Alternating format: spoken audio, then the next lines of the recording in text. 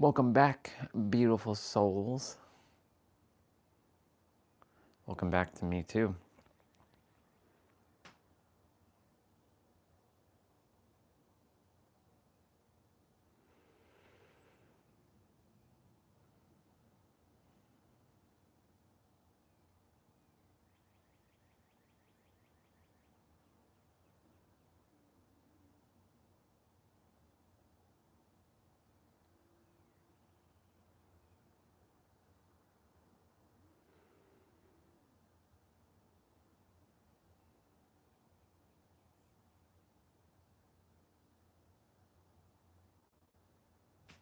Let's go. Do I have enough water in this? Yeah, I do. I'm gonna quickly, it's been a minute. So it's been a while since y'all got to be up here in the kitchen with me. I'm just gonna quickly grab something. Clementine maybe. And then I'm gonna go ahead and we're gonna get rolling. Apparently today is a holiday in Ontario. It's called Civic Day, but it's not like a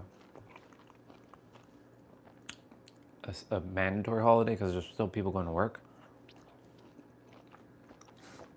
For me, every day is a holiday.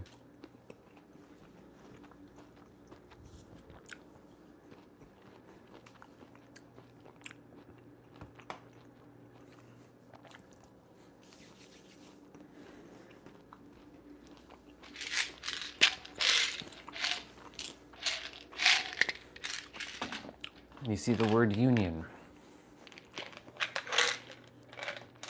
I'm going to get into that. Before we leave, though, I'm going to be doing a couple things.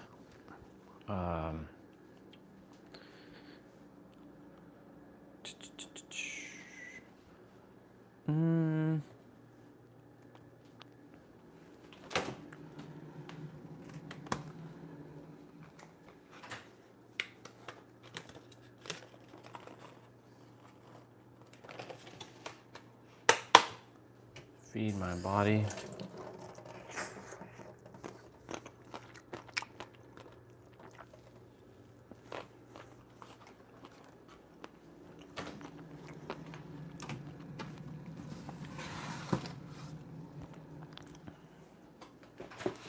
I'm gonna eat a quick something.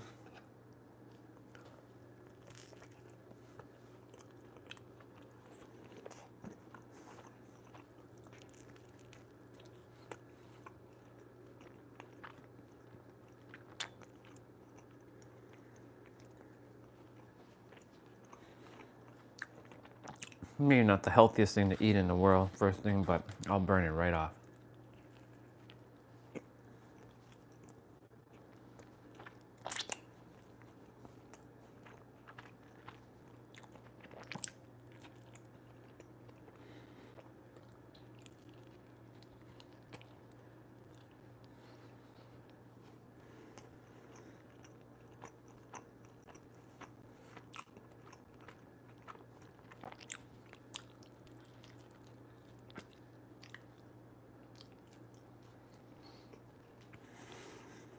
Let's go.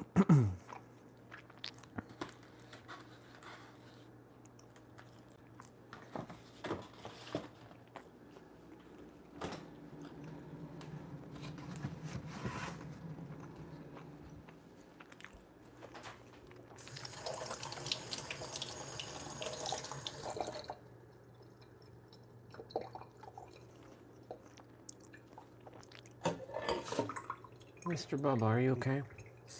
No, you're not okay. Gotta make sure you go. 7:51. Actually, it's 7:53 because that time is behind by 2 minutes.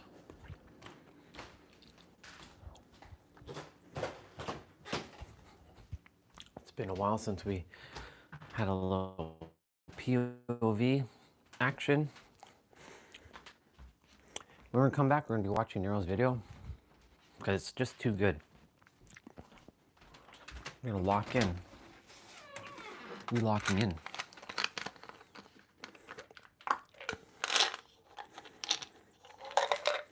This is the video.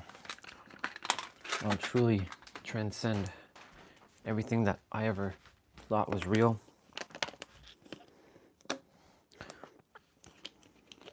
We're gonna get going.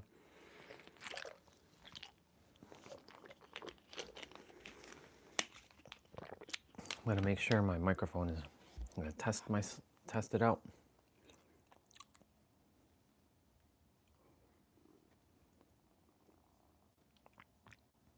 Test 1, 2, 3. Test 1, 2, 3. 1, 2, 3. 1, 2, 3. Yep, it works. 1, 2, 3. It works. Works quite well. Okay, I'm gonna quickly use the bathroom, and then we're gonna get rolling.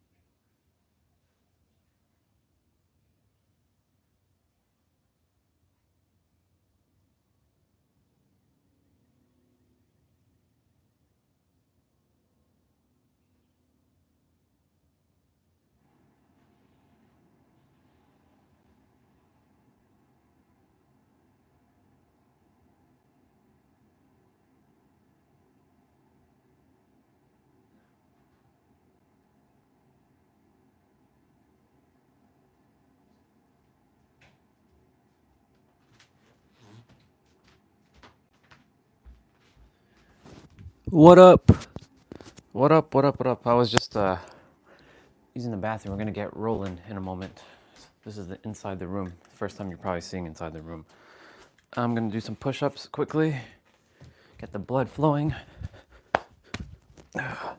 Good morning to you, Mr. Phoenix. I trust you're doing great.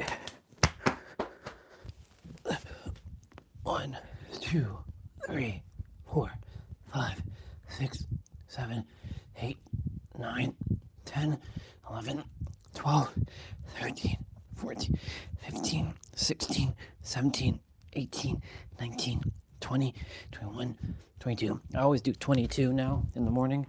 1, 2, 3, 4, 5, 6, 7, 8, 9, 10, 11, 12, 13, 14, 15, 16, 17, 18, 19, 20, 21, 22. These actually don't count to my 55 that I do.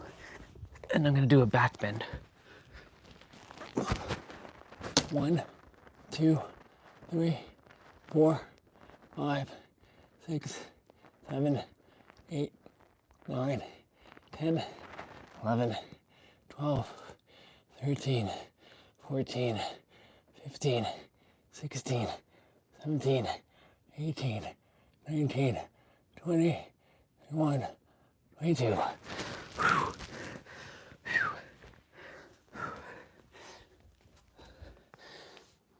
1, 2, 3, 4, 5, 6, 7, 8, 9, 10, 11, 12, 13, 14, 15, 16, 17, 18, 19, 20, 21, 22.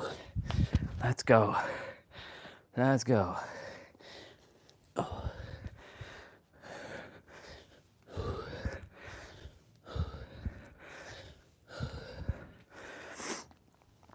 Awesome. Gimbal time. All right, take off Wi-Fi. Rolling, jacked up, fired up for another awesome day. Wow, out of breath here. Good though, good out of breath. We are heading outside. We're rolling. See, I went through some. Yeah, I know. It's interesting, isn't it? I went through quite some changes physically. Of course, in the last little while, you must also see me go through some mental anguish, because that's what I was feeling. But I feel like my old self again, because there's something that happened in the mental and spiritual realm inside that forced me to evolve and become more aware, and I woke up again, you can say. And I guess that's the reason why I'm going to call it union today, because I'm reunioning with myself, with the creator within, with Sarah, who I was in the previous incarnation. Whew. And yeah, it's hey sister, good to see you. Love you. I thought about you 2 nights ago. I gave you an energetic hug. If you didn't feel it, I'm telling you that now. Whew. The sun is kind of hazy today again, which is good because it allows me to stare at it even easier. I mean, I can stare at the sun no problem, even without the sky being hazy. There's a scene in a Final Fantasy movie called Final Fantasy VII Advent Children, and it's like, my reunion is at last upon me. Yeah. I'm doing my best to rid myself of my persona for good, because instead of one way of saying, like, we are the creator, another great way of saying this is we are fractals of the unconditional love that we all are. Every one of us is born unconditionally loved. We just forgot who we are throughout this lifetime journey, because the third dimension likes to play these like tricks. Poor Bubba. I send that soul lots of love. We forget who we are because of the third dimension. But this is not real. This is not, it is for our senses, but it's not for our soul. Our soul knows a lot more than what our mind can even comprehend. I got something in my shoe. There you go. Feels a lot better.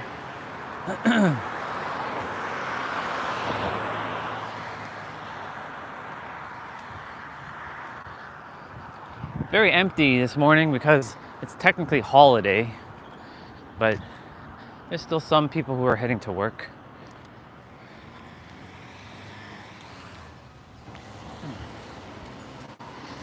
Let me read what's going on. No. So Sarah was me.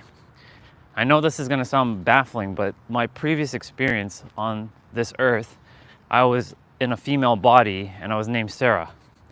That's why I was mentioning, like, part Irish. So Sarah's part Irish, part Middle Eastern. And excuse me. I brought a lot of stuff from my previous incarnation into this incarnation to handle. So that's who Sarah is. And regardless of all of the previous experiences I've had, whether King Ramses II, Orion, who was a very massive part of the Orion Wars, to, being another woman who was burnt to the stake for speaking her truth, to, other incarnations of me doing whatever it was that I did or didn't do. I'm unionizing myself back with the one, with the creator that we all are. I am me, you are you. I am you, you are me. We are one, and that is law. But we go through this journey to bring forth our ego body, exploring God's oneness, back to, from separation to wholeness to oneness. We always have been one. You look at a child, they don't see themselves as separate from another child. They don't see color, they don't see race, they don't see anything. They see love. It's only until, the third dimensional hive mind of the planet itself, because the planet has a hive mind, and I drew it yesterday and I showed it on the live stream. Think of it like a beehive that's kind of encompassing the earth and surrounding the earth's like spherical, body in this third dimension. This hive mind currently is filled with, thought forms, and more people are just buying into like the negative aspects. You can't have one without the other, of course, because without negativity, you wouldn't know what positivity is. Without hate, you wouldn't know what love is. Without suffering, you wouldn't know what peace is. So we have to go through that, but to ultimately let go of it, to return back to the oneness. Hence why our ego, which is our body, encapsulates all of that. It's for us to eventually explore God's oneness within ourselves, to get back to oneness with the totality of everything on the planet. Damn, it feels good to be back. It feels real good to be back. I'm in my flow state again. All right, I'm going to read.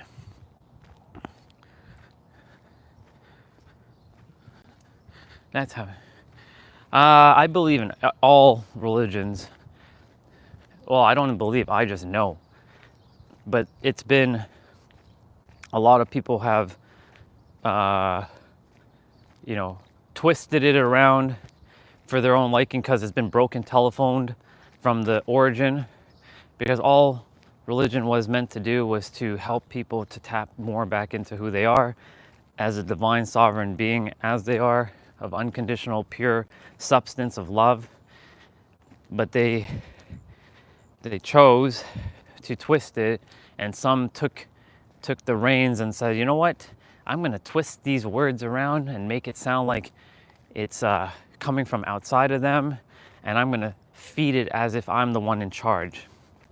But I don't care about that. All I care about is, the origins of each of the teachings of any religion. I love them all, I respect them all, but I also I'm not a part of any, but I'm a part of all at the same time. It's holding both concepts of like, I respect, I love all of them. I also don't entertain and be a part of any, which limits me. Because I can go into a temple, I can go into a mosque, I can go into a church, I can go into, I forget what they call it in the other religions, but I can go into a holy place and not feel disconnected, like I can go in there no problem, because it comes down to what you entertain in your inner world. And for me, the word unity is prevalent. Now, in the last little while, unity wasn't there, because the third dimensional thinking mind got in the way, like it normally attempts to do, because it's attempting to keep things safe and separate things and whatnot. However, let's just say I got back to my senses. Let me see what you said. Yeah. If you could reincarnate as anyone, even a celebrity, who would it choose? Me. I'm going to choose me. I don't want to be anyone else. I want to be me. For the first time in my life, I would always reincarnate as myself. I don't want to be anyone else because everyone else is technically me and everyone's actually you. So I'd rather be my version. You know, it took me 5 years to allow myself to finally be me fully. I would always choose me, always. Like, I know you're asking like if you had like to choose. There's no one, because we're all aspects of each other. So like, the first name that pops in my head is The Rock, or another name that pops in my head would be like Thoth, the who was considered probably one of the most wisest person that ever existed. Thoth actually was rebirthed 3 times as Hermes and Merlin. But I would still choose me.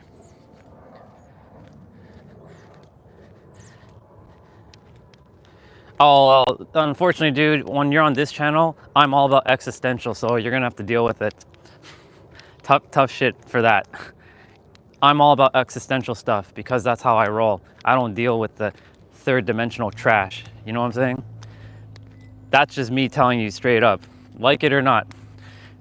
But for a fun question, to answer your fun question,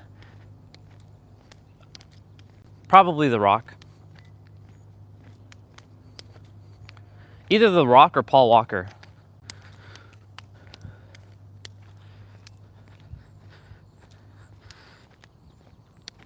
One of those two. If it was a female, Actually, no. I'm gonna change my answer. Keanu Reeves. I would choose Keanu Reeves.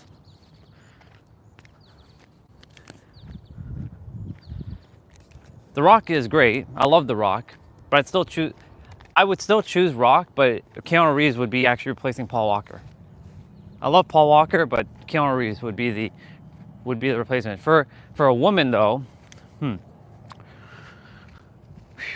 who would I choose if it was a celebrity?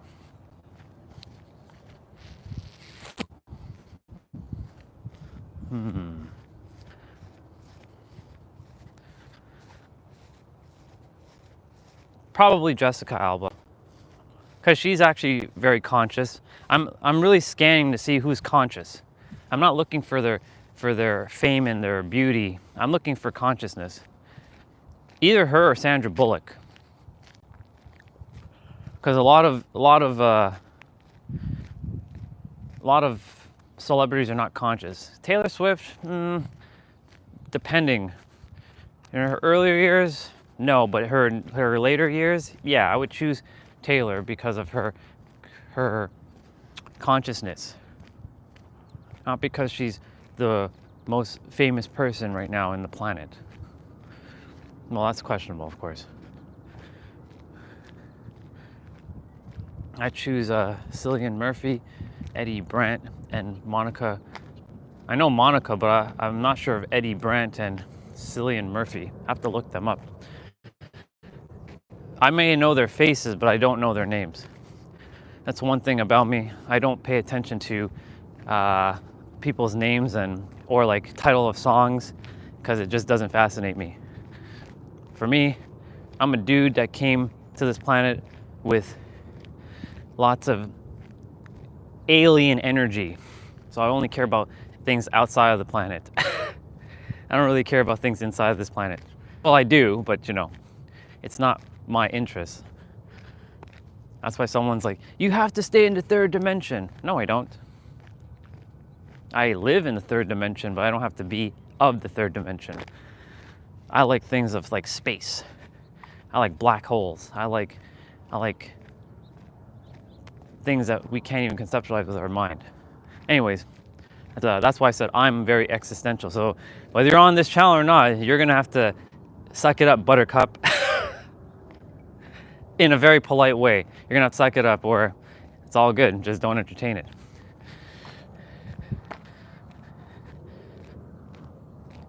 Yeah, I don't know anything about Guyanese stuff because I kind of threw that side away of me.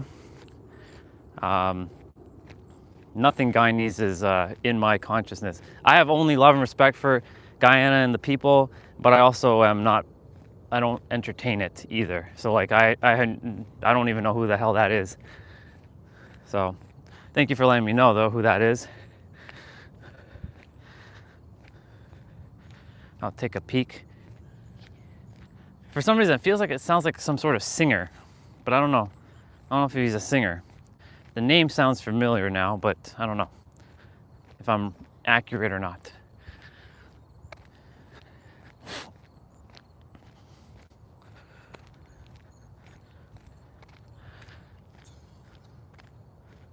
I'm gonna go hang on those hanging bars in a moment for about 60 seconds, just to get my spine stretched out to start this walk, because we gotta bend.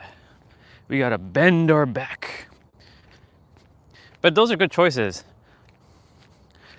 I wonder why Monica Buccelli.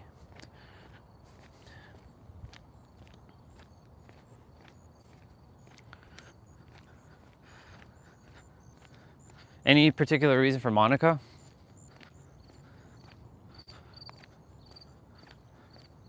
All right, time for me to hang on the bar. Look, he's training his Bubba.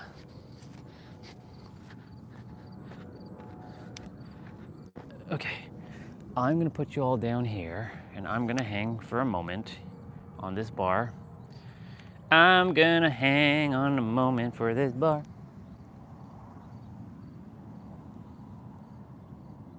Eddie Grant.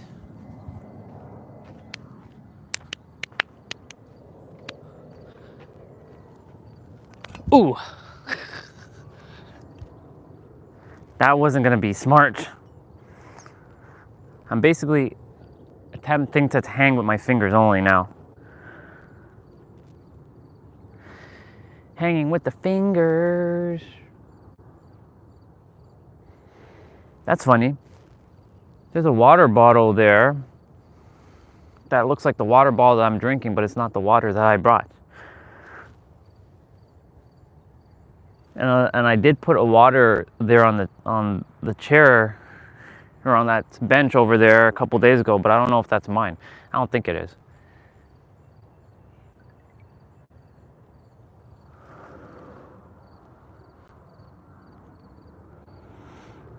Oh, that was a nice crack.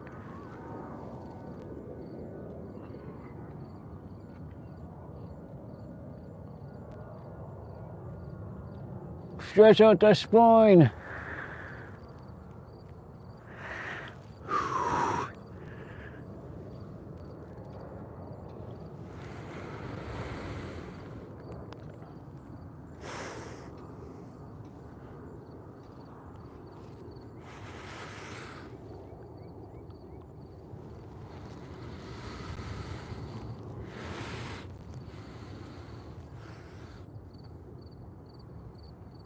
I'm slipping. My hands. Yeah. Okay.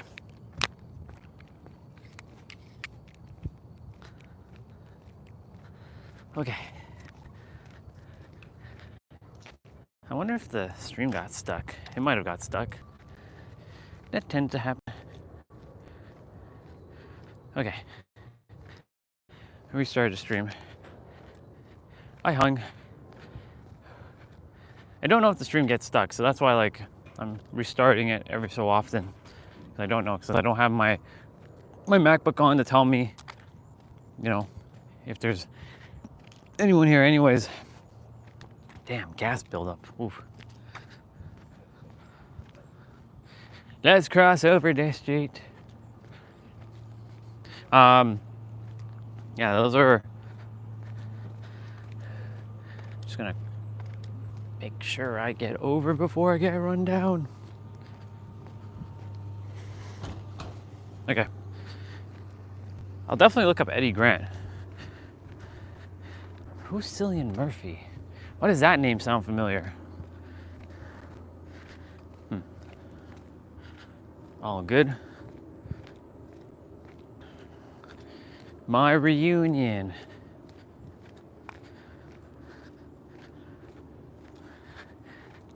I should have named it reunion, not union, but you know, union works. Union. Union to my soul. Union to the totality of all. This was a great mirroring. There was a, you know, I'm gonna be real. Not that I'm not never real. It was funny. It was a week ago around this time, where I was feeling like dog. That I was talking about, you know, the people of Guyana and, you know, not being associated with like that heritage. There's still part of me that doesn't desire to be a part of that totality. I mean, it's part of the totality. It's like I created this rift between Guyana and myself, because, like, you know, there's a lot of, how do I say this? It's like something that I have to overcome. Like, I don't like being called Guyanese, personally. Like, I'd be preferred to be called like Canadian, even though even that I don't even enjoy. Like, if someone asks me my heritage, it's a question that I basically just give a answer that I'm just everything. I'm everything and I'm nothing at the same time. My heritage is a soul. It's like, how do I explain this? Like, even if I was any other culture, I think I'd still choose that answer that I'm a soul, because, you know, now that I know that in my previous incarnation that my name is Sarah, I'm half Middle Eastern and half Irish, you know, if I didn't know that, then I'd be still probably lingering, asking the question, well, what culture am I? But the answer is still a soul, because like I see everyone as a soul and not a nationality. Because, like, yes, you were put on a certain part of the planet, but that's not who you really are.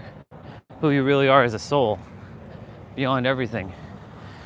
And our role, I'm gonna go this way.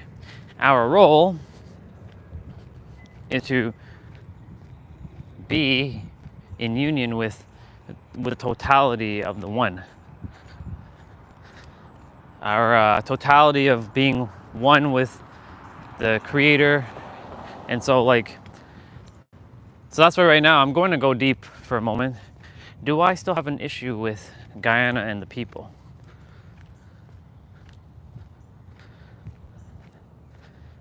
I remember when someone asked me, like, who is also Guyanese. I used to have a big problem with, you know, with brown people, but I love brown people. I respect the color of the skin. Now, when it comes to the culture, like the whole, like, you know, talking with that weird English accent, it's not weird to them, of course, because it's normal to them. I'm considered what we call whitewashed. But in totality, that's just judgment of not accepting me as I am. And I'm just kind of going deep to see if there's still something lingering between me and the culture itself. I think it's because growing up, I always seen, not every Guyanese man is like this, of course. My uncle was a fine man who died with a brain aneurysm. He was a smart, intelligent man. Of course, my uncle Mikey is an amazing dude. who's also very intelligent. Let's just say I didn't have too many positive role models from that culture. So it left a nasty like scar that I wanted to just, you know, throw away. That I couldn't like accept that part of me. Maybe this was perfect that you brought up Eddie Grant. Eddie Grant. I know you're not there, Mr. Phoenix. Ooh, I'm liking this car. What we got here? A Datsun 280ZX. Not bad.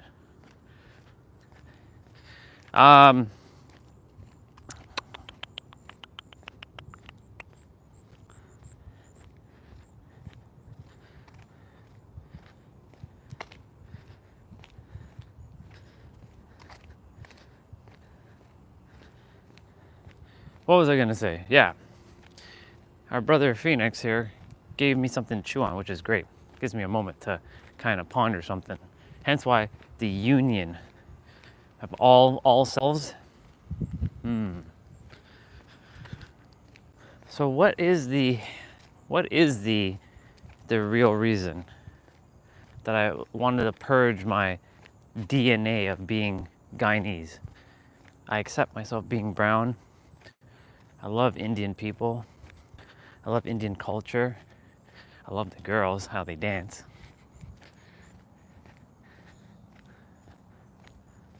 What was it then? Like if someone's asked me, are you Indian? Yes and no. Yes, to a degree that I'm every culture, because this soul has been everything. In this incarnation, I chose to be this vessel. But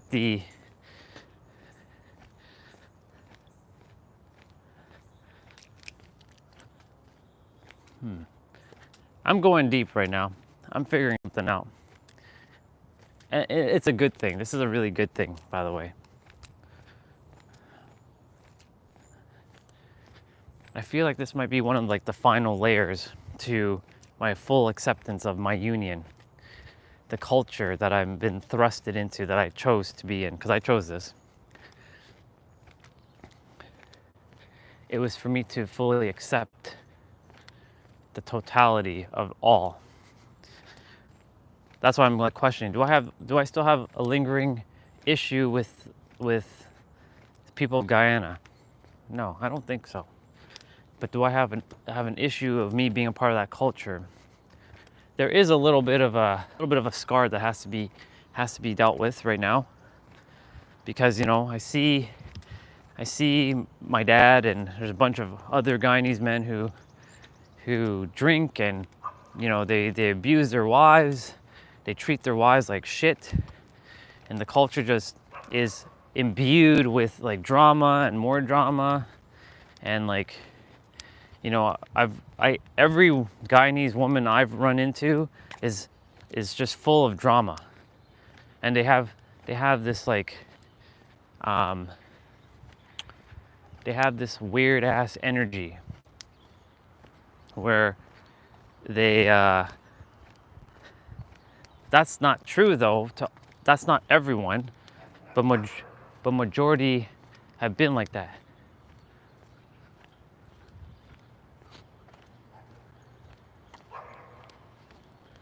The doggy bubbas are playing.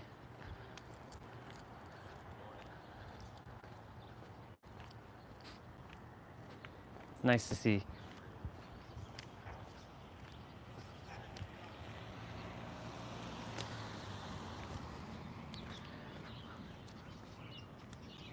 I love every soul as they are. It's just being labeled and tethered to a culture really, I don't know. This is why Christopher, I had a little bit of an issue with brother. He's like, don't you accept yourself as Guyanese? I'm like, I don't know. It felt like some sort of like weakness to be Guyanese. Even Jason would, we had these conversations when I was a kid.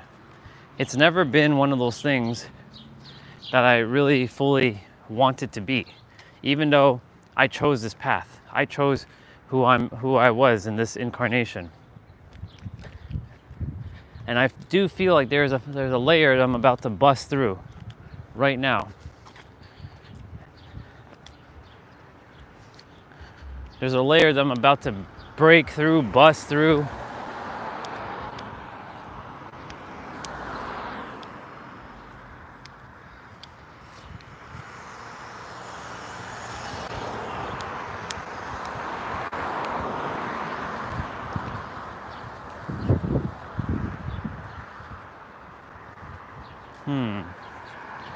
Eddie Grant.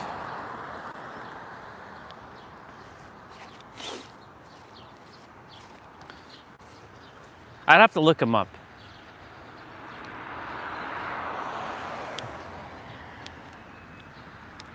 I mean, I won't say I don't like it. I may not resonate with the culture much. That doesn't mean that I separate myself. Just a matter of, There's a reason why I named it Union today. Union with my full self. Because God is everything. So if God's not separate from Guyana and Guyanese people, just never really took the time to really take it in, Like I said, I used to have a big problem with, brown people in general. I know this may sound like a very racial kind of live stream, but I have to bring out all this stuff so I can purge it, because I love people and I love everybody, because I don't see the color of anyone's skin anymore. So that should mean that I should love everyone as they are, and I do. It's just that I haven't run into anybody except for Destiny and now Jason, who are now showing me that there are some brown people who are conscious. Because up until my experience, when I say that, let me rephrase that. Guyanese people, or even Trinidadian people, for that matter, who are conscious, most are locked to the third dimension, living that paradigm, and I think it's just because all the times I liked Guyanese girls when I was younger, I always got burnt by them because they were just arrogant. Absolute arrogance. But yeah, we're purging that now.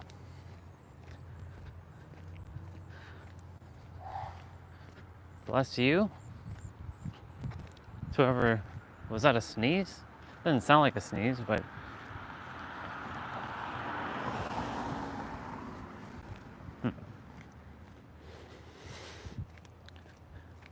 this is perfect. Is Lily outside? I don't think so.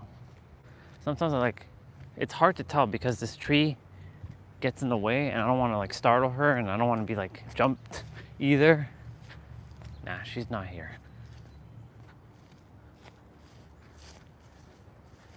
Lily and Ricky are not out right now. Lily's a good girl.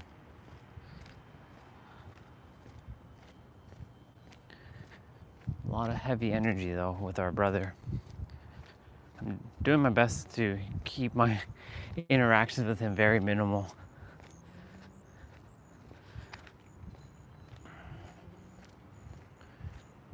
Cool beans.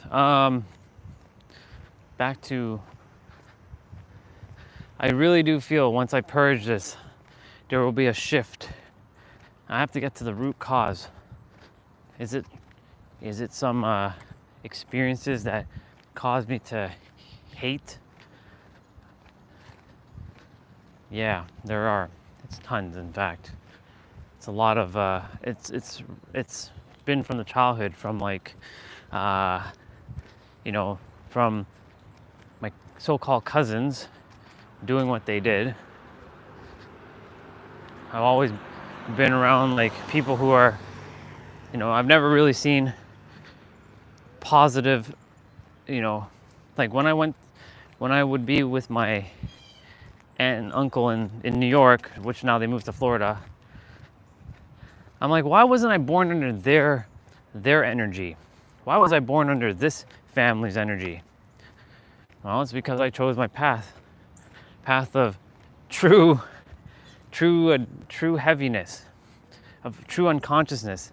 And as Pete would say, those who are born within the family that is very unconscious has to go through very difficult things so that they can overcome, because we chose a path of absolute like growth.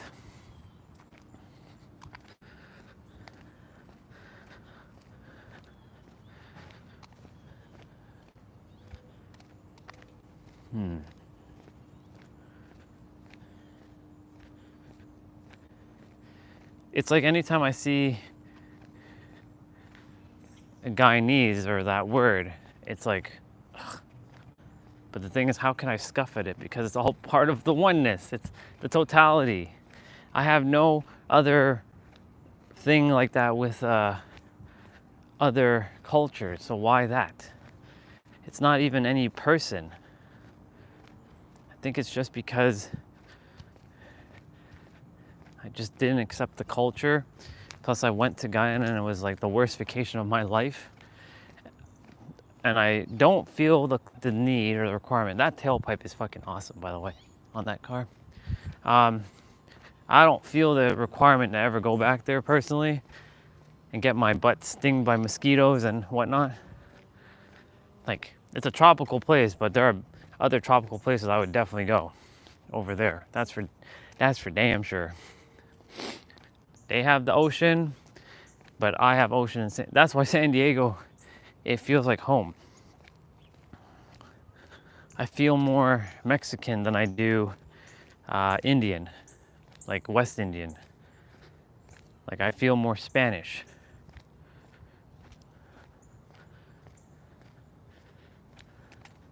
But I'm part of the totality of it all.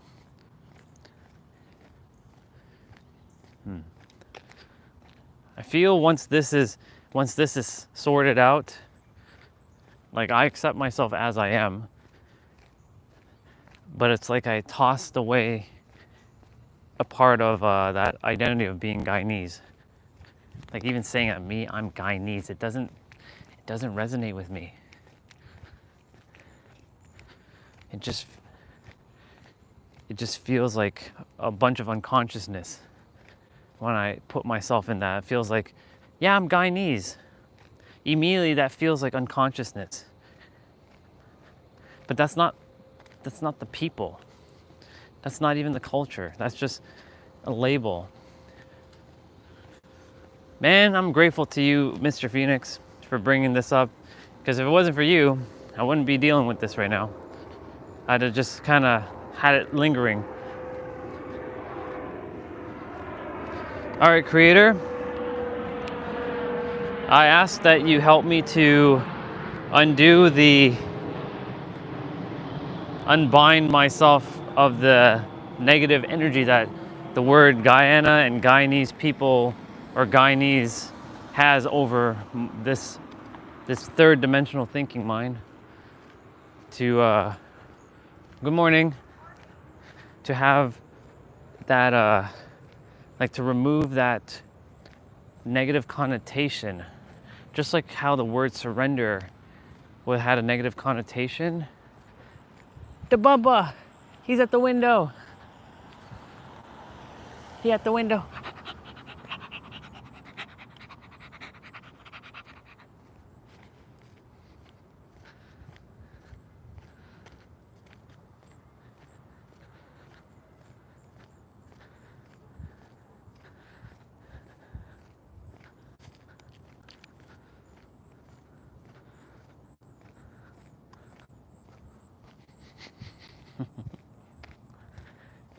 calling his doggy over.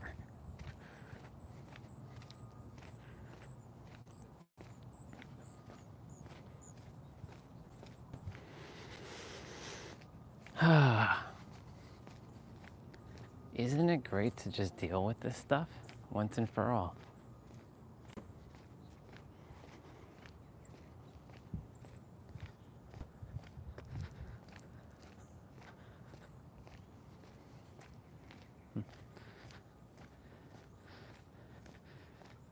Good morning, brother. Good morning. How are you? I'm great. Yourself? Very good. This is another awesome day. Oh, beautiful. Yeah, I'm enjoying the cooler temps in the morning. Much better. It is much better. It's very comfortable to deal with. Yeah. Have a great day. You too.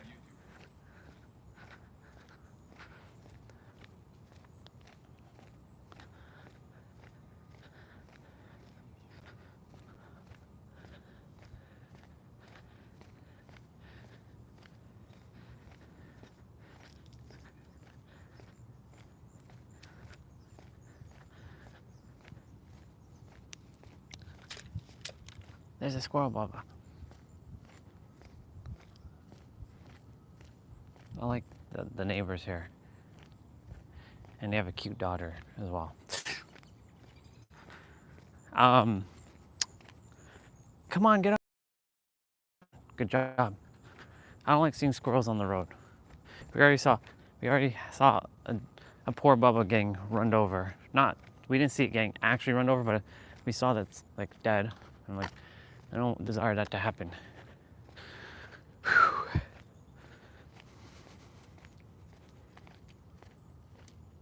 Morning.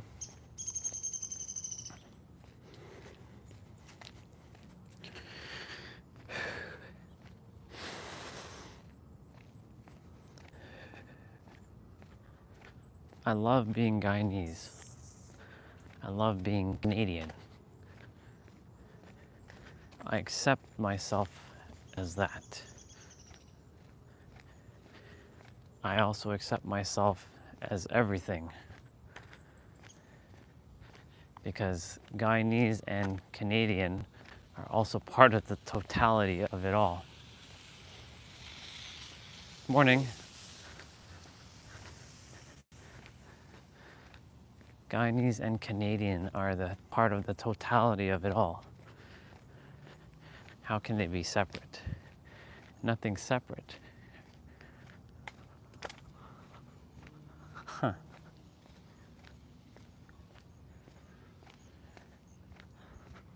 All this time I've been fighting against myself in terms of like the human.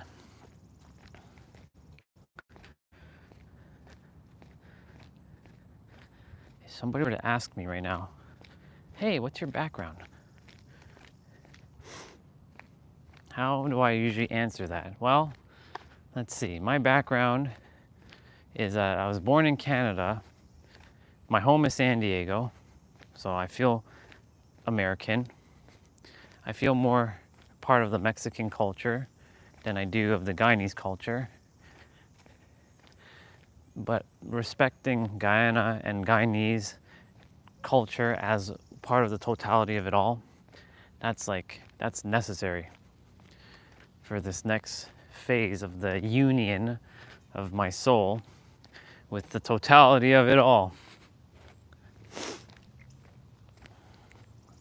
Like, it's interesting.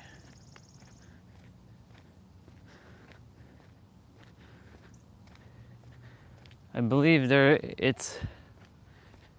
won't call it trauma because God doesn't have trauma. The Creator doesn't have traumas. We created that. It's just an experience that I had to, just, handle.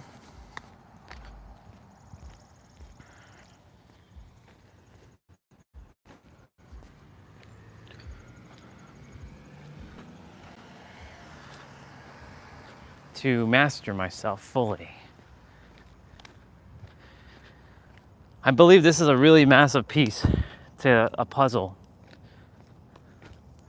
A very, very massive piece to acceptance of myself and to unionize myself fully with the totality of it all. Because for the longest time, I've separated myself from the culture. Now, of course, I don't have to be aligned to the culture, but that doesn't mean that I'm separate from it. I can simply say that, yes, my parents are Guyanese, and I was born in Canada. I don't align with it, but I respect it. And I accept it. I just don't align with it. Does that feel better though? Well, that's still technically not having to say all that doesn't really hit the mark, sort of say. It's kind of like,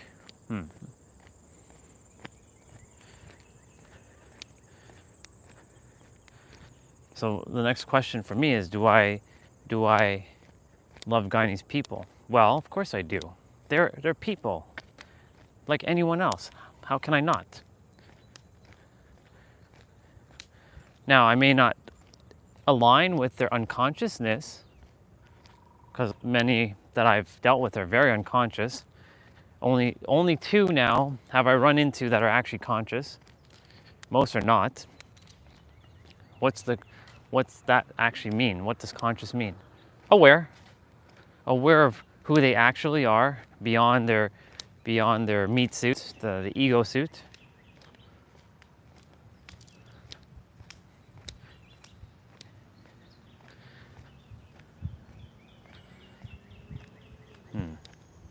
That still doesn't feel good though, for some reason. There's still something kind of off about that.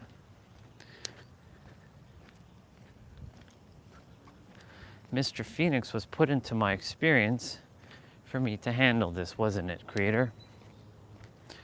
Yep. Eddie Grant.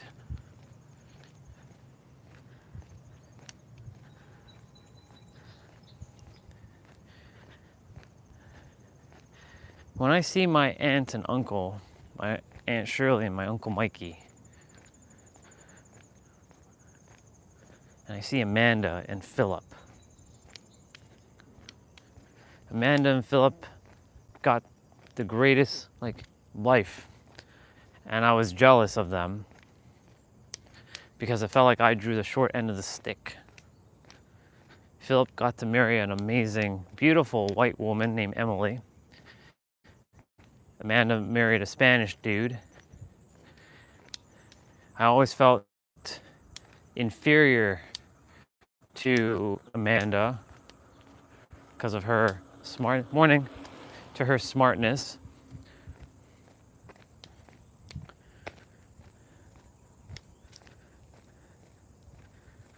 So that I created a mass of superiority over them. But they're not smarter than me. They're not more intelligent than me.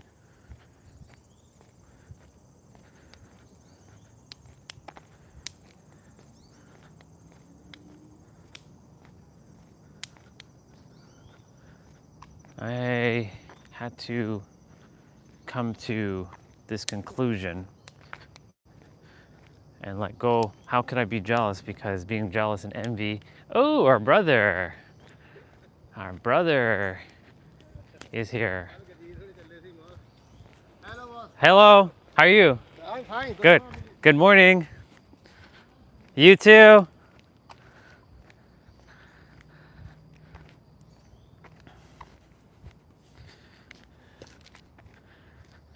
We're gonna be by the water. Put you all down for a moment. Morning.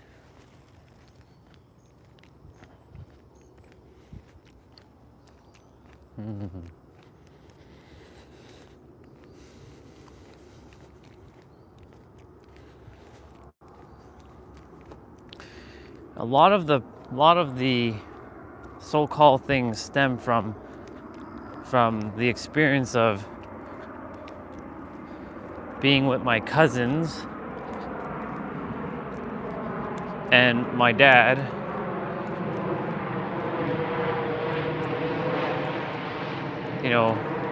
following in like all the other Guyanese men that I knew growing up, just a drunk. You know, alcoholism, rum. They all care about their rum. That's all they care about is rum. They treated their women, a lot of them treated their women with disrespect. Not everyone, of course.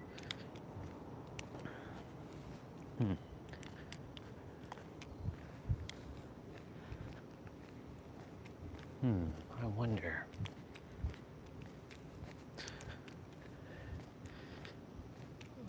Creator,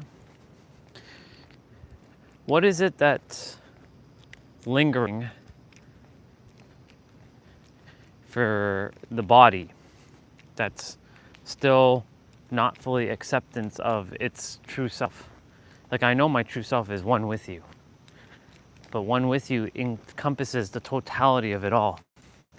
I know this is to get me to remove my persona completely, but in order to remove my persona completely, I must accept myself fully as I am to then remove my persona completely. By the way, y'all, welcome back to the Daily Water, where things seem to unfold in a very magical way here every day. And there's always foam now in that water. It's interesting how foam is being formed.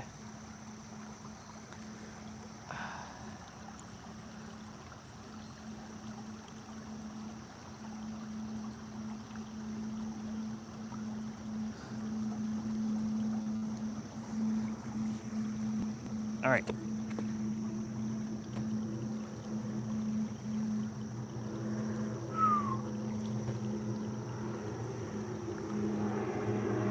That's a small... That jet is tiny, but it's a jet. It's definitely a private jet. That's like a jet of like 3 people can fit in that thing. That's tiny. That's pretty awesome though.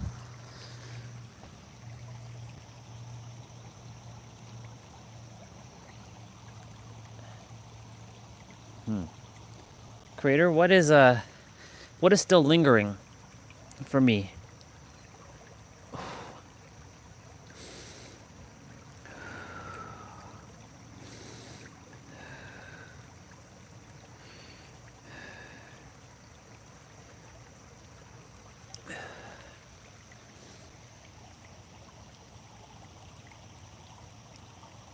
Why is that rotating like that? Like, it doesn't make any sense. Like, why are you rotating?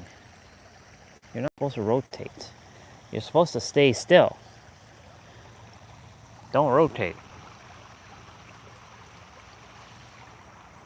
Stop that.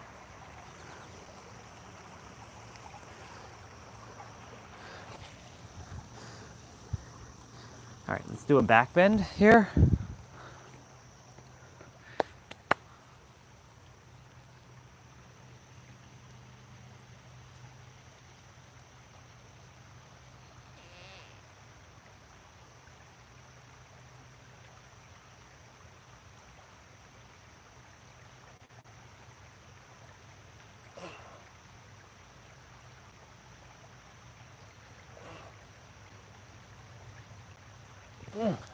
Whoa.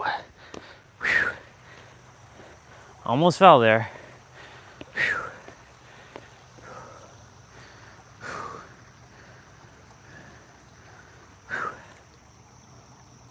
Oh. Okay. Why is this one so tricky? It's very deep-seated, it seems. We might have to spend the day doing this one. Hence why union. All right. So creator, what is it? What the fuck happened to my hand? Poor hands. Poor. It'll heal. Chokure.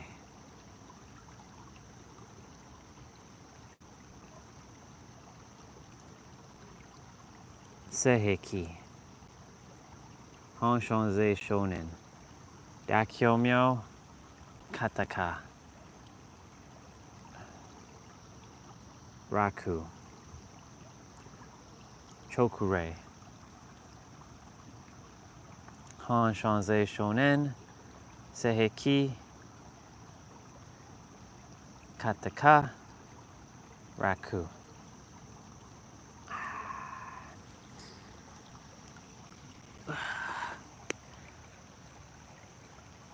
Morning.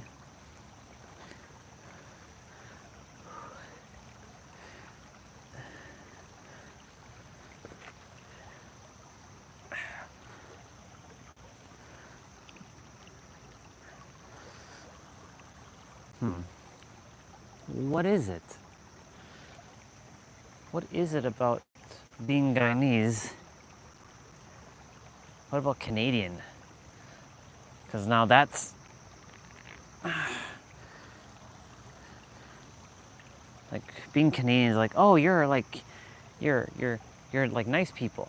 Yeah, no, we're not actually. Canada's not as nice as people think it is. Not as they used to be. Maybe in other parts of Canada, but definitely not here. I mean, but that's not true. See, these are the human aspects I have to toss away. This idea like people are not kind here. There's the key word here is acceptance. Isn't it, creator? Yeah, it's acceptance. Well, that's what the now is. Acceptance without any reservation.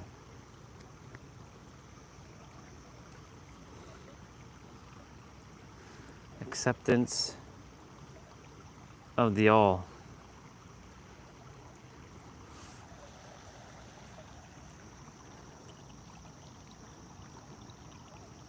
Acceptance.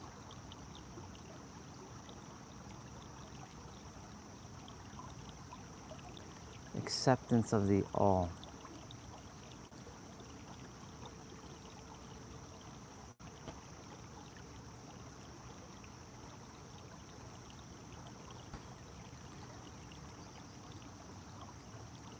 Acceptance of the all.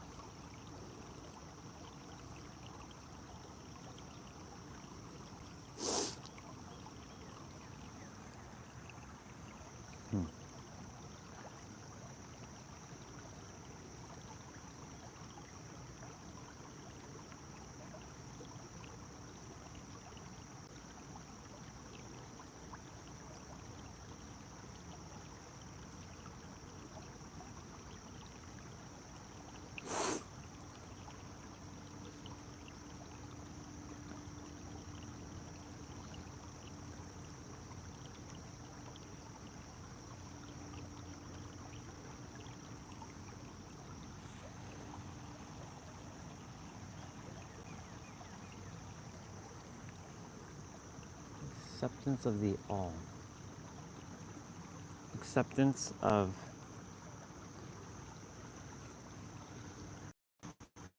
it's like I have to see Canada and Guyanese as part of the one.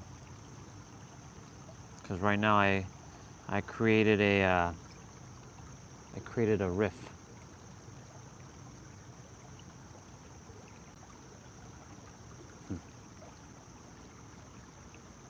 I created that riff. I should be seeing Dina this morning.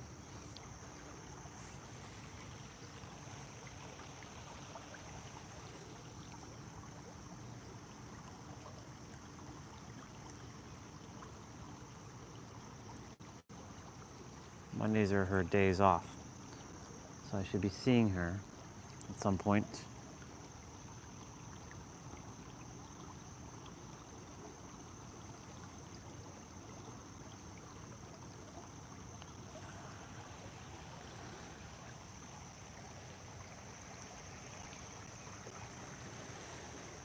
Upper body day today, which encompasses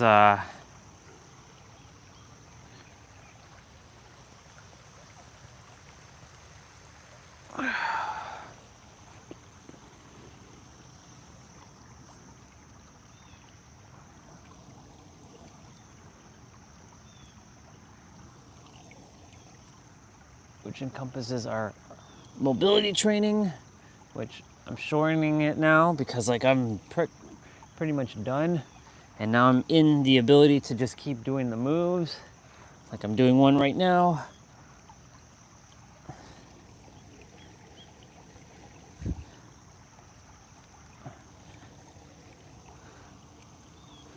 Yeah.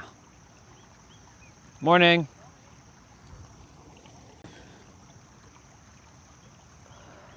It's like I became the trail's famous person here. Wherever I go, I bring peace and love.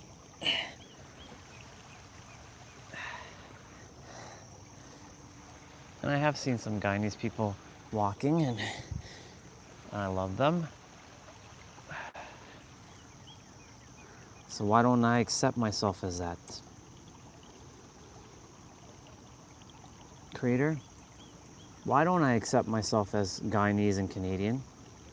Well, it's not really the Canadian aspect. Why don't I accept myself as Guyanese?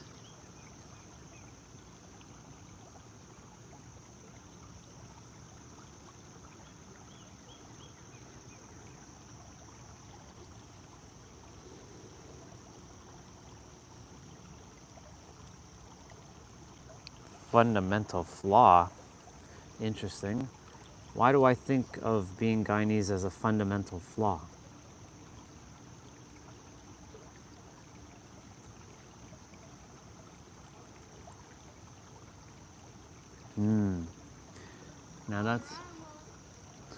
Now that doesn't sound good. And why do I believe that to be true? Or why does the mind think that's true? The soul knows that that's not true.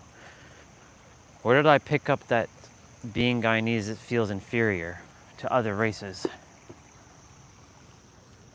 Because that's not true. My uncle is one of the smartest men on the planet. He's a genius. So that's not true at all. So what is it?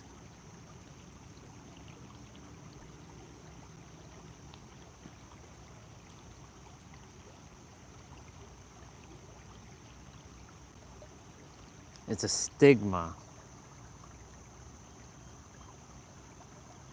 There's a stigma associated with it.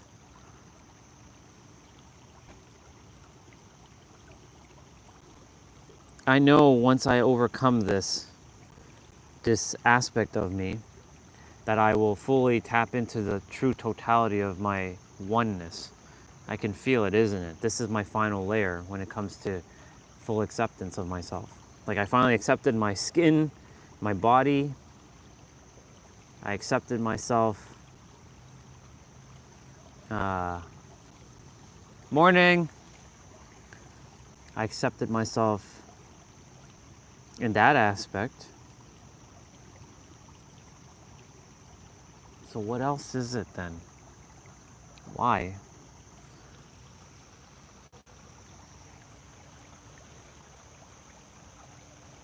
I love brown people, so that's not the issue anymore. That used to be the issue, but that's not the issue. So what else is it? It's so fascinating that this is still lingering. I guess I just didn't deal with this part of myself last year.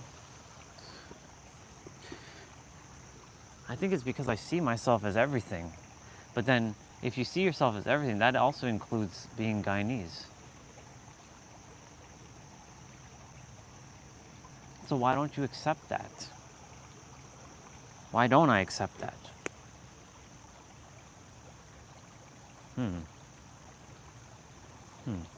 It's interesting.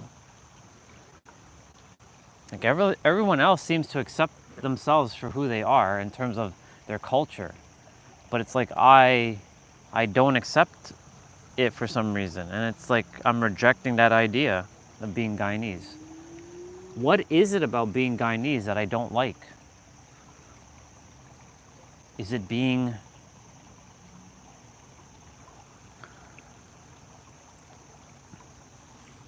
Creator, could you please help me with this? I would like to know so I can overcome it and accept it fully. I don't want to hate anything. I don't hate anything.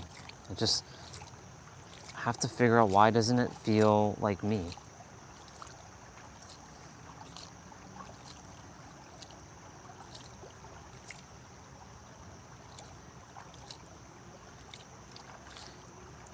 Are you saying because I know who I truly am and it's beyond all this? Is that the reason why? But, you know, not everybody's going to understand.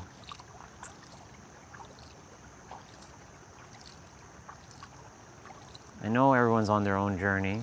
And so are you saying that it's okay to be Guyanese, but also to have this idea of, I'm Guyanese, I'm Canadian, I'm American, I'm it all, I'm everything. If I say it like that, does that help?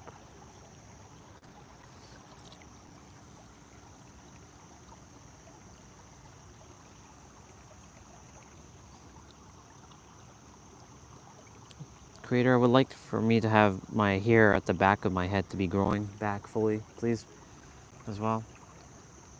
So I can have lush hair.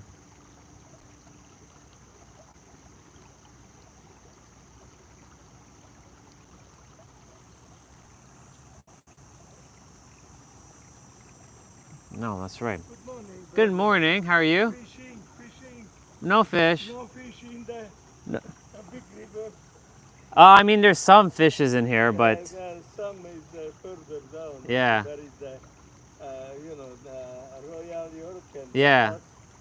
I watch and the people up, where is the dam. Mm-hmm. Over there, sometimes some cars, but Yeah. not many. Yeah. And plus the weather, you know what I mean? Yeah. And plus we put all kind of poison in. We are very good to destroy everything. Yeah. Yeah, we are the devils. We tend to do that. Yeah. Before you can drink from the water. Yeah. Not anymore. Not anymore. Exactly. But I used to stop here when I walk too much and just relax, put my feet in the water. Yeah, the water is not as clean as it used to be. Yeah. Yeah. Like it's everything is different. Everything is polluted. Yeah. And before was people just throw garbage everywhere, and no respect. No respect. So have a wonderful day. You too, sir. Thank you. Thank you. Have a great day. Thank you. Bye. Bye.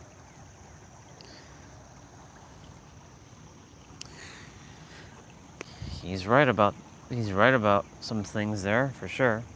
Well, not some, all things.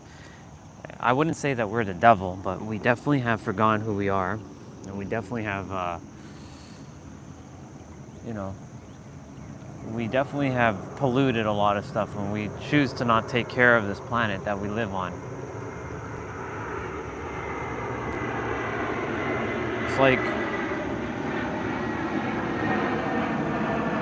It's like people don't care, but there's a reason why he stopped here to talk to me for a moment.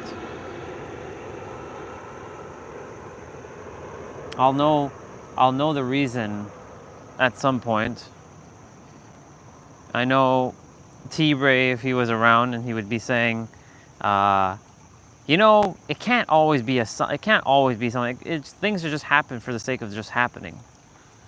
No, but there's always reasons for everything. In my reality, that's how it works. In others' reality, that's not how it works for them, because they simply have not entertained that idea, as that it doesn't work like that for them. But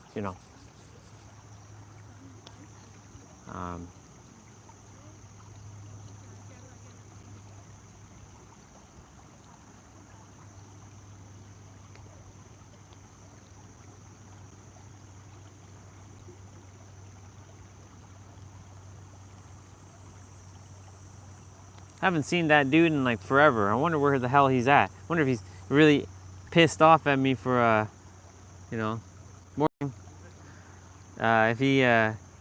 If he pissed off at me for answering his question, well, how? Well, I don't know how, bro. But I do know that I know my why, and I know I'm going to figure it out. I'm always figuring shit out, and I always make shit happen somehow.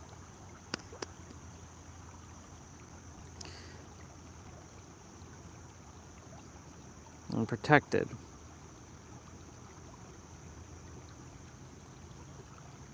I accept myself fully. I love myself fully. Being Guyanese is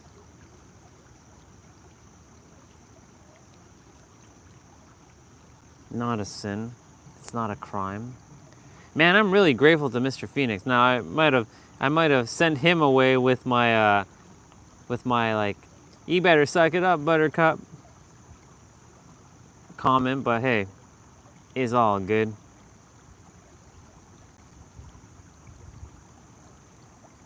It's all divine. I'm good either way, but this was perfect.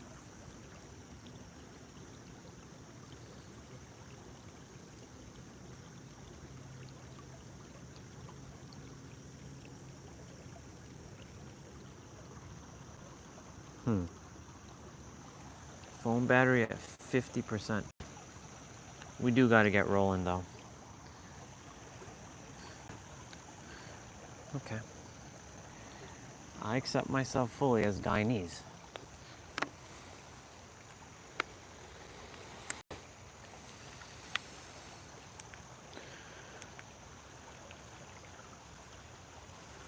All right, y'all. Let's get rolling. Phone battery at 50%. So, thank you, Water, for the time that I got to spend here. I love you. I'll see you tomorrow. Oh, yeah.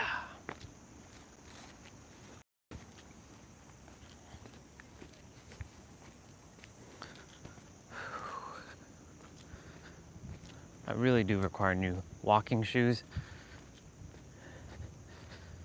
Critter, let's get us some new on clouds that are very, either that or one of them like nature shoes that our sister Regina sent us.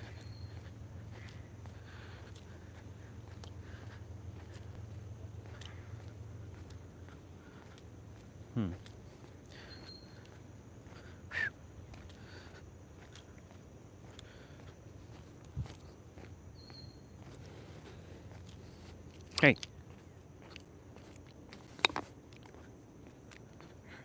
I think I just got stung by a mosquito.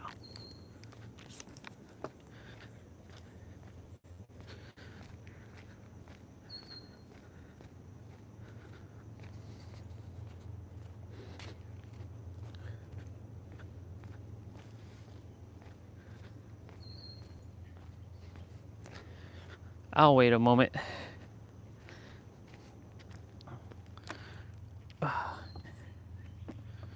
I'll wait a moment. Whew. I accept myself fully as Guyanese.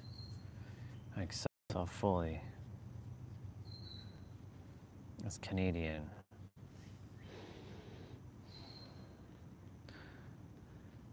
First time in my life. Morning. Morning.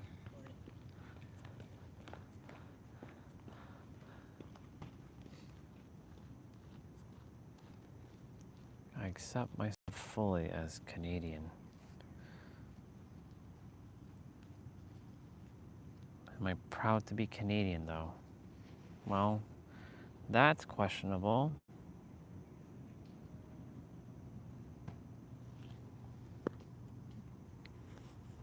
There's another person walking here. Okay, we're gonna take a moment and just sit, drink.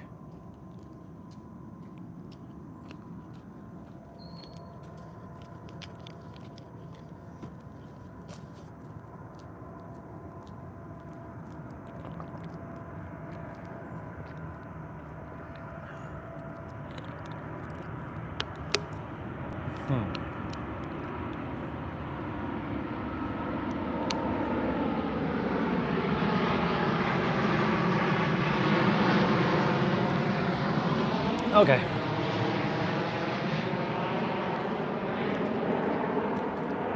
Didn't really want to be walking behind anybody filming, but you know, don't want to also be sitting there because there's also a sister behind us and another person coming. Today is a day where there would be quite a few people chilling.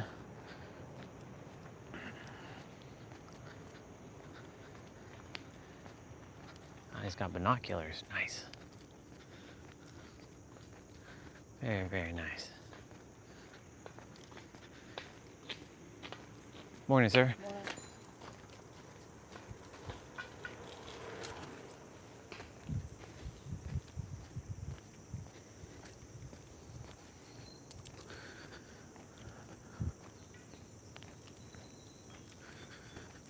I accept myself as Canadian. I accept myself as Guyanese. I accept myself as American. I accept myself as it all.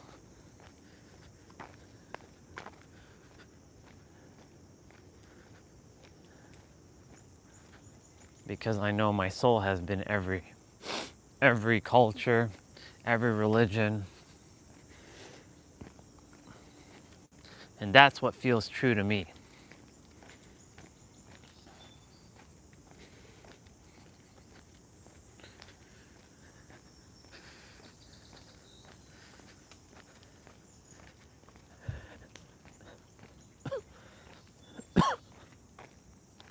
Had a dry cough come up for a moment. I am a part of the totality of all. The oneness of it all. I just saw like all the flags of the world get embedded into my heart. Or you can say it got sent into my heart even though it was already there, and my consciousness, my mind, third dimensional thinking mind. Hi Andre. Hi Orion. What culture you are? What ethnicity are you? Everything. The vessel is Guyanese and Canadian. The soul is everything, because I've been every culture, every religion. So that technically makes me part of it all, just like everyone else is. But if someone else asks you that and they don't understand that, how would you address it? I would tell them point blank, because I accept it all. I'm Muslim, I'm Hindu, I'm Christian, I'm Catholic, I'm Judaism, I'm Islamic, I only take the parts that are unconditional love, that don't create separation though, from those. But notice that how, if I only take that, I'm still creating separation. It's an interesting paradox, isn't it? So that means it's not fully acceptance. I take the part that it's in alignment with only unconditional love and unity across the entire world, and an acceptance of everyone as they are, who they are, no matter where they are, and what they choose to believe.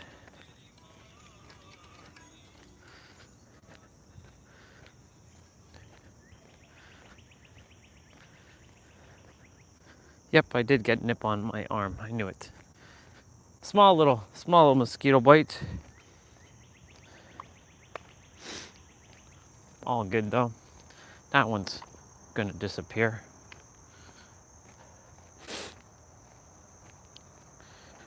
No big deal.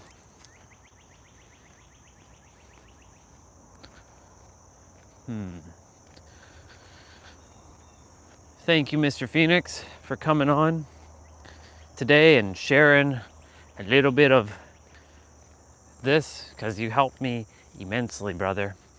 Even though you're not here, you helped me a lot.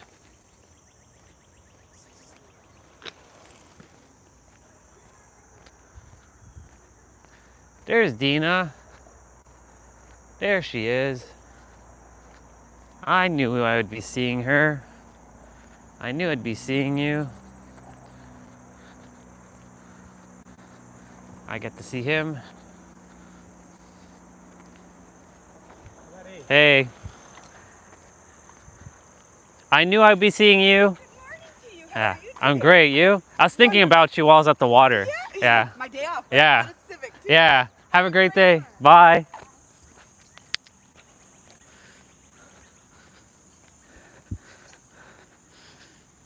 I told you I'd be seeing her. I knew it. I felt it.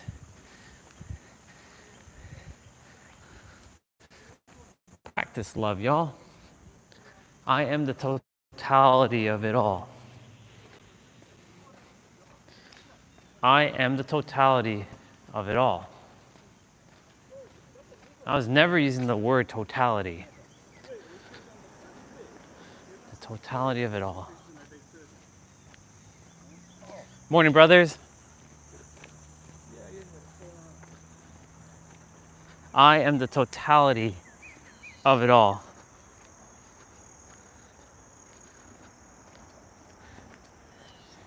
I am everyone and everyone is me. We are one.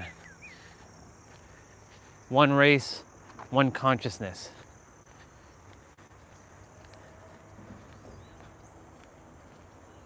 That feels so real to me.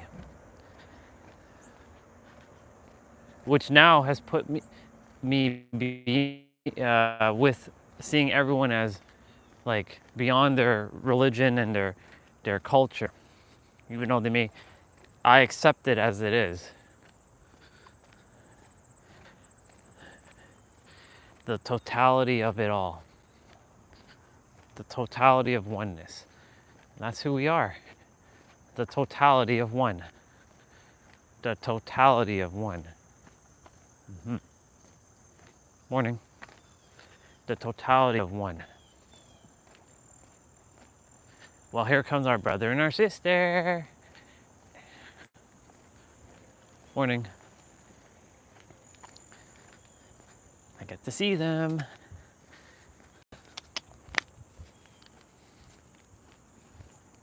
How are you doing?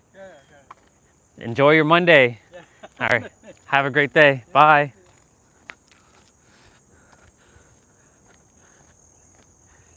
Who else are we going to see?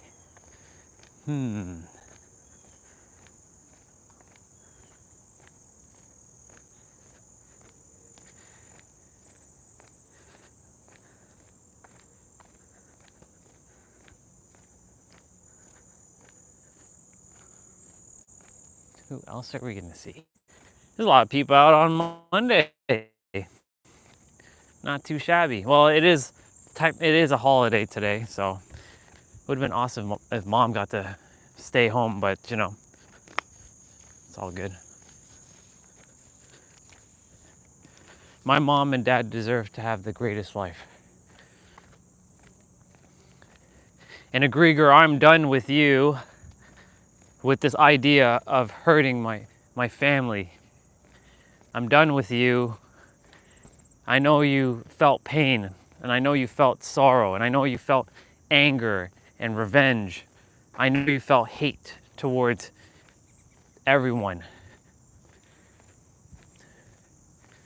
But how can you when you are also part of the Creator? You forgot that you are also part of God. How? Why don't you want to be part of God? Egregor? You've seen me operate at the highest level, and it feels fucking amazing. Like nothing I've ever experienced before. Like euphoria. So why don't you desire to be a part of the oneness of God with me? Why do you keep summoning these things to help me think?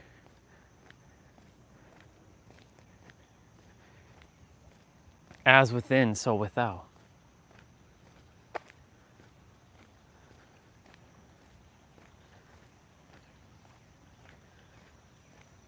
When us are in true alignment, nothing can stop us.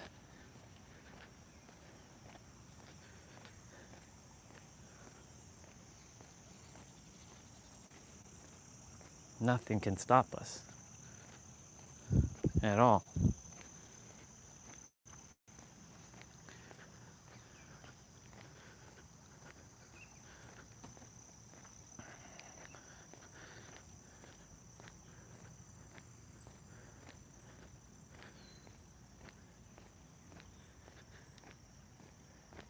Union.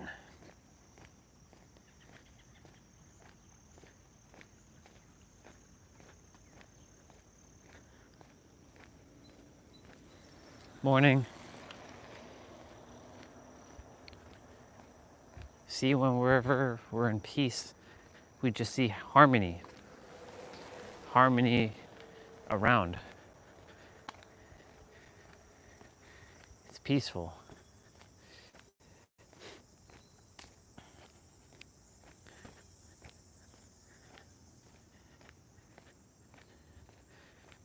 You know, it's fascinating because riding a bike is like what children do. It's a child's activity that we adults, we still do. We have now entered August. We've been in August for what, 4 days now?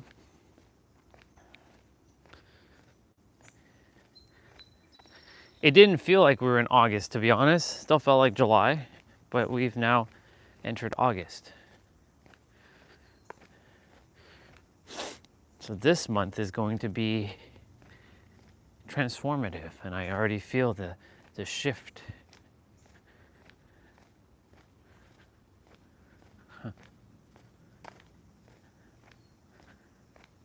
I am the totality of it all.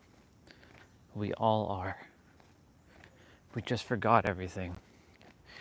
God, I ask that, no. God, I declare that I find the words within my consciousness to help others to find the words within their consciousness to know that they're the totality of them all by speaking words of true unconditional love, radiating joy. There's no heaviness, there's no negativity emanating from this vessel any further. It's all just love, unconditional love. Morning. It's all unconditional love.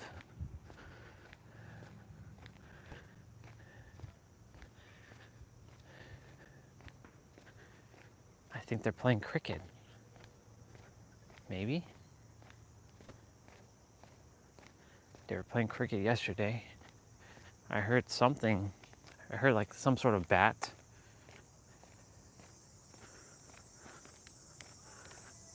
Yeah, they're playing cricket. I used to be used as a baseball diamond, but that one's used more as a cricket field. Yeah, they're playing cricket.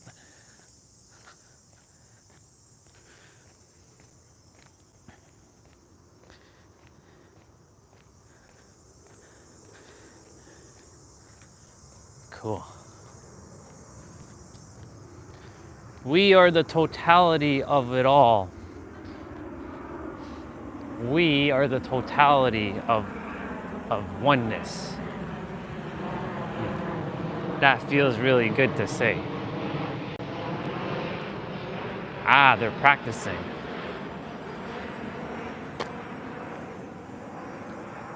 Oh, swing and a miss.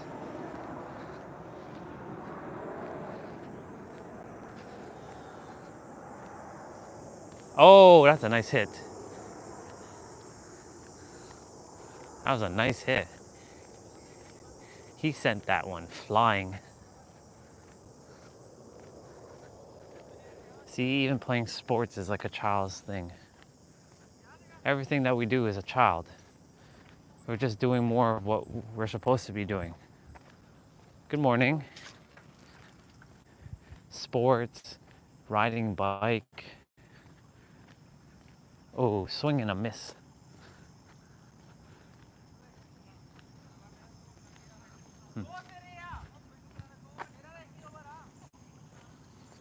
Everybody that's riding a bike is doing what they would love to do as a child, seeing it as children.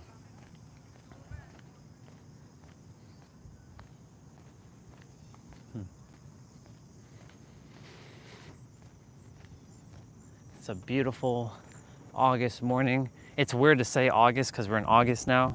But I mean, we've been in August for the last, 4 days? Just it didn't feel August yet. Still felt like July.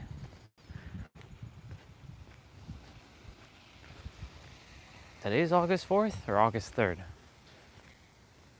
I don't know.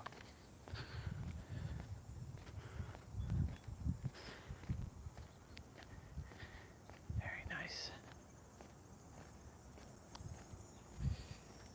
There's our brother with the bike over there. I'll be seeing him for the third time when I walk through the street and get to see him again. He'll pass me on my walk. I'm sure of it.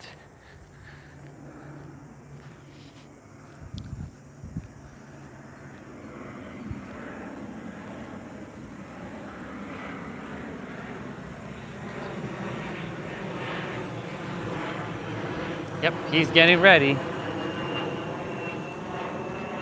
He's getting ready.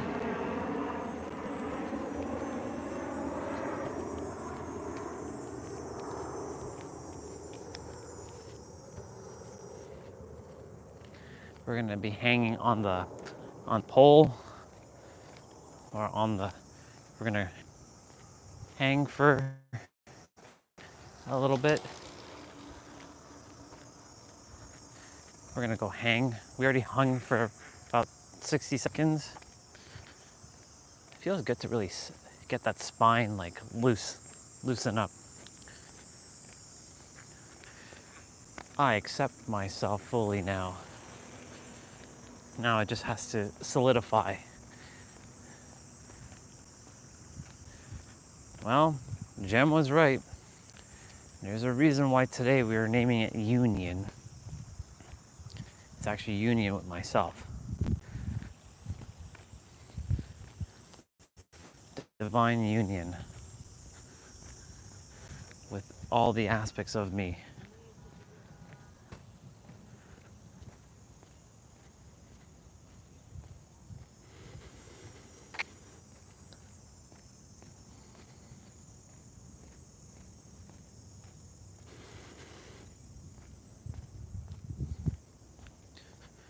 Foam battery at 35%. We should have enough juice to hang for a little bit and then to head on back. Wow, this was a very transformative walk.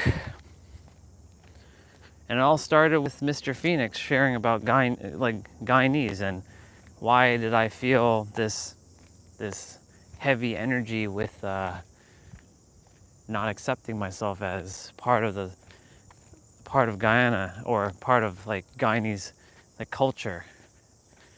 Like it was some sort of I don't know, it felt like some sort of sin. Not sin, but like some sort of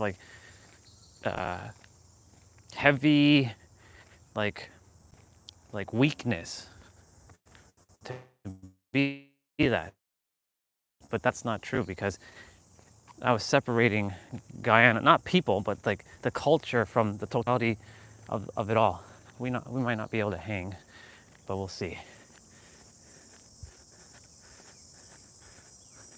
No, we won't. We've already got the hang, so we'll let our brother hang. We'll hang later because he's on the bar. I get to do that bar every day. I don't see him every day, so let him do it. Intuition's like, nope, let him do it. That's why I had you hang on the other bar earlier.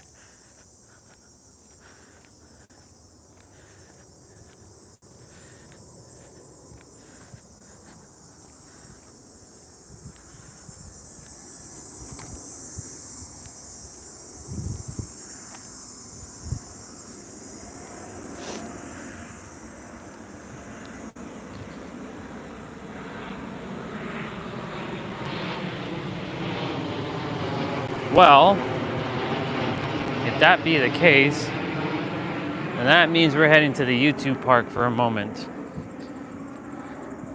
We'll head on over to the YouTube park just to see it. It's been a while since we got to see our park.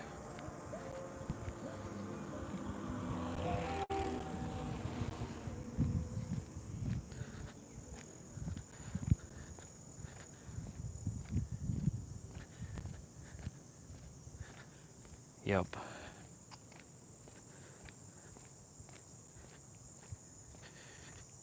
Yep.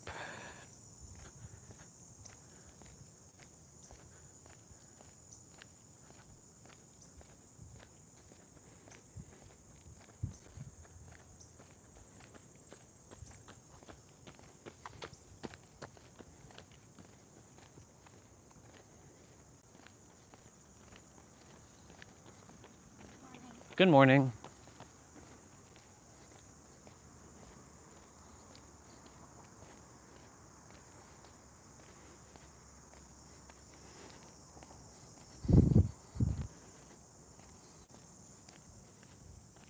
She cute.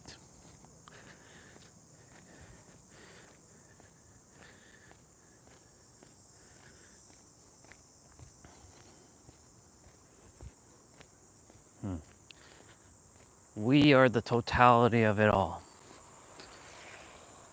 You, me, all of us.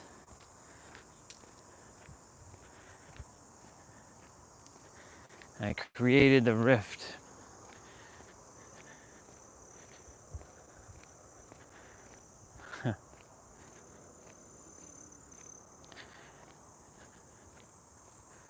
We're gonna go see the YouTube park. I declare that no bubbas get hurt while I'm walking in this area.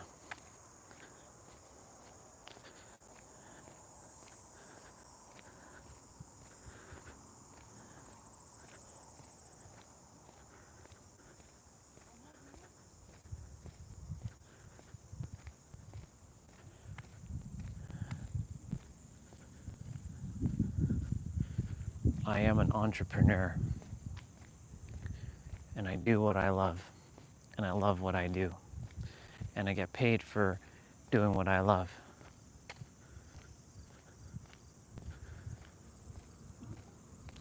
And it's okay to accept money for the things that I do. And it feels easy. It feels fun. It feels good.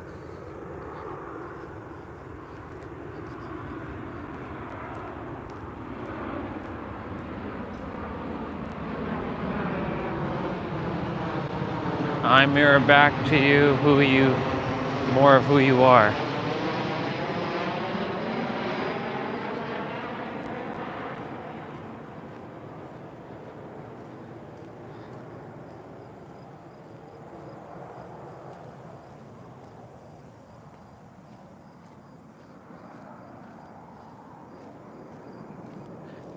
That was our brother Lucky, just sitting there, but he has his headphones on and he's just chilling, and I'm just gonna leave him be.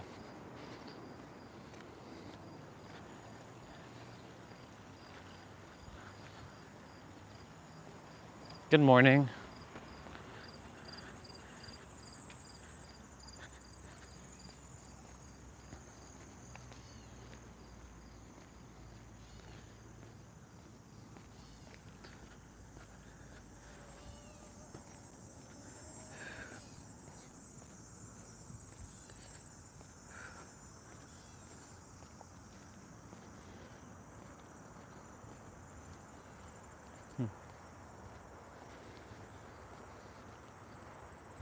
Good morning.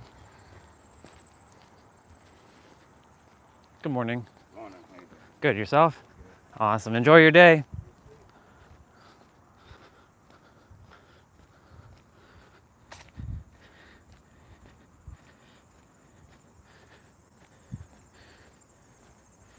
Enjoy your day. That feels good. Phone battery at 29%. Will I have enough battery to go to and from the YouTube park? I should. Hey, buddy, have a Hey, good day. you too. Enjoy it. Hey, thank you, man. Enjoy. Creator, what's the difference between joy and enjoy? I know joy is a part of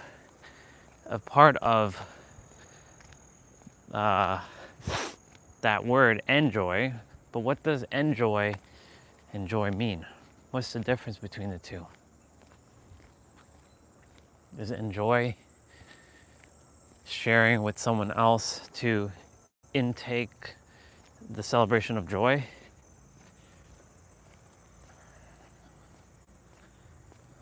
What does that mean?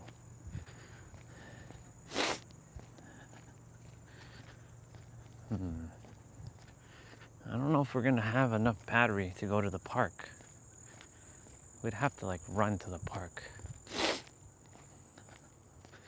We might though. We should. Are you a blogger? Yeah, you can say that. I live stream every day. Yeah, so I basically share like consciousness, evolution, stuff like that. On the trail. Yeah, Oh, okay. yeah. Wonderful. Thank you. Have a wonderful day. Enjoy it. Thank you.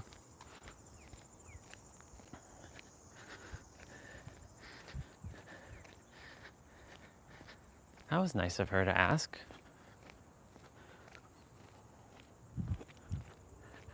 Very nice of her to ask. Now she knows. She was curious. What an awesome day. We got a Bubba.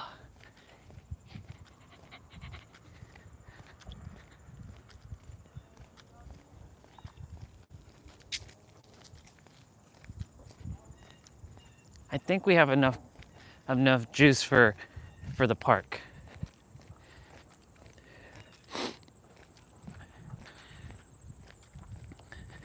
It's been a while since we walked to the park, so let's go see our park. Let's go see our YouTube park.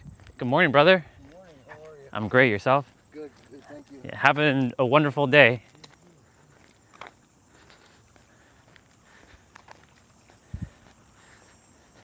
Oh, they're walking far because like they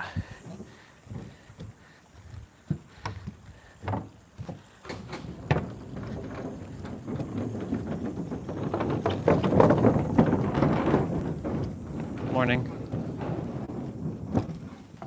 We still got 28% of battery left. We're gonna go see our YouTube park.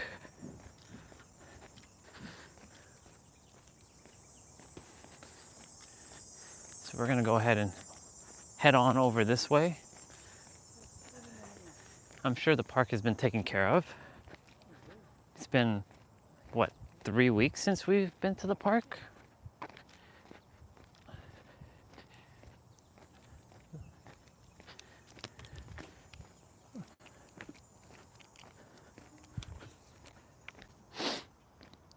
Let's go see our park.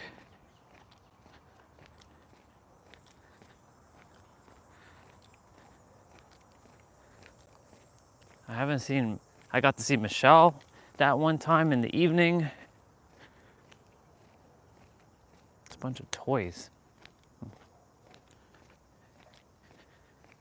I'll go back and take a look at that stuff when I get a moment.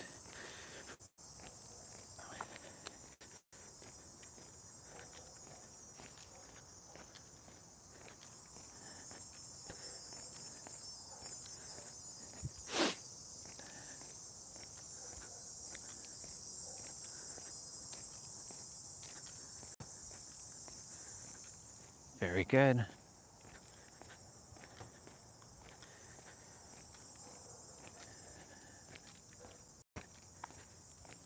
Thank you for allowing the battery to last for a little bit of extra time, creator, so I could see the park and I can swing. Hi trees, hi park. I know it's been a while since I've come through here, but It's very nice to see you.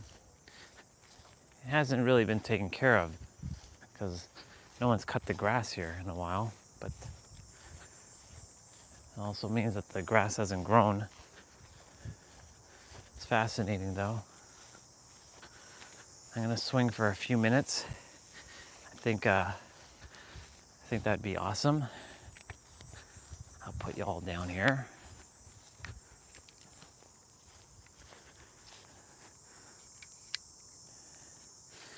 I should have enough juice for that.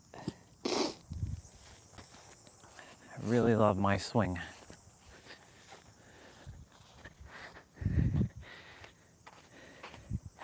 You know, getting to use the park in the morning. You know, when I was starting out like my entrepreneur journey, like laws,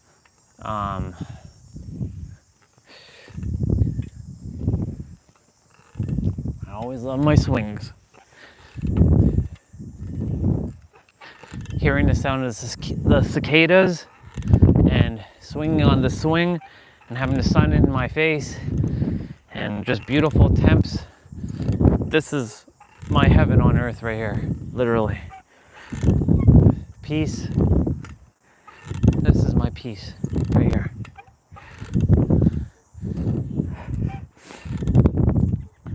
I'm gonna pick up some litter.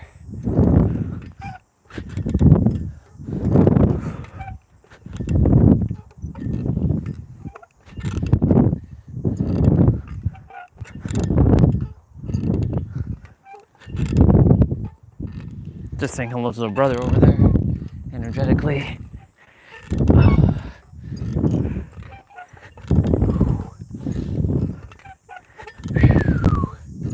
Feels good. Honestly, it feels real good. Feels real good.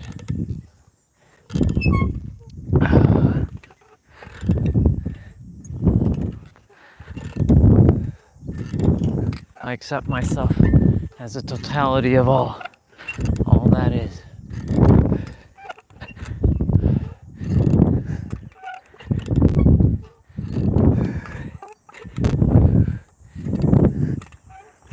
It's like a reawakening is happening within myself. Not even an awakening, a reawakening. Like something that's been like laying like dormant for years. Look at that, we got to come to the park.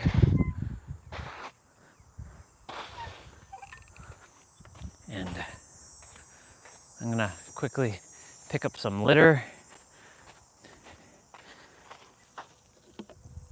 The school bell's ringing. I can hear the school bell from all the way here.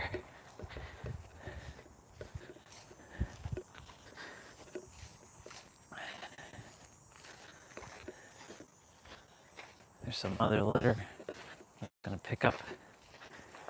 You know, this is the park that I love, and I like to treat it with love and respect.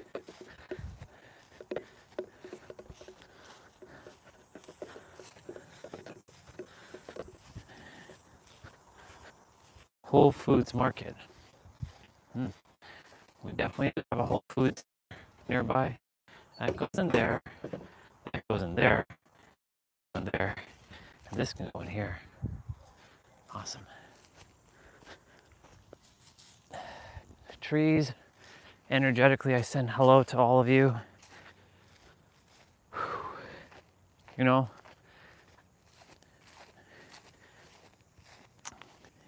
I mean, I have my battery pack.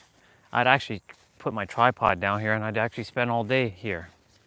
I should do that. One day I'll just come and spend all day here.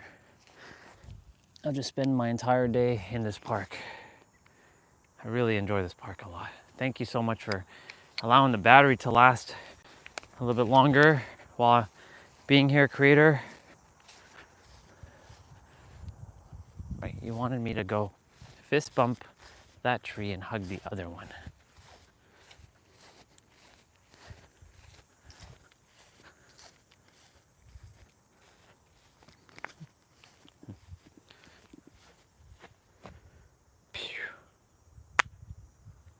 Thank you. Always. And all the other trees, of course. And of course, this one that had the heart. Now, of course, A plus P is no longer a thing, or maybe there is another P. Who knows?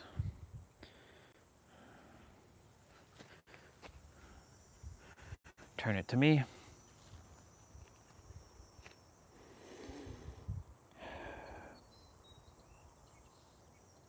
It feels good.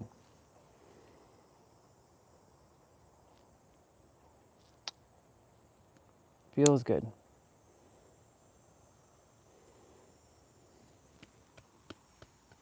Okay. It feels good. Feels very, very good. My brother.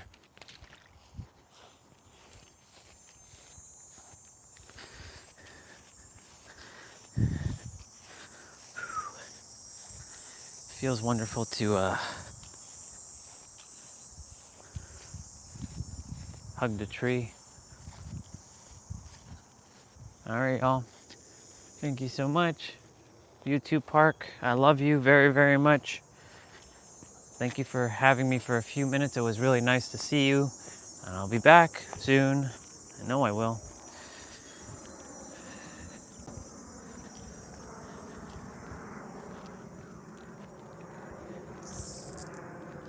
If there was like a power plug out here where I can like plug into, I'd just have the phone plugged in here all day.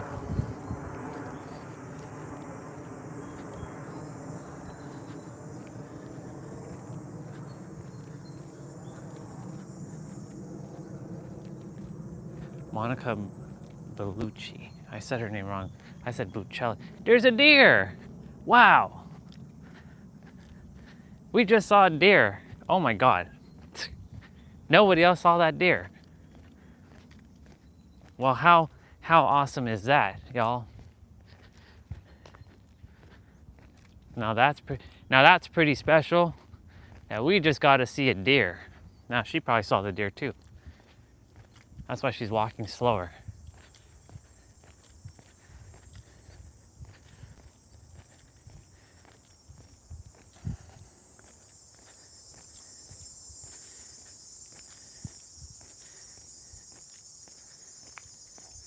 She's looking for it.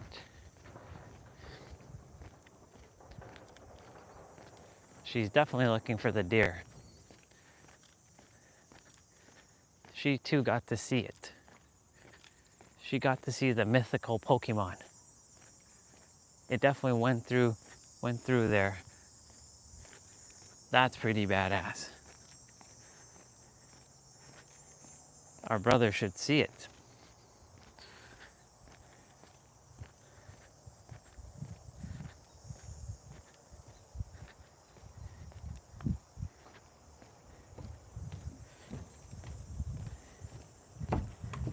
All right.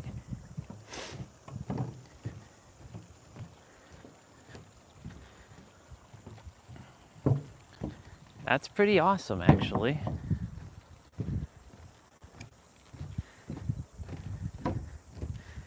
Okay, well, you all know the drill. When we go this way, we run up backwards.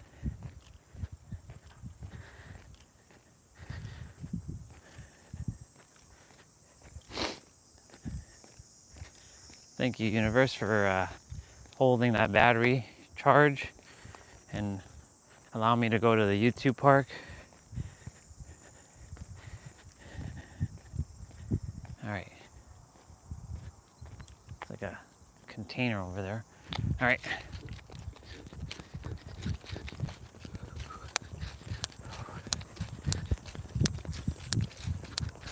Going backwards.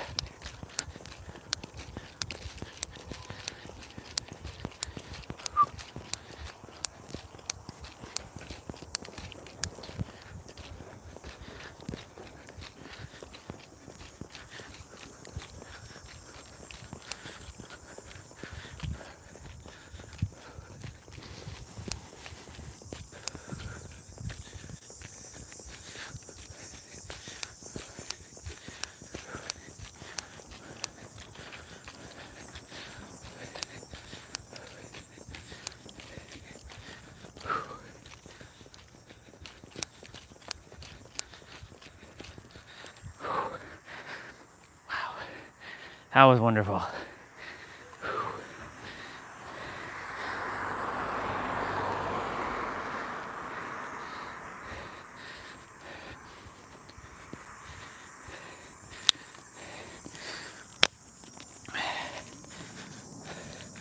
Very nice.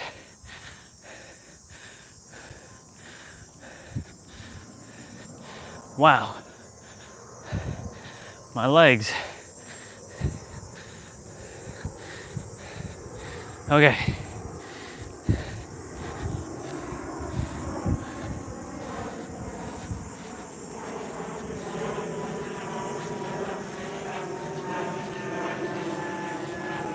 Hold off, creator. Let me walk that longer direction. Wow. The legs they're feeling it right now. Getting into tip-top shape.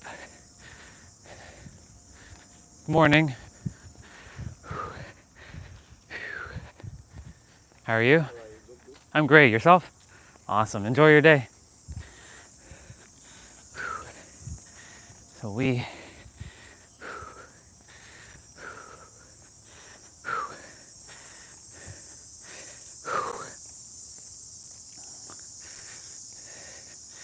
let's go. Legend.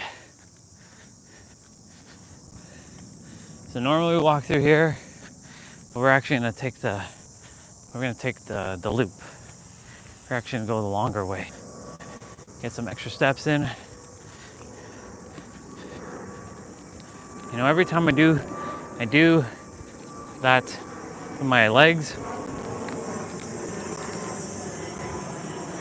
are strengthening, they're getting stronger.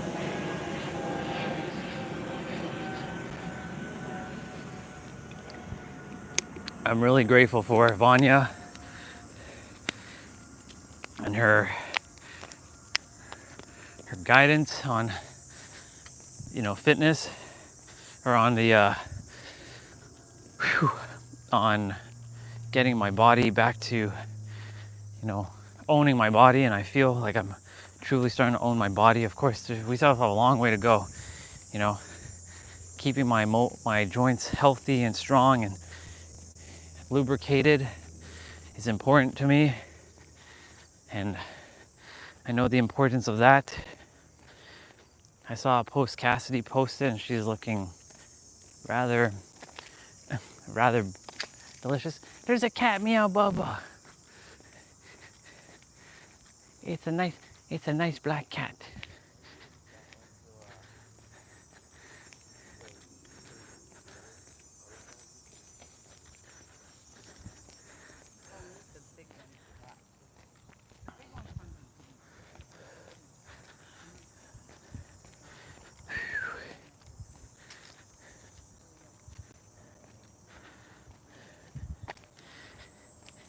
Yeah, boy.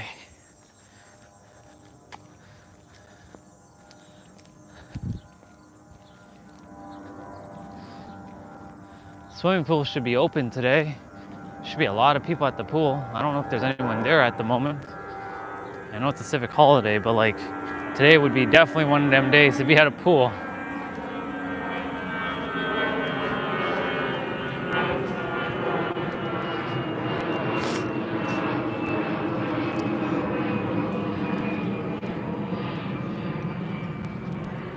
When we get back in, we're gonna chill.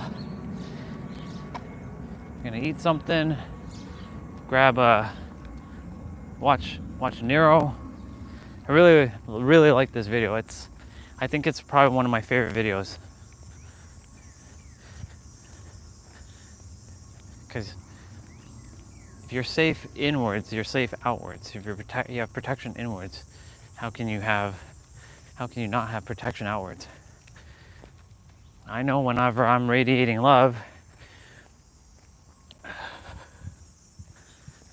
it feels magical. Thank you for holding the battery at 20% so I can walk.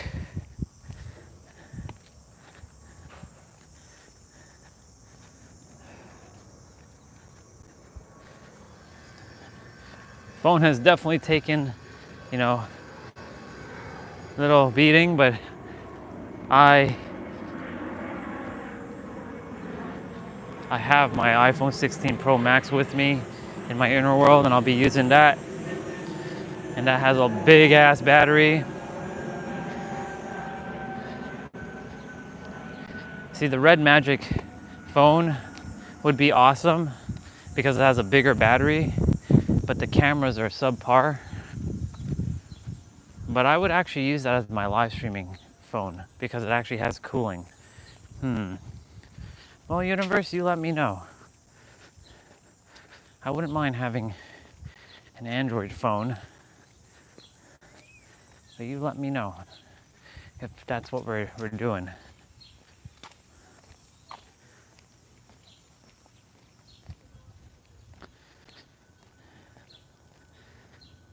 The pool, it's like there's nobody there yet. Or they are there, it's just they haven't set up yet. It's kind of weird.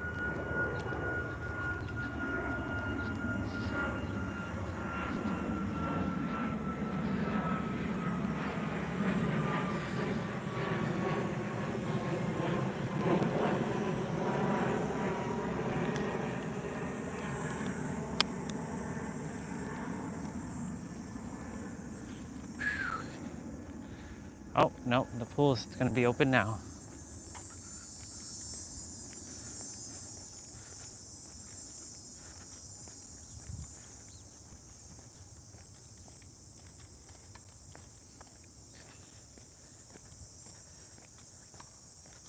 Does he have the container? Oh, he does have the container.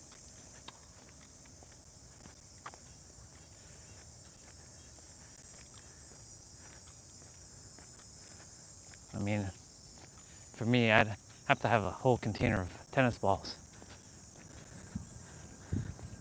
And just like keep swinging.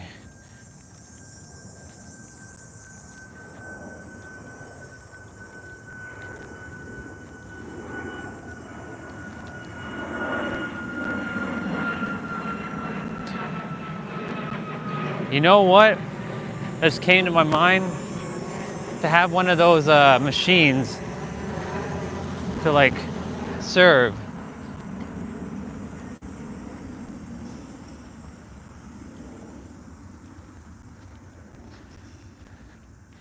Like it serves you the ball and you're hitting it back. I actually wonder about something. I wonder why tennis players don't wear gloves, or do they?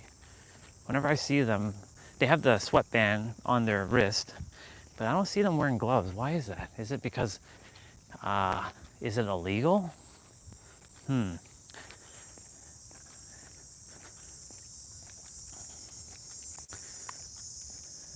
would definitely wear gloves.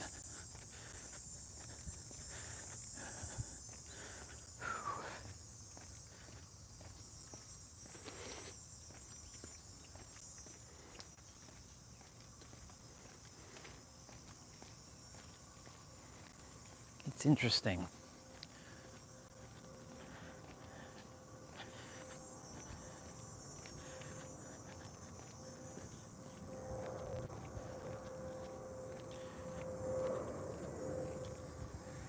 Cool.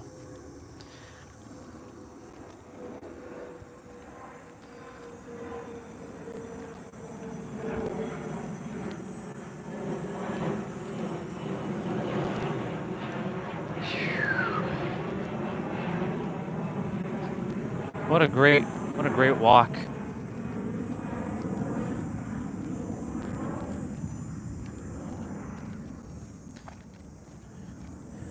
I can rewrite my DNA sequence.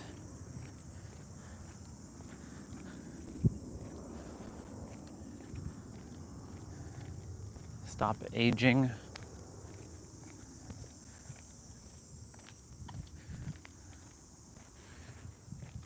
I announced that my aging sequence has been reversed. Has stopped and now it's reversing. So we're actually going to get younger and younger. And that full lush of hair is back.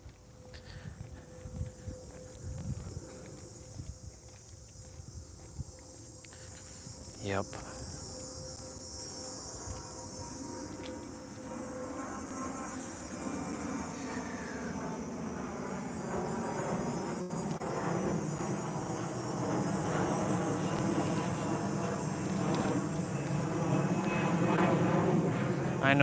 I know that gentleman, and I know his granddaughter, I think. If that's him, then they usually go to the park where I just was at.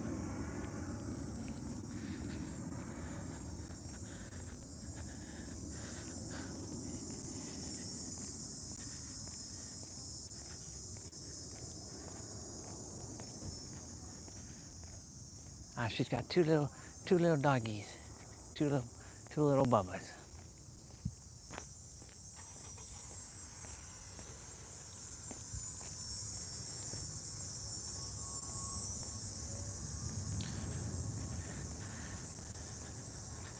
Yep, it's them.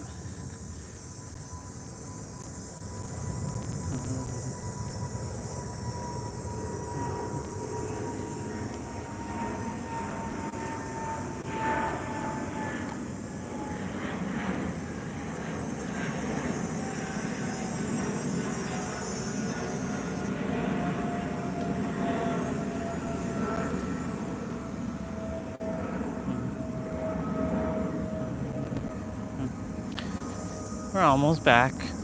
That was such a great walk. So much transformation happened.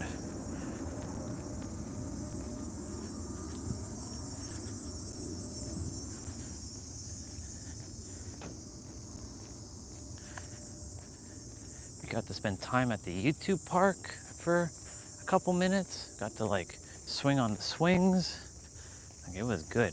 Got to see a whole bunch of people today. Absolutely fulfilling.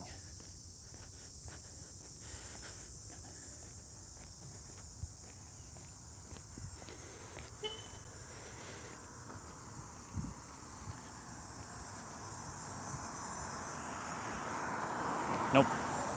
Don't cross yet.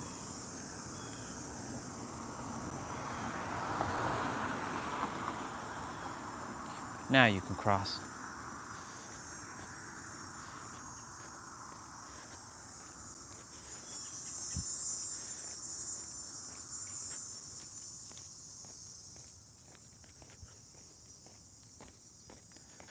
The sounds of cicadas. This is what summer sounds like. They're so tiny and they generate so much noise, which is awesome.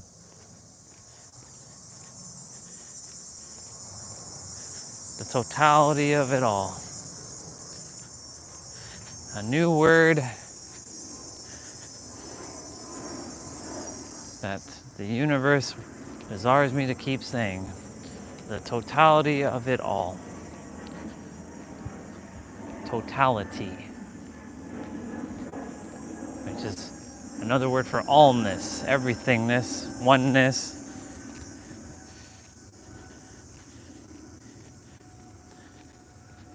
The epic happens in the nothingness. Angel's words just came flooding through me. The epicness happens in the nothingness. Well, the God consciousness that resides with Angel inside of her, the epicness happens in the nothingness, which is in the everythingness, the nothingness, or the no-thingness. No thing, no name, no image, no form.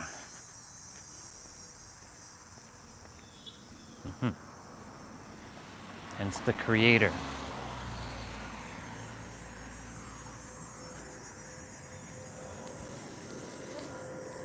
It wants me to trust fully. So that's what we're gonna do. And it's fascinating because this phone battery had 32%, and it went down when we were running up.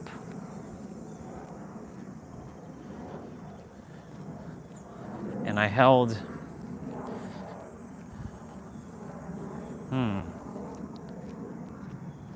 what if there's actually something more to the camera. Like when I move it around and it's got to pick up all these information, maybe that's it. Here's the pretty girl.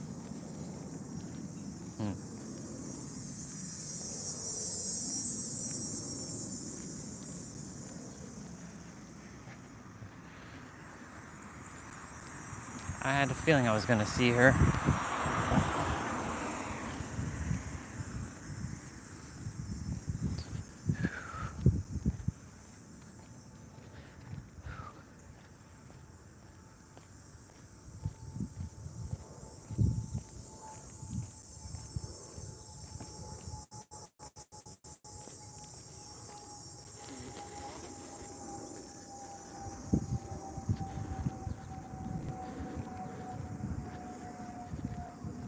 All right, we're back. The epicness happens in the nothingness. No thing, not nothing, but no thingness. No thing. No name, no image, no form. That's what our true version of us are, the no thingness.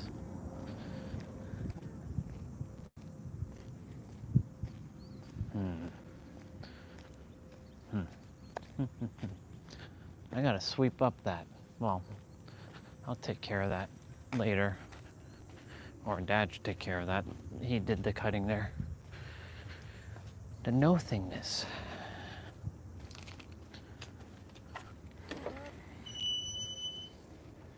It feels like I didn't cut the grass yesterday, but I did. It felt like the grass didn't get cut, but it definitely got cut. Foam barrier at 13%. We're gonna watch a Nero video, the same one we watched yesterday. I feel like watching it again. Shirt off. I Wolverine myself yesterday. Yeah.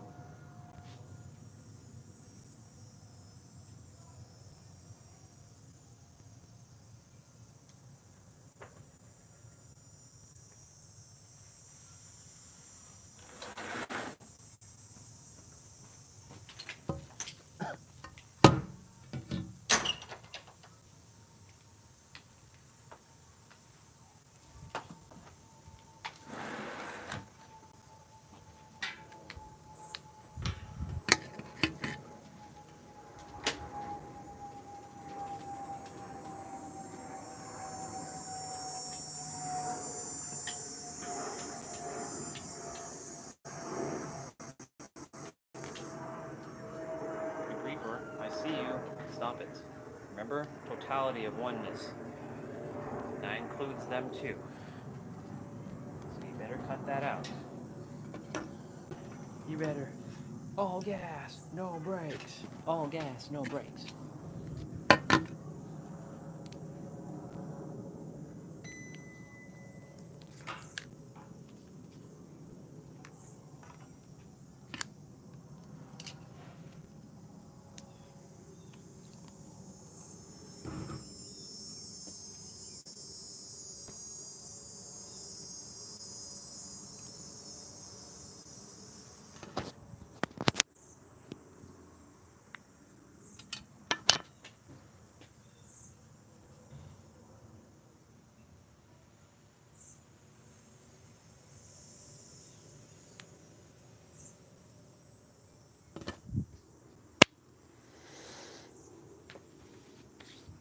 We got all gas, no brakes. Where the hell is that T-Bray, dude? I mean, I don't expect them to be on, but you know, it's interesting where that brother be. That brother? Where's that brother? I gotta find that brother. That brother be hiding. All gas, no brakes. Move this back a little.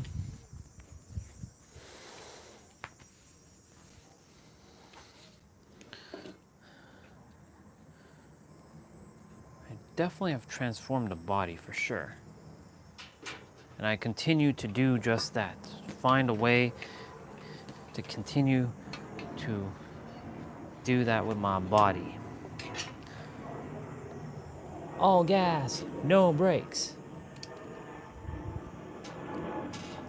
Yada da mean, yada da mean. Okay.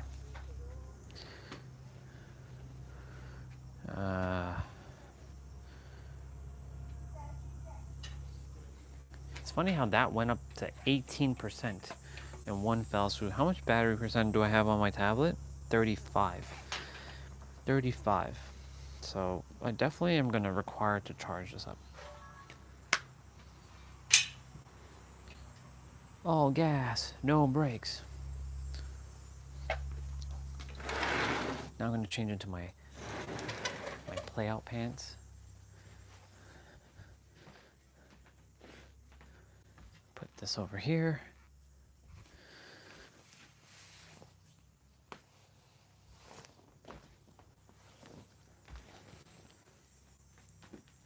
Feels good to leave my MacBook off. Like it doesn't have to be on at all. Oops.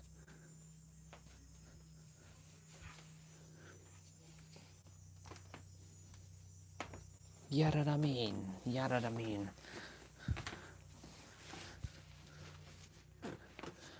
Take off my socks. How much steps did we walk today? That's it? There we go, that's better. You know, it's funny because 10,000 is like what we should be doing every day. And yet I feel like 10,000 is not enough now because I've done like 30,000 steps. Wow. Like that just has to be thrown away.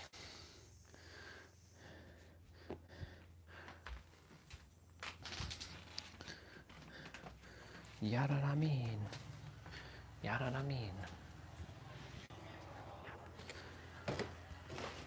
It is. Yada da mean. I have a cherry tomato.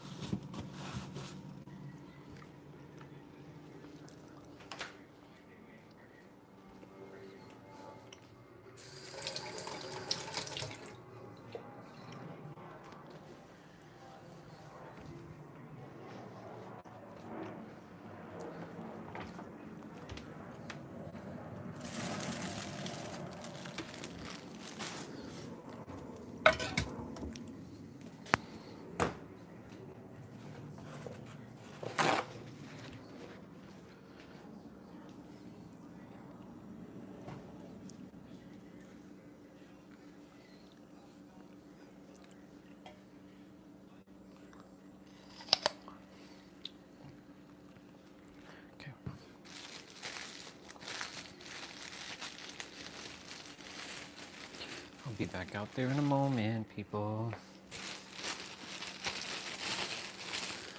I'll be back out there in a moment.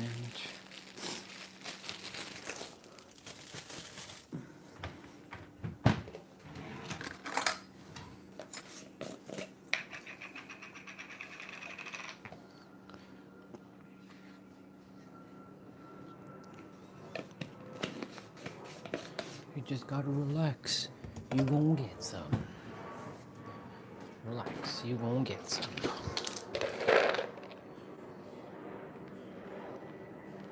I'm gonna restart Daryl's video from the beginning. I think it's important. I think it's very important.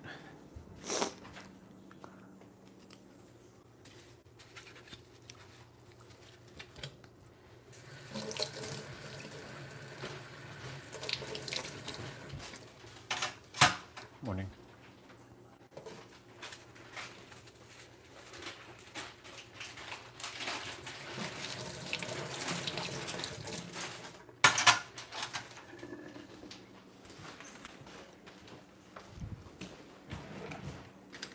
Morning.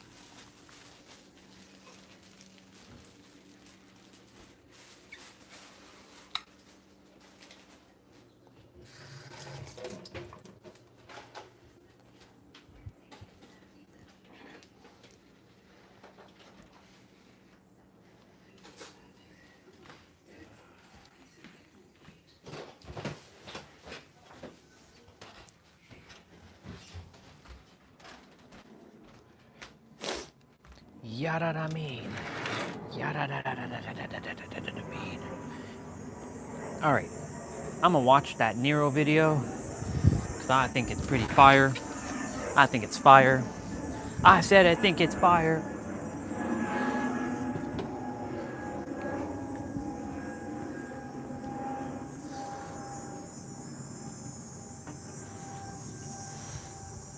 And we definitely have to put on that Wi-Fi. Yeah. Let me just check something here. Do I have the Freedom Mobile app on my...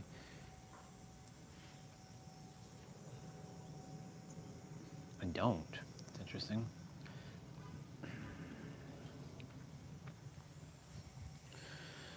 I'm gonna quickly download an app on my tablet.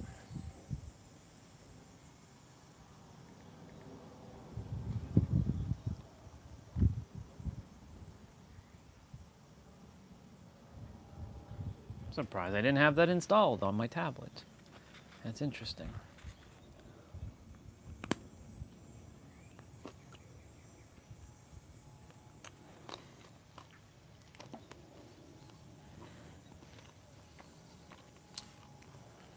Let me go to settings, go to apps.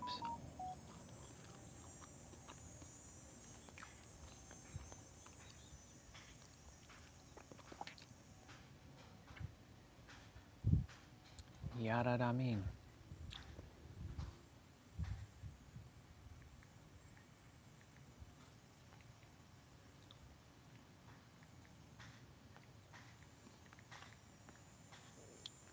Did it not install?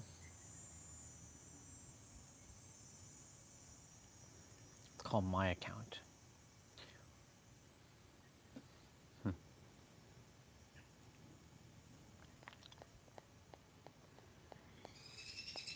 under M.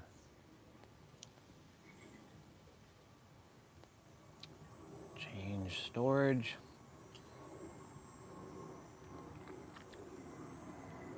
Change external. Move.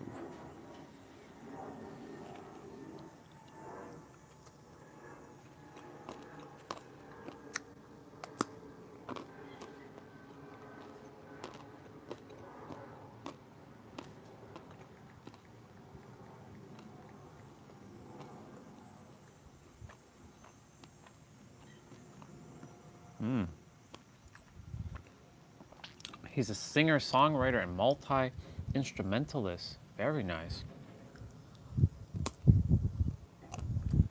Very nice. Not bad. Not too bad. It's different.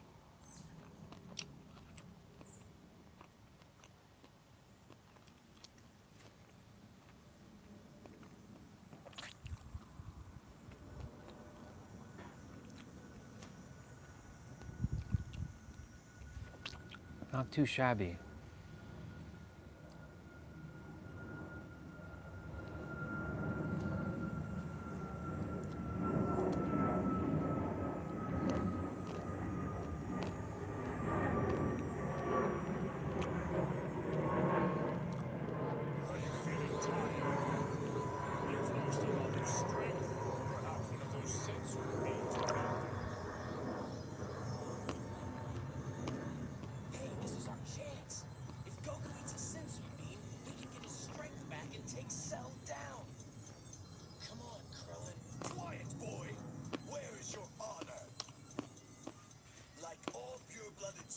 Kakarot would rather die fighting than win with one of those disgraceful senzu beans as his crutch. Goku doesn't have the strength. Don't you see what will happen if he keeps going like this? If this goes on, then he will die. But that will be his decision. It is painfully clear at this point that no one among this group is stronger than Kakarot is. Not even myself. So he deserves to have the fight of a true warrior. And that means to the death.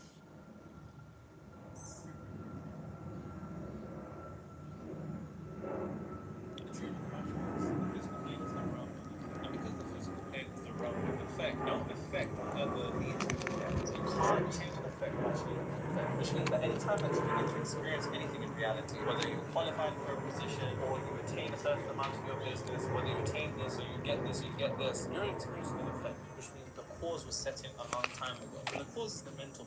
The mistake that people often make is making false gods out of things. What do you mean, girl? Well, oftentimes we believe false gods is like Illuminati, celebrities. They're the false gods. Without realizing that we make the identities that we were assigned a false god. A false god is doing nothing more than attributing causality to externality. When you believe that something within this reality is leading to something else, that's the false god. The truth of the matter is, the physical plane is the realm of effect. And because the physical plane is the realm of effect, no effect will ever lead to an effect. You can't change an effect by changing an effect. Which means that anytime that you begin to experience anything in reality, whether you're qualified for a position, or you attain a certain amount in your business, whether you attain this, or you get this, or you get this, you're experiencing an effect. Which means the cause was set in a long time ago. And the cause is the mental plane. The mistake that people often make is making false gods out of things. What do you mean, girl? Well, oftentimes believe false gods is like Illuminati, celebrities. They're the false gods. Without realizing that we make the identity that we're assigned with. A false god is doing nothing more than attributing causality to externality. They believe that something within this reality is leading to something else. That's the truth of the matter is, the physical plane is the realm of effect. Okay.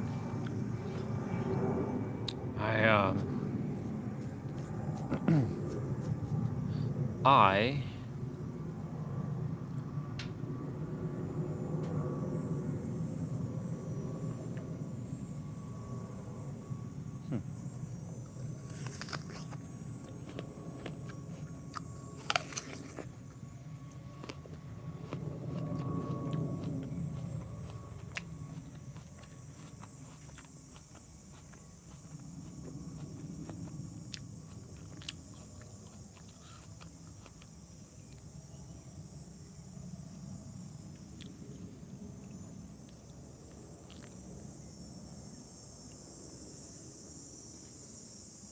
All right. It's time to watch the Nero again. What's up? Welcome back. Oh, I'm always talking regardless if anyone's watching or not. I pretend that I'm speaking to millions of people because I am actually energetically speaking to millions of souls, even if they're not physically here. Whether it's someone or no one, I'll keep talking because I know that someone is watching and someone's always listening. Welcome back. You don't know what you did for me earlier, but I'm going to tell you. You did something very impactful for me. So I have to thank you. I have to thank you, brother. You did something very impactful for me. You know, you mentioned, I looked up Eddie Grant. I'm like, cool, multi-instrumentalist, singer-songwriter.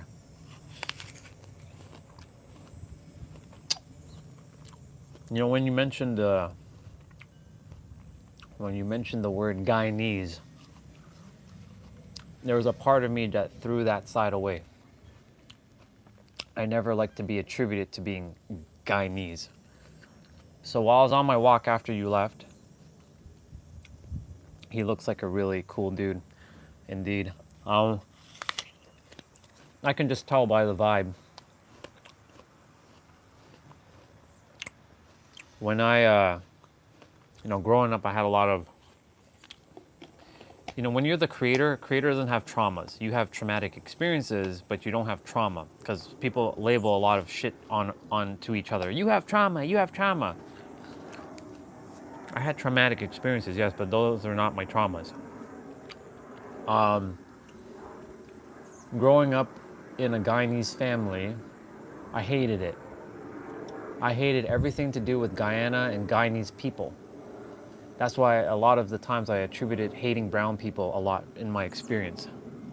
That's not me anymore in terms of brown people.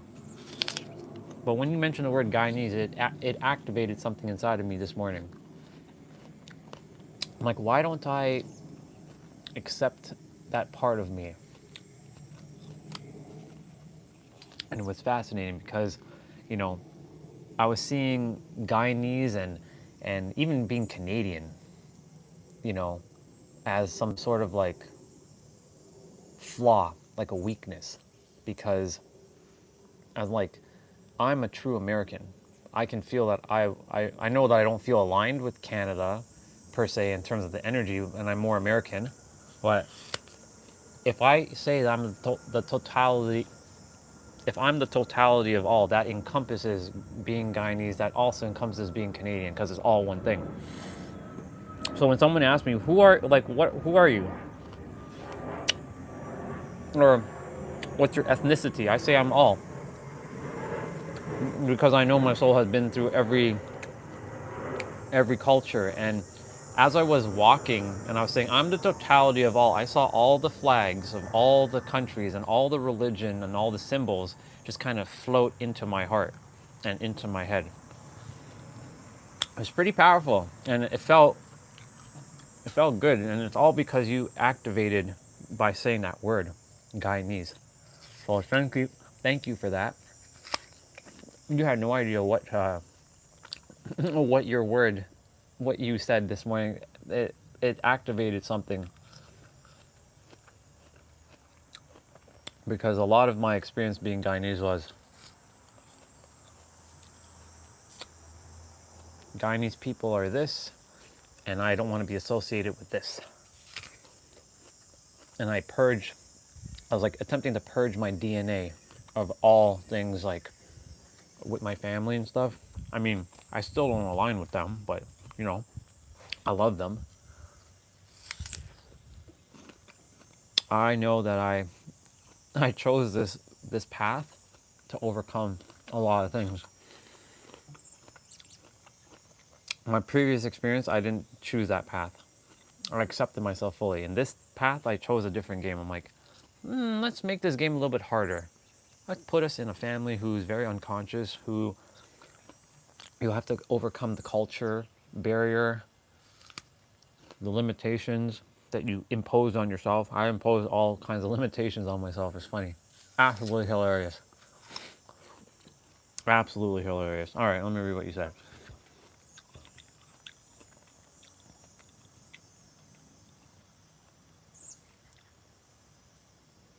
You know, when you say that, I used to say I'm proud to be Canadian. I used to say it all the time.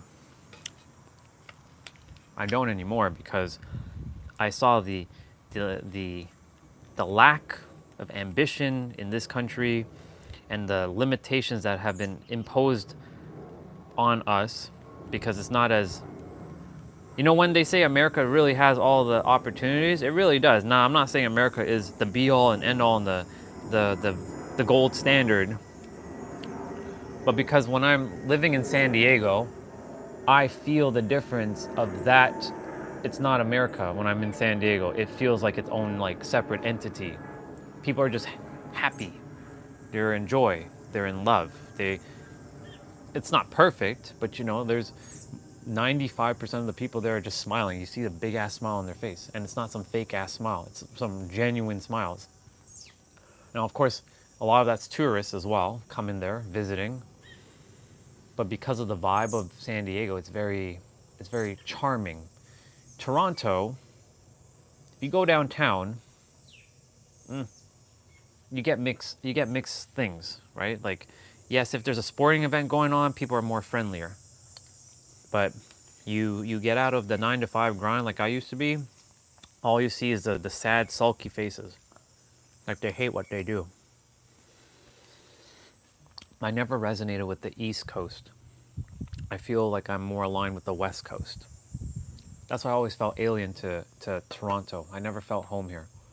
But when I got off the plane for the first time in San Diego in May of 2023, I'm like, oh, this is home. This is home. Like I've been here before. Yeah. All right. You see, the thing is, I don't even want to call anything third world country because that's disrespectful. And like, I'm not saying you're saying that, but I don't call any place third world. I just call it less developed countries. Because how dare we say third world country? That implies that they're less than us. So I call it less developed countries, just to make it easier on the soul. I choose my words wisely. If you haven't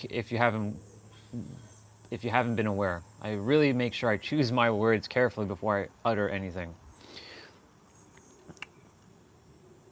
Yeah.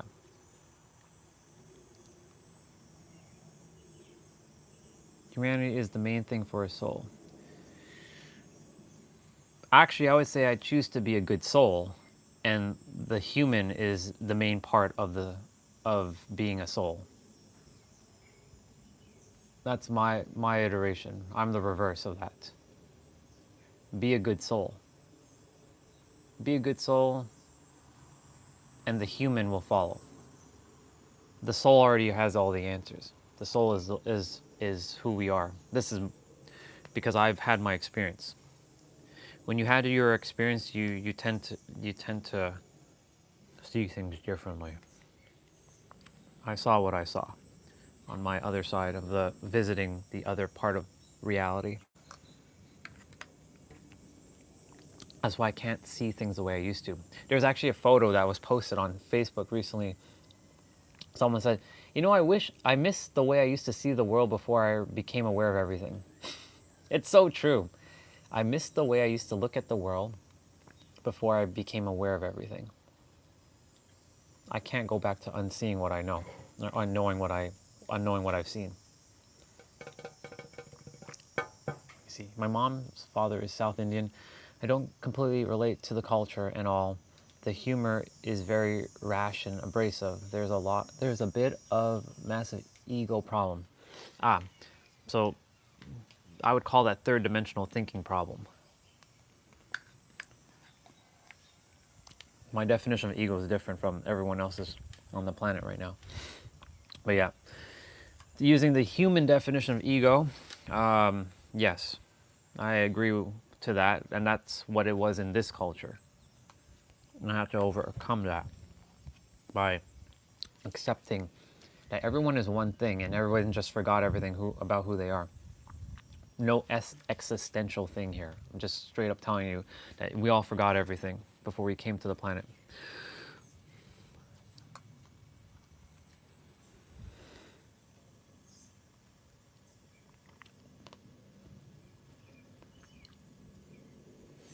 the thing is, like, that's what I was thinking, but it's it goes far beyond that.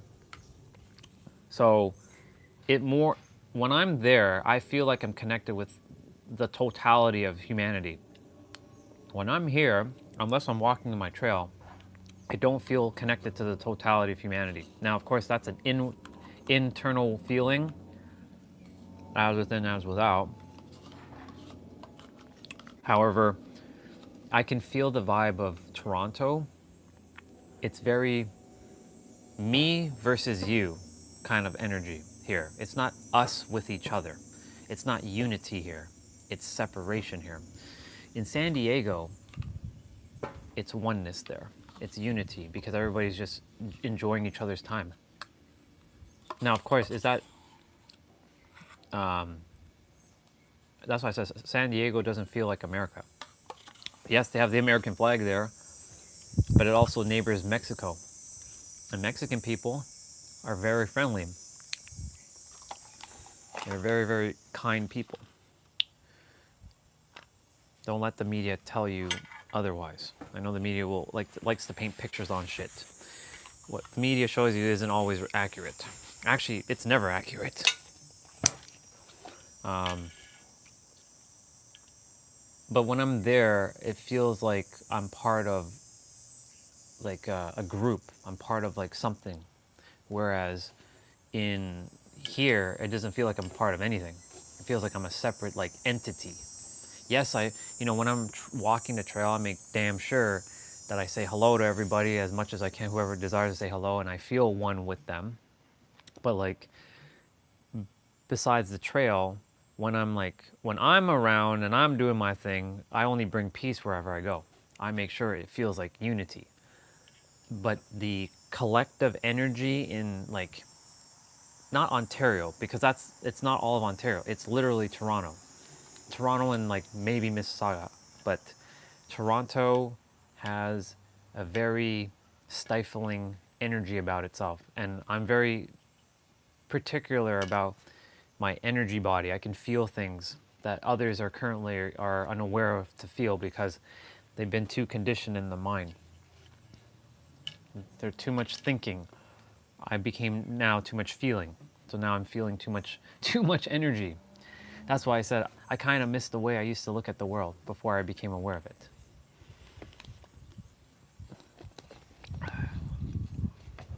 What the universe desired me to be aware, so here I am.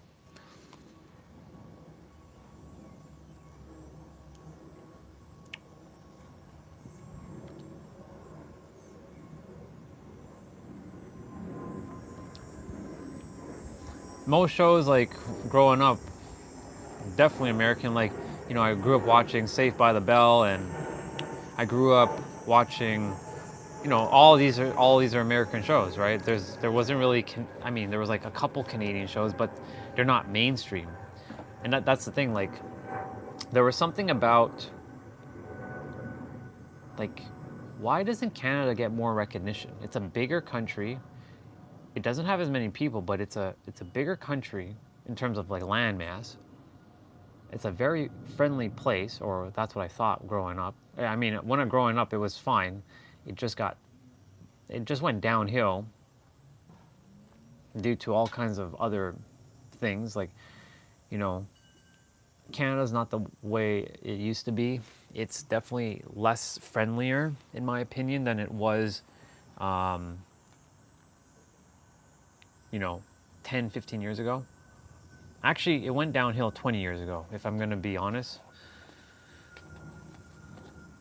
I don't know.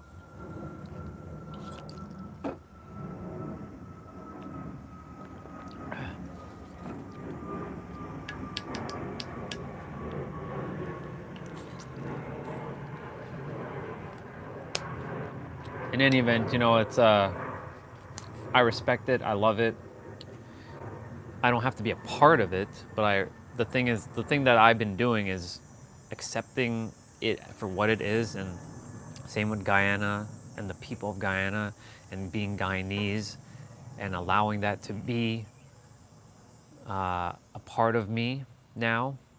but also that I am the totality of all things in this universe, because we are all one and the same. We just chose our own paths, and we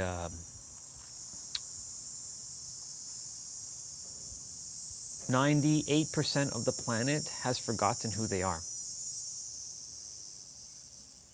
And right now everybody's in this process of figuring out who they are and what they stand for, and or they know who they are and what they stand for, but maybe it's like, I'm this and you are that. But in reality, we are one thing, one race. There shouldn't be things called America or Canada. There shouldn't be other countries, but at the same time, it's to celebrate the countries for what they are. But there shouldn't be borders. There shouldn't be these things. There shouldn't be rules. In fact, you should be able to live wherever you choose to. But then that's where the problem of the world comes in, of like controlling, like population. Like if everybody were to migrate to one part of the world, then you know, then there'll be problems. And the thing is, collectively, a lot of people are going too much into their outer world experience and making it seem like it's their outer world that's their reality, but it's actually their inner world.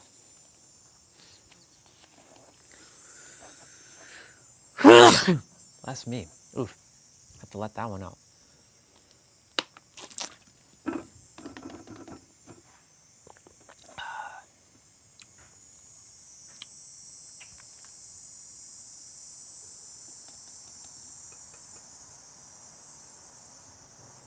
There's a butterfly, but it's not a monarch. That one's like really fast. Holy hell. It's like zipping along so quickly.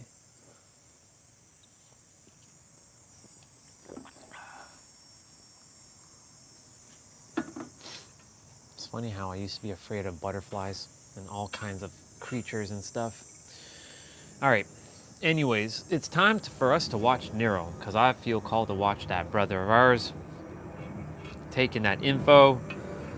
Even already have all the answers. Oops. You know, it's nice to hear our brother speak, because it just makes sense.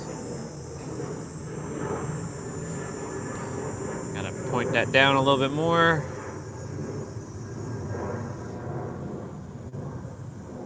I'm just gonna be listening in. Nope.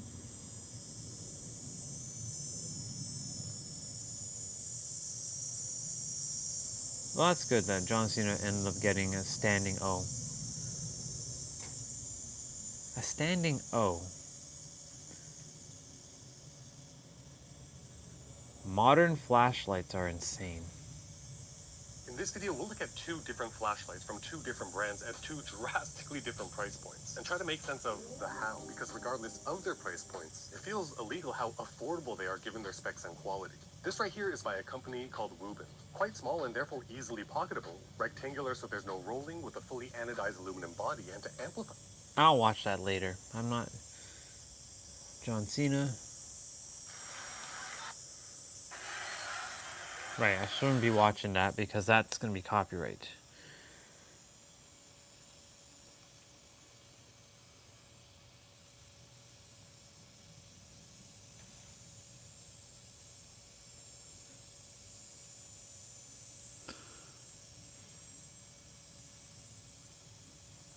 The person really does end. I'm gonna start from the beginning of this video. So, how to be protected by God. You see, a lot of people desire to be protected physically without actually being protected vibrationally. And until you're protected vibrationally, you will continue to run into the same problems. I'm not necessarily just talking about running. Oops. Why did I do that? Into situations that can cause physical harm, but particularly mental and spiritual harm. We exist on three planes of existence. And see, most people pray for protection, but they don't dwell in a vibration of protection. So in this video, I'm going to be breaking down the metaphysical science of how to be protected from a point of spiritual science, because as I said, until you're protected across all three planes of existence, you will never truly be protected. There seem to be individuals who are able to skate through life or bounce back from particular forms of adversity, or people that seem to be quote unquote favored. So I'm going to be breaking down the unconscious spiritual science and how you can do that, because the moment that you're able to be protected spiritually, you're protected physically. And this can be extrapolated to relationships, career, and income even. So, as you can see, nice little shield in that. 2 swords coming out the end. I mean, I don't know like the ends of the swords, but regardless though, it's hard, innit? It's good, innit? Alright, let's get into it. I don't understand why they're coming at different levels. You know what it is? You're just not on a frequency. Maybe it's a faulty shield. Nah, you're just not on a frequency to understand. I see. Yeah. Now, to the point I was saying earlier, a lot of people pray for protection without realizing that unconsciously they're praying for problems. And when I say prayer, I'm not necessarily talking about a verbal declaration, but I'm talking about a metaphysical declaration, a combination of mental and emotional energy. A lot of us pray for protection all the time without realizing that more often than not, the thing that we are praying for protection is actually the source that is calling our problems upon us. I'll get into what I mean very shortly here.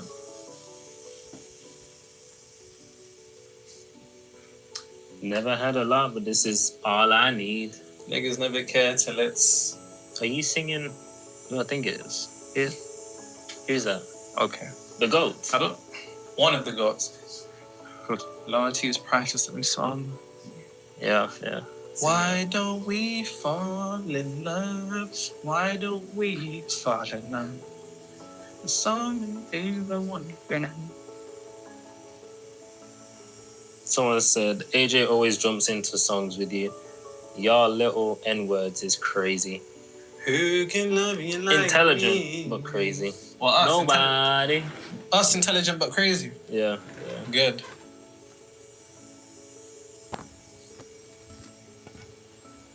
Thank you.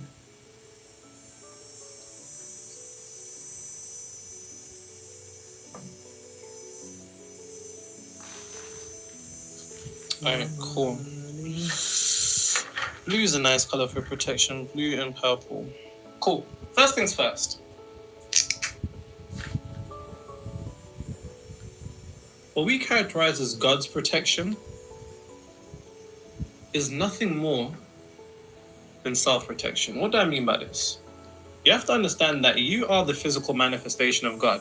As it says in Corinthians, you are the dwelling place of the temple of the Spirit of God. Now, spirit, in that particular context, if we're looking at it esoterically, is a reference to consciousness. You are the consciousness of God, hence why it also says the temple of God was not built with hands. And anybody that defiles the temple of God shall be destroyed, because this is nothing more than the idea that if you have destruction within your own consciousness, then you're going to materialize a condition and experience on this physical plane, which is nothing more than a reflection of your frequency, state of consciousness, self-concept, mental attitude, all interchangeable terms for the same thing that will lead to its own destruction. So the first thing that you have to begin to understand is you can't be protected by God if you're not internally already protected by yourself. And what do I mean by that? A lot of people will pray for the protection of God. A lot of people will pray for God to protect them. A lot of people will pray for a certain degree of protection through a degree of adversity. When we're going through hard times, we pray for a particular degree of rite of passage and protection, and safe passage, I should say. Without coming to the understanding that if you're not protected internally in regards to self, which is consciousness, if you're not in a state of consciousness of protection, you can never be protected. And the issue is, everybody prays for protection without coming to the recognition that whatever it is that you're verbally praying for is what you are separated from. What do I mean by this? The very act of somebody wishing for protection and hoping for protection is the exoteric definition of prayer. The true esoteric definition of prayer is the internal degree of declaration, a mental and emotional declaration. Hence why Christ says, when you pray for something, believe that you have already received it. Hence why Christ also says, when you pray, go into your secret room, and your Father who's in the secret room, pray to him, and your Father will reward you openly. This is nothing more than the secret room, or the windows or shut the door, close the door, which is a reference to the eyes, closing off what you can see on the physical plane and praying to your Father who's in the secret place, which is your mind. And your Father who's in the secret place will reward you openly, which is what we call manifestation. That's the degree of protection. So when we pray for something and we ask for it, the very act of us asking for it is an internal degree of separation from it. And this is where it all goes wrong. The very act of you asking for something is the confession that you're separated from it. And that's a bar, write that down, because if you had it, you wouldn't be fucking asking for it, would you? And see, that's the thing. And we need to come to an understanding that when I'm talking about God's protection is a degree of self-protection, this extends to the mental and spiritual plane. Until you have the capability of being protected on the mental and spiritual plane, you will not be protected in the realm of cause, because there's cause and effect across this third dimensional realm, elevating to the higher planes of existence. Our physical realm, what we call reality, what you call the world around you, is the effect. And unless you're protected in the realms of cause, you can never be protected in the realm of effect. I repeat, until you are protected in the realms of cause, you can never be protected in the realms of effect. And this is the mistake that a lot of people make. A lot of people seek protection in this aspect while dwelling in problems in this aspect. So it's very important that we go through the mental plane and spiritual plane to make sure that we're protected in each plane, and you understand, so you have a total degree of self-protection, because you will never be able to experience anything in reality physically that is not within you internally. And that's a bar, write that down. Before anything can exist physically, it first has to exist vibration, which is a combination of mentally and spiritually. You can't desire for protection on the physical plane if on the mental and spiritual plane you're not aligned to it, because successful manifestation requires alignment across all three planes of existence: mental, physical, and spiritual. So it's important that we first go into the mental plane. I'll show you right now how to be protected on the mental plane. And if you can remember how to be protected on the mental and spiritual plane, you'll forever be protected no matter what arises in front of you in reality, because reality is an illusion. But the issue is a lot of people get caught up in that illusion.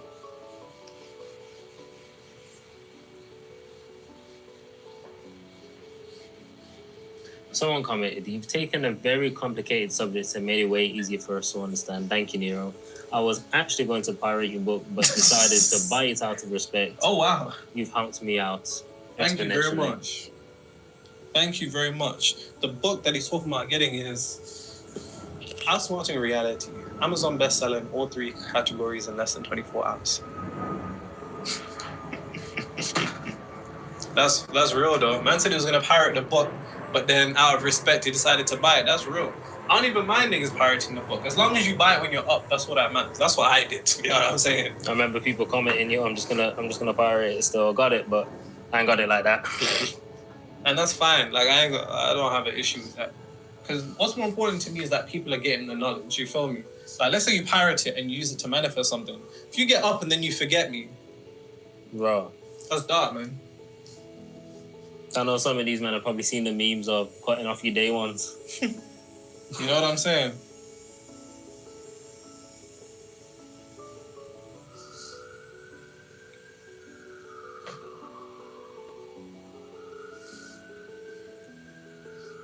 One thing that I actually want to make abundantly clear before I go into the three planes of existence and how it all works is something that is a bit sneaky but very interesting. How often as human beings do we pray for protection against things?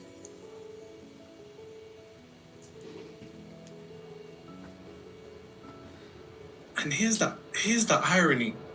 I remember growing up in church and seeing pastors pray against the spirit of poverty, yet all them niggas was broke.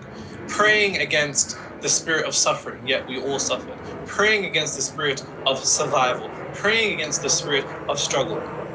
Yet the same people I saw time and time again continue to struggle, survive in poverty. This is something that I experienced with my family. And you know, I always look back at these moments and I try to, you know, begin to rationalize and understand it from a point of metaphysics, how we led to that materialization of reality. And one thing that I came to a conclusion of is that the things that you pray against are things that you are confessing as real and has power.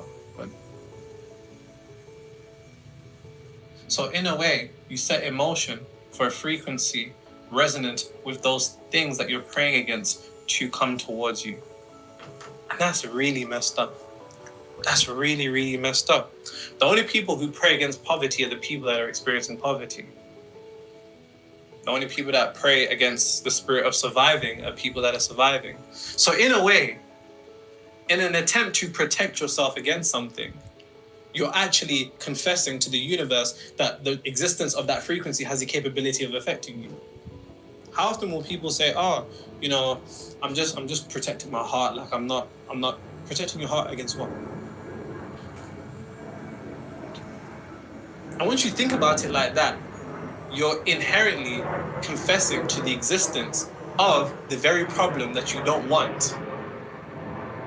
Because you wouldn't have to protect yourself against something if it wasn't a threat to you. And that's a bar. Write that down. Listen to what I just said.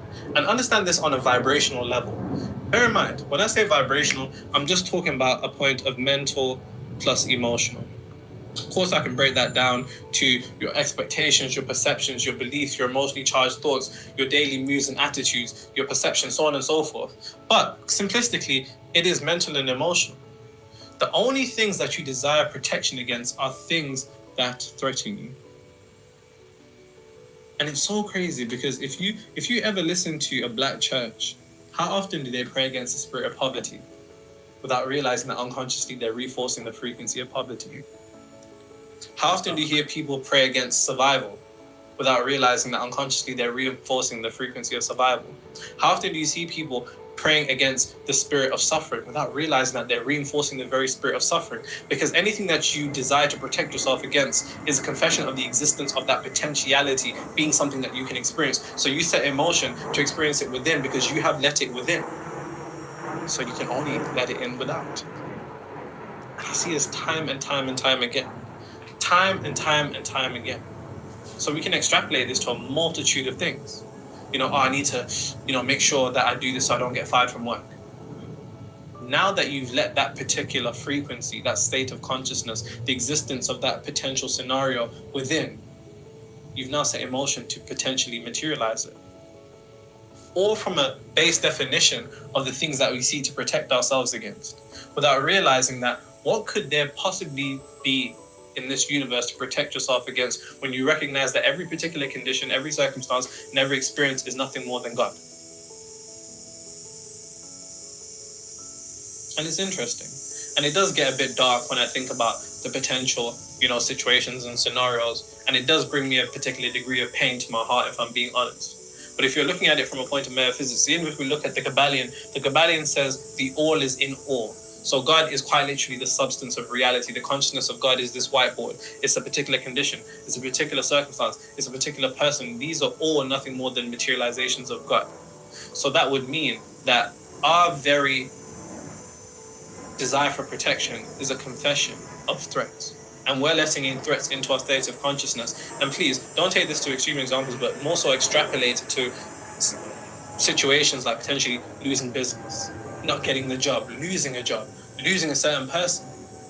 People will do the most to protect themselves from going through scenarios without realizing that they're actually inviting the problems of that frequency onto them. Because if it wasn't real to you, you wouldn't have to protect yourself against it. But the fact that you have to protect yourself against it means the existence of that particular frequency is something that you have accepted as a potentiality in your subconscious mind. So therefore, it has the potentiality to be brought into actuality.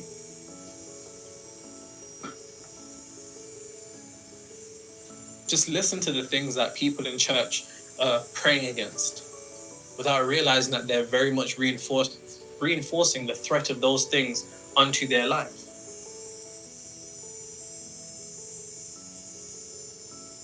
I hear it, I see it time and time again. And this is something that just came to me.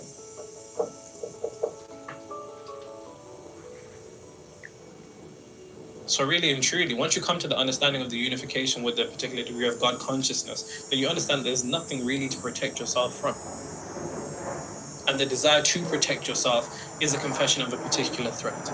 And the confession of a particular threat is an invitation for the potentiality of that threat to be materialized into your reality.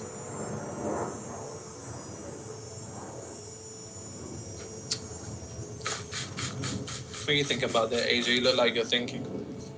Just reading this comment. I told you in the comments about how your previous video really helped me with this concept of perfection. and how I was getting into the same cycle off, on, and off. Of on and off manifestations for a year. After I detached myself from that, I stopped saying that I don't have time to focus on my inner world because of med school. A week after that comment, which is today, one my desire that I had for a month, that I had a month ago, became my reality, which was to receive 500 as a gift. 500 rands. What's that? South African currency, I believe. Okay. But I actually received 3 times more. Oh shit, okay. Wow. All of that through simple methods, being mentally, knowing, and taking the aligned action. Visualization, scripting, and affirming are now optional. This manifestation really showed me it was possible, and I was just overcomplicating things. Most definitely. Thanks, Nero, with a big heart. It's coming to the recognition that those techniques, there is no secret technique or there is no magical technique. The only secret and magical technique is you. And each one of those techniques is a potentiality of vehicles that are used to take you to a certain degree. A lot of people have this idea that beliefs create reality. No, beliefs do nothing more than position you to be in a place for reality to reflect where you're at. And that's the bar. Please write that down. Once again, I'll say that again. Beliefs themselves don't create reality. You create reality even without the idea of a technique or utilization of a technique. What creates, in a sense, is techniques reconstruct your consciousness in order for reality to reflect your consciousness, having done that technique to be reflective of your desired reality. It positions you to manifest what it is that you want. That's the only purpose of the technique, to establish this particular degree of emotional reconstruction, because emotional reconstruction is a reconstruction of the subconscious mind, because the subconscious mind is illogical in the same way that emotions are illogical, and emotions themselves are an energetic charge, and the stronger the energetic charge, the higher the degree of emotional intensity, which doesn't necessarily have to be in a euphoric way. It could be in a very calm way, it could be in a very blissful way, it could be in an excited way, it could be in a happy way. It's entirely up to you. Let's get into the idea of protection on the mental plane. As I said, in order to be protected, you need to be self-protective. When we're talking about the self, we're talking about an aspect of the infinite intelligence which you are a materialization of on this physical plane. So, and make sure you take notes and leave them in the comments as usual. So in order to be protected on the mental plane, that would have to mean that not only your beliefs, but your emotionally charged thoughts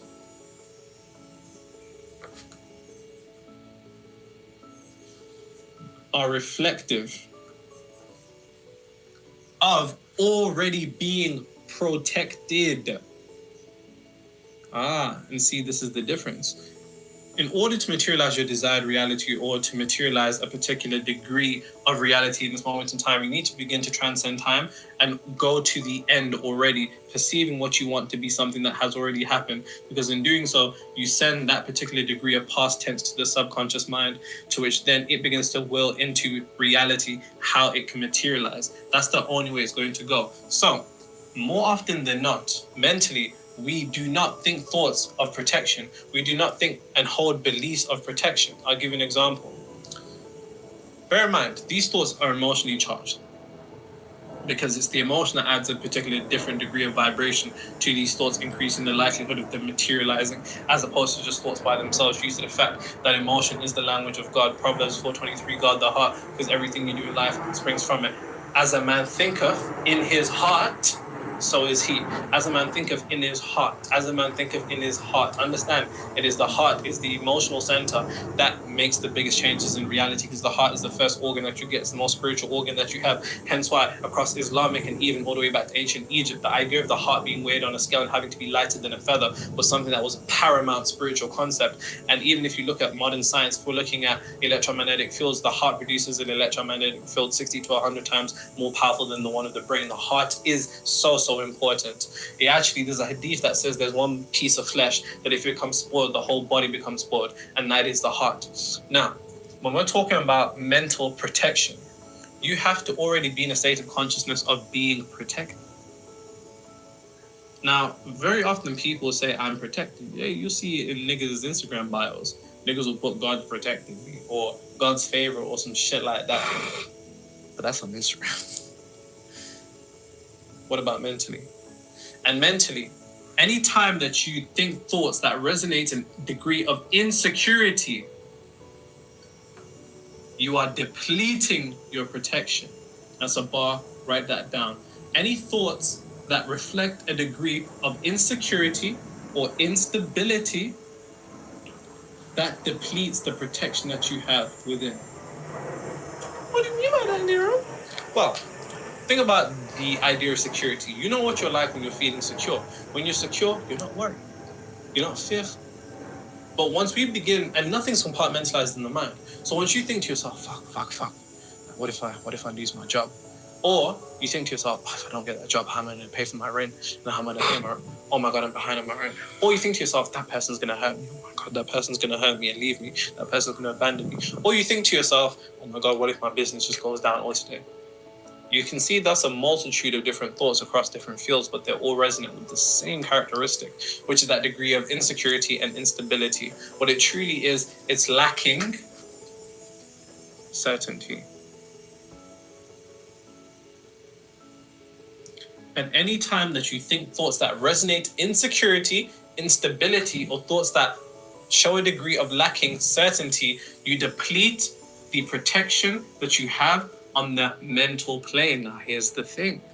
Never forget, how can you be secure without if you're not secure within? And that's a bar. Write that down. Before you can be protected or secure on the physical plane, you first need to be protected on the mental plane. Which means that you're going to have to now pay very close attention to the thoughts that you think again and again and again. Are the thoughts that I'm thinking reflective of my protection, or are they reflective of my threat? There's either protection or threat. You're either under protection or threat.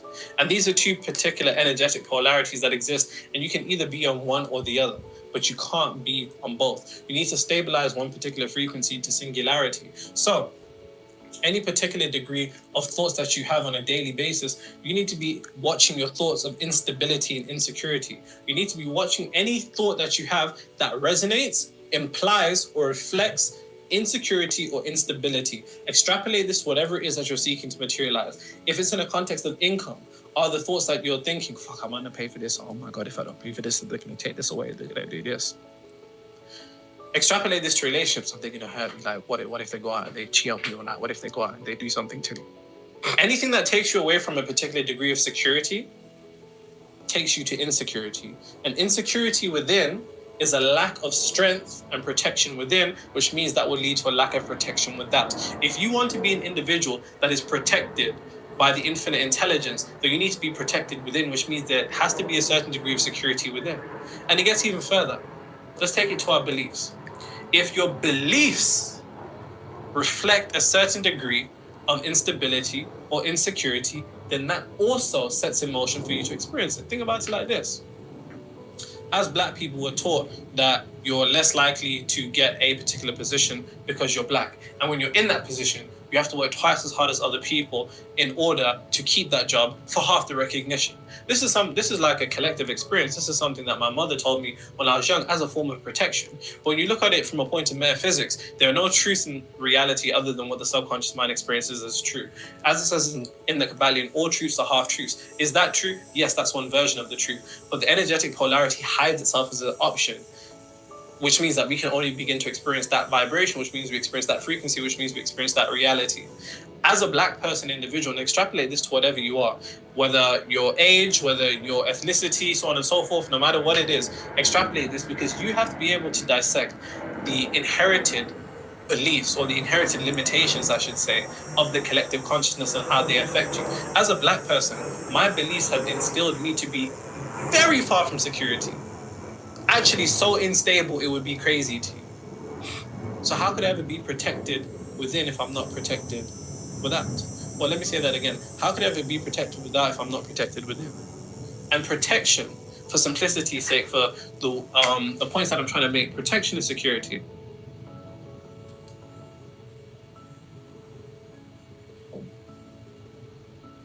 And if my security lies in a balance and it's always being hung over my head that my security could jaw beneath my feet at any given moment, how the fuck could I ever be protected?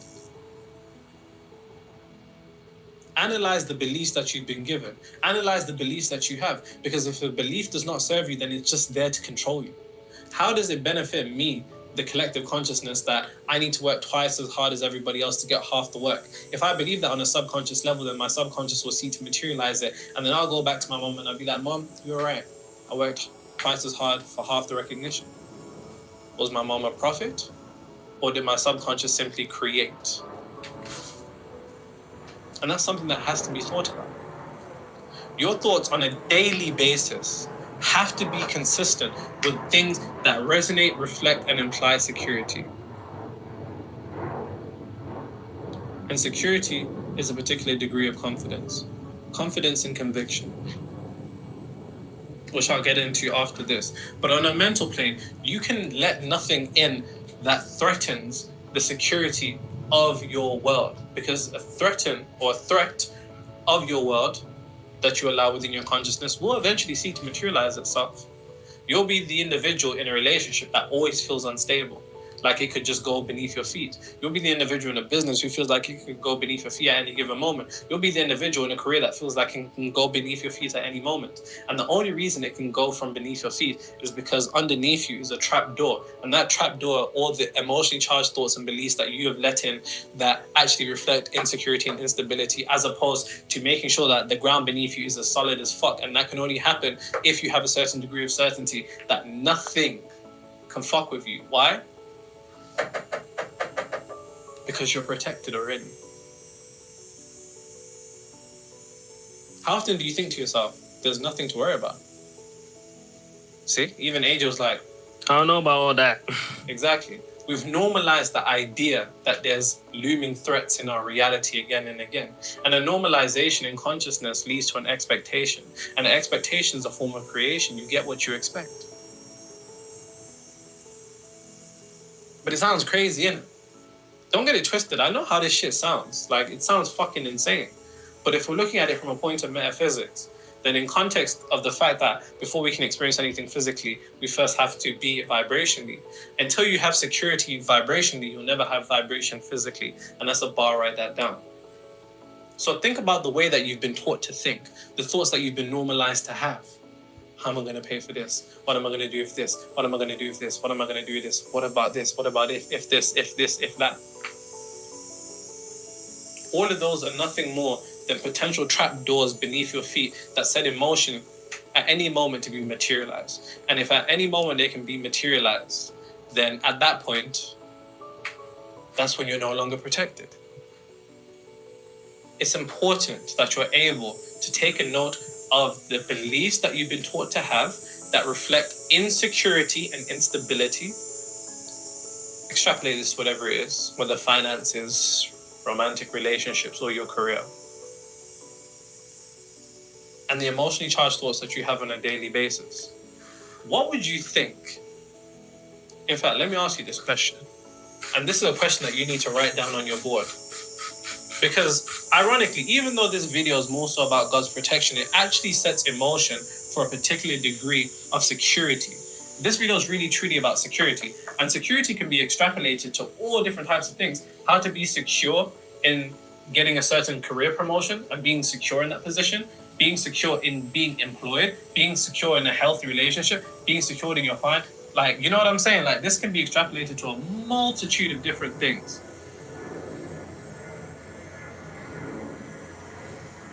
And I think to myself, you know, this might be one of my most important videos for the mere fact that we live as human beings who've been conditioned to be so insecure, so unstable internally, without realizing that this is kind of like the foundations of everything that we build upon in reality. If we're insecure and unstable within, how could we ever be secure and stable without? And this can be extrapolated to secure and stable in relationships, secure and stable in career, secure and stable in our finances. So as I said, make sure you're taking notes and leave them in the comments. Yo, this comment's sick. Go on. Nero, big ups from Toronto. Why did you read that in an accent?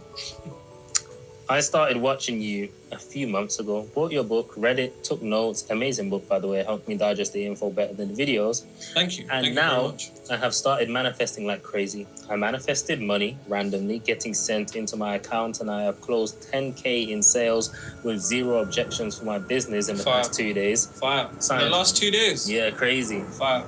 Signed 2 new clients to my other business, manifested 2 different calls from 2 old clients of mine, and to top it all off, Natural. I said to myself, Fucking natural. If this shit is for real, I will see a purple BMW. What if I said if this shit is for real? You don't know we really do it out here. You know, 3 days later, I saw one. Exactly the color I envisioned. Purple BM. Yep, driving home from work. Since then, I've seen 3 more purple BMWs. All of that seems crazy, but after it all, I received a call from a man named Nero, who's your age, looking for my services. Doppelgangers running around. Crazy. Keep in mind, I've never met a guy named Nero in my life. Crazy. My original manifestation was to get my girl off 4 years back, by the way.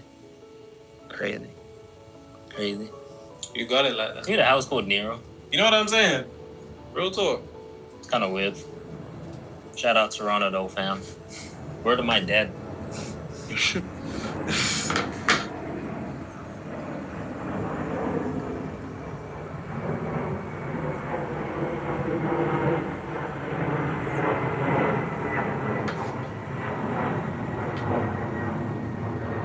million question.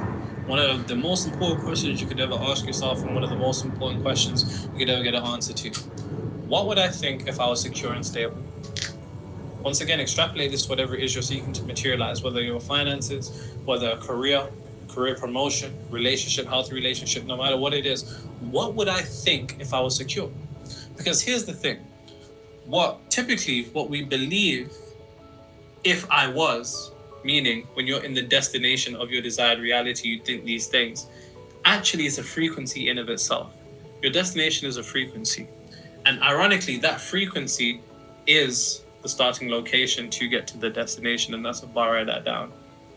Which means, when you can answer yourself this question, and please, actually just stop for a moment and write this down, because the more that you're able to get a gauge of what you would think, the more you're tapping into a future version of yourself and being able to extrapolate frequency from that version of you now to be guided towards that pathway. And that's a bar, write that down. What would I think if I was secure and stable? Write down like 3 lines and just throughout the day, just mentally inject them into your head again and again. Mentally inject them into your head. I have more than enough. Damn nigga, I'm lit. There you go. Damn nigga, I'm lit. I don't have to worry about anything. This sounds so fucking crazy, innit? It sounds mad. It sounds crazy. But the irony is, what you deem to be your destination has a frequency that ironically is the starting location to get to your destination. And once you can answer that question, you've now protected yourself on the mental plane. That's one out. That's you know what I'm saying? We still got others to do.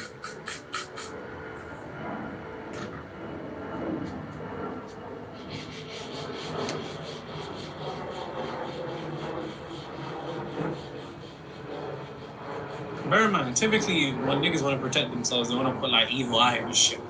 Put evil eye emoji or some shit or like a fucking bracelet. Mean nothing. More important, more dangerous than the evil eye is the evil mind. I'll get into that though. That's a bar.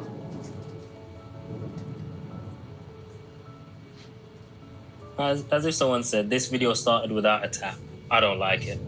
Oh, they're talking about the whiteboard tap you do at the start. Oh, one of the older videos. Yeah. I know I was lacking that day, man. Never again.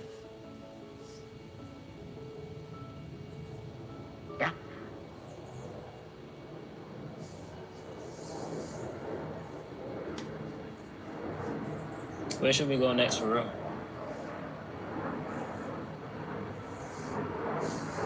I don't know, bro. New York was nice, man. Other states, Arizona looks nice. I've never heard anyone speak about Arizona. Looks nice. Cool. So spiritual protection. Now that you understand how to protect yourself mentally, now it's about spiritual protection. Bear in mind, what we call spiritual protection is spiritual security. Now, when we're talking about spiritual, the most spiritual things that we have, as I was saying earlier, is our heart, so it's our emotions. So when I say spiritual protection, I'm talking about emotional protection, which is nothing more than feeling the emotion that you'd feel upon being protected. Upon being protected, for most people, it would probably be resonant with peace, calm, serenity, and maybe even excitement. Now, of course, extrapolate this and make it entirely personal to you because it's going to be different for different people. But this is just my list. Me generally as a person, I'm a very peaceful, calm, serene person. So I would know that my version of spiritual protection would be feeling these emotions. Because here's the irony of it all. The irony of it all is that typically the world wants to take you so far from being spiritually protected by making your emotions be reflective of the energetic polarities. The world wants you in fear, the world wants you in worry, panic, and chaos. Because ironically, these emotions emit a frequency that reflect insecurity, instability,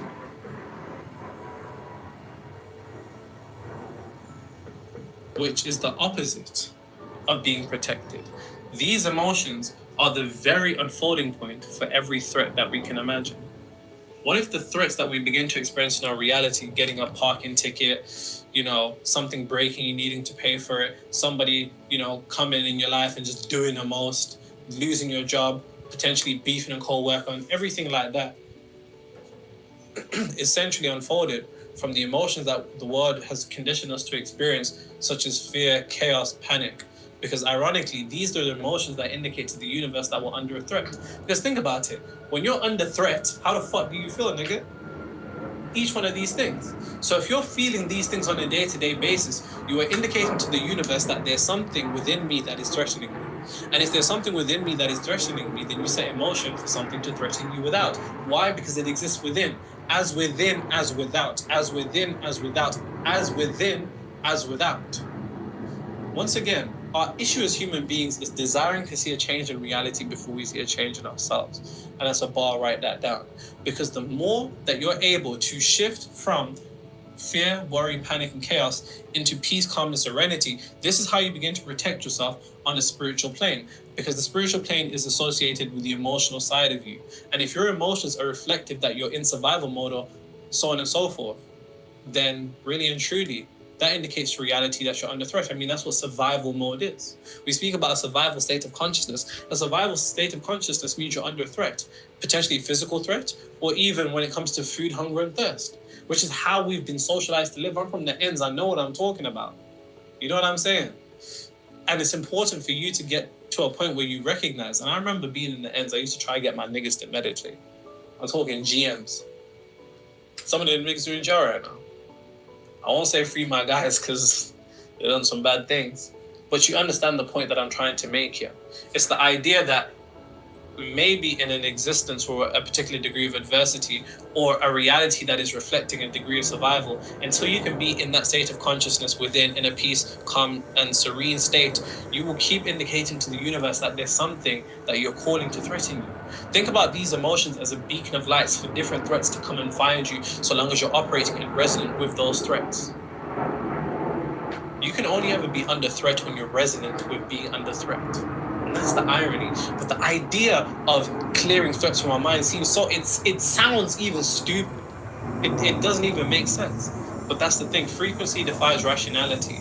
And you have to get to a point where you begin to understand that if it exists within, then it has potentiality to exist without. And if there is fear within, chaos within, panic within, then you set yourself in motion for the universe to interpret it as, this person's in a state of fear. What they're worrying about? What they're panicking about? You know what? Let's send them something that's reflective and resonant with that. And it's the same thing. It's a combination of understanding how I would feel upon being in a state of security once again. So the question you have to ask yourself is, what would I feel if I was secure? And this is different for different people. This is really all about you. This isn't about what I would do. This isn't about what I would think, because I'm not you. And this is, you're in your reality, created and constructed by your frequency. So how you'd feel is unique to you. And I can't emphasize how important that is. It has to be something to do with you. And this is the game. Because the funny thing is this, the more that we align ourselves in our consciousness with the infinite intelligence, the more protected we are. What would God have to be worried about? What would God have to be fearful about? What would God have to be chaotic about? Right. Right? Yeah. Right? And as the physical expressions of God, as the physical manifestations of God, why do we then take on an unnatural misalignment to the truth state of consciousness to which we originate? And when we are misaligned from God, if you ask the average religious person, average Christian, you know, what's hell besides gnashing teeth, physical torment, fire and brimstone, they'll be like, oh, it's an eternal separation from God. But how can we be eternally separated from God if God is omnipresent? Even in hell, God is there because we are there. But on an esoteric standpoint, hell is a misalignment of that consciousness. When we're misaligned from heaven, when we're misaligned from peace, calm, and serenity, we're in a state of hell. And when we're in a state of hell, we call upon threats of ourselves. Christ said, no man cometh unto me save I call him. I called individuals in my reality towards me. It's the understanding that whether we're talking about financial threats, or we're talking about career threats, potential heartbreaks, these things have no existence in our reality unless they have existence within us. And that's a bar. Please write that down. But you have to be willing to go through your state of consciousness and seek to identify these things, which I don't want to say is the hard part, but it's the aspect that requires the most effort that most people will never do. Most people will never understand how they're continuously experiencing the same patterns. If you're experiencing the same thing again and again, you're not experiencing in a pattern, you're experiencing yourself. And until you become aware of yourself, you'll just keep running into the same loop again and again.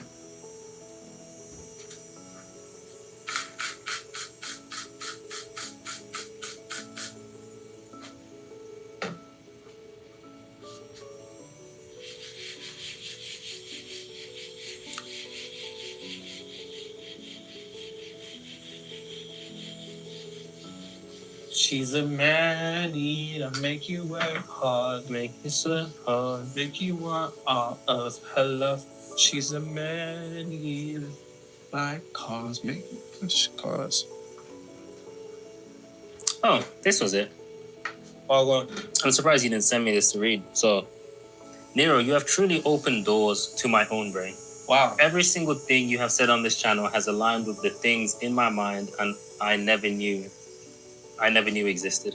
Wow. You are an amazing teacher. I am truly excited to continue circulating these teachings within the world. Just a student. As you say. You and AJ are some funny people, and it is truly a blessing. I will never be outside of my desired reality. Wow. Since your first video, everything has shifted me into what I used to think was not possible to happen. Wow. You and AJ are amazing. Cheers, gents. I love it when you niggas give my guy the credit he deserves. Just, I guess I should say thank you too. Naturally. Thank you. Bro, you said thanks to both of us. You get me? Out here doing good things.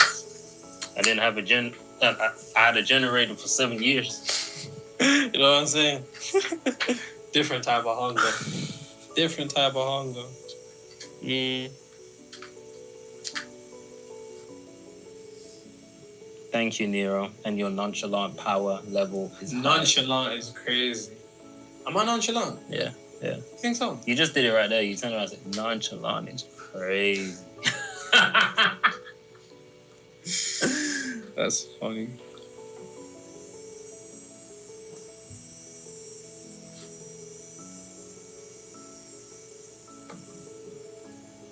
AJ reading my comment and Nero understanding me is popping my whole birthday week off. I ain't gonna lie, I started tweaking a little bit. Also hearing y'all read in my perceived Philly accent without even knowing me just confirms I know about my frequency. Bro, I'm gagged. I don't remember what that comment is, but you just read someone's comment twice. They're about to be tweaking now. Yeah, real. They're about to be tweaking now. So understand this.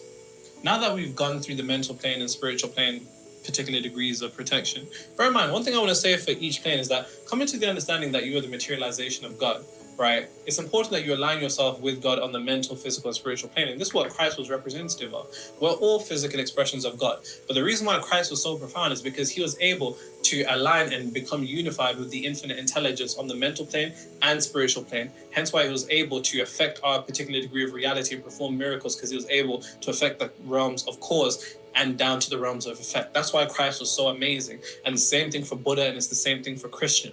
Now, it's about understanding that the moment that you allow unity to be formed in wholeness and oneness with God mentally and spiritually, if you look at it mentally, what could fuck with God? Quite literally. If you look at it spiritually, what could fuck with God once again? And when you look at it like that, all the threats that we begin to experience in our world become so asinine. It becomes ridiculous, inferior even. And that's how it should be. But the world wants to place it above you. So you are under the frequency of the world. So the world's frequency is above you, and it has the capability of swaying you to the degree that it does. But when you look at it mentally and you understand that the moment that you begin to dwell in security on the mental plane, the moment that you begin to dwell in the feelings of security on the spiritual plane, then you've now altered your cause, so now you're altering your effect, and things will begin to rapidly change in front of you. Now, one thing that I want to make crystal clear is that what you don't give, you can't receive. Now, earlier I was talking about how niggas will wear evil eye bracelets and be like, oh, I'm protected because I got a bracelet. That's the fucking physical plane. The physical plane is the realm of effect. How could you be protected on the physical plane by something on the physical plane if the physical plane is the realm of effect? The only way you can ever be protected on the physical plane is if you're protected on the mental and spiritual plane. And here's the thing. Christ, of course, had the amazing law of the golden rule: treat others how you want to be treated. But as human beings, we make the mistake of only being able to extrapolate this physically. 3 planes of existence. Treat others how you want to be treated physically, mentally, and spiritually. Because these are all 3 planes of existence. So what do I mean by that? What you don't give, you can't receive. Why? Because whatever it is that you receive, you're receiving from another version of you. Whatever you give, you're giving to another version of you. It's just you in this universe. Every individual that you see is nothing more than a different physical expression of the same consciousness that dwells within you. And this is why Christ's rule of treat others how you want to be treated was so profound, because it was tapping into non-duality. It was transcending the third dimensional realm and seeing that despite being separated physically, we are all one where it truly matters. And quantum physics speaks about the concept of quantum entanglement, which is the idea that when 2 particles are connected, no matter how far separated they become across the universe, what you do to one is instantly done to another. And this is the same thing about us on the spiritual plane. And what you need to begin to understand is, don't only treat others how you want to be treated physically, but mentally and spiritually. So the thoughts that you think about others, if you think, yeah, that guy's a fucking asshole, guess what? You're giving to receive to you, once again. How you feel about another person, once you feel envy towards another person, you're really just envious over another version of you, which doesn't even make sense. Hence why that misaligns you. What you don't give, you can't receive. If you don't give disrespect, you can't receive disrespect. Because even when you do receive disrespect, because it doesn't exist within, you won't register it as disrespect. You'll probably be like, damn, I'm sorry for those people. It's completely different. When it's not within, it can't be without. When you don't give out hate, you can't experience hate. When you don't give out envy, you can't experience envy. But simultaneously, it can be in the other direction. And truly, think about, on the spiritual plane, it's how you feel about others. On the mental plane, it's what you think about others. How often do you control your thoughts from thinking negatively about other people? No, he's a fucking asshole. She thinks she's too good. She thinks she's too nice. She's dead anyways. That's typical nigga shit right there. That's some UK shit, for real. Nah, it's just a Mandan thing. I think all guys, when they get rejected by their girl, they'll be like, she was dead anyways. She's clapped. She ain't even that nice. Right? How do we feel about people? If we feel resentful towards another individual, we're just truly resentful towards ourselves. Hence why the Buddha said holding on to anger is like holding on to a hot coal that you never throw. Damn. Amazing, isn't it? Because you're the only one that gets burned. Because even your feelings of resentment towards another person is truly, once you transcend this third dimensional realm and you no longer see separation, that's feelings towards another version of you. And because that's feelings towards another version of you is really just you again. What you don't give, you don't receive.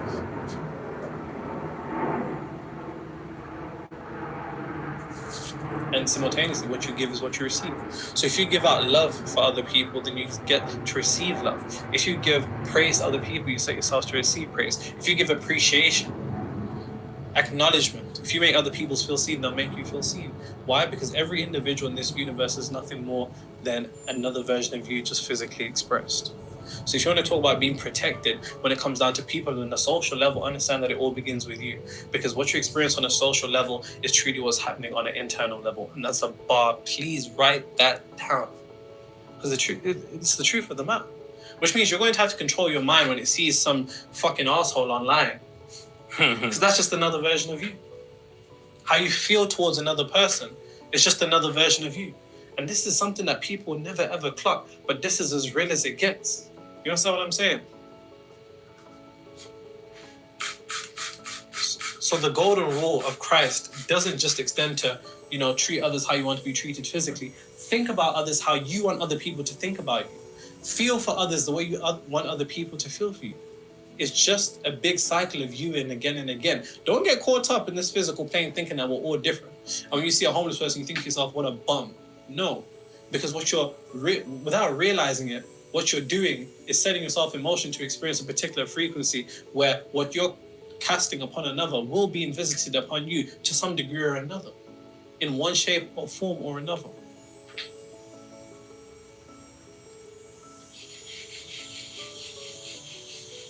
Whenever people go out with me to certain places, they'll be like, wow, you get treated so nice here.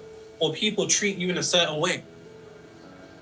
And it's because the things that I'm thinking about those people is nothing but appreciation, love, so on and so forth, and how amazing they are. Even if it's somebody just serving me food at a restaurant. You understand what I'm saying? Because thought transference exists, right? We're all devices in a sense connected to the Wi-Fi of God, and we can all send messages back and forth mentally, right? It's like thinking about somebody, then they call you. It's like texting somebody, they're like, oh, I was just thinking about you. It's like going to call someone at the same time. We're all interconnected. That doesn't just extrapolate to the people in your life. That extrapolates to the people in your world. And you can't dismiss them. So before you think terrible thoughts about somebody else, and you might think to yourself, oh, I'm spiritual because, I didn't call him a fucking asshole even though he was. I just thought it. No. The fact that you're still thinking it means that you've actually set it on the plane of cause now to experience it in the physical plane.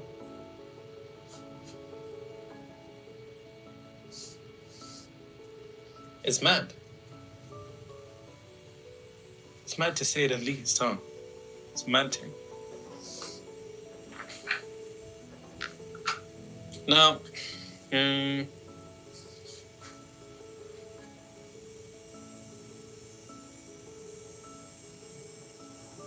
ultimate form of protection is this.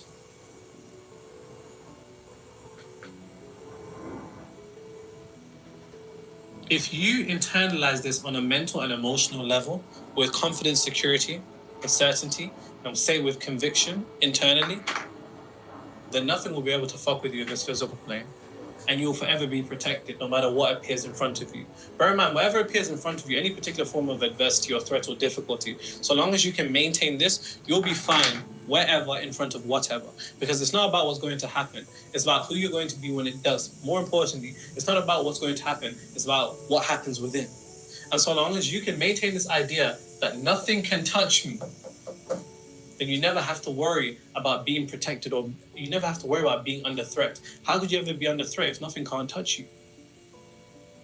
A lot of people will say that they're protected by God, but then be fearful of, people in the world or demons or anything along those lines. It's like, within your consciousness, you're clearly worried about it. You're clearly under threat of it. When you step with a power of nothing can touch me, that I am protected, with conviction and confidence, you never have to worry about nothing. Or you never have to worry about nothing. You're in a position that the world doesn't want you to be in, because the world forever wants you to be worried. Because if you're worried, you're in survival. And if you're in survival, you're under threat. And if there's threat within, there's threat without. But when you step into the consciousness of nothing can touch me, you then become untouchable. And that is true security. No matter how far or how late you are on bills, no matter whether you have a job or not, whether you have that career promotion or not, whether you have that particular degree of healthy love or not, When you're in the idea of nothing can touch me, even when things do try to touch you and you're still in that state of consciousness, something will just happen and you're forever protected. It all begins with the understanding that you are protected. And once you come to the conclusion that you are protected and nothing can touch you, then you become untouchable. Let's go, boy.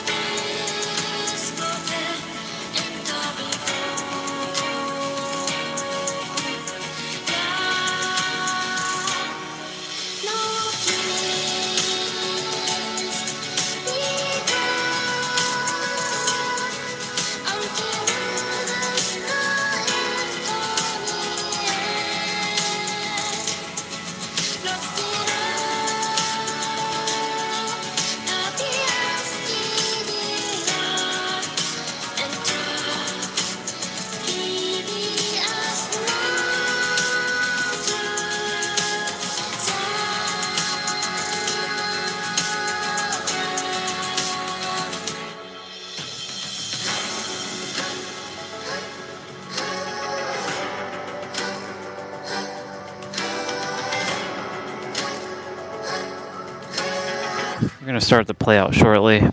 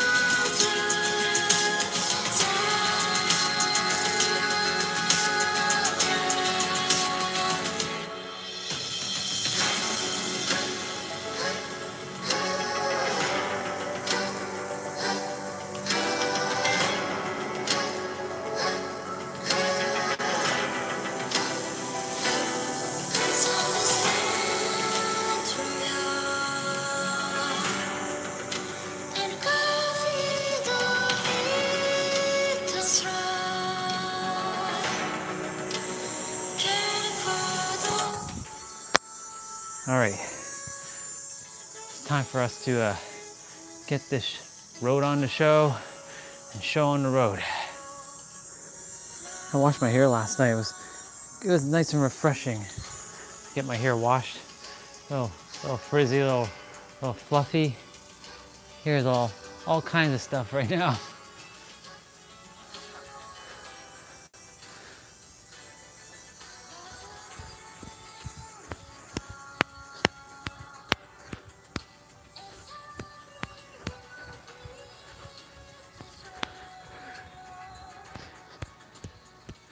Okay.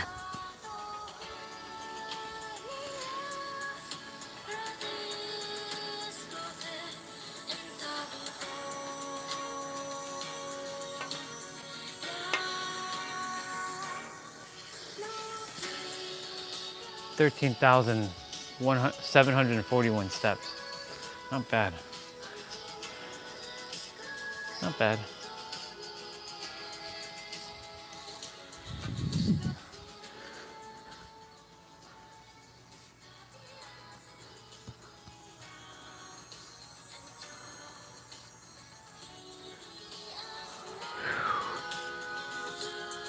Oops.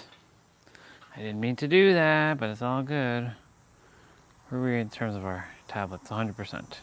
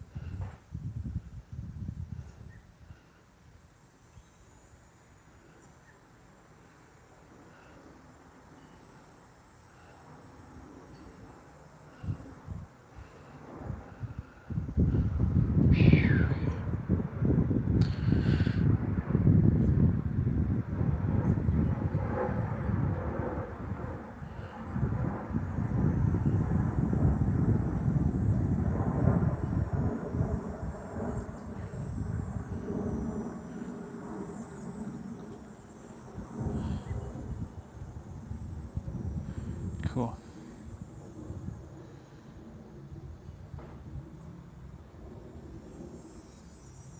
Just gonna check something.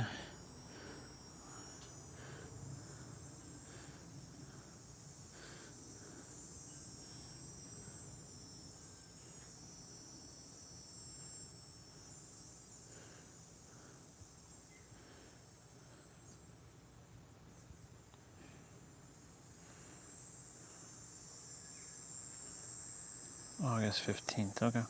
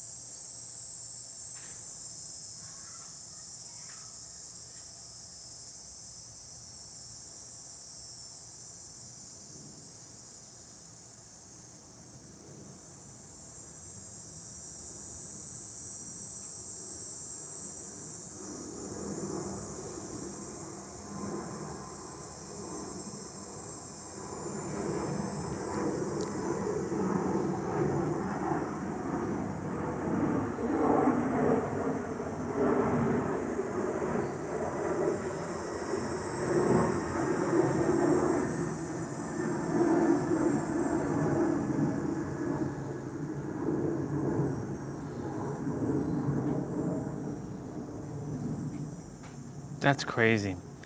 That's crazy.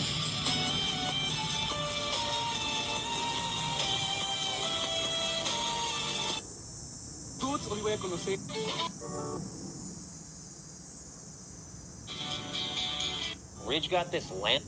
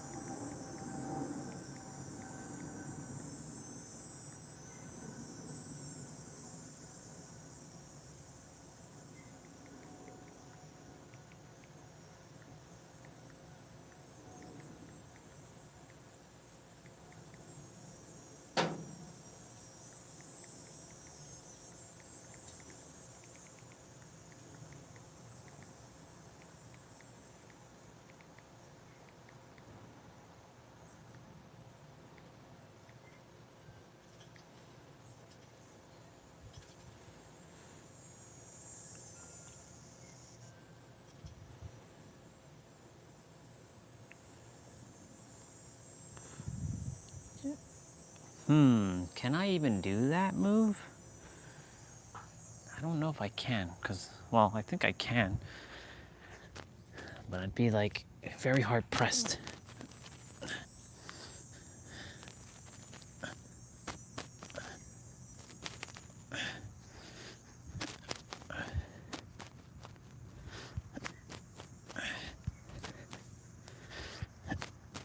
Nope.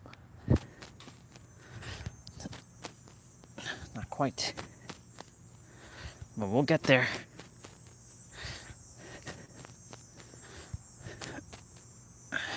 It's all about balance.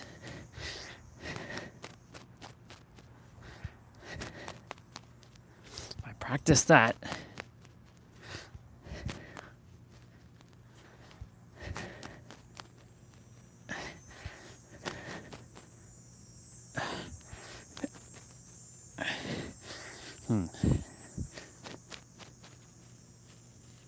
Oh, okay.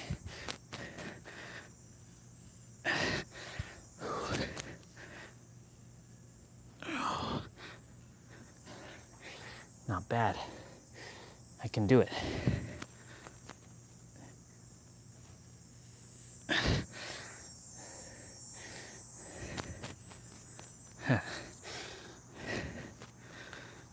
Nice.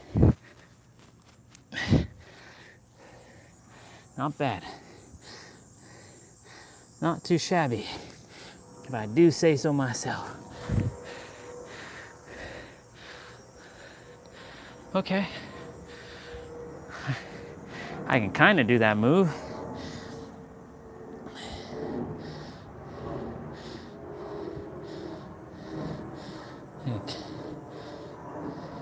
Not bad. Not bad at all. A little bit of practice, but not too bad. Not doing that before. I can hold the balance for at least 9 seconds. I feel like that's gonna be the starting to my handstand adventure. Because if I can balance like that, whew. Okay, it's time for us to get rolling. All right, y'all. Hi, sister, welcome back. Yeah, I've been practicing. I just saw someone's photo on Facebook for a moment, and they were doing this thing. I'm like, wait a minute, let me see if I can do it. Now, of course, I haven't practiced this in forever. In fact, I've never actually really practiced it. But I was like looking at her arms, and she was balancing, and I feel like I can do it. I can get to a handstand at some point.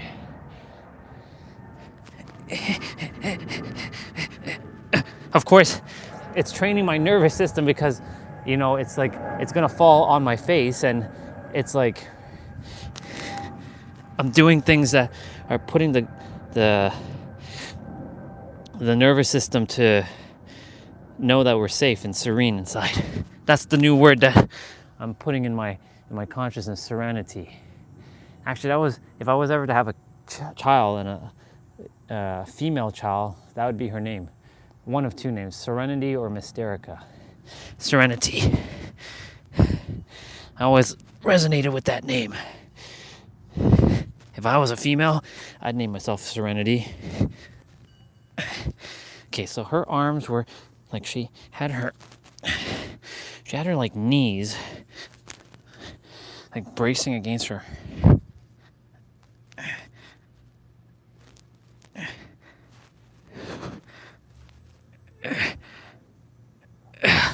Well, that's better than it was before. Get in there.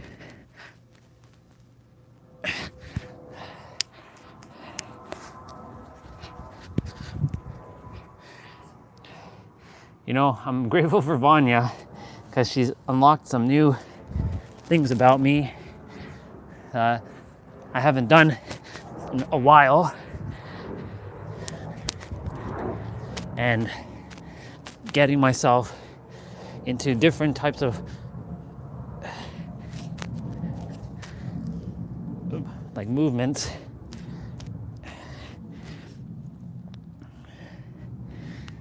that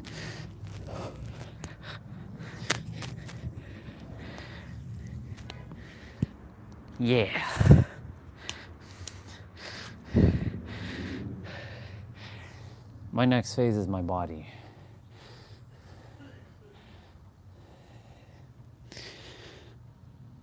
I love you very, very much. Don't ever forget that.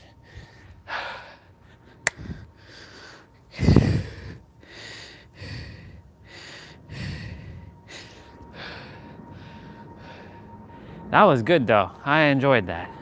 I enjoyed that a lot, actually. Yeah, we could.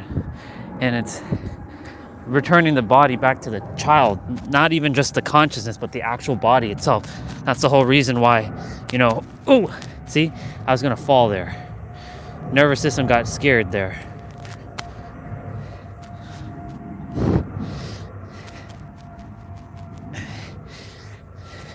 This is actually good for the wrist. Oh, I see. I think I figured out the trick here.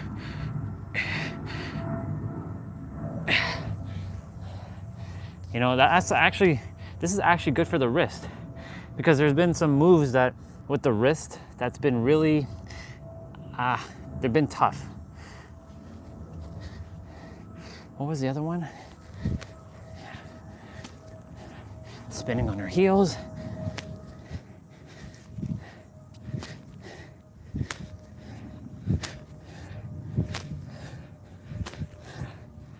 All within a month. Getting back my flexibility. So like going down, touching elbow,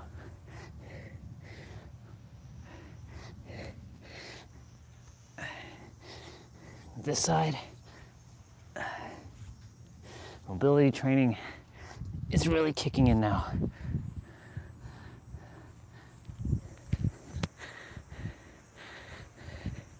And being able to sit in a squat for a good, you know, good portion, it's been really, really, yeah, feels good. Now, question is, that was grass. What about on this?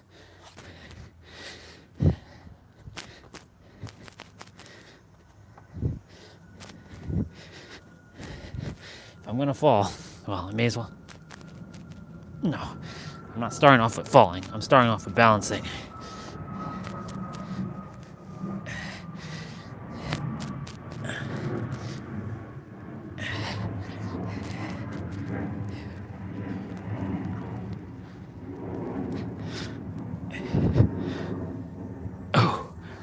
Very good. There's a certain way to do this.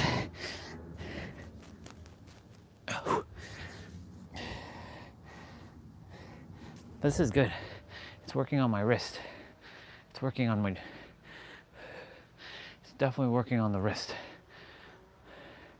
So maybe with Vanya, with certain wrist exercise, like the one where we were doing at the elbow, I don't have to do it on the ground. I can do it in the sky. But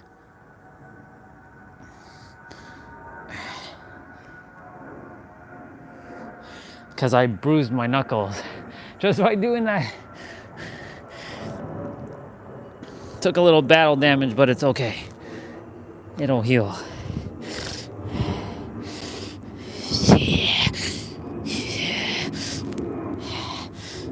Yeah.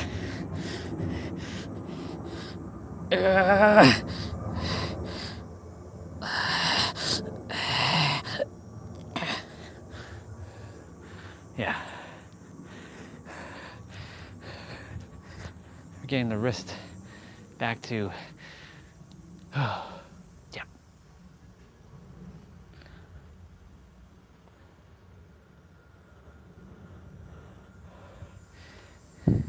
Okay. It's time now for fitness. And it's time to get rolling.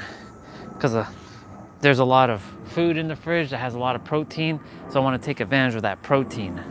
I was going to eat before, but I was like, no, I'm going to eat afterwards because I can take advantage of all the protein that's in the fridge. All right, and plus I already ate a little bit of a snack before, so I'm pretty much ready to rock and roll. Thank you to that person for posting that photo, because now you've given me another way to balance. Not only with my legs, but with my feet, or with my hands. And I feel once I build enough resilience and like memorization and building the neural pathways with holding that sort of like balance, I can then definitely, you know, I know I can do a handstand, but not right now, not with the level of things that are out here. I want to get one of them like mats where you can like, when you fall, you're not going to get bruised or hurt kind of thing. Like one of them like fluffy, like cushiony mats, but we'll eventually get that.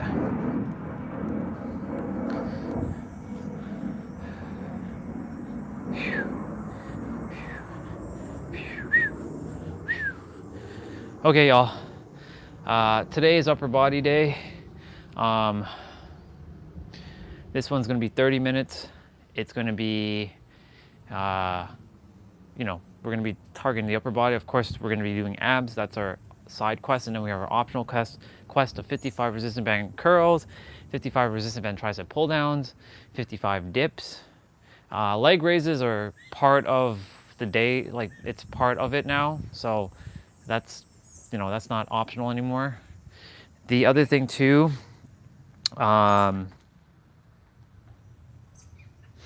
if you don't have dumbbells, can you do this? Absolutely, you can.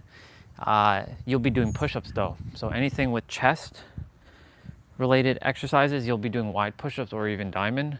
So notice my elbows in correlation to my obliques, which are these rib cage, which I have still a little bit of love handle holding on still.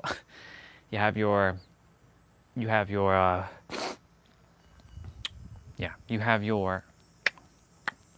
this is for wide, so this targets your outer chest.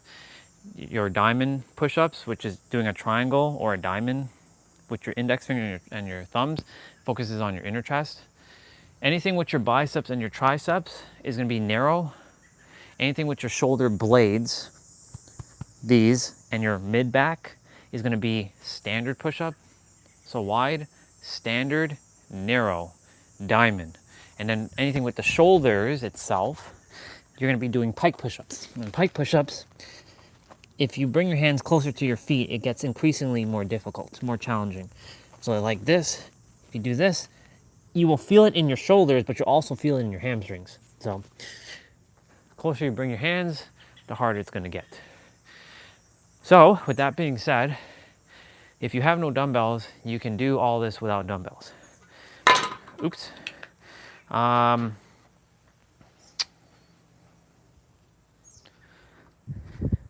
Other than that, please drink water in between. You may or may not see me drinking water. I've been challenging myself to not drink water, but at the same time, I'm also, giving myself that grace if I do require the water just to take that sip. No shame in taking a sip of water, okay? Just want you all to know that. You don't have to not take a sip. If you want to challenge yourself and not do that, by all means, but please drink the water. Make sure also, if you can, to breathe through your nose and out through your mouth. Can't emphasize that one enough. And before we start, I want to clean up my mat because, I brought a whole bunch of grass onto the mat.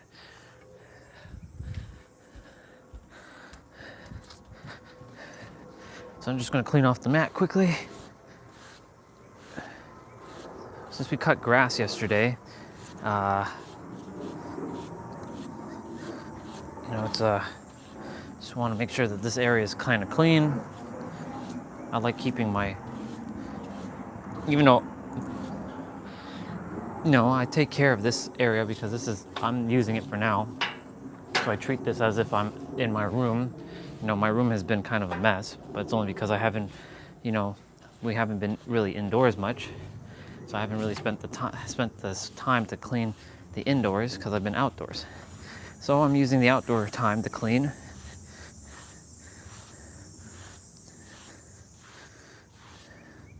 And just gonna keep it nice and clean. There's a couple things that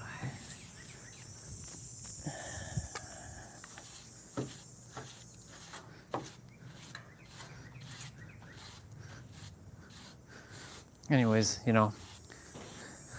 it's the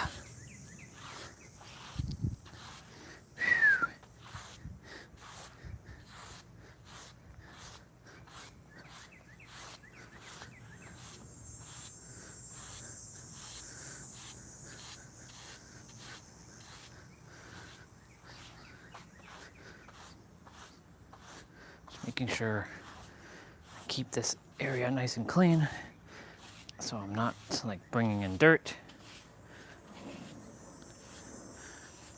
This is a nice little time to keep this area cleansed and clean. It's been a little, like I said, it's been a little bit of time since I've spent cleaning. So I'm just gonna take the time to just polish, cleanse, and clean here.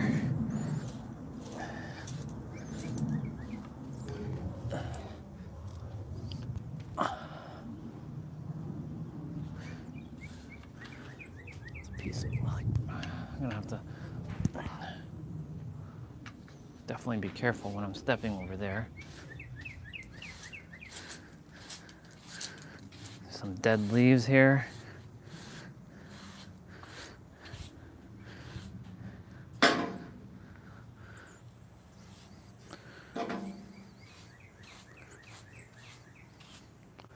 Okay, this has to go in the garbage.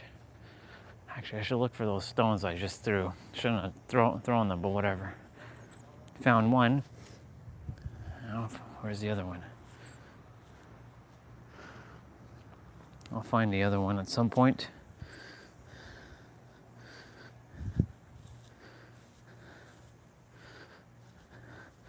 And throw this in the garbage. This.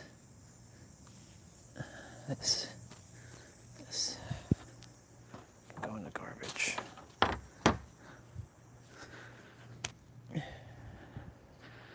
All right, so I'm going to be doing 55 push-ups, 55 squats, 55 ab pull-downs to start. And I'm going to brush off my feet. Otherwise I'm gonna bring back dirt onto the thing, which I did. And yeah, we'll get right to it.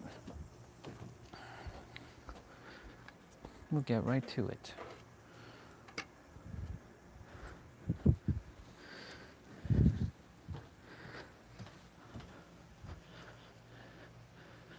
All right, now that that's done, I'm gonna pull up a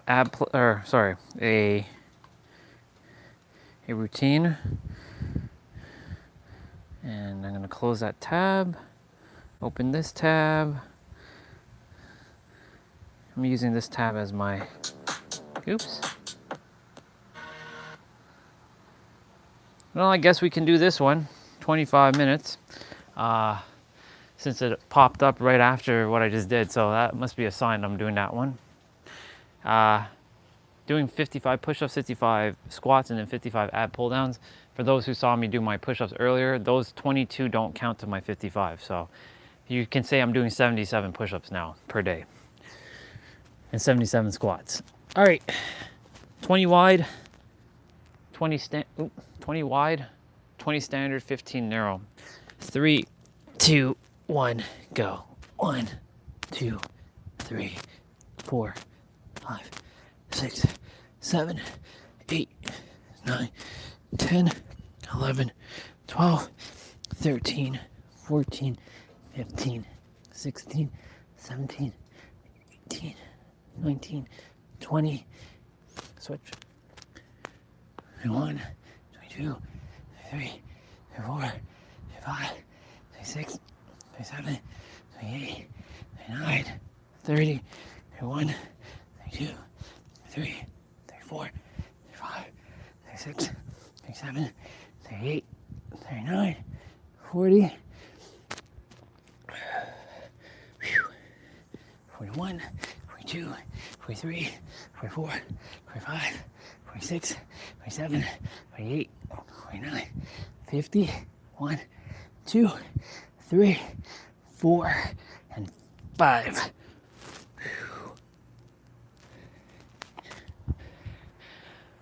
All right, 55 push-ups are done. Making sure my body can stay, stay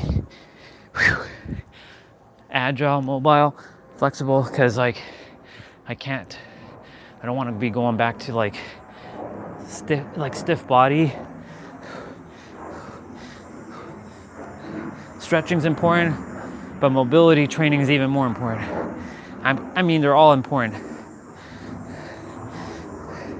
Now I'm showing the benefits of why it's important to stretch. Let's do some arm circles, and then we're gonna do some lunges quickly, and then we're gonna do some squats, 55 squats.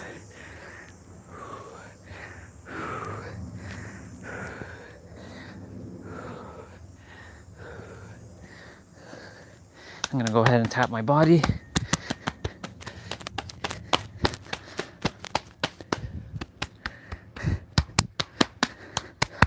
This is allowing the blood to flow through and allowing the energy to encapsulate.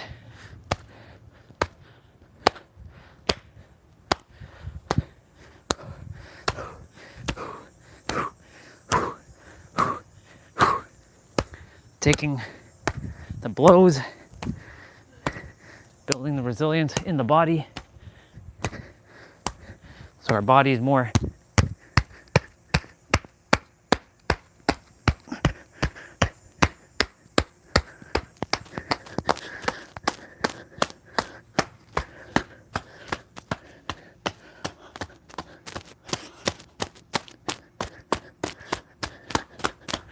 resilient.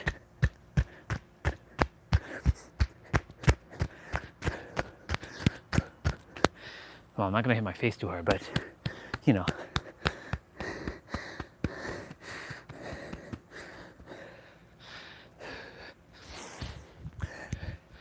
Okay, I'm gonna throw some kicks.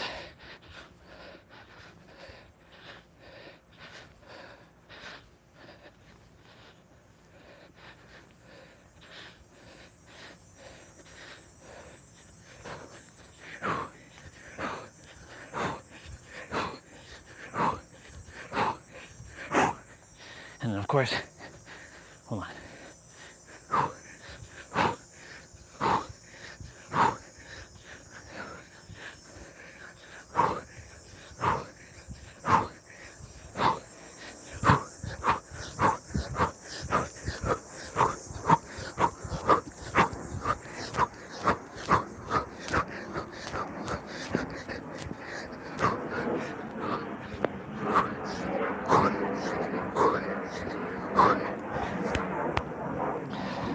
Okay, do some lunges now.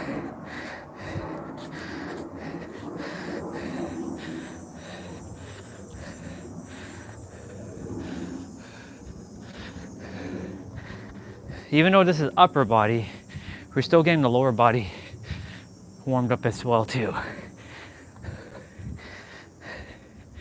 I want to throw some strikes, some kicks, and some punches every day. All right, we'll do some back lunges. I'm purposely touching my knees onto the ground for a reason.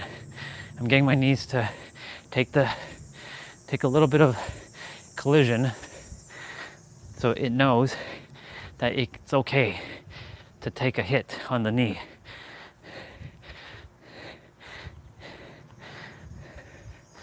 Okay, now we're gonna do 55 squats. 3, 2, 1, go. 1, 2, 3, 4, 5, 6, 7, 8, 9, 10, 11, 12, 13, 14, 15, 16, 17, 18, 19, 20, 21, 22, 23, 24, 25, 26, 27, 28, 29, 30, 31, 32, 33, 34, 35, 36, 37, 38, 39, 40. Wow, I'm supposed to hold that in. 41, 42, 43, 44, 45, 46, 47, 48, 49, 50, 51, 52, 53, 54, 55.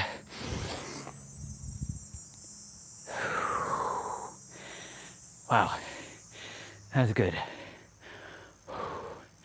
Building that discipline, y'all. Every day is discipline.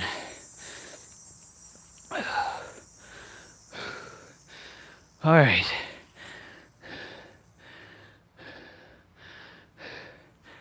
"55 ab pull downs now is up next.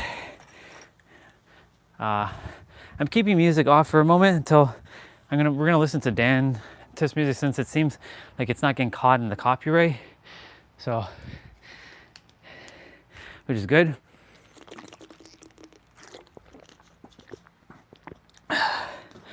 All right, 55 ab pull downs. 3, 2, 1, go. 1, 2, 3, 4, 5, 6, 7, 8, 9, 10, 11, 12, 13, 14, 15, 16, 17, 18, 19, 20, 21, 22, 23, 24, 5, 26, 27, 28, 29, 30, 31, 32.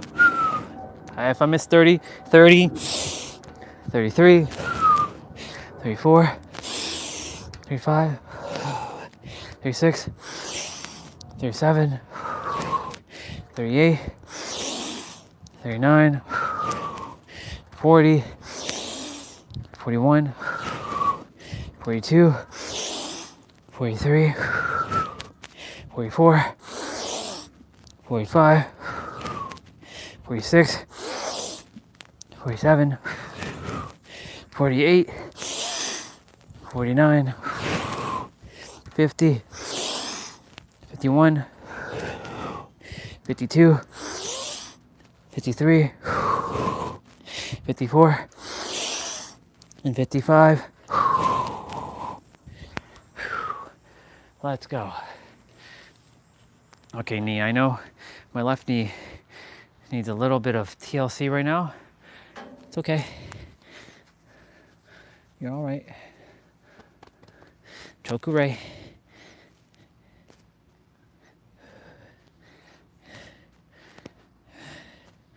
You're all right. You're getting stronger, left knee. You're getting stronger. You are getting so much stronger, left knee. Yeah. Yeah. There you go. Perfect. Okay.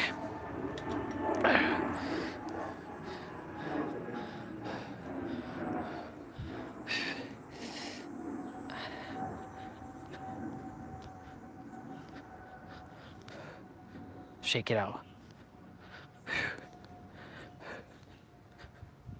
Very good. All right. Now, with that being said, let's get this show on the road. Remember, drink some water in between. Take that breather if you have to. It's going to be 5 exercises, 5 body parts, 40 seconds of play, 20 seconds of rest. We are starting with shoulders, so you will be doing pike push-ups. So with that being said, let's get right down into it.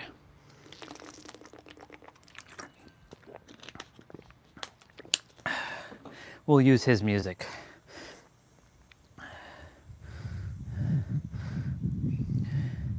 Let's go.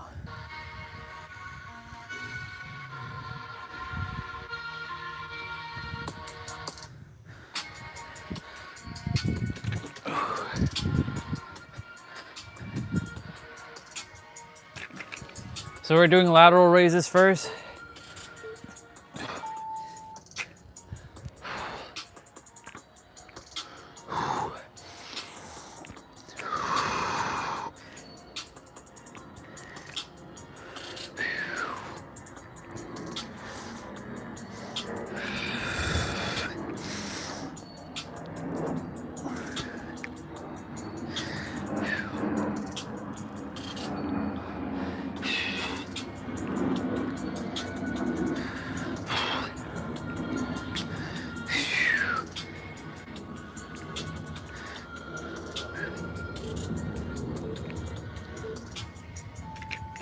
Very good.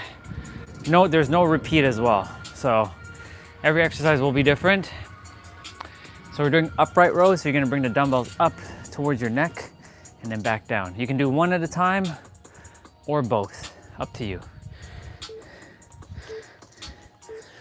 Totally your preference here. Follow what feels good to you, always.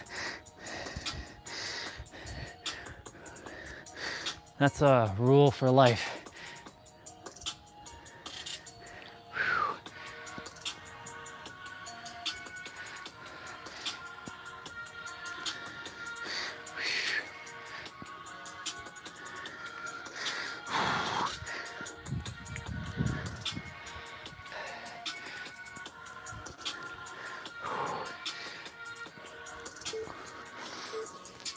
Ugh.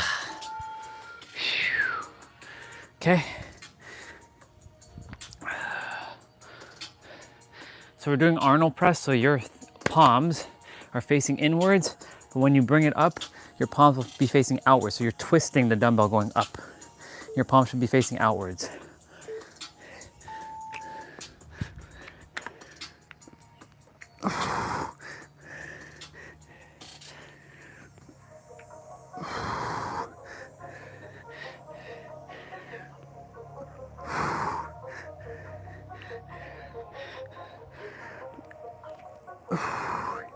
So real fitness is not just lifting weights, it's also about stretching and doing mobility.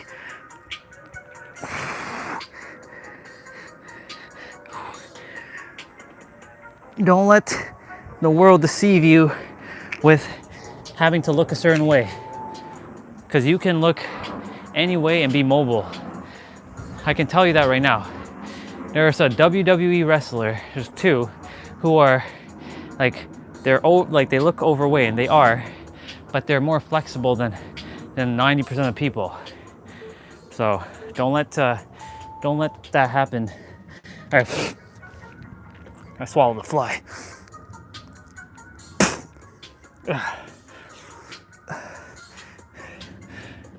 We're doing 45-degree press. Hello there, whoever's there. I took a fly in just now. Yeah, but don't let the world fool you that you have to look a certain way, because you can look like a Lambo, but if you don't have the suspensions and the tires to do a U-turn, then that's not real fitness. And as my journey has shown me recently, yeah. Holy Grail. Who is Holy Grail? Well, hello, Holy Grail.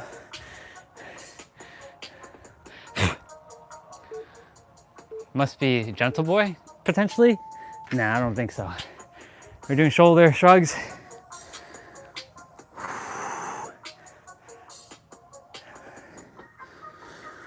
Don't underestimate I was about to say your name. Don't underestimate shoulder shrugs. They may look simple, but they're very, very effective.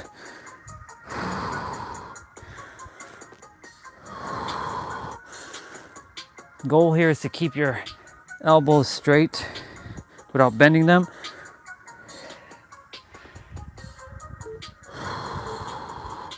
Okay, we're moving on to back. So you're gonna be doing standard push-ups now. So you were just doing pike push-ups, which you know what pikes look like. They look like downward dogs. Now you're doing standard. So wide, standard. You're doing standard, this one. This is narrow, this is standard. Bent over rows, alternate. So you're doing one at a time. So you're bringing the dumbbell up towards your abdomens.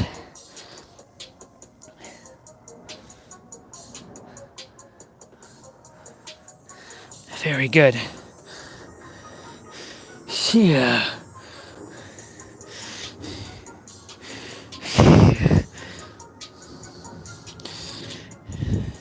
You know, when Vanya told me, you know, it's great that you may look like a Lambo, but if you don't have that suspensions and the tires to do a U-turn, then what the hell is the point of looking like a Lambo if you're feeling like shit inside?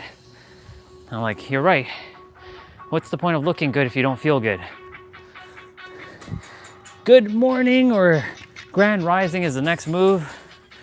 So you're gonna bring the dumbbell over your head, onto your shoulder.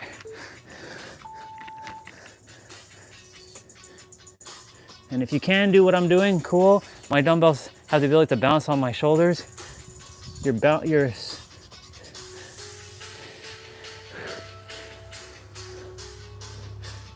not bending your legs here, you're bending your lower back.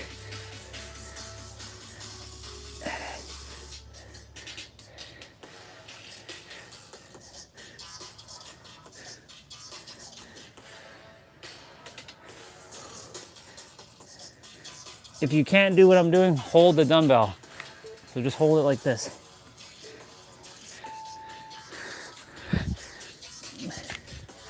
Let's see what we got.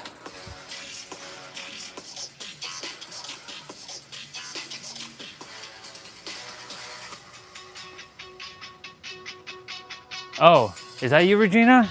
Ah, I see. Okay, that's weird. That's weird. Why the hell it would do that? It's not like your account hasn't been verified in the sense that you have over 100 some odd subscribers. So it's like your account should be perfectly fine. That's weird. That's weird. Oh yeah.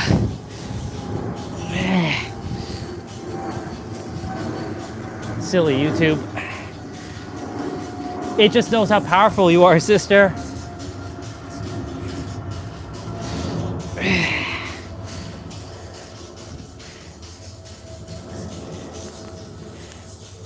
Ooh, yeah.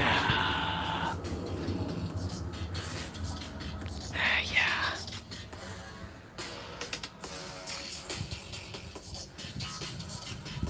Ah. That makes sense. That's why I said it. It knows. It's always listening. That's why when I was talking about a certain thing at the water that day, it cut me off. I don't know what I was talking about, but it cut me off. Because it's listening every time. It knows. Because if information like that gets out, they don't want things like that to be out. Yet there's other people speaking about, you know, you are the creator and all this stuff. But it's like, I don't know, it still feels kind of surface to some degree with a lot of the channels. I mean, Pete got a strike too. Actually, he had 2 strikes against him. So, I mean, you know, Nero hasn't, because Nero, he's keeping it sort of PG to a sense, except for saying the N-word. Yeah. All right, alternating, bent over, supinated rows. So it's targeting your biceps and your mid to low back. So you're bending your back. Next will be, I believe, chest. So you'll be doing wide push-ups and diamond push-ups. So I would recommend alternating between diamond and wide. Also, when we do triceps, if you have a chair nearby or a sofa or a table or stairs or something that you can do dips, go near it, because that will be the first exercise for triceps.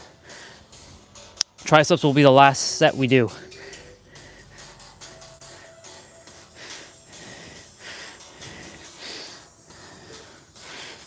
Let me read what you said. Yeah, we're moving on to chest now.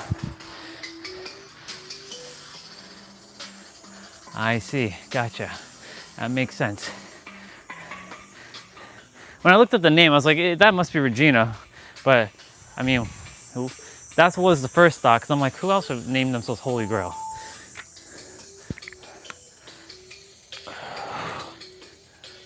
"45-degree chest press, y'all.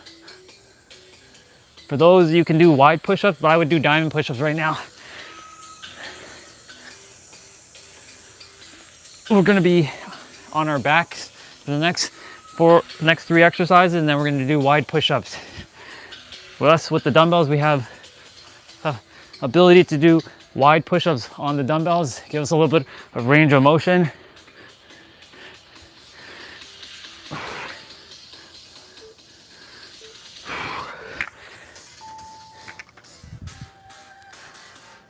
Oh, yeah. Oh. All right, chest press. Well, don't worry. Your channel will be back to normal. Just like this channel will be back to normal at some point. I mean, it kind of showed up a little bit of normalcy yesterday. A random person from a different part of the world with different language showed up, and I'm like, interesting.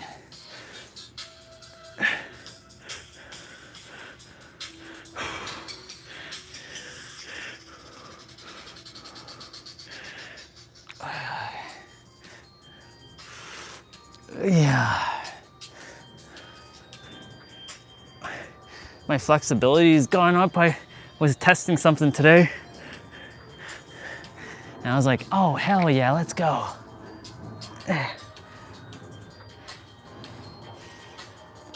I'll read what you shared in a moment. Dumbbell flies or dumbbell flyers. I like to say flyers because it sounds cooler with an R. Diamond push-ups, I would say, for all of you here. Definitely diamond push-ups here.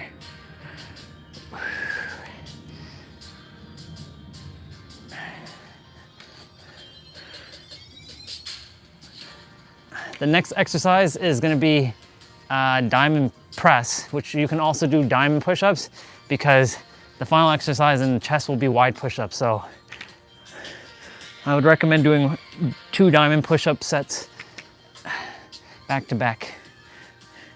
But if you've already done a couple, then do wide push-ups. Alternate. Chest, you always have 2 choices, diamond or wide. So yeah, the next exercise is bring the dumbbells together and diamond press.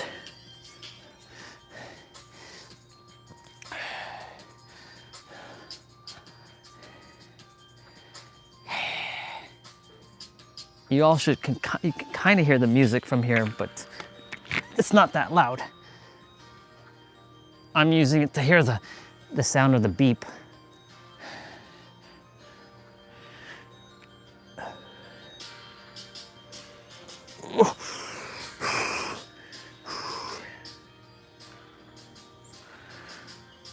My left shoulder is getting a lot better too.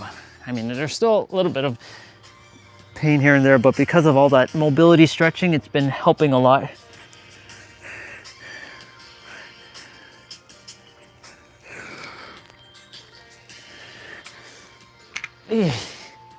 Okay, now we're doing wide push-ups. Ah, that makes sense. I mean, I have many YouTube accounts. This is the main one, and then of course I have the other one on the tablet that is like my alt now, which has 54 subscribers.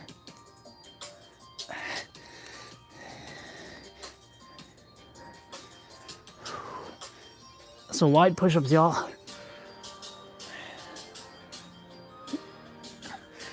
I like being bare feet in the grass here while I'm doing this. Touching the grass is awesome.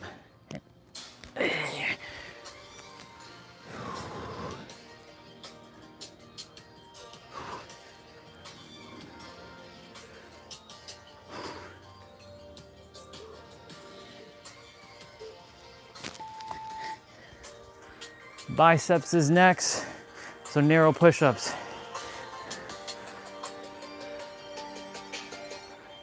It's okay, I'll hit the follow on that one. Just gotta jump on.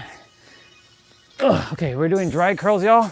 So this is different from supinated rows. So you're not bending your back, but you're dragging the dumbbell up. So it's kind of the same, but slightly different.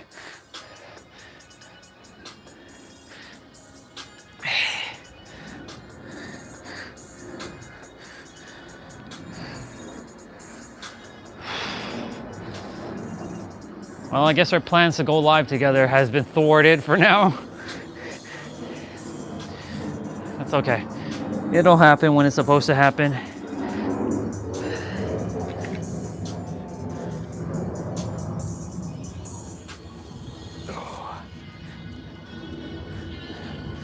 Twist curls are next.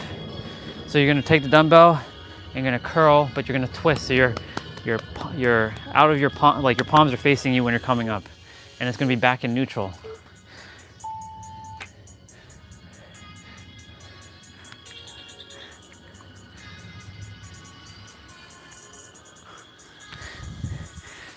I'm gonna take advantage of the food that is in the fridge. Lots of protein today.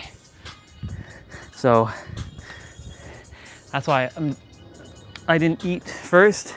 I mean, I never usually eat first, but you know, as of late, I've been kind of giving myself that time to relax before I start and not just jump right into it.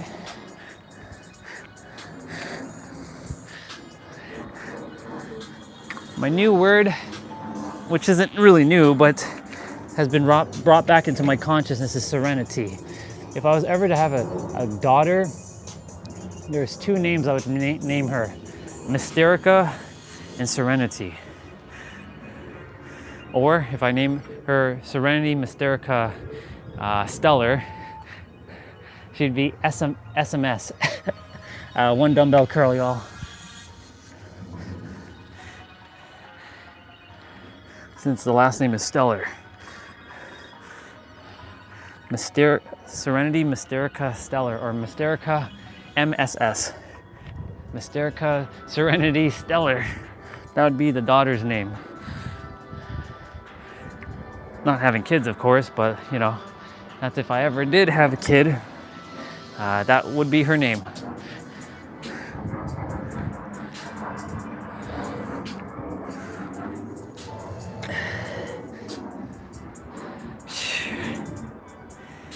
Wow.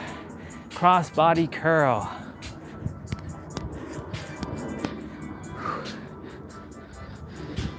So you're gonna bring the dumbbell and curl it like so. Welcome back, Mr. Phoenix. Yeah.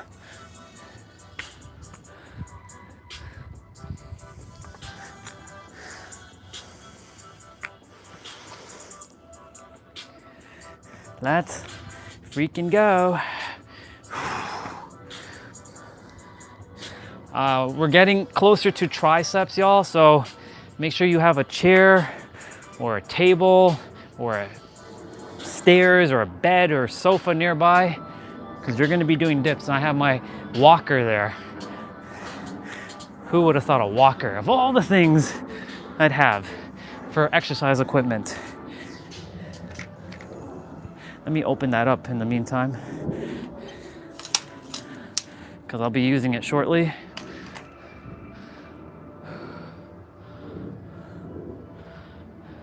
Hammer curls are next.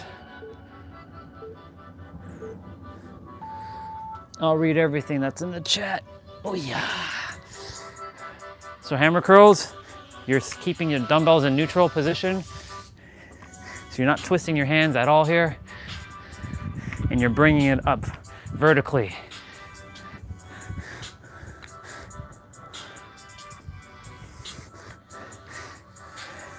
Mr. Dan there had to pause. He's feeling it in his arms. I mean, the video's like 3 years old now. It reminds me of home. Whenever I watch this video, palm trees, the Mexican kind of like roofing. Triceps are next. And we're doing dips.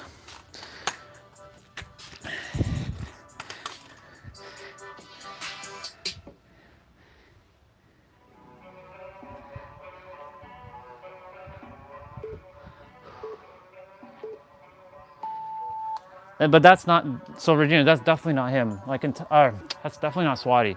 There's too many, the way he speaks is differently than Swati. I can tell by, and the thing is, he lives in Mississauga. Swati doesn't even know what Mississauga is. I mean, yes, she can Google it, but like, he lives near where her parents live. So it's definitely a different person. I can tell you that, 100%. Otherwise, because Swati's not coming back here. I'll tell you that. She loves me, but she's not coming back. She won't be coming back here, ever. She's already made that abundantly clear. So, I reach out to her on WhatsApp here and there, but that's why I said I had to move on. Yesterday we were talking about detachment, and I had to like really truly detach from like everything. I've liberated myself again. I'm getting back to the totality of the oneness that everything is. When I let go of it all, I have it all. That's the paradox and the irony of this. You let go of all, you have all. If you don't let go of all, then you can't have all. How interesting this world works, you know? It's such a paradoxical world, because everything's a paradox. Tate press. So with Tate press, you're going down and you're curving the dumbbell like this. You're going down like this. So it's looking like a chest press, but you're going down like this. And for those of you, you can be doing narrow push-ups, diamond push-ups, or even standard push-ups, because tricep has the ability to be targeted by 3 or 4 different types of push-ups. There's also called archer push-ups, but I don't really recommend doing archer push-ups right now. That's a little bit advanced. If you can do archer push-ups, amazing. That one's really good for your chest though. But archer push-ups are not something I would recommend doing, especially if you haven't really flexed your joints much. Don't go and do that one. I go against that one a lot because that one really requires you to have really, like, your shoulders has to be like locked in for that. And if your shoulders are not in the greatest shape right now, don't go and do it. Narrow push-ups. I will demonstrate what an archer push-up looks like shortly, just so you all have an idea what that looks like.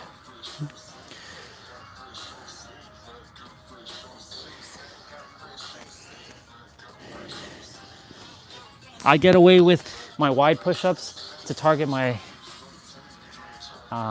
my chest, so that's why I don't do archer push-ups much.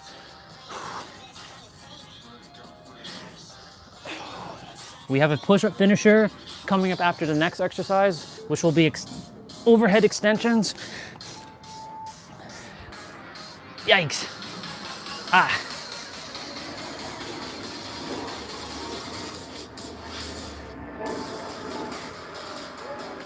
True, but I can tell you right now that's not her. I mean, unless you're psychic and you can see through it, which I know you can. I mean, if you think it's her, then it's her, but I'm gonna say it's not her. I'm gonna trust my judgment on that one, because otherwise she said she wouldn't come back, so I honor her words. Remember, I take words as they are. But anyways, whether it's her or it's not, doesn't matter. It's still a soul, isn't it? It's still somebody. So I'm gonna treat them with love and respect, regardless if it's her or if it's not her. So I'm gonna call him Mr. Phoenix. Right, Mr. Phoenix? I respect you, dude. And thank you for being here. But yeah, in any event, doesn't really matter. Who cares? Just love everybody as they are. That's what I'm here to do. I just forgot about that. All right, wide push-ups, standard, narrow, diamond. Go! You have 10 seconds.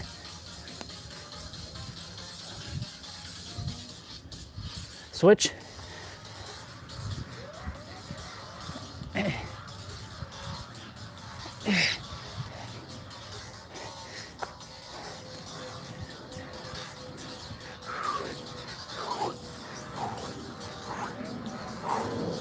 Oh my God. 2, 3, 4, 5. Shit. Let's go. All right. Wow. Good job, y'all. We're done. The only reason I got up there is because that last little one, I kind of like fucked my shoulder there. Good job. Oh man. Okay. Okay. It's not hurting, but it's, kind of like, gotta like, y'all hear that little cracking? It's like a little popping sound going on. This one's great. This one, I gotta just keep this like, yeah.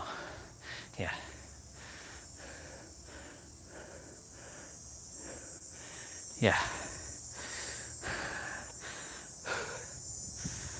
Right, it was you who said earlier, right? Just be a kind, what was the words you said? be a kind human, or I have to scroll up. You said something, and then I shifted the words a little bit. Let me just scroll back up. Ah, you removed all of it. Oh well. You basically said something along the lines of like, be a great human, and or something of that nature. Yeah, I'm doing my best now to return back to the kindness. I mean, I never forgot who I was. It's just that, shit happened. Shit happened. But that's neither here nor there now, because I feel like I'm back to my old self. By old, I mean my original true self, me before it all. But of course, I'm also now in another transformation to even let go of everything that I am. I just desire to be the creator in this body, like how Jesus and Buddha embodied the creator in their bodies, like Krishna embodied in his, Krishna was a guy, I believe, yes. I believe Krishna was a guy. How he embodied in his being, how the other deities embodied the creator in their beings. That's all I desire. Who knows, maybe I have that little circle over my head. You know how they all have that like yellowish circle? I don't really care for that. I just care to become Super Saiyan. Return back to my Super Saiyan powers and have blonde hair or silver like glowing hair. Yeah, okay. Time to stretch.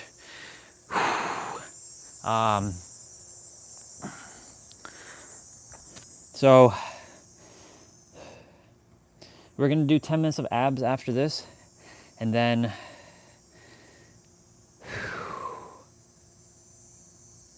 I have a lot of 55s to do.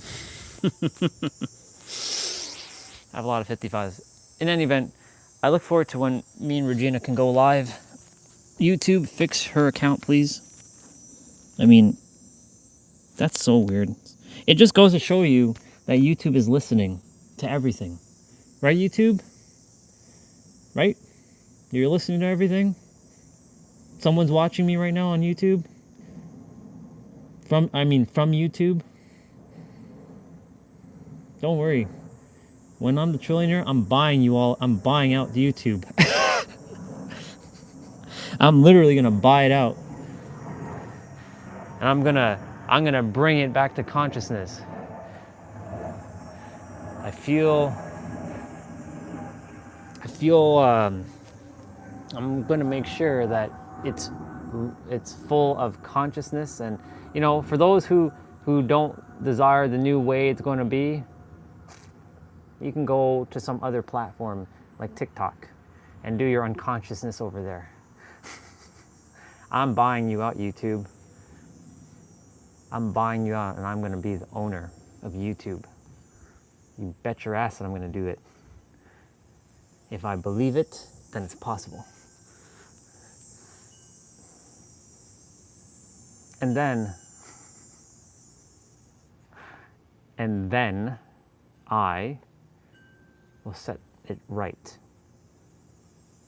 A lot of, algorithm things are pushing unconsciousness onto the platform from all different cultures and languages. It's time to bring the ones that are conscious to the forefront. But yeah, I'm letting YouTube know. We can't let him do that. You will have no choice but to let me, because I'm going to buy you out. Yep. You're going to hear it all over the world.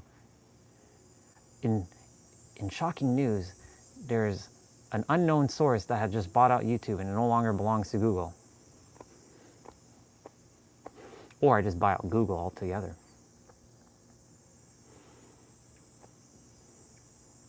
And change it to, we're not going to call it the Google service. We're going to call it the Orion service. All right, anyways, I'm sitting in a passive squat for a moment to just kind of stretch out my spine.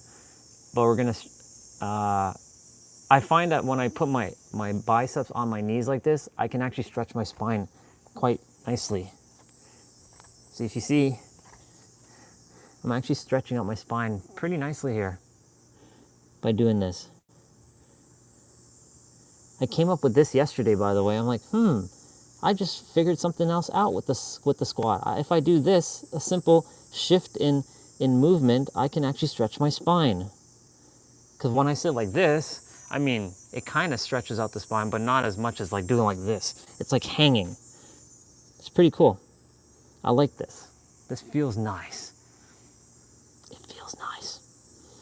And I can stay in this position because I built my flexibility.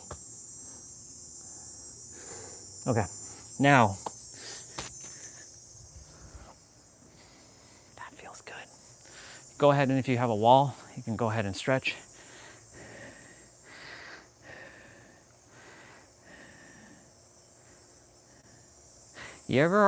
Have any of you ever felt the experience of, you just got up and you feel very, very lightheaded, but you feel connected with everything for a moment and then it disappears?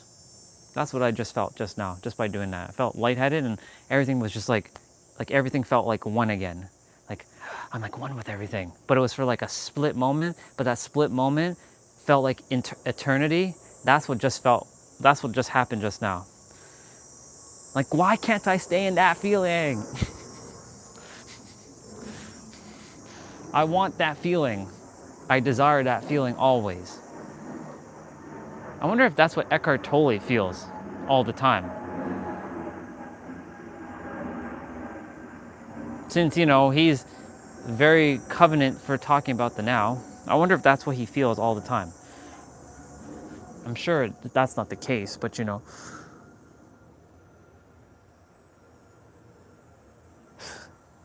What is this, new Cybot or Scorpion? Noob Cybot wins. This is a pose in Mortal Kombat. Noob Cybot wins.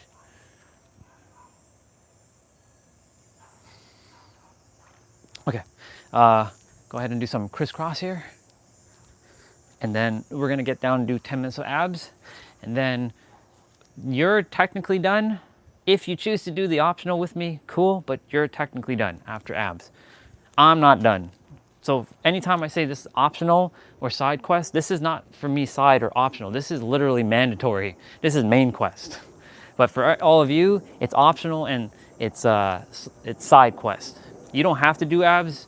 If you just do the 30 minutes, you're good. If you want to do abs, amazing. If you don't, also amazing. That's why I call it side quest and optional. But for me, it's mandatory. Like, I have to do it.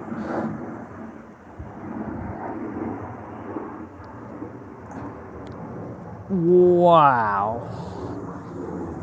Wow.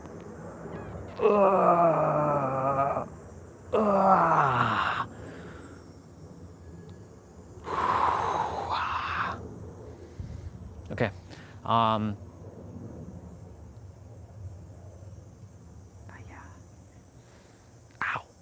My alien is still kind of there.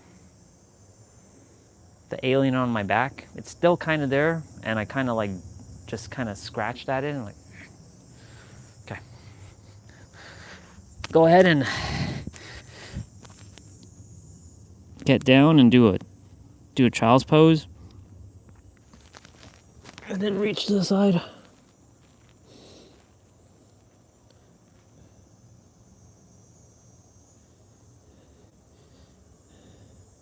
It feels nice to not listen to any music right now. That's what the now is right now. It's just to listen to the sounds of what's going on within my body, within nature itself. It feels good.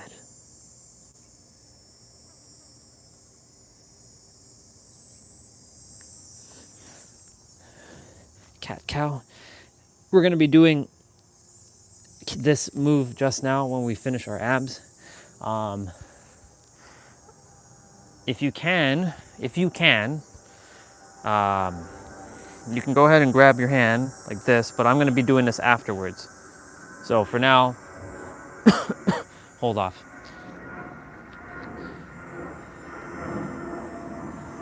I see gold energy sparks, and it reminds me of the floating gold sparks that ignites the move when commanded by the ascended master. The hologram is made of invisible gold lights that sparks, and that is what reacts to our vocal commands. Why does it have to be gold though? Why can't it be pink? Gold's like a color. I don't like gold. Creator, why did you make it gold? Couldn't you make it pink? I mean, I know gold is still part of the totality, but come on. If you're gonna make it a color, make it pink. Why does it have to be gold? It's all good. Hell, why couldn't it have been silver or platinum? Platinum would have been better. Why gold? Why does it have to be gold? Platinum and silver are my jam. I'm gonna change it from. I know you see, and I know that's just reality, but I'm gonna change it to silver and platinum and pink. Yeah. I don't like gold. That's just. It's one of those things like, will I ever wear like gold jewelry? If somebody was like, here's a gold ring, no, you can take it. I receive your gift, but I also don't like gold. Let me rephrase that. It's not that I don't like gold, I don't resonate with the color. There's harmony and disharmony. I'm in disharmony with the color gold. But it's funny. It's funny though. And yes, that I know because Brian showed me that. Because he's into music theory and he showed me all that. The color of sound. And he was explaining all that. And my consciousness at the time was like, he was more tapped into all of this before I was even thinking about any of this stuff. I'm like, damn, Brian was actually very connected back when when we first met. He wasn't into all that until he had his spiritual experience with DMT, and he did his tripping, and then from that moment on, he hadn't been the same. But he was like, he was talking about all this music stuff. I'm like, I wasn't really interested in all this stuff. But then he was the one that planted the seed before I went to San Diego about, sound is the foundation to life. And I kind of like, the universe is speaking through him to tell me the answer, but I was listening to him, but I wasn't listening to him. This was back in April 2023. And then, he's telling me about, sound has the color, and sound has this, and sound, I'm like,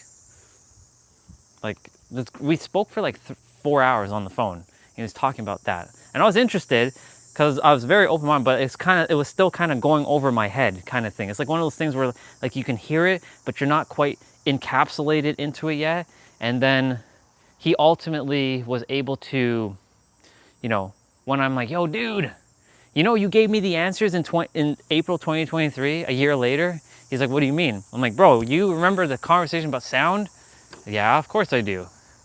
Well, basically when I was in San Diego, the creator said, my son, because, I didn't believe in the creator unless I heard my son. The answer to life is through sound and vibration. And you gave me all the answers and I wasn't listening properly. Yeah. He told me about the foundation of that stuff. Yeah. Yeah. Yeah. This is why I drew this yesterday.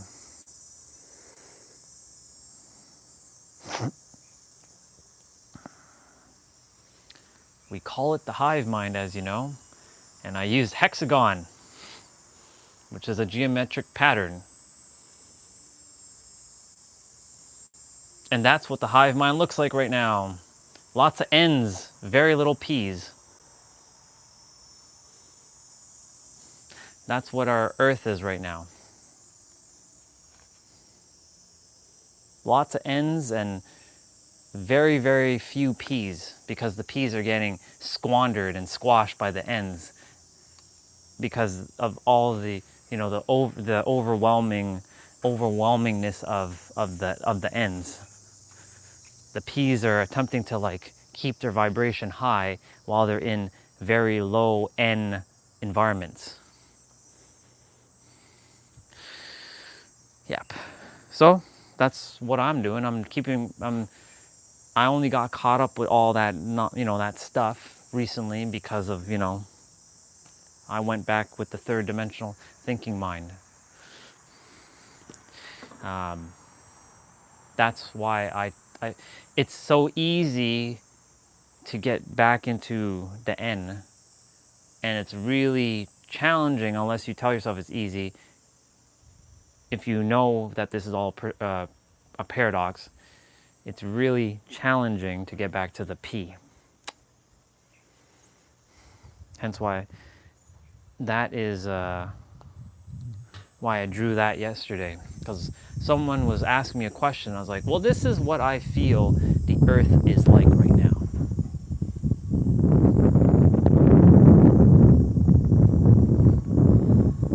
And there's specifically, I put P's opposite from each other because the P's are very far from one another, but they're in terms of this physical distance, but energetically they're linked.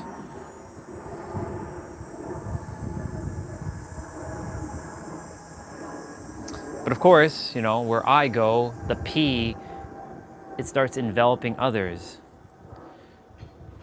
because I have a very powerful influence over others in my reality, both the P or the N. All right, anyways, enough of that. Time to finish this up. Damn, it's 1:28 already? Shit. Ultimate abs, y'all, let's go. Remember, ab exercises don't give you abs. You already have them, they're hiding under a layer of fat.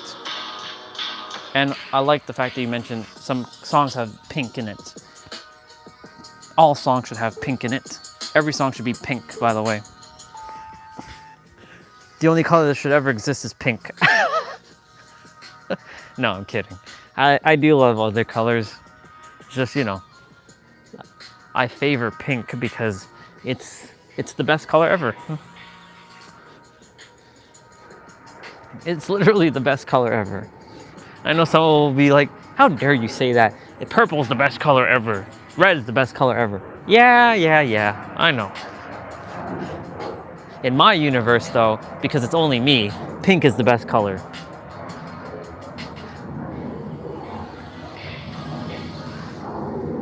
So we're doing reverse crunches, as you can see here.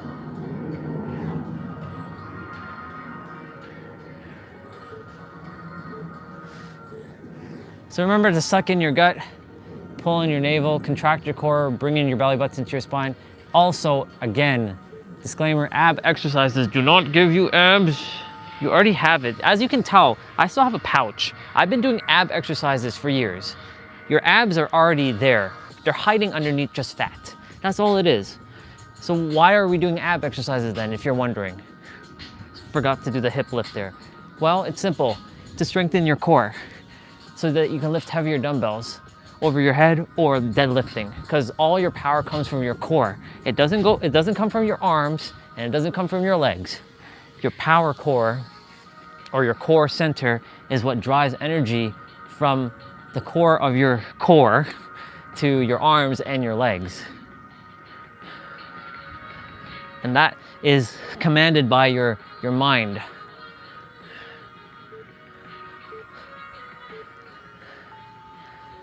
That's how this works. My biceps don't have the power unless I give the power from my core to my biceps to lift. That's why whenever you do any exercises, you can feel a strain in your core. Like if you really pay attention and you're lifting dumbbells, you can feel the energy coming from your core to the appropriate spot. Yeah. Ah.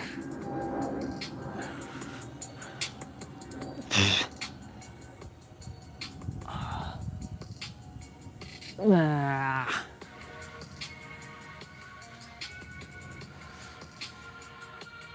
My eyes. What do you have for me, son? It's funny, yesterday Gentle Boy sent me a video of a woman who was in, like, she had taken drugs or something. It was like sushi or some pink something. She took something. And you know what she was saying? She's saying, look at the sun, look at the sun. The sun has the answers. Now, some of the other things she said wasn't accurate, like, you know, like, the devil is here, the devil is here. There is no devil. That's the influence of the drug.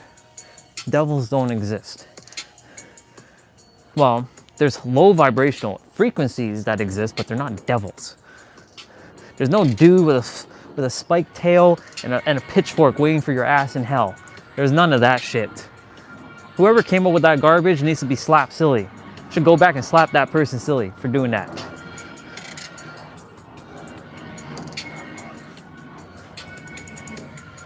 Creating all kinds of unnecessary fear. But it was for us to overcome that, to challenge ourselves.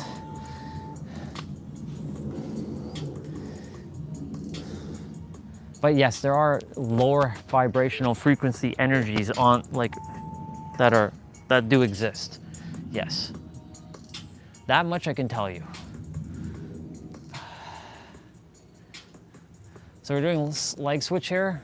Now, if you're having a hard time keeping your lower back flat, put your hands underneath the mat. Or if you want, challenge yourself and you can do that. You can keep your neck up or keep it down on the ground. Totally your call here. Meaning keeping your head down on the ground or keeping it up. Totally your choice here. Thank you for sharing what you shared, sister. I'm glad that some songs have pink, because if they didn't, I'd be changing that. I'd be like, how dare you make that song being orange? Oh boy, you left a lot of stuff there. I'm gonna look shortly. Uno momento, sister. Share what you share. I'm gonna read everything, I promise. Yeah! So we're doing straight leg sit-up. So remember here to keep your lower back to touch the ground first.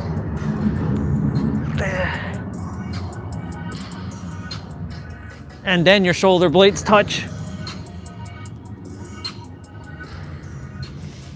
Yeah. Yeah. Yeah.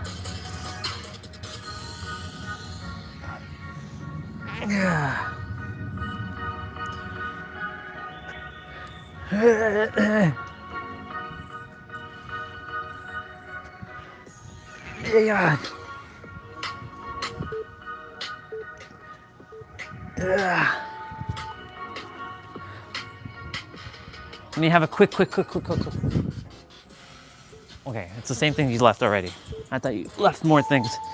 But I will read again, because I know I didn't get to fully be present to read everything.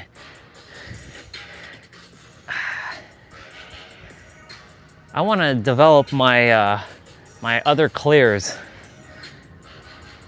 like the ability to taste color. I want to taste color. I want to know what it tastes like to taste pink, specifically.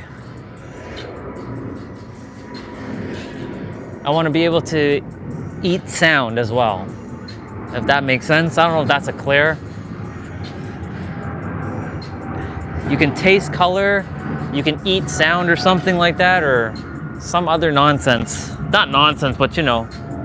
Actually, technically, it is, in a sense, not the word nonsense, like ridiculous, but nonsense, meaning like it's not our active sense that we are normally using, or usually our 5 senses. So that word nonsense is like, technically, it now has 2 meanings to it. How interesting. Never saw that before. So I'll have to explain that nonsense in a different context, because normally when you say, that's nonsense, like, you know, that comes from a, like, more of a negative connotation. You know, it's fascinating. They said the sky was supposed to be hazy, and yet it's not hazy, and I'm good with it being like this. I'll take it. I'll take it like this.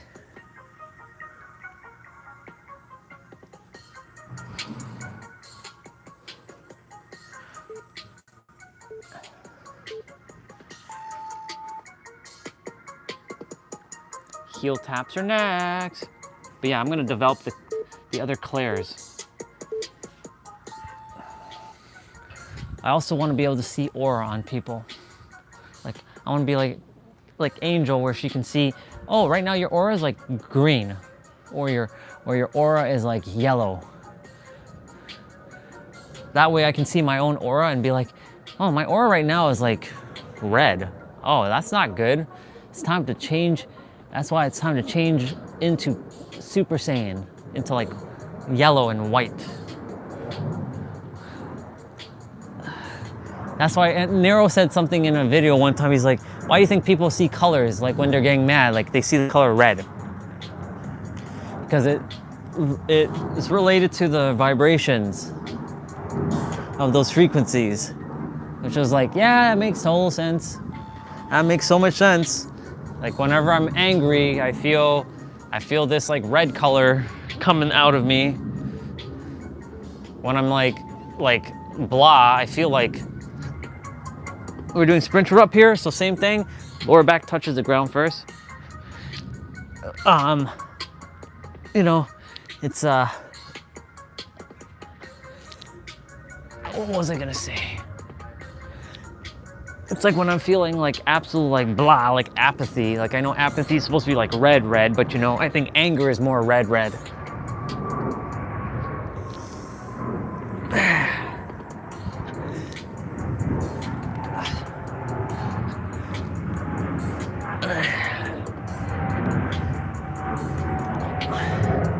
I think like apathy is like just pure black. Like pure, like absolute, like shadowy black. I mean, black is black, isn't it? There isn't any other shade of black. There's shades of gray, but not shades of black. Black is black, to some degree. Okay, y'all. Now let's read. All right, let's reread this again.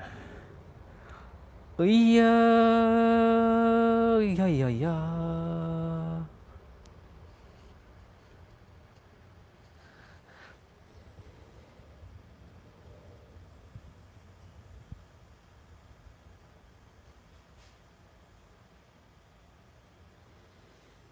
You see, I'm telling you, they don't want us to know, like they don't want people to know about these things. That's why, you know, your channel just kind of going with a strike right now, that's ridiculous. Because they know if you were to share all the stuff that you're about to share with the world, you know, as you mentioned, reptiles, right? I think you're still here. Just give me a hell yeah, you're still here. Hell yeah. I think you're here. I think that's you.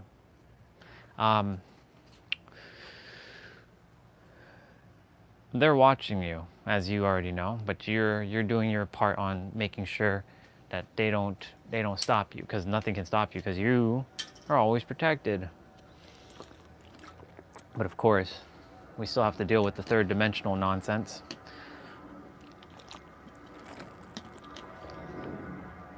It's all good. We will pass through. We will pass through all of that. Okay, we're done abs. Where the hell is the walker? Did I put that shit away? I put it away. Why did I put it away? Silly me. I'm like, why did I put that shit away? I require it. Yeah. I'm like, see, that's what you call being unconscious. Like, why did I put it away? I still require it. Silly me. I'm like, I don't know why I put it away. I still had to use it. Duh. Duh. A duh. A duh. A duh.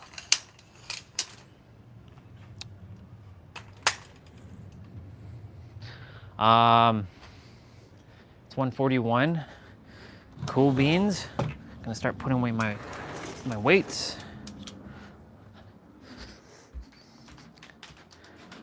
I definitely have to open up the window here.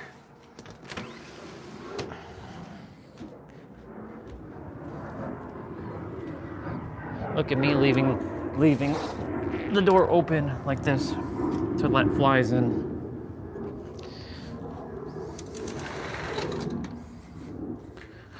I don't want any bubbas to get in here and to get hurt. They don't deserve to get hurt. The bubbas don't deserve to get hurt. Even if they eat me alive, they don't deserve to get hurt. Okay, we'll do mobility training after I eat food. But first things first, we still got those 55s to do. We got 4 55s to do. 2 with the resistant band and 2 with this thing.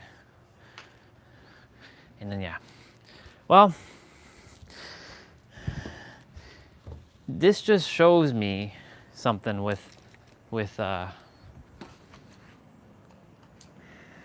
this just shows me something with how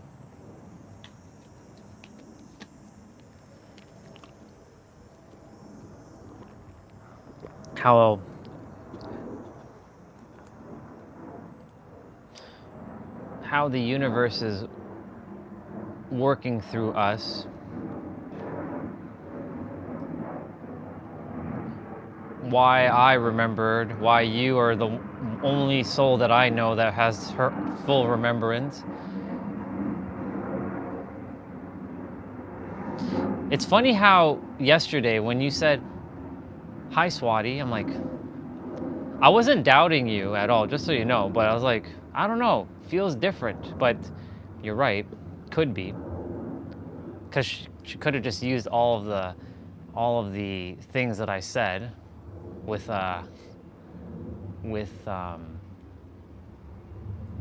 you know, all the things I've shared, like with Orion.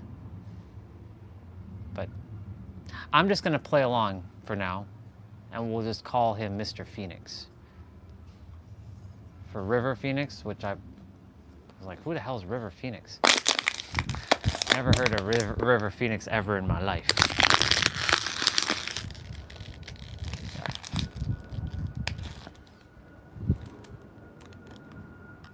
Yeah. It's interesting.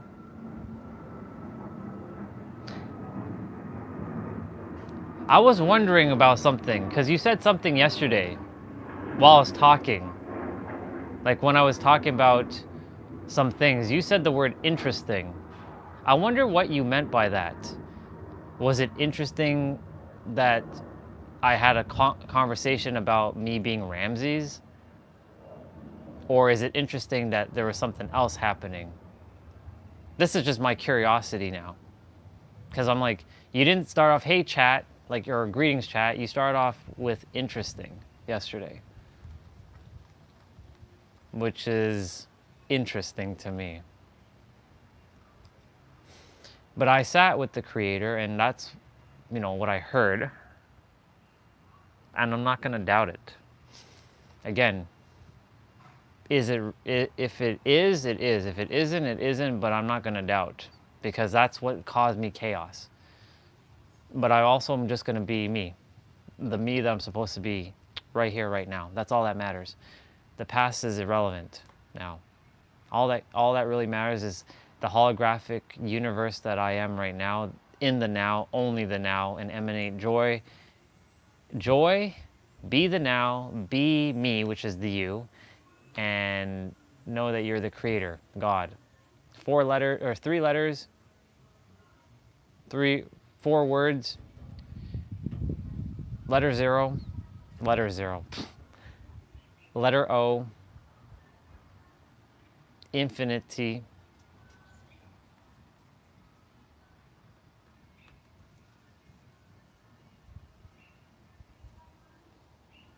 that house is far away and I can hear the music from here. That's loud.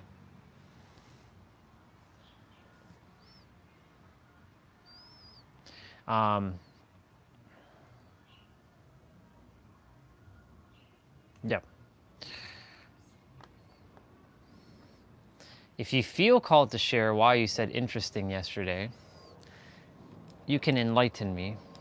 If not, no big deal. I'm not gonna poke and prod. But your call.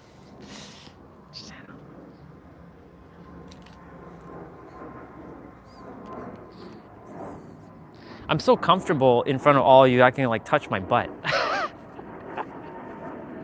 and scratch the front. Like, I'm not gonna go touch it, of course, but you know, like sometimes you see me kind of like scratching like there. But I've become so comfortable now, like, you know, like I'm not gonna go like, but that'd be a little bit, that'd be a little too much.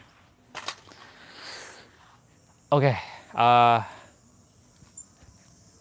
we got 55 of these dips to do. If anybody has dip bars and want to do this with me, cool, let's go. I'm not going to be doing 55 in a row, I can tell you that much. I'm going to be breaking it down into like chunks. So my first set, I usually get to like 20, but depending on my body and the heat and all that, it will vary.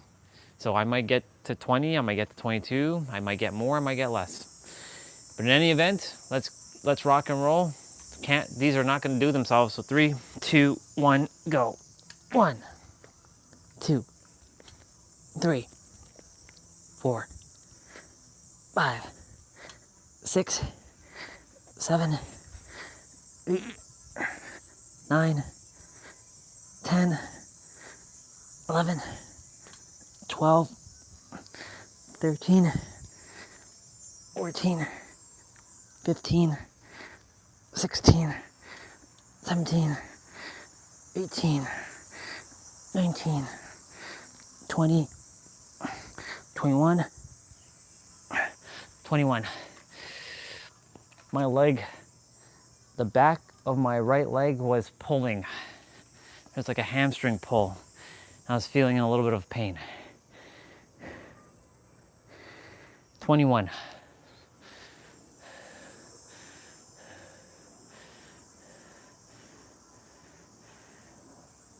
Judging by the silence, I think I either have my answer or you have no comment. It's all good. It's all good anyways. It's all groovy. I know you're also busy doing other things productive, so.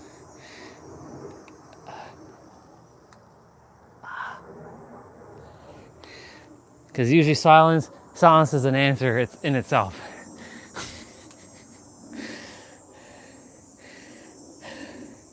All right, I can't be waiting too long in terms of the next rep, the next set. 3, 2, 1, go. 22, 23, 24, 25, 26, 27, 28, 29, 30, 31, 32, 32. So 11.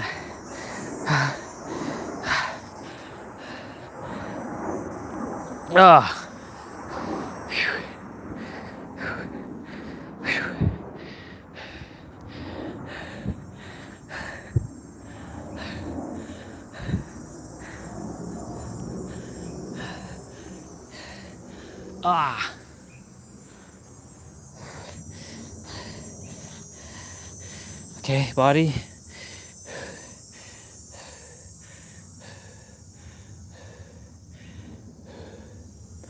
We'll do another 10 or 11. So we're at 30, we're at 32 right now. So that means we have 23 to go. Wait, no, we have 27 to go.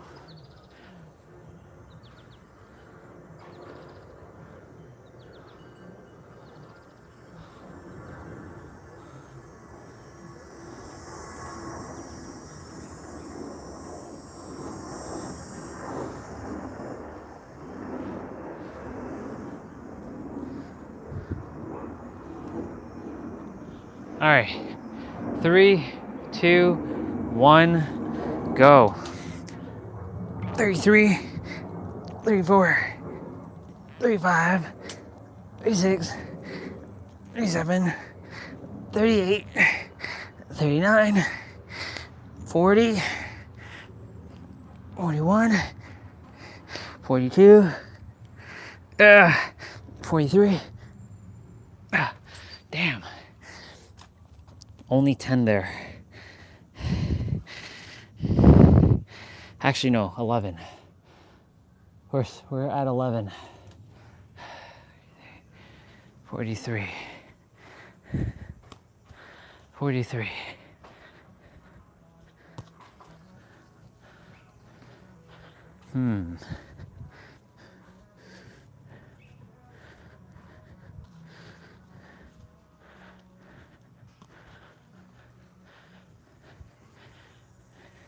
Something just caught my attention. There was a moment, I remember when you and T-Bird were talking, and you asked them, what did you do with your hair today? Yeah.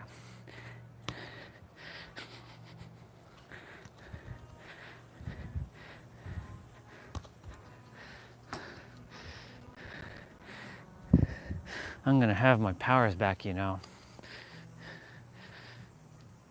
I'm gonna have it all back. I'm gonna activate more of my remembrance. And I'm gonna be able to do psychic. I'm gonna be doing psychic stuff. I'll be like,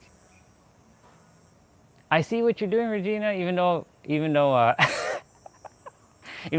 we may not be communicating in the physical, I'd be like, I see what you're doing. Or I'd be like, I see who that is. You can't fool me.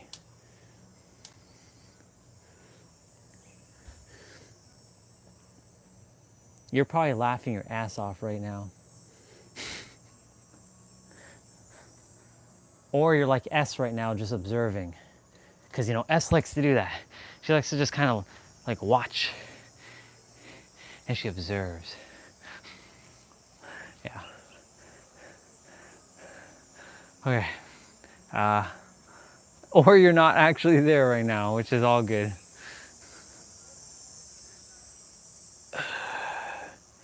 Okay, we got a few more to do.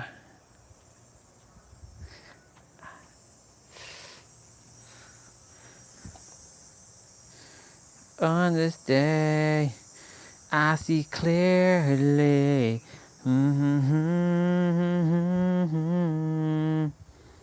Bad days.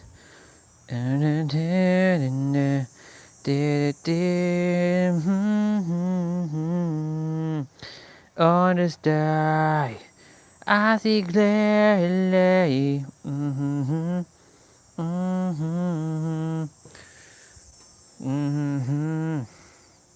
Do.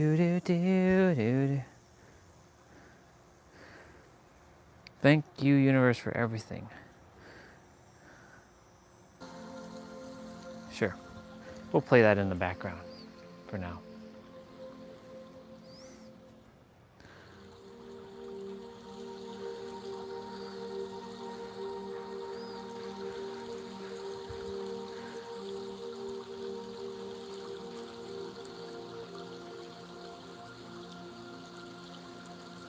You wanted me to stare at this thing.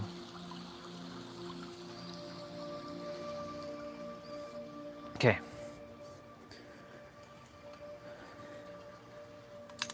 44, 45, 46, 47, 48, 49, 50, 51, 52, 53, 54, 55. Let's go. Let's go, legend. Car for car.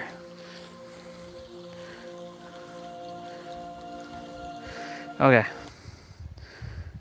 Ooh, what we got here? Hello, my loves, and welcome back to my channel. Today's video, we have a brand new pick a card reading for you, and this one is all about if you are stuck in a pattern or cycle that just keeps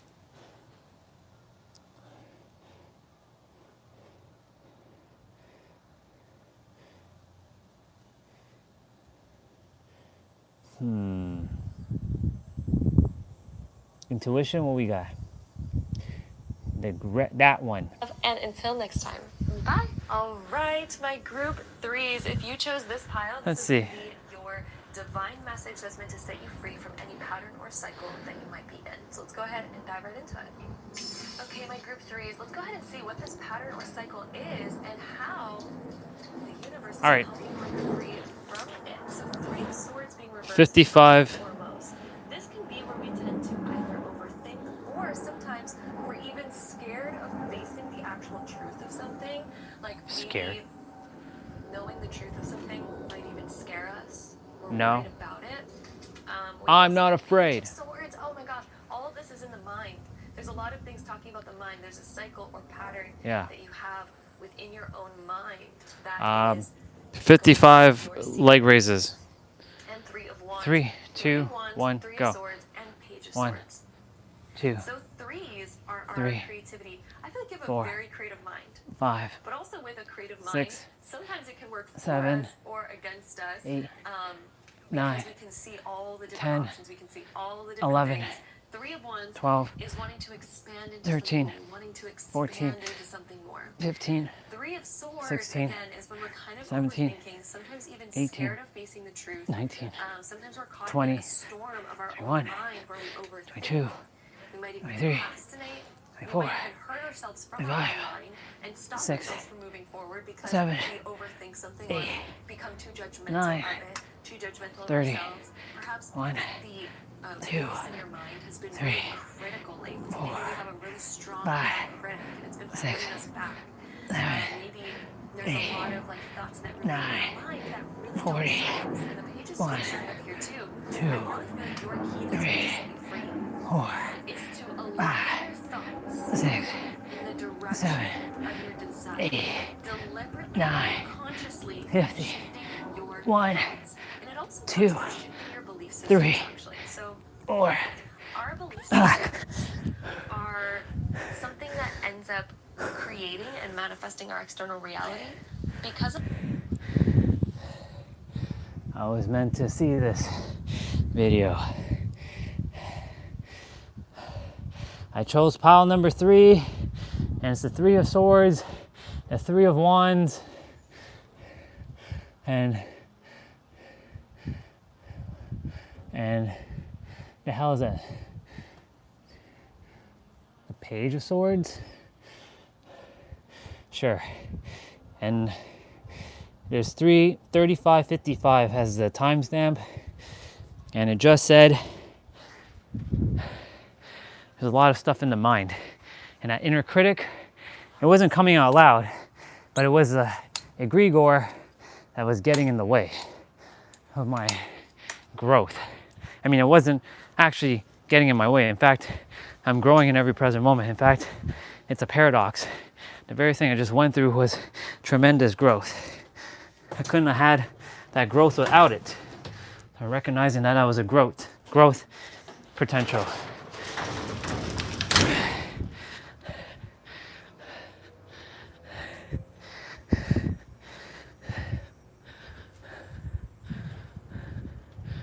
I see you, Jem. I see you. I see you, girl.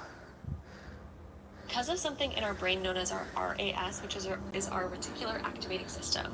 Whenever you believe something to be true, or whenever you're focused on something, okay, so if you're focused on failure, Oh, it's the big boy plane. focused on like the negative possible outcomes of a situation or something like this.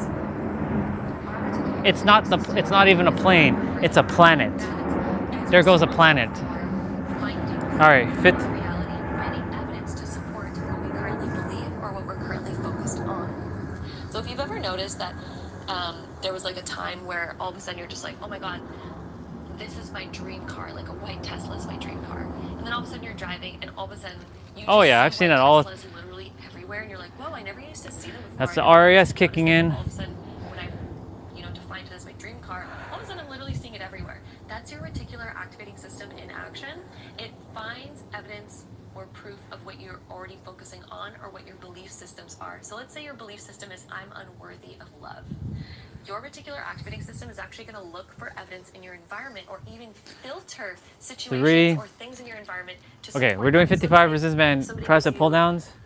or just comments And yeah, on these are resistance what bands. you're They use the wearing. principle of But let's say you elasticity. have a belief system of like, We're I'm doing unworthy, 55 of people this. don't 3, like me. 2, And then somebody 1, comments on what go. you're wearing. They're just like, oh, 1, like interesting black jeans 2, you chose to wear today. 3, Maybe they meant it in a way of just 4, like, whoa, this is like really interesting 5, and cool. Like, I've never seen jeans like 6, that before.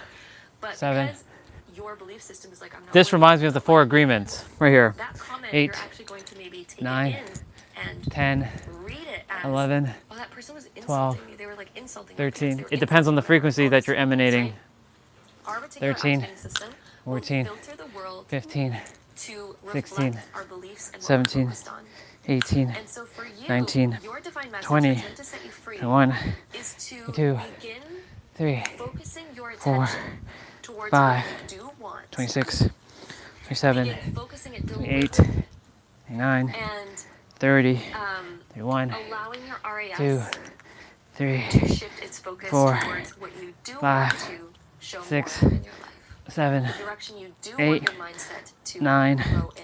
40, I really feel like what's going to set you free 1, 2, is defining 3, what you want to focus on, 4, creating new 5, belief systems for yourself, 6, such as I am worthy 7, of love, 8, and repeating that, 9, looking at that, 50, and repeating it, and every 1, time that your RAS 2, is finding 3, evidence to support your previous 4, beliefs, say, no, I'm coming back to my new belief. I'm focused on, you know what, I am worthy of love. You know what? I am a trillionaire. You know, I am a trillionaire. successful.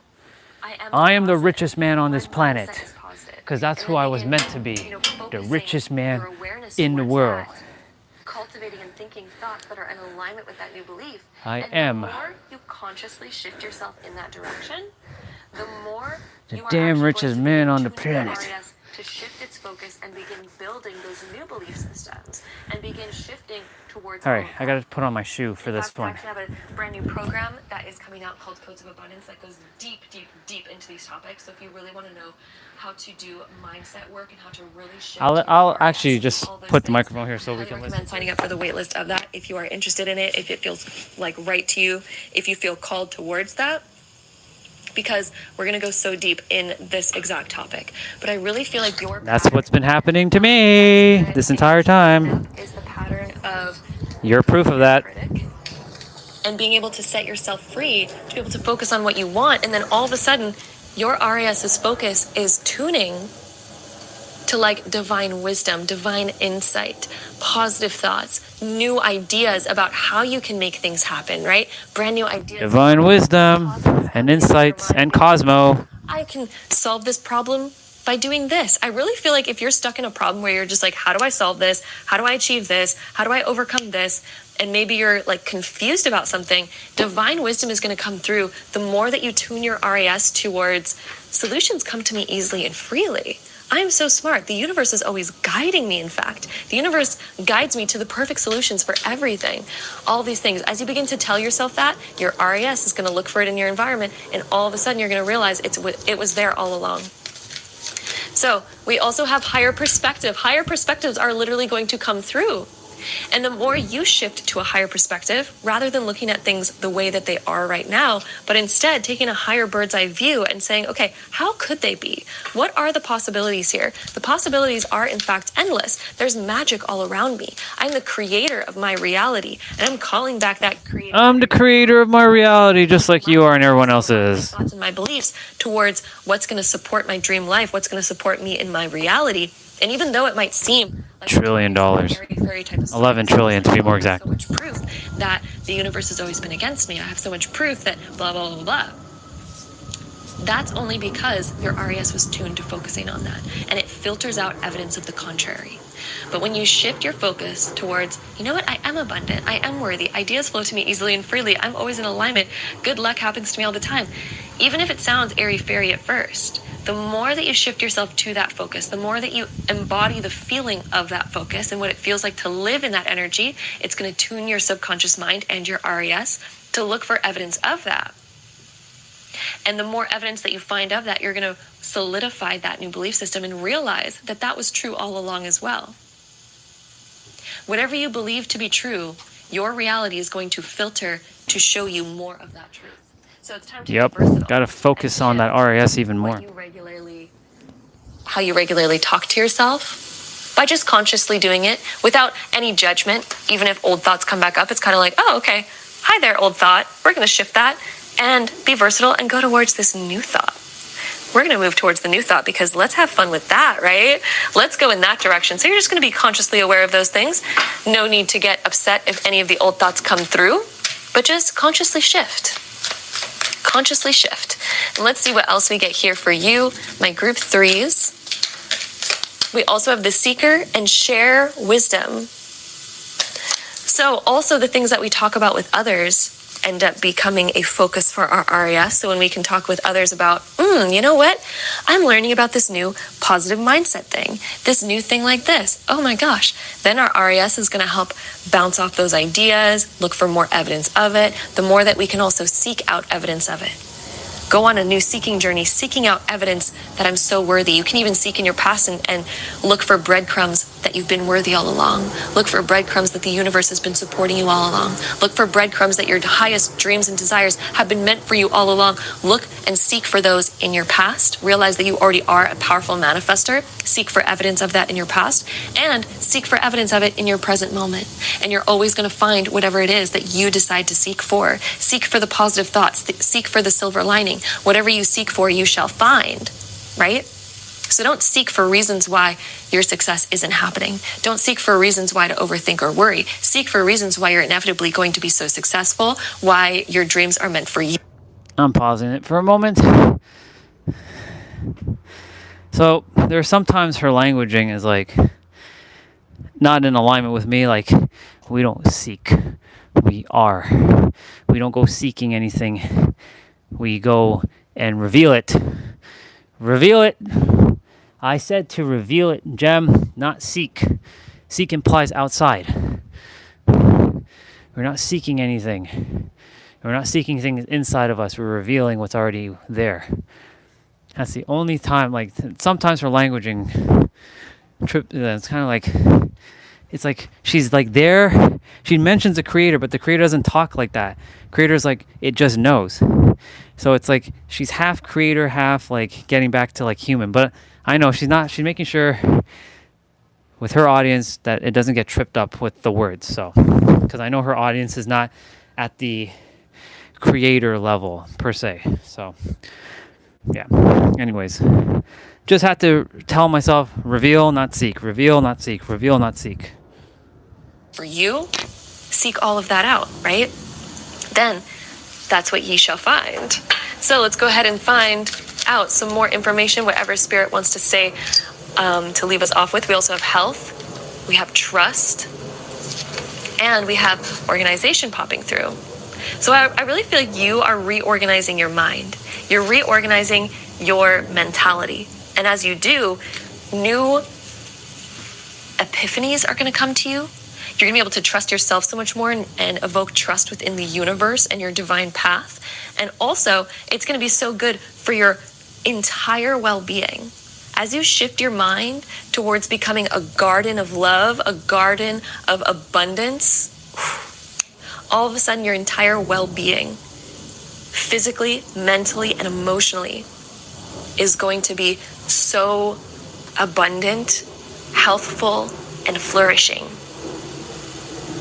That is your answer to exit that old pattern. And again, if you want to know more about the RAS, my program Codes of Abundance goes so deep into it and how to reprogram it and really how to take control and be the master architect of your reality. So let's go ahead and dive into our Astrodice to get any last information for you. So we have Saturn, the planet of discipline in Virgo in the 4th house. So this is about setting a foundation and a practice of discipline. So doing something daily and creating a daily routine of like, okay, daily. What do you all think I was talking about? Creating discipline? What do you think I'm doing every day? Creating disciplines. So that it trickles out into other aspects of my reality. And she just said that, literally. So I was meant to click this one. I meant to click everything. This is the RAS seeking shit out right now. I am going to say my new belief systems. I'm going to write them out and I'm going to read them out daily. And I'm going to remind myself of them 3 times a day, right? That's like staying disciplined. Virgo is very connected to Mercury, which is all about writing and rehearsing things mentally. It's also about creating a solid foundation on which you can build. The fourth house is your solid foundation that you're building upon. So it's creating a solid routine, something solid that you can follow, that's going to keep your mind moving in the direction that you want it to, and also having patience with yourself along the way, right? Patience and understanding, and guiding yourself in the direction that you desire to go, seeking for evidence, looking in your past, being like, okay, where's the evidence been there all along? The more that you seek it, the more you will find it. The more you tune your RES to look for it. That is your reading, all about how you can exit the current pattern or cycle that you might be in right now, and how you can set yourself free. This is all about setting your mind free, my group number 3s. And you are in control of your mind. And the more that you wire in seeking evidence that you are so worthy, that you're so capable, that your dreams and desires are meant for you, and the more you seek a positive mindset, the more you will actually find it and build that foundation, and the more it's going to become your new autopilot state of being. And well-being is going to be your natural state, because that's what you've programmed yourself to be. So that is your reading right here, my beautiful group number 3s. Thank you so much for joining me here for today's video. I'm sending you all so much love, and until next time, bye. Part of me wants to click one more. So I'm going to click it. This one starts at 333. Number 1s, if you chose this pile. So let's see what's going on with this one. So let's go ahead and dive right into it. 1 and 3. Okay, my group 1s, let's go ahead and see what comes up for you about the current pattern that you're in and how you are going to personally break free from it. So we have the 7 of Wands being reversed, and we also have the 5 of Swords being reversed. Ooh, okay, so there's a pattern here when it comes to not really being fully conscious of how our actions are leading us to results that maybe we don't really want. Okay, so this is when we feel like perhaps we're manifesting people in our life that are either belittling us, hurting us, taking action that all of a sudden we're just like, wait, why did you do that? I don't understand. This could be like people who... Sounds like me. You just can't really trust. At the present moment. Maybe you're a really trusting person, but maybe we keep attracting people that end up hurting us, or end I'm going to go get my protein shake in the meantime and get my food. Feel really competitive with, I'll be able to hear this from inside. Us down or putting us down, or they don't have our best interest at heart. So let's go ahead and reveal more about this pattern and why this is happening for you. So it kind of seems like there is... You notice how I walked away and she said reveal? Let's go ahead and see what really starts to come up here. So King of Swords, or King of Cups actually, being reversed. King of Cups showing up reversed. Our emotions, I feel like you're not quite fully listening to your intuition. That's why this pattern is showing up. Because you actually do have a very strong intuition. You actually have a strong inner knowing. I also am getting that you're an empath. And part of your empathic abilities is to really relate to people, to also really forgive people very easily. But one thing about the King of Cups, he did show up reversed. So for you, it's showing this disconnect from your intuition or from emotional balance that's either causing you to fall into these scenarios. But the King of Cups, when he's upright, here's your secret wisdom to overcome this and to break this pattern. The King of Cups, when he's upright, he's fully emotionally healed and balanced, but he also realizes that not everyone is going to have his best interest at heart. Not everyone is where he's at emotionally, and therefore we can't project our own emotional intelligence onto others. Because other people might not be as aware of it. They might not be as aware of other people's emotions as we are. And so the King of Cups, when he's upright, he realizes, okay, I'm going to listen to my internal emotions, but if somebody's showing me something externally, I'm not going to let my emotions all of a sudden waver and go and easily forgive again. Emotions can really help us be understanding and empathic. But when we remain strong in ourselves, that's where we're no longer wavering, no longer overly forgiving, no longer easily forgiving. There's something beautiful about being easily forgiving. But when we're easily forgiving towards people who are constantly betraying our trust, then we end up just becoming kind of like a doormat where people are just able to step on us or take advantage of us or other things like this. So the King of Cups, he's emotionally very aware, but he's also emotionally very strong, even though he is, leading with his heart, leading with his emotions. I have to wash a lot of dishes just now. Who he allows to give his time and energy and love to. The King of Cups, as you can see, he has a full cup because he's very aware of I'm not going to let my emotions or my depth or my time and energy go to just anybody. He has emotional awareness and emotional boundaries. He is forgiving and he does forgive, but he also doesn't necessarily open up his cup back to just anybody again. He doesn't necessarily be emotionally free with just anybody again, because if they betray him a lot, then he says, okay, well, I have these boundaries because I need to protect my own emotions. I need to protect my own energy, my own time, because I don't want to just pour out my cup or have a leaky cup, right? We end up having a leaky cup where we're leaking all of our time, energy, and emotions and all of who we are if we don't have strong boundaries to keep that water in the cup, right? To keep all of our time and energy and emotions well kept in the cup. Imagine if the cup has a leaky bottom because we keep forgiving people and pouring out our time and energy to somebody who keeps just wasting it or betraying it or letting it go. So your secret to overcoming this pattern is to have a stronger cup and to really begin listening to your intuition. Rather than, because there's a difference actually between being very empathic and intuition. Intuition is this inner knowing, I deserve better. I know I shouldn't be treated like this. And I know that this is clearly a pattern that they could overcome, but are they actually working on overcoming it? Are they actually overcoming it? And if not, it's about having that boundary over our emotions to release and let. So I heard the gist of basically what she said. It reminded me of the time when this channel was really, really busy and a lot of randoms were coming on, and I can be very chill and relaxed, but the moment someone starts saying something about me, I'm not gonna just take it and just accept your insults or your words against me. I'm gonna fight back and I'm gonna throw you into oblivion, because that's what I'll do. At the same time, with unconditional love, I'll just be like, nuke, nuke, nuke, nuke, nuke. And then I used to have this thing where once I get burnt by someone, I will never, and I mean it, ever see them.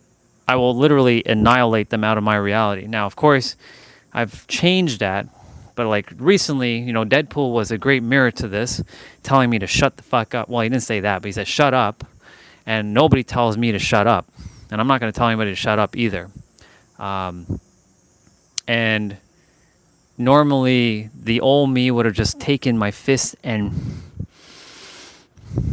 done that to him. I don't care if he's a little child. I would have smacked him silly for that. Anyways, while I was wiping the dishes, I was hearing her saying how, when you kind of get burnt, you kind of keep your guard and not allow your boundaries will not be crossed again to some degree. That's what I was hearing her talk about. And I was like, I resonate with that. Now, the current me, if you cross my boundaries, don't expect that I'm going to treat you with the same level of respect I did in the beginning. If you disrespect me, you best believe your ass is going to get caught. You're going to get got, basically. And so, for me, I'm doing my best to make sure I stay in unconditional love, but not be walked all over, because there's a fine line of being all lovey-dovey and caring and kind, and then when people take advantage of your kindness and they start to they start walking all over you, that's where I'm like, no. So there's a balance that has to be had. Everything has balance. But of course, I also don't entertain the idea that anyone's going to walk all over me, because as what Nero said, if you entertain something, it's a paradox, then that means you set up the frequency for it to happen in your inner world, and it'll be experienced on your outer world. So I'm also paying attention to not entertaining that either, that everybody that I run into is all unconditional love. Going forward, unconditional love, unconditional love, unconditional love, and keep reminding the RAS that humans who are still not quite at the creator level are unconditional love. Unconditional love. They forgot. Unconditional love. Unconditional love. Unconditional love. Unconditional love. Unconditional love. And keep that on repeat. Over and over and over and over and over and over and over and over. That way I don't run into anyone who's like, who are you so and so thing. Like I don't run into that in my physical reality. So I have to do that in the virtual reality now, the internet world we call it. It's still real life though. It's still still real people on the other side of this other screen, you know. So just got to remember that. Unconditional love, unconditional love, unconditional love. Say it with me, all. Unconditional love. All right. Y'all can listen to the rest. I'm going to finish up packing dish, warming up my food, getting my protein shake, and it's 222 here. And there's 2 people. Let go and have boundaries, really just to have boundaries. And so your key is to have boundaries to protect your time, energy, love, and emotions. And to also release what needs to be released, saying what needs to be said, having deep conversations, having the depth of conversations, and really beginning to see, is this just words or is there action to back it? Is there action to show that these words have meaning and value? And the ability to, again, walk away and release what no longer serves you, realizing that you do deserve better than that, and upholding those boundaries to keep that. Not being afraid to leap to a new lily pad if one of them is clearly unstable and continues to sink, right? Oh, I feel like that card really wants to come out. We also have speak truth, the ability to really speak your truth, to speak your mind, to have those deep conversations, to speak what you really think, how you really feel, and to open up with your words. That's another one of your keys, to open up with your words, to say what's really on your mind, to speak your full, authentic truth in order to set your voice free, in order to set yourself free as well. So let's see what else comes up for you as well here. I also feel like that card wants to come out. So let's see. We also have the Weaver. What I think as well for breaking this pattern is you see the sword with what you're weaved into. Sometimes we almost feel like it's hard to let something go because we're so invested into it. I heard what she said. Speak my truth. Speak my truth. Authentically speak my truth. And I will continue to say that you are the creator, whether you like it or not. But I won't say it like that. I'll say you are the creator, but you can also say it as you are unconditional love. And if you tell me that you're not unconditional love, I'm going to slug you a new one. That is me being authentic and real. So you best make sure, if you don't want to consider yourself the creator, then you best make sure that you know that you're unconditional love. Capiche? Comprende? Understand? You got me? Good. Unconditional love. Because that's who you are before your conditioning and your programming.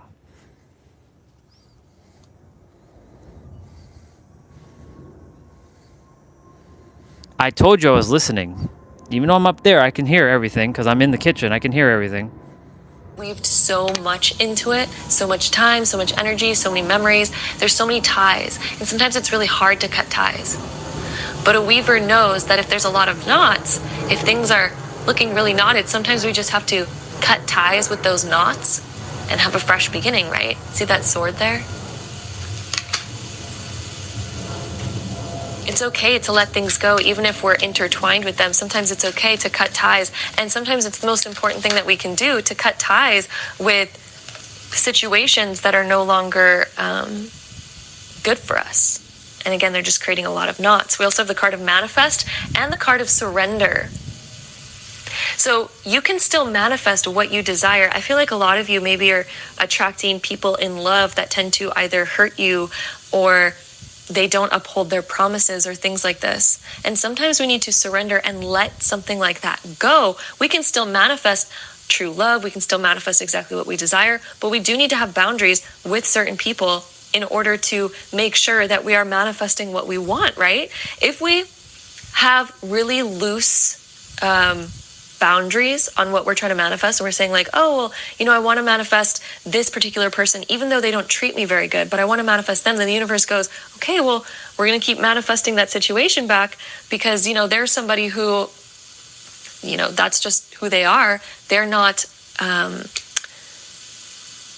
showing up in what you want to manifest, but if you want to manifest that, then okay, we're going to continue having this pattern, right? Until we uphold those boundaries and we say, no, I want to manifest somebody like this. And if this person isn't showing up to that, if they're not meeting that, well, then I'm going to go on my journey and I'm going to surrender to what's showing and I'm going to release that and hop to a new lily pad to manifest what I do actually desire, right? But we have to get to the bottom of it by be willing to communicate, fully communicate, and really see what's being written under, you know, the words, because a lot of people, they can come up with like really pretty words, they can say like really pretty things, and it can sound all good and nice, but at the end of the day, are they really actually showing up and being that truth and embodying the truth of what they say? And if not, sometimes it's okay to cut ties, to hop to a new lily pad, to surrender to the situation, realize I can still manifest what I want, but maybe it's just going to show up in a different way than what I previously thought. Maybe it's going to show up being somebody else. Maybe it's going to show up with a different opportunity. Maybe it's going to look something different. Maybe I think it's this because I see the potential. And when I said slug you like this, I meant with love, just so you know. I don't mean to actually hurt anybody. Wow, look at that. I peeled off all of this off the wood with my feet. I only love you all. So I only desire you all to know that you are all unconditional love. This pattern. So we have Neptune in Virgo. Neptune is actually the planet that talks about wearing rose-colored glasses and kind of living in a little bit of a fantasy. Virgo brings reality to the fantasy. Virgo is Earth, and it brings reality. It says, okay, what is actually showing up? It's also ruled by Mercury, which is all about communication, right? So getting to the bottom of something, really being willing to see it for what it actually is, to be able to rose-colored glasses. The pattern by really looking at it for what it is actually showing up as, then being willing to hold boundaries around that. And the 11th house is realizing that there's so many other options out there, opening you up to the entire world, realizing that not everybody's going to show up in the same way. And there are people who match exactly what you desire. There are people who are going to match your energy, friends, lovers, partners, all types of people who will support you for being you and show up authentically, perfectly as themselves, and they won't give you empty promises or stab you in the back or other things like that. But we do need to have boundaries of saying, okay, I'm no longer willing to tolerate that. I'm willing to release and let it go, even if that means I have to be alone for a little bit.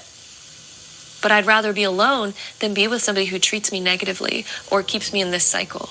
We have to uphold those boundaries first before the universe is even going to be able to manifest us something that is equal to those new boundaries, right?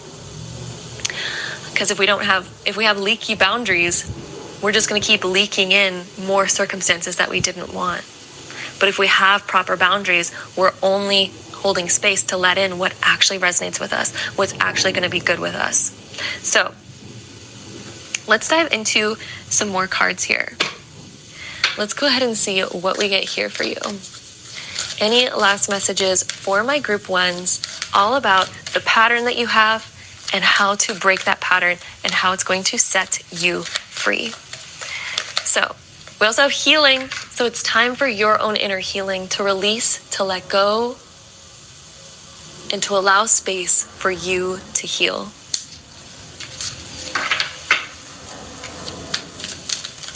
The only way to heal as well is to first take that step, that you have to take the bold step, and then give yourself space to heal, and you will heal from it. We have new beginnings. So this is going to lead you to a brand new beginning where you're no longer manifesting those negative things in your life, negative people in your life, And then we have organization. Things are going to be so much more organized. I also feel like this is you manifesting people that are upholding what they say. This is planning out what you actually want. Things will now come to you so easily that match what you've planned. But we have to be organized, right? Like, let's say that we say like, okay, we're going to organize our books all in colored order. But then all of a sudden, you know, somebody's putting the books on the shelves in the wrong order and we're just like, oh, okay, I'll forgive you. I'll forgive you. I'll forgive you. It's just like, no, eventually we're going to have to get to a point where we uphold this boundary. We say, no, these books are going to be in this order. It's going to show up like this. The same thing for your love life, for your friends. If people are showing up in chaos and they're just always with a chaotic energy, always unpredictable, always doing things that are opposite of what they say, eventually we have to get to a point where we're like, no, I'm going to fire that person. They're no longer good for this company, this energy, this space for myself. Eventually we have to come back to, okay, what did I plan to do? Who actually matches that? Who upholds their, you know, purpose, their job in my life? Hopefully that analogy is making sense there. But my group number ones, that is what we have for you. All about the message that is meant to set you free. I really feel like your biggest thing is about having boundaries and truly upholding those boundaries and being willing to let go and release anything that doesn't match those boundaries. Being willing to have a new beginning, to heal, and to plan out and get clear on what exactly it is that you desire, what exactly your boundaries are, and being able to uphold those to have everything stay organized and no longer allow in chaotic energy or things that do not serve you. So again, that is what we have here for you. My group number ones, I hope it resonated with you. I hope you enjoyed this reading. Thank you so much for joining me here for today's video. I'm sending you all so much love, and until next time, bye. It's time to hear number 2 because I said screw it. Let's do it. Let's hear number 2. All about your current pattern. There's only 3 groups, so we may as well listen to all 3. All right, my group 2s, let's see your current pattern and how you can break free from it. Okay, so we have the Tower, the Ace of Pentacles, and the 10 of Cups. Ooh, your current pattern. There's something where we're needing to come back to the foundation of what we're building, the actual foundation of it, and watering it so that it can come to its full fruition. The 10 of Cups symbolizes something emotionally that we're wanting to achieve and somewhere emotionally that we want to be. It also symbolizes a lot of success, but the secret about the 10 of Cups is that the success comes through going through storms, going through rainy spurts, going through a lack of clarity, even getting lost a little bit, or going through challenges or obstacles or things like that.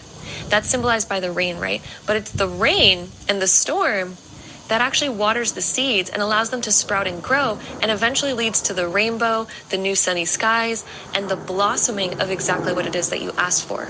So actually, your current pattern that you're manifesting right now, I feel like you're manifesting for one, material success, and there's probably something really big that you're desiring to achieve materially. It could be a very particular thing that you're just like, I really want to get there. I really want to achieve this. I really want to manifest this particular thing.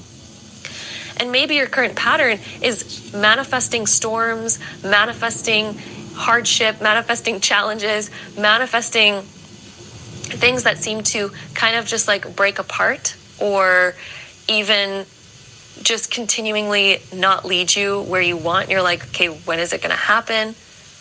How am I going to get there? And the thing that I'm actually feeling for you is the truth that's going to set you free is learning from any challenge that comes your way. And instead of looking at that challenge like, this challenge is just standing in my way. This is another random thing that's standing in my way, or this is another piece of resistance. And maybe you're looking at, how can I overcome the resistance? How can I stop resistance from happening in my life? But instead, if you reframe that and you look at it as, what is this teaching me? How is this helping me grow higher? How is this helping me build my tower towards my success? When you reframe everything that you're going through and look at it in that way, all of a sudden you're going to gain all the epiphanies, all the deep wisdom that you need, that has been divinely set up for you to achieve your goal. A lot of the times, whenever we set out an intention and then a lot of resistance shows up, or setbacks or failures or challenges show up, a lot of the times we look at that as like, maybe the universe doesn't want me to go after this goal. Maybe it's not meant for me. Maybe it's too big for me. Maybe it's too hard to achieve. However, that could not be further from the truth of what's actually going on.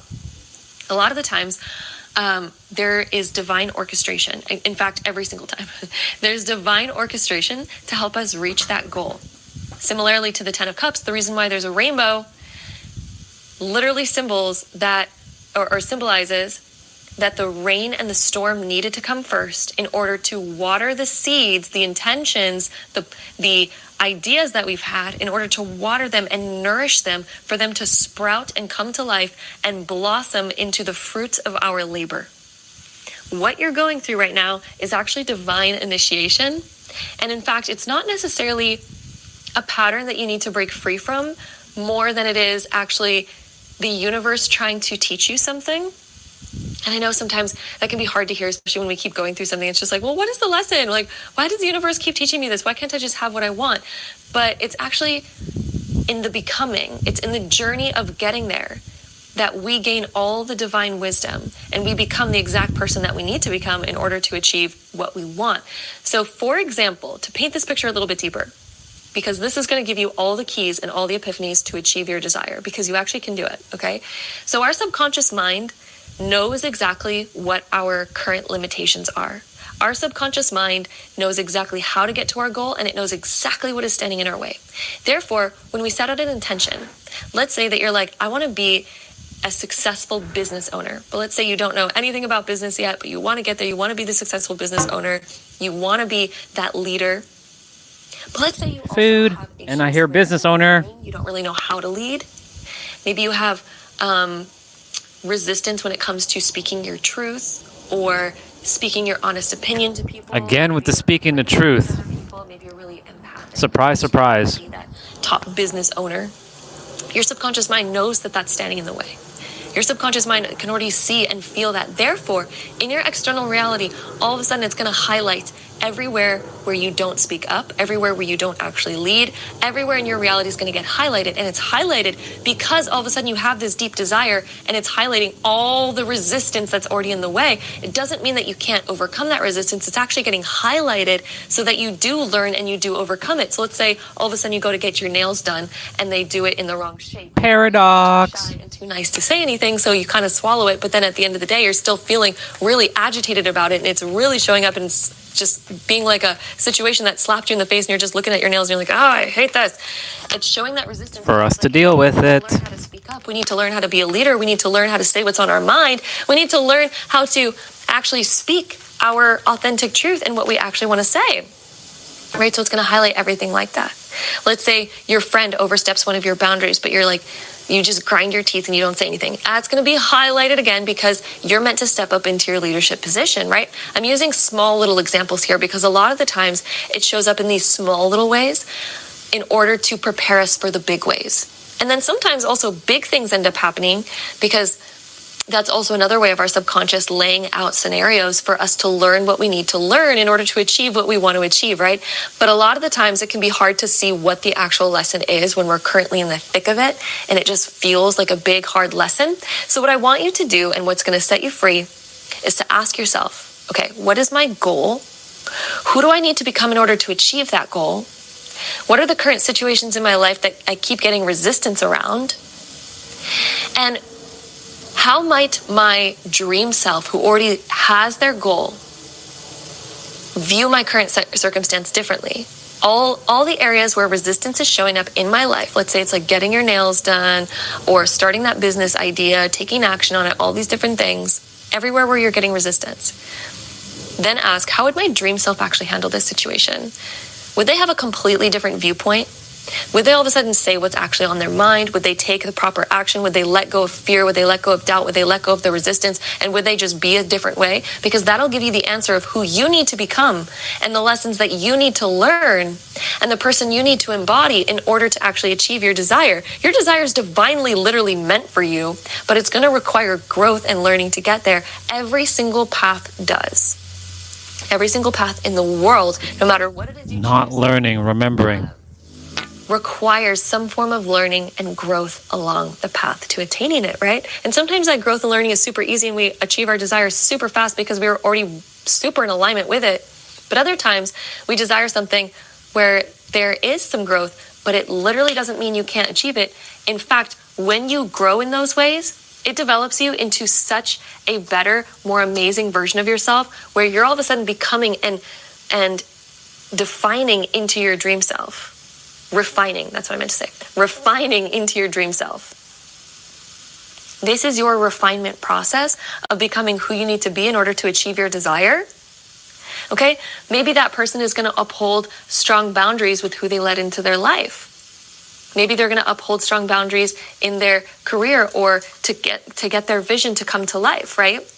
Maybe they have strong values that they uphold and they take action to uphold them, even if it means that it's going to delay more, even if it means it's going to take a bit more time. Maybe your dream self who's living your dream life has certain boundaries and certain values that they're like, yeah, I would do this and I would do this because that's going to make it perfect. That's going to make it actually in alignment rather than just getting some quick win or something like this, right? This is your key. So this is what's going to set you free, is literally reframing what you're going through, realizing that it's divine resistance, it's divine delays, making you into the most refined dream version of you. And now's your time to get wild, to do things differently than you've ever done them, because in order to get where you want to go, you have to become somebody new. So this is your invitation to no longer be who you were or who you have been. Rather, it's your time to get a little bit more wild, break out of the old barriers and boundaries that you've confined yourself in, and think, who is my dream self who's living my dream life? And in what ways have they set themselves free that I'm still holding myself back in? And as you do that, woo, you're going to be able to speak your mind. You're going to be able to be strong, take action, act on instincts, become who you truly are. Because I actually feel when you think about a dog and a wolf, the dog is the one who's domesticated and loyal to what everyone else has told him to be and has been trained and programmed by, their family, their owners, things like that. Whereas the wolf represents the wild one who's just coming back to their own internal self, their own internal instincts of who they naturally are on the inside, and takes away all that programming that has suppressed who they actually are. So when you think about who's your dream self, who are you actually, when you peel behind We the wild ones, y'all. We the ones. Maybe I'm somebody who I love to express myself. I love to live passionately. I love to do this. I love to do that. This is who I am down inside before society or family or all these other people told me who I should be. Right? When you uncover who you really are, that's going to be your secret to overcoming all these patterns in your life. That is going to be your secret to achieving your biggest soul's desire. Let's see what else we get here for you. We also have, it's time to withdraw. So withdraw from your old things that you used to do, like the old action you used to take. Withdraw and go within and realize, who am I really? So before taking action, before doing something, ask, who am I really? Take time to reflect on that. And then the wildling, it's time to set yourself free. Look at the scissors on the hair. It's like taking away who you used to be, deciding to do a big transformation and getting wild. Get wild and the wildling. This is your time. You have so many cards coming up talking about letting your true self free. And maybe you need to withdraw to find and ask, who is my true self? Who am I really underneath it all? Who have I repressed? What are all the aspects of me I repressed? And here's your key to understanding that. I'm going to give you another massive key here. Whatever qualities that you admire in other people are usually qualities, or in fact, all the time. In fact, if you ever admire a quality in somebody else and you're like, oh my God, that's so inspiring. I wish I could be like that. I love that this person is this way. It is actually all the time a aspect of you that you have deep down inside that's waiting to get activated and turned on. That's why you resonate with it. That's why it all of a sudden activates this internal inspiration within you, is because you actually already have that within you. Notice she's saying activate. Here. Because it's like, that's who I really am. I'm resonating with that because you already have it within you. That's another secret. So let's go ahead and see any last other cards here. And we're also going to get into our Astro Dice to get any last messages for you, all about the message that's meant to set you free to end a cycle that you no longer want to be in. So again, if you've been getting a cycle of like lessons, a cycle of hardships, challenges, setbacks, The way you're going to set yourself free is to realize that those have been divinely meant for you. And when you can ask, how is this actually serving me? How is this proof I'm going to get to my goal? How is this supporting me to get my goal? Whew, flip the script. That's going to add new inspiration for you. Anything that you're inspired by is divinely meant for you. That's why you resonate with it, because it sparks something in your soul that your soul resonates with, right? And let's see. We also have authenticity. The more you can be authentically yourself. We already had these messages already coming up. So this spirit is just repeating everything that was so divinely meant for you. Your key is to follow and evoke all the aspects of you that you're inspired by in others. That you're like, oh my God, I love that this person just speaks so freely. I love that they're so authentically themselves. Well, that's because you're meant to be that. That's because you already have that within you. So now it's time for you to become fully and authentically fully yourself, to allow yourself to get wild, to break out of these old paradigms and boxes that you've been boxed into, where you've maybe withdrawn and said, oh, I need to repress that part of me because other people once made fun of it, or other people didn't like it, or society doesn't like it, or I'm supposed to be like this in order to be accepted and loved. No, no, no, no, no. We're going to break out of all of that. We're going to become our most authentic selves. We're going to allow our voice to get wild and free. We're going to allow ourselves to become more ourselves, and we can refine that as it goes and say, okay, how does my dream self actually act? What are their boundaries? How did they uphold themselves? What are their values? And as you become that, as you refine into that, whew, all of a sudden your dreams, inevitable, you're going to be fully in alignment with them, and they will be manifesting on autopilot. I actually have a brand new program that's coming out called Codes of Abundance, by the way. It is going to go so deep into exactly this topic, in fact. So if you're still just like, okay, how do I actually do this? How do I actually manifest what I want? The Codes of Abundance course is literally going to give you all of the tools and epiphanies and everything that you need to manifest exactly what you desire. It is the most amazing program. It's just having confidence and conviction that you already have it. If you want to sign up for the waitlist down below, just in case it's not out yet when you're watching this, or if you're watching this much later, it's probably already out. Link is down below for it. You can click to join and all of that good stuff. But let's go ahead and dive into your Astro Dice to get any last information for you. So we have the North Node in Gemini in the 7th house. The North Node is your destiny and who you're meant to become. When we're talking about the 7th house, this is important partnerships, people that we are going to get in touch with. And it can also represent your most authentic self, in fact, because it's very connected to the Lovers in Tarot, which also represents your authenticity and being willing to be seen for all of who you are, to speak your authentic truth, and also realizing that sometimes when we become our most authentic self, people who don't resonate with us will fall away, but the people who do resonate with us are going to come into our lives, and it's going to be the deepest, closest, most amazing friendships and partnerships we've ever been able to manifest, because it was built on authenticity and truth. And that's what Gemini is also connected to, right? So your whole purpose, the reason why these lessons are coming up is because you're on a self-discovery journey of who you really are to become the most inspiring version of you, who's The totality of it all. inspiring version of themselves. Because guess what? When you are your most authentic self, you will be the person you're most inspired by, because you're going to resonate with you on a whole new level. You're going to be like, oh my God, I love who I am because I'm just being all of who I want to be. And that's dang inspiring, right? And the things that you're inspired by are keys to unlocking and discovering who you actually are deep down inside.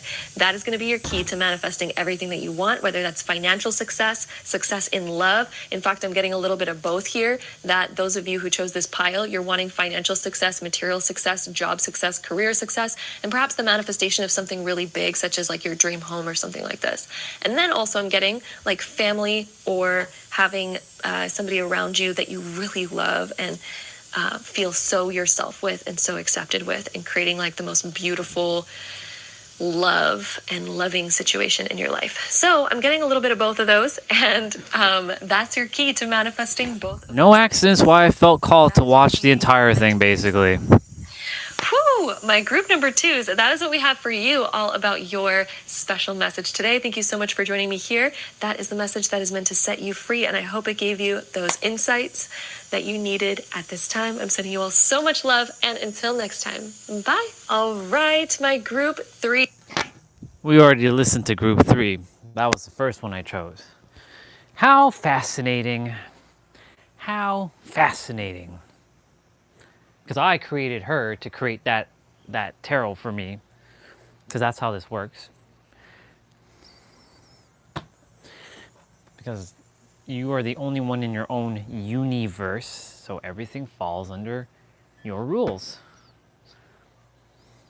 You created everything. You actually revealed everything. Now, of course, I know, as I said, her words are for her audience, because not everybody is at that level of like, you know, you're the revealer of your reality, or you're here to reveal things instead of, you know, what she was saying about things. But she was saying other words like activate. She wasn't saying trigger, she said activate. I'm gonna do quickly a couple of this. Uno. So that wasn't just for me, that was for some of you to listen to, because that was also for you. Because whoever's here, it was also meant for you to listen to it. Otherwise, you would have left. So it was definitely your message too. So it's not just for me, it's for you too. Everything that was just said was for you as well.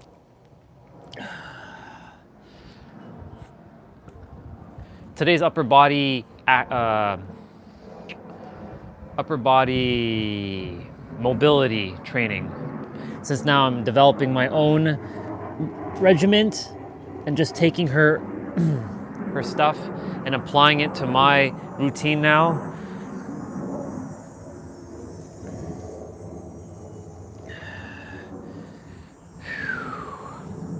So whoever was there, I know Regina's probably still here. That was for you, even though you already know what you're here to do. It's still good to hear from other mirrors as well, and whoever else was there, because I saw there was 3 people. I thought that I saw 4 as well. It was for that whoever else is here, who else is paying attention. That was for you too. So it wasn't just for me. Soul fam. Yes, that was for you too, brother. Good to see you, dude. Oh, I'm getting stronger. I'll read everything you shared in a moment. I'm gonna do 10 of these and then I'm gonna pause, do another 10. The goal is not to touch the ground with the dumbbell. It's just to loosen the spine. But of course I can touch the ground with it and keep my legs straight.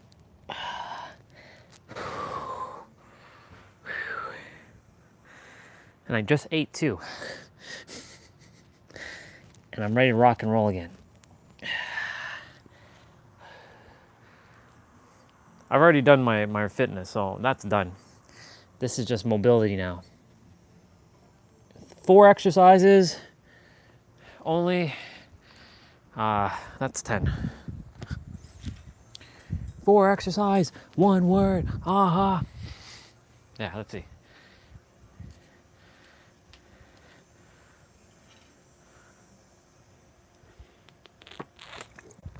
I did call you to the channel, didn't I? Unconditional love, unconditional love, unconditional love. I will slug any of you in an unconditional loving way, but I will slug you.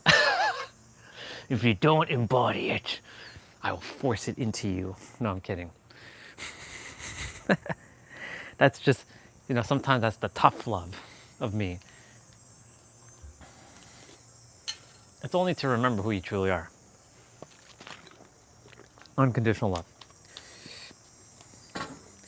Whew. Spine feels great. I did elephant walk earlier, which was great. I feel like I'm starting to own my body again. Like, I really do feel like I'm owning my body. There's still some soreness around, you know, but, you know. That video, normally when I ever listen to Jem, I'm gonna do some Spider-Man. Spider-Man, Spider-Man. I'm balancing on my feet here. Whenever I listen to her, I usually only pick one pile. So today, for whatever reason, even though I was washing dishes and stuff, the intuition is like, just let everybody listen to the entire thing. Click number 3 first, and then you're gonna listen to 1, and then you'll listen to 2, because number 2 is also for you as well. So I'm like, okay, I'll listen to the entire thing. Why not? It was a short one, but it was a good one. And basically the premise of this is exactly what she was said in her previous reading for August is my transformation for myself. Speaking more of my truth, which I've been, which I've been doing more of, and I'm losing balance. I'm training my nervous system. Speaking more of my truth and not being afraid. And I'm going to tell each of you, or I'm going to mirror back to each of you that you are the creator. Take it or leave it. Or if you don't want to use that, you're unconditional love. And if you don't accept that one, well, then I can't help you. Then you'll just have to go back to zero state and figure that one out at some point. I'm getting stronger. Soon you'll see me doing those flags, you know, the ones where you're on the side and you can hold on and you can see their legs are like that. Yep. Today I realize I'm getting back to getting some balance in my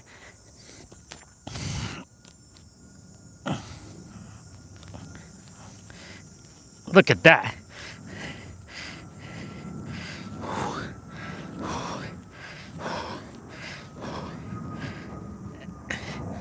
Let's go. Haven't done that one in forever. Let's go. And that's actually good because it's for my wrist. Because there's a couple wrist exercise, like this one.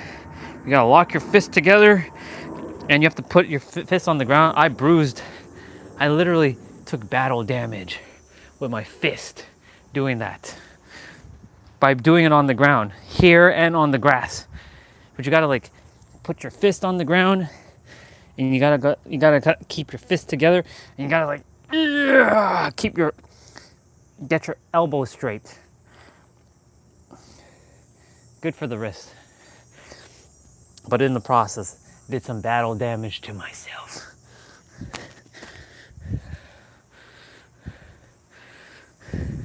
Doesn't hurt, but poor hands. They deserve better than that. Okay. I still have more of those spine ones to do. I kicked the dumbbell.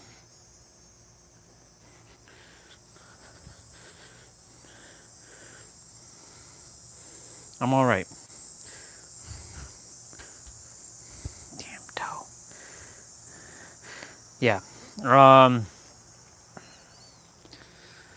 Yeah, just a lot of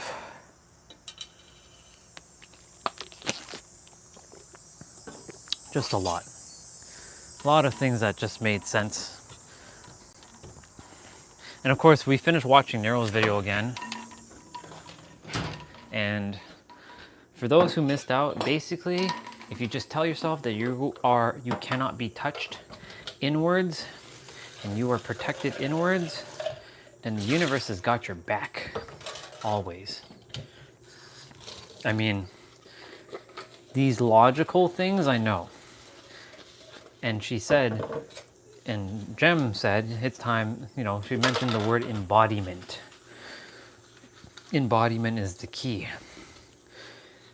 Because you can know something, that doesn't mean you embody it. And so my journey right now is to return back to the totality of oneness, fully.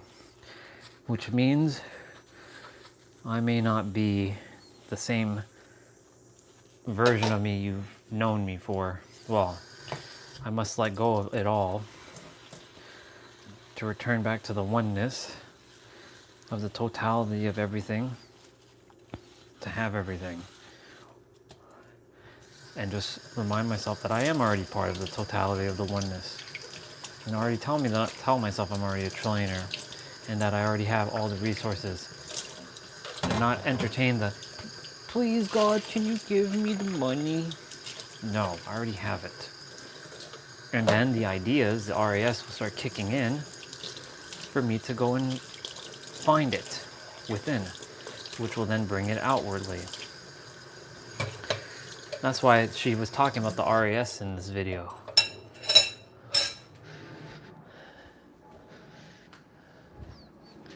No accidents. No damn accidents is here. None. Zero, zilch. I'm getting stronger. I'm getting faster. I'm getting tougher. I'm already smarter.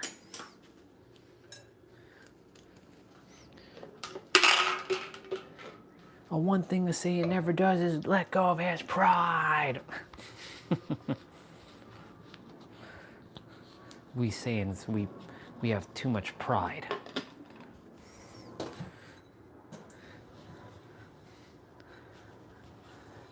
A Saiyan never lets go of his pride. I like, that's where Vegeta inspires me.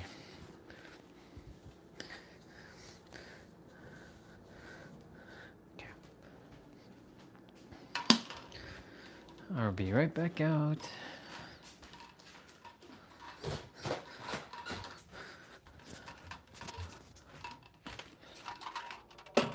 I almost thought I didn't have the microphone with me, but I did. I was like, am I been talking this entire time?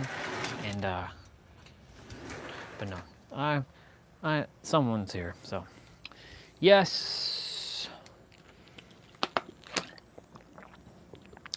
That word, unconditional love. I think for me that taps into authenticity.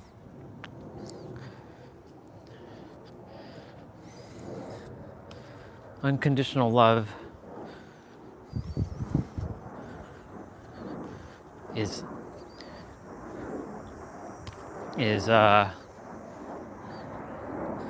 definitely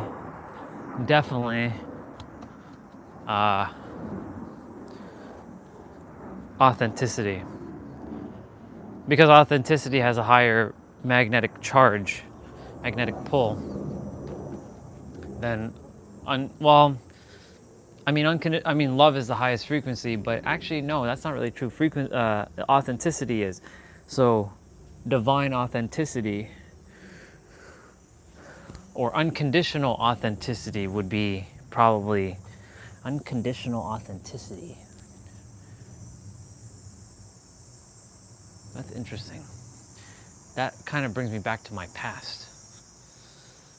Because I used to name my character UA, like final UA, like the letter U and the letter A for like Ultima, and then my original name of Andre. But it's fascinating because unconditional authenticity is also UA. Interesting.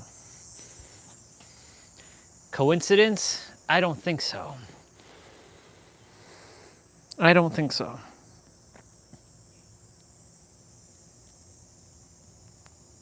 One. I'm just going to do 20 of these. So I already did 10, I'm going to do another 10. Then I'll move on to my next exercise, which is going to be thoracic rotations. Which, actually, that's targeting the spine, so theoretically, no. The next exercise has to target my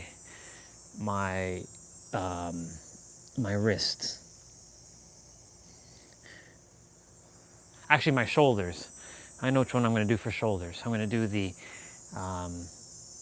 resistant band one. I'm changing it up.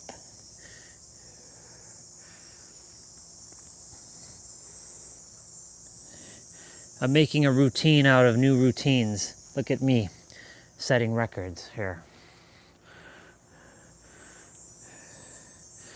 Now I just have to find a way to be, I'm going to be out by this winter time, and I'll be back in like the heat, like in San Diego. Spend a couple months there. Just like get an Airbnb, because I plan to be there during the winter months. And we'll just be there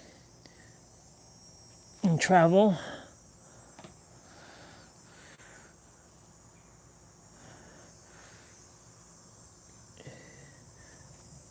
I plan to have my car at this point. I'm aiming to have my Supra now.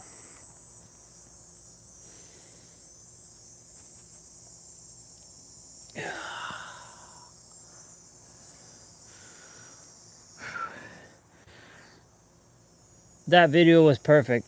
It was a great reset to everything. It's just kind of like a solidification that I have to be the, you know, be mindful of the thoughts I'm thinking and really go inwards and introspect. What am I really entertaining?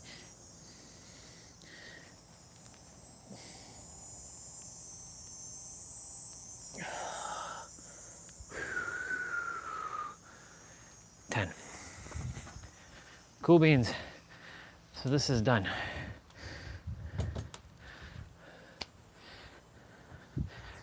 That's one of 4 exercises.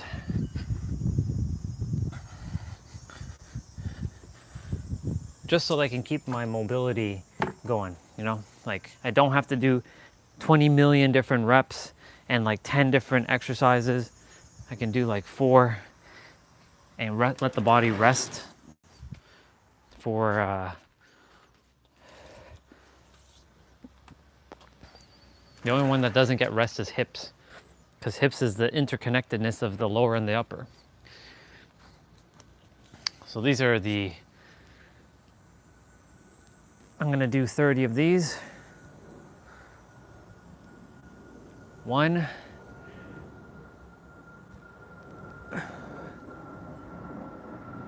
2,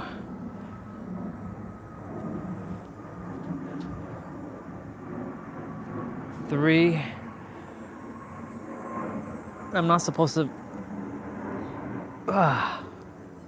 4, 5. A stick is much harder, but I can't do it at the moment. I'm not capable of it at the present moment.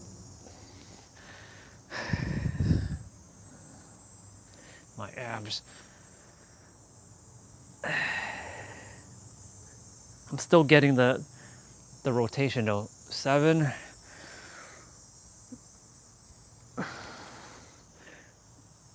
8,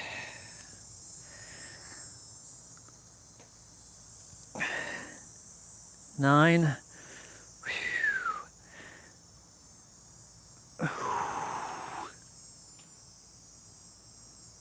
10. I'm gonna hold off for a moment, do another 10, stop, and then do another 10.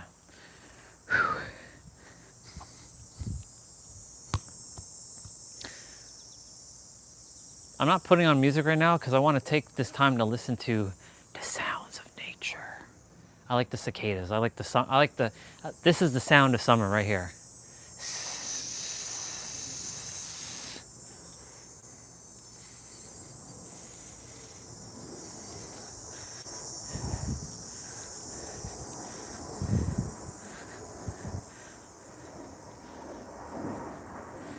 It's also allowed me to be more present without listening to music, because you know music can be a little bit of a distraction. Because music is very good for the soul, but it's also very distracting. Because like when you're supposed to be more inwards, you can feel stuff while listening to music. But for me right now, listening to music feels like a little bit of a distraction. So I'm just taking a little bit of a reprieve from music from now. For now, I'll put some on in a bit, but not yet. Whew. Like right now, I'm. You can't see what's going on in my inner world, but right now in my inner world, I'm telling the RAS, so let's start looking for solutions to 55,000 US dollars. Why 55? Because why not? Just to prove on the live stream that I will bring forth 55,000 US dollars and find evidence. There's a reason why Nero's video, the one that he created yesterday, the universe had me play it 3 times. Once today, twice yesterday. Now, of course, we didn't get to the end of the one yesterday, but we got to a point where the universe is like, there's a guy from Toronto. Where am I right now, y'all? In Toronto, who has manifested money going into his account randomly. He was able to close 2 clients and get $10,000 from each, so that's $20,000 in 2 days. He was able to see, he said, you know what, if this really works, I'm going to ask for a purple BMW. I'm going to see a purple BMW. Guess what?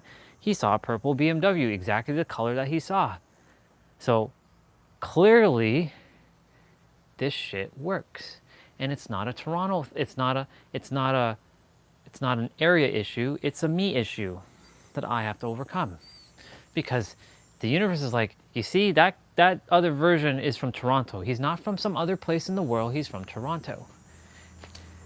And if he can do it, and you, being a 15-dimensional being, you should be able to do it too. Because he read the book, and he started taking notes and putting into practice.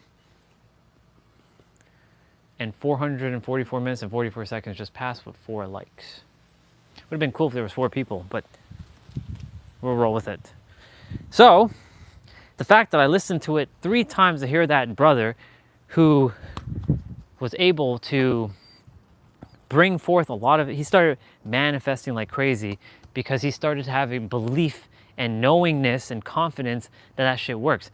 It works for me too. It worked for me a lot of times.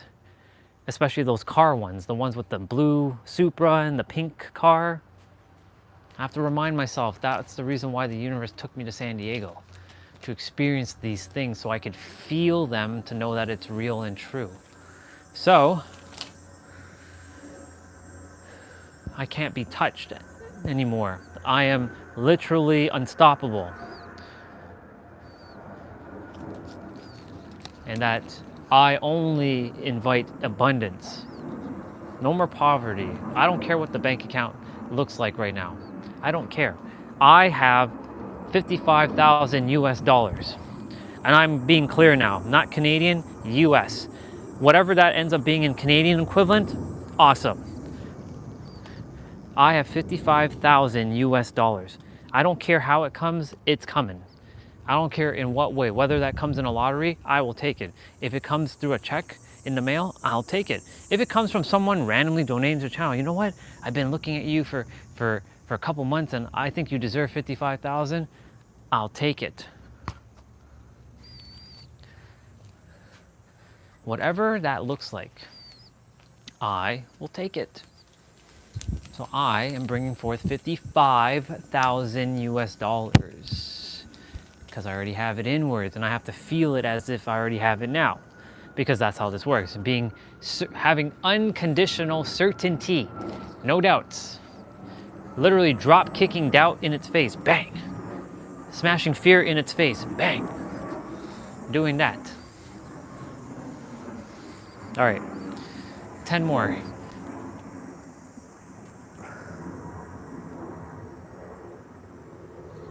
One.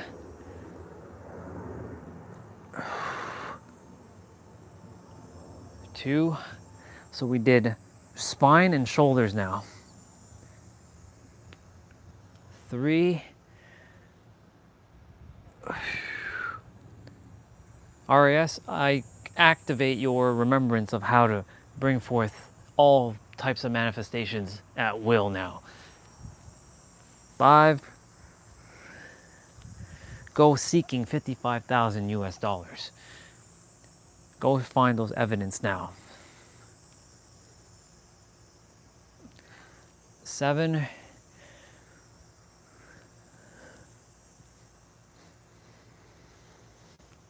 8.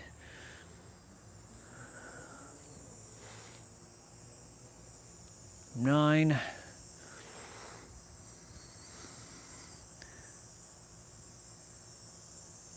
10.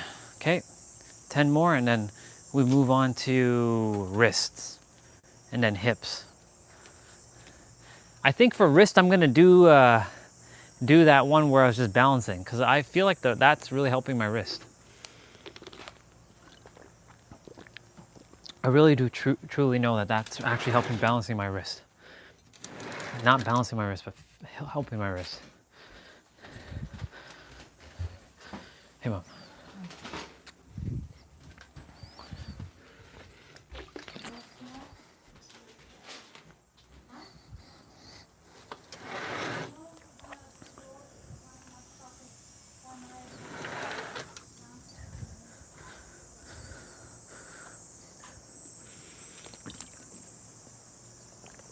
10 more.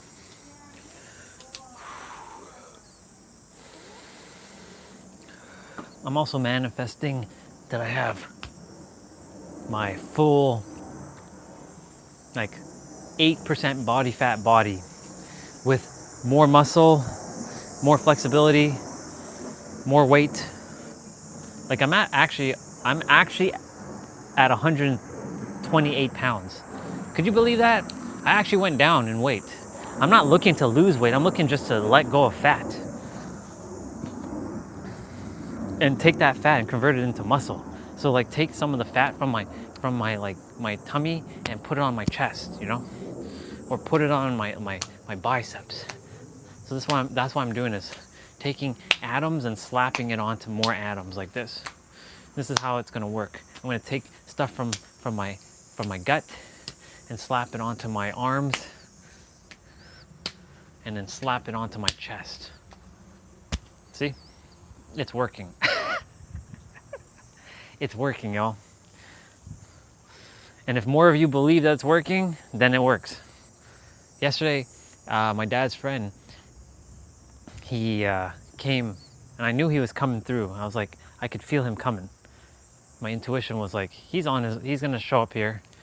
And he came to the back. He's like, he's like, Mr. Andre, you're looking very in shape. I see your pecs. I see you're toning up. I'm like, yeah, man. We're putting in that work, that effort. So he gave me physical feedback that I'm on the process. And of course, you know, I'm so grateful that I decided to start tanning my entire body, because, you know, when we were looking at me, we had a really brown face, a white body, we had white shoulders and brown arms. Mr. T-Bray was like, he's really upset with the farmer's tan. He's like very insulted by it. I'm like, okay. Okay, 10 more.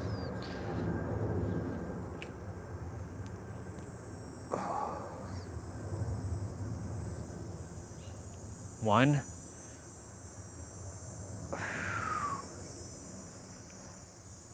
Two.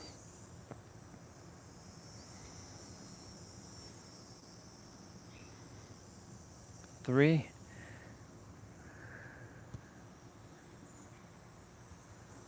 Four. Going back is a little bit challenging because I still have to, like, I can't go back with the arm at the present moment like that unless I stretch my elbows out. 5.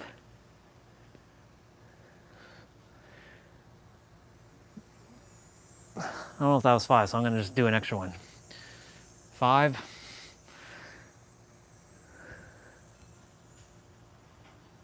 6.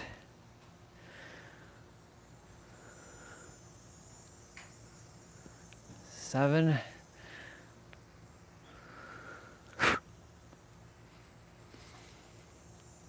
8. I'm feeling in my shoulders though. 9.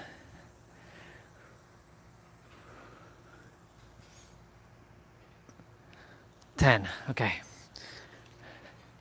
That's done. My shoulders are done.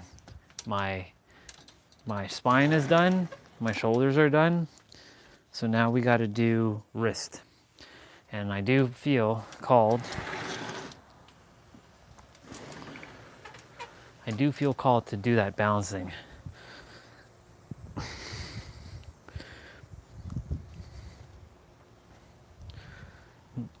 Okay.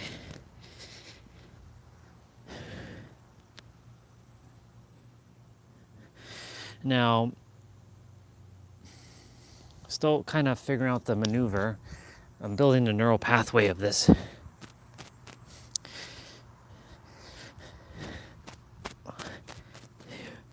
3, 4, 5, 6, 7, 8, 9, 10, 11, 12, 13, 14, 15, 16, 17, 18, 19, 20, 21, 22, 23, 24, 5, 6, 7, 8, 9, 30, 1, 2, 3, 4, 5, 6, 7, 8, 9, 40, 1, 2, 3, 4, 5, 6, 7, 8, 9, 50, 1, 2, 3, 4, 5, 6, 7, 8, 9, 60. Wow. I held that thing for 60 seconds. That's the longest I just did. Holy shit. And you know what's funny? I only came across this move because somebody on Facebook posted on their post this movement that they've been doing. And I'm like, wait a minute. If they're posting that, that must be a sign for me to do this. And I hadn't done this in years. In fact, I've never been able to do what I just did. And now I just proved that I can do it. Now I have feedback. I just built a new neural pathway, y'all. And I just did 60 seconds. You know, earlier I was practicing, I was only able to like balance for like, you know, a couple seconds here and there. I literally just did a minute. Well, wrists are done.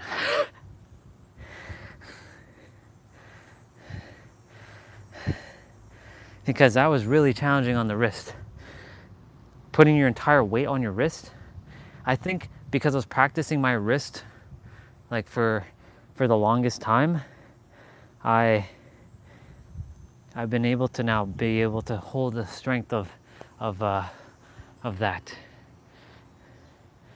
That's pretty badass. I'm gonna see if I can do it again.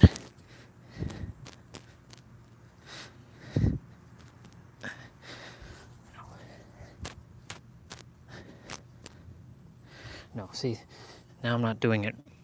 1, 2, 3, 4, 5, 6, 7, 8. Whew. There's a certain way my knees have to be touching my arms.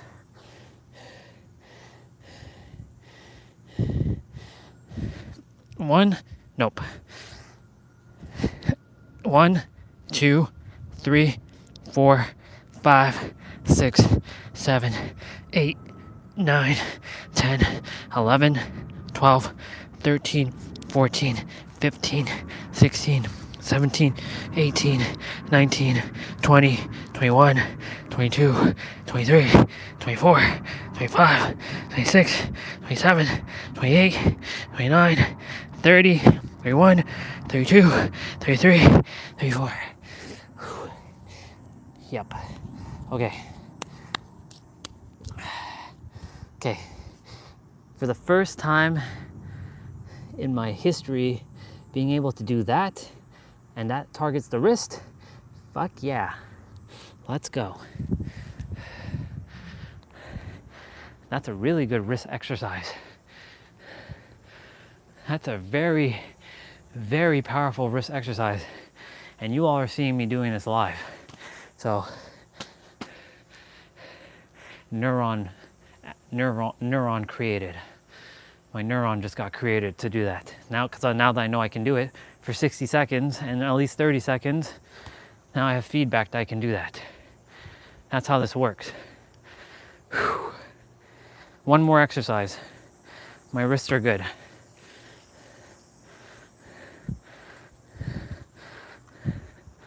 Whew. All that other wrist exercise I've been doing has been coming in handy.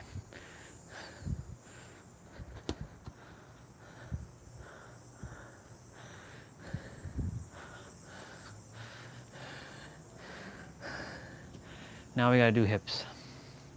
Hips is the in-between of the upper and the lower. So hips is the only one I'll do every day because this is the one that's gonna help me do the splits as well. You will see me eventually do the splits on the stream.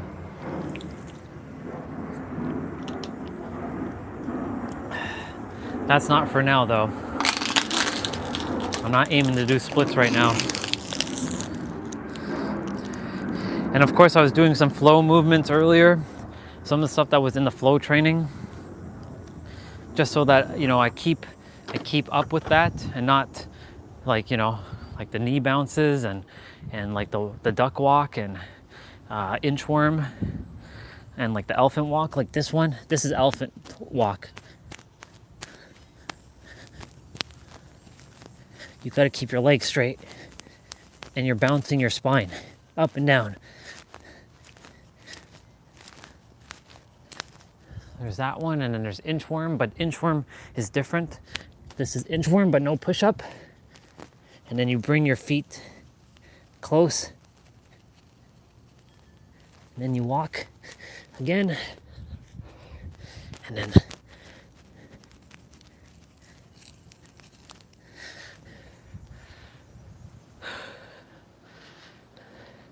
I'm getting there. I'm owning my body, and it feels good.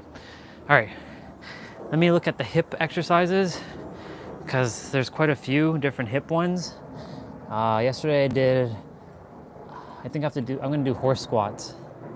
Shit. Horse squats is gonna friggin' suck. Damn.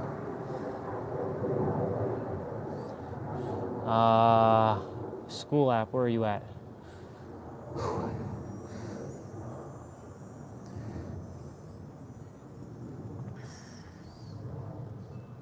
Okay. So hips, what we got for hips? Active pigeon. I know what we're gonna do. We're gonna do 90-90 transitions. I wanna get better at 90-90 transitions. Excuse me. So 90-90 transitions. You're going down. Well, actually I should look at how she does it again. The weight, you can see it's not really in my hands, it's in my fingertips. Most of the weight is in my front foot. From there, Come on, go back to the beginning. drop down slowly into a 90-90. So internal.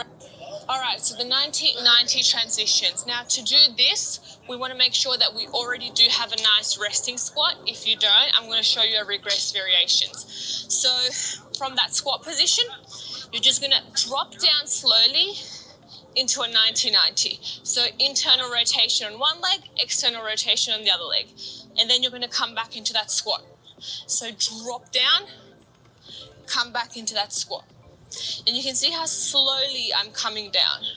Okay, once you get proficient, you'll be able to do this with no hands. The key. Proficient with no hands.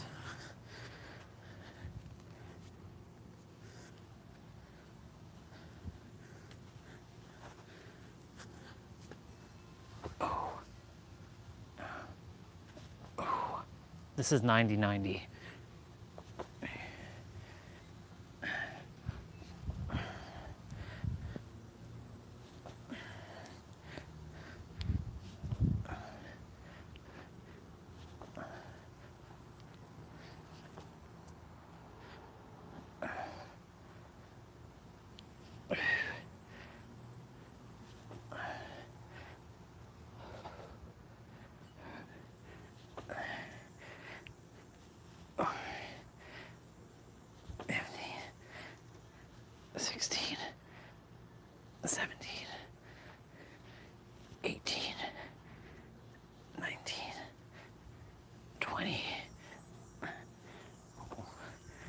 Oh, I did it with without hand on one side.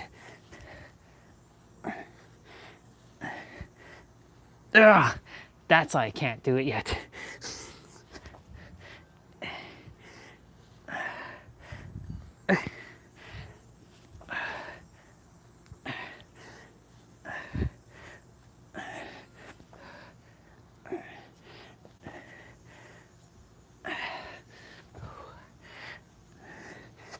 Well, now at least I know that I can do this with my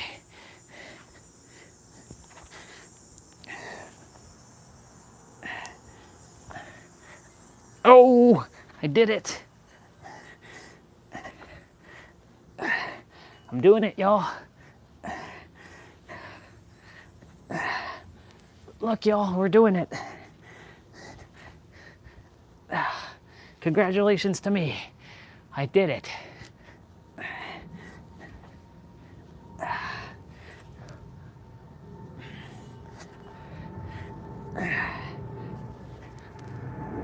Oh, wow. I did it. I did it. I did it without hands. We're done. We did it. Holy hell. Holy mackerel, y'all. I did 90-90s without my hands. Hell yeah, let's go. Hell yeah. Hell yeah, let's go. We did the thing. We did it. I feel so accomplished. Let's go. Let's go. Let's go. We did it.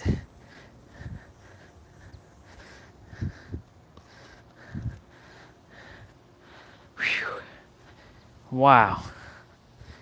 Now, the question is, can I do it again without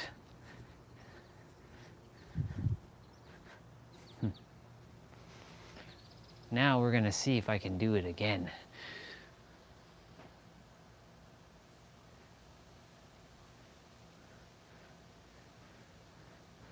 Yeah, it is. I'm definitely, even you're giving me feedback on that. Yes, I do feel more connected with my body, which is. Oh.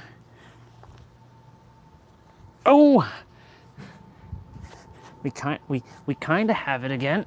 Oh, not quite.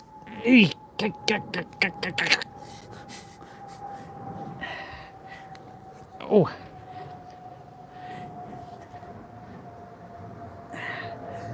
Not quite, but I did do it without hands. I think I do. Oh, kind of. Nope. So this side, no problem. This side still a little, oh no, I'm getting there. I do feel more connected with my body because the universe is channeling through me. And I feel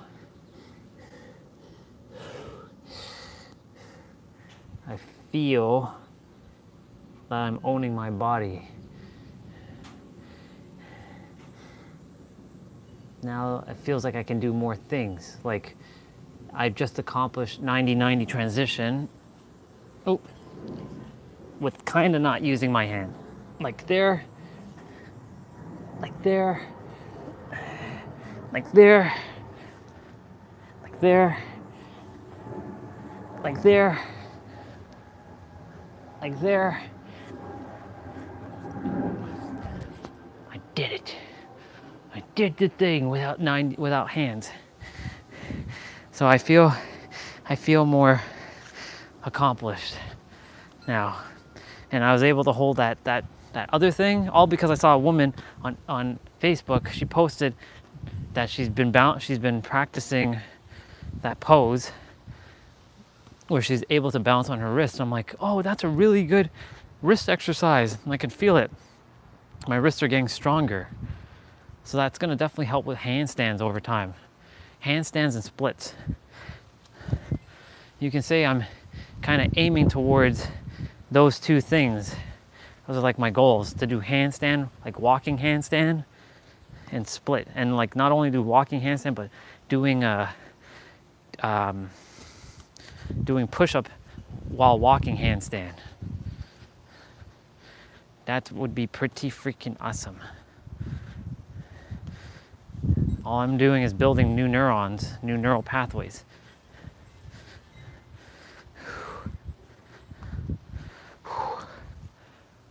I'm taking in the 90-90 transition as a win. And again, just to show what I'm talking about, Going down, coming up on my feet without my hands, and doing it with both sides. Yeah! Not having to use my hand to be leverage to lift me up. This is a celebration of my squat as well. To be sitting in a squat for a good period of time.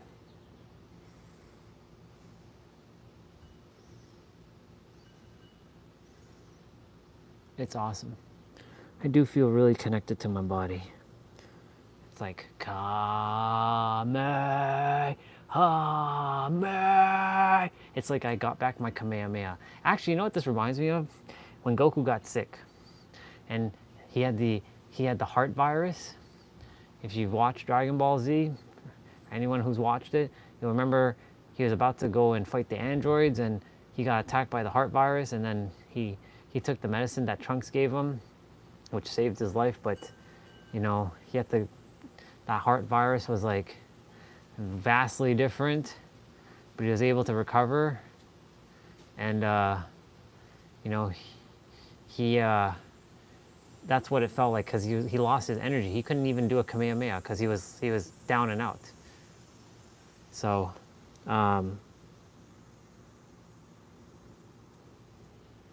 that's what that felt like, getting the heart virus. Whew. Feels good. Now I know I can do 90-90 transitions without, and I built a new neural pathway just now with that and that holding like thing that I did, that balancing on my wrist. That's pretty badass. Now I got to take it up to the next level and do a handstand. I'm getting stronger, getting more connected to my body.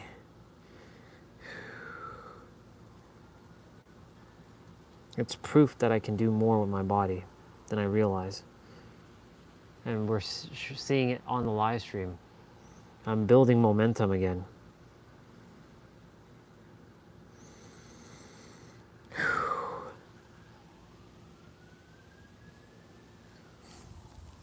I like the fact that I don't feel in pain much anymore.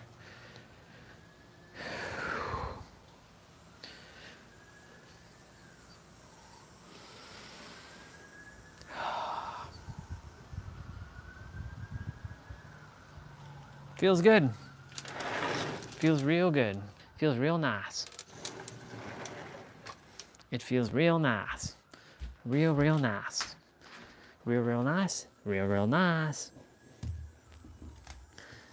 Again, that western, yeah, that real nice. That's southern talk.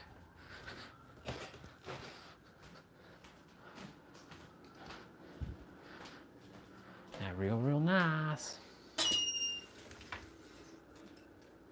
That's real nice.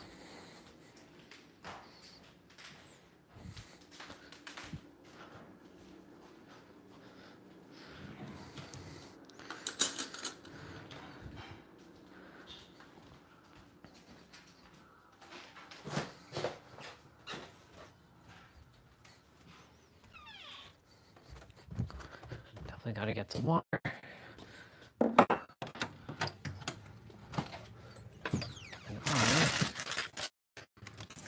I'm gonna have some ice cream. Because I said, hell yeah to ice cream.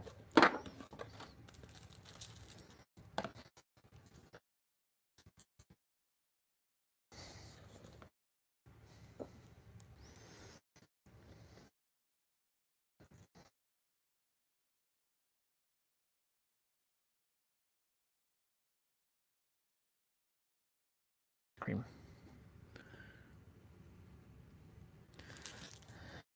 Eventually I'll have protein. And I'll actually have an ice cream maker. And I'll make protein ice cream as well. That's what I should really do, get a ice cream maker and do what it does. Which is ice cream. It says ice cream maker. I'm like, that's pretty badass.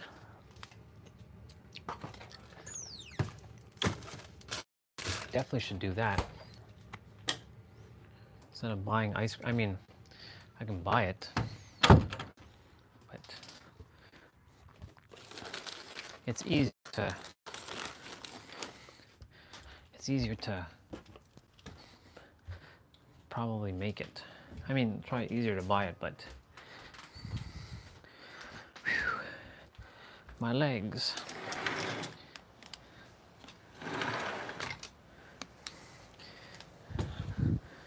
Wow.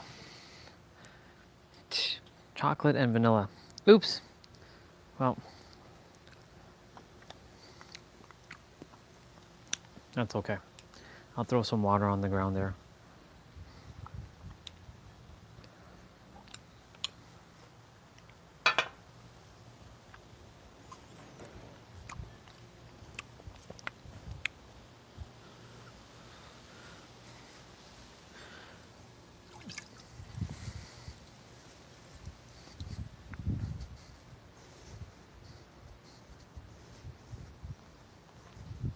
Oh, you're, hi Bubba, you gotta go there. Damn, I didn't bring the water fast enough.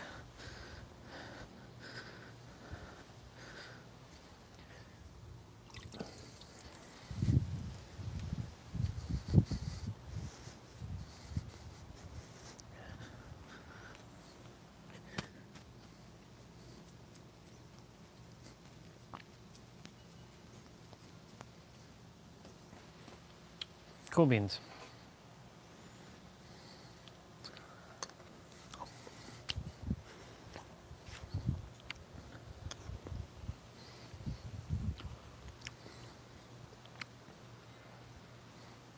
This is gonna melt like immediately.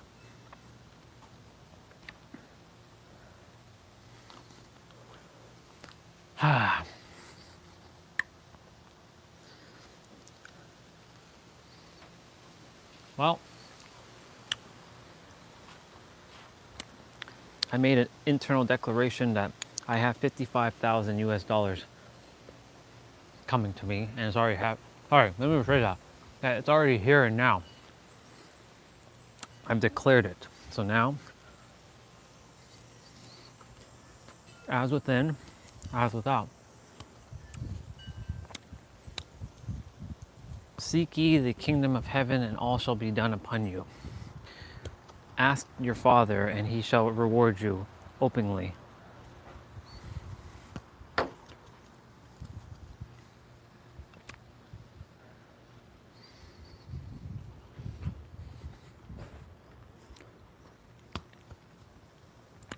We're rebuilding our belief system right now.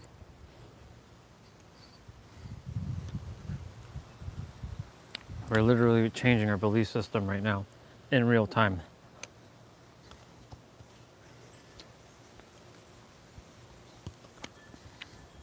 All of it is from within.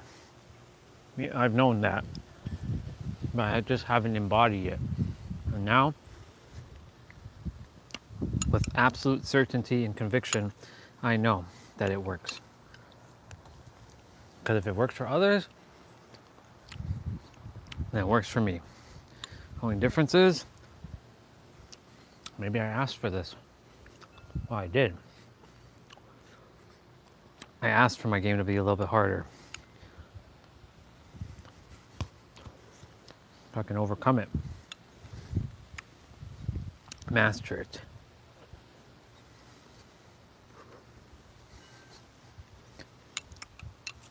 After all, a 15th dimensional being thrusted back into third dimension, into a third dimensional body, not that easy.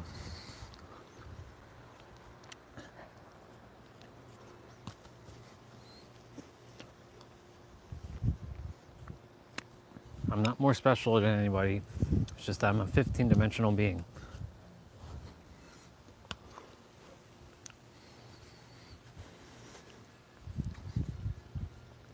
And I'm just undoing what I created, revealed.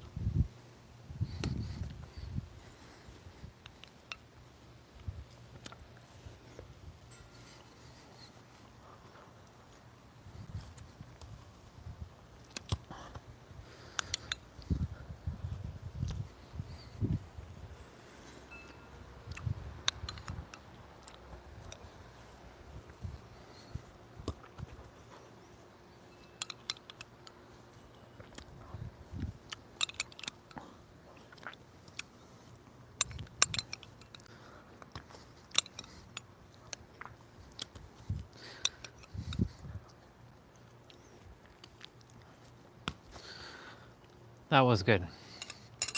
That was refreshing. That was very refreshing.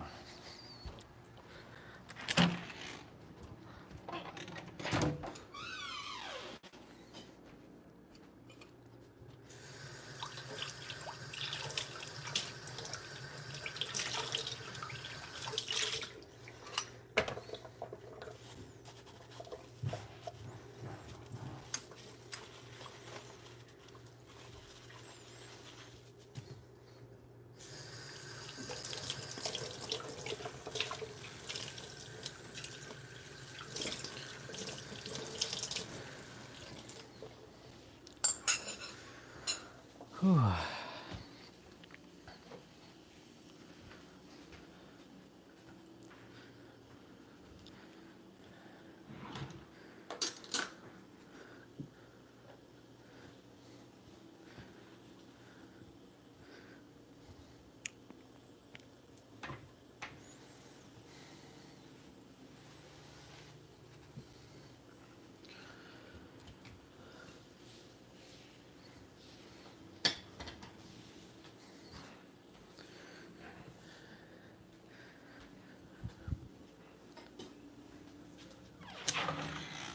Cool. Doing what I love and loving what I'm doing. That's the best way to live. Cool. I feel stronger. 2 neural pathways have been built now. Two new neural pathways have been built in my brain. And a third one is being built, but this one's more mental. Seek ye the kingdom, and all shall be done upon you. Ask your Father, and he will reward you openly. These are Bible verses that I'm not seeing it from a Christian standpoint, but from an esoteric standpoint.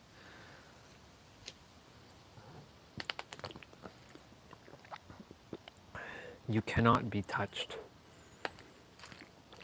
That's what Nero said at the end of the video. If you can embody the confidence and the conviction that you cannot be touched, then you cannot be touched. Because if you don't feel certainty, this is all about security basically. You don't feel secure inside, how are you going to feel secure outside? And if you're praying for, and he was saying, if you're praying against poverty, then that alone is a paradox, because if you're praying against poverty, that means that you accept it as a valid part of your experience that there's poverty. And if you experience poverty, then you're praying against it. That means that you unknowingly are basically and unconsciously are still projecting that frequency of poverty to show up in your reality. It's a paradox. He didn't say the word paradox in the video, but that's basically what that was. It's a paradox to not think those things. And that's what I've been seeing with a lot of people when they're thinking things, whether it's out in the world or on the live stream, or I talk to people. I'm like, why do you all think that? Why are you all saying that? Like, I'm not saying like on the live stream, I'm saying in general, like, because we've been conditioned, as Nero said, to normalize fear and worry, because the world wants to put you underneath it so that it can control you, so that you don't have the power within yourself to handle your business, because it doesn't want you to be above the world. It wants you to be below the world so that it can enslave you. So it wants you to continue to worry and have fear and doubt. That's why as within, as without. Close the door and seek ye the Father that is within. Which means basically go inside, close your eyes, shut your eyes from this third dimensional reality, which isn't real, it's an illusion, and know that you have everything. And be confident and certain and have conviction. The 3 C's: confidence, conviction, and certainty that you have what you desire, and feel it. Don't doubt. Ask, which means declare. Asking is not praying. Declaring is making a mental declaration that you have it already. And you're seeing me doing that live. And I'm telling you right now, I am telling you right now, I'm going to even put money on this, that I am bringing forth that 55,000 US dollars. You watch. On this live stream, I'm going to show you, hey y'all, guess what? We manifested 55,000 US dollars. Then none of you can disprove this, because it doesn't work just for me, it works for all of us. Because if I thought of myself as the most fundamentally flawed human on the planet, and if I'm able to do it, then damn it, all of you can do it too. Because you and I are one and the same. So right now I'm rebuilding in my inner world as I'm kicking the soccer ball, that neural pathway of stop looking at the third dimensional reality, the outside world, and look inwards, and you have it, and be confident. And you know what confidence feels like, Orion. Well, it's actually not Orion. Orion has all the answers. Andre has to know the answers now. Orion came to me to tell me that you have the answers. It's Andre's turn to now know that this is how this works.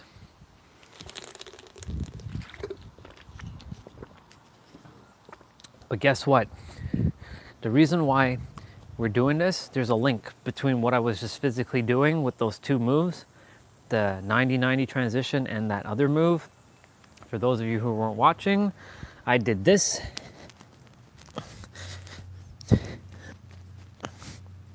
And I was holding it for more than 60 seconds, for about 60 seconds. And I hadn't done this move in forever. In fact, I hadn't done this move ever in my life. And the fact that this built a new neural pathway, it gave me proof that I can do something new, which means I can think something new as well.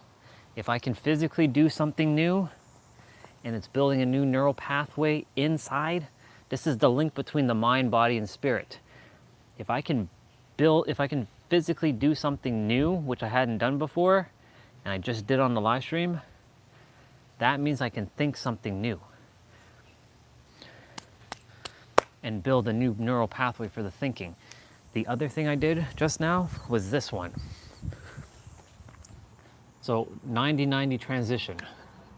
Going down and then coming back up without using my hand. But right now I have to use my hand until I get back like a little bit of balance. So see? Without the hand, I'm doing it, and that gave me proof that I can do it because I was doing this to get back up. I was giving myself leverage with my hands to get back up, but now all I'm doing is this. See, well, as you can see, I'm still practicing, but you know,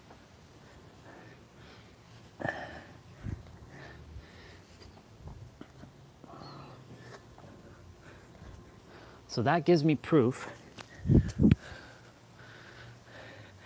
that something's changing, something's working here. So seek ye the kingdom that is within, and all shall be done upon you. Be still and know that you are God.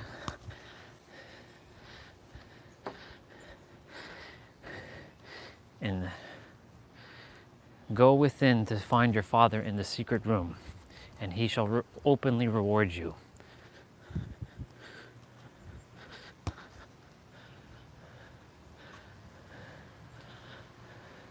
So I'm taking this time right now as I'm kicking that soccer ball. You may think I'm just kicking a soccer ball, but there's a lot going on in the inner world right now that's happening, because I'm getting excited the fact that I was able to create 2 new neural pathways in the physical world with the movements.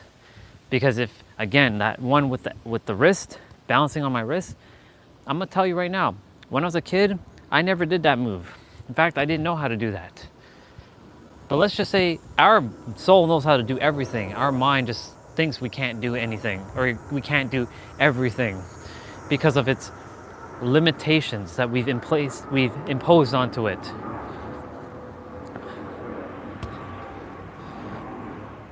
I'll give you another example with this ball. I have a great one right now. Now, I haven't played soccer in years. And of course, I just recently got the soccer ball, maybe like a month and a half ago. I got it in June. So there's a couple of things. I hadn't done kip ups like that, or keep ups in like forever. I just did 3 there.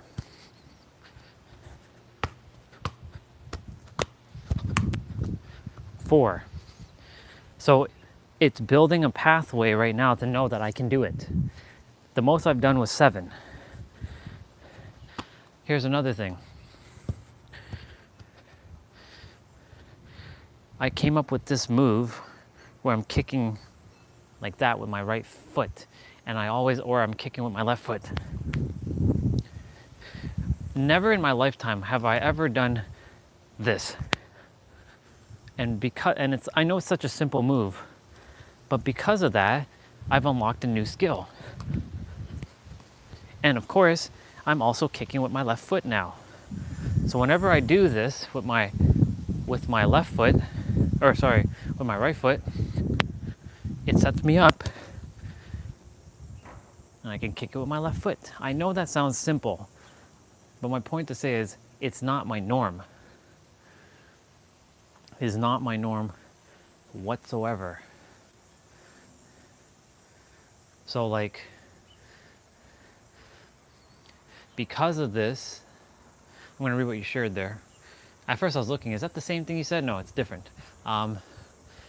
Because of this, I see new things that are being formed in the real by thinking, can I do this? Of course I can. It's a physical expression, as within, as without. Because I'm like, what am I doing when I'm kicking this ball? Aren't I thinking about how I'm kicking this ball, right? I'm doing that. Like, look at the move I just did there. I did this with my left foot because, I'm like going like this. I'm making it look cool, right? Like I'm coming to the ball and like kicking the ball like this, and then I'm doing that. Aren't I thinking about that? Isn't that coming from the inner world before it's executed in the outside world? This is such a simple example. This ball is giving me a new way of seeing things. Like me kicking with the right to then kick with the left, because my right foot is the kicking foot. But my left foot has been getting stronger. So that's proof that I'm shifting something inside with my left foot. And because of that, look, so I'm going to do it again. So you're going to see me do it with my left foot there. And now I'm going to do it with my right foot.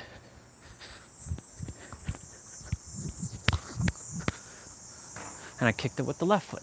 I know it's in mirror mode, but what I'm basically attempting to say is all those actions that I'm taking inwards are then being a byproduct of the outside world. And I'll read what you said. I'm going to come back there in a moment. And I'm seeing the new neural pathways. So like every time I kick the ball now, I'm adding a little bit of a style to it.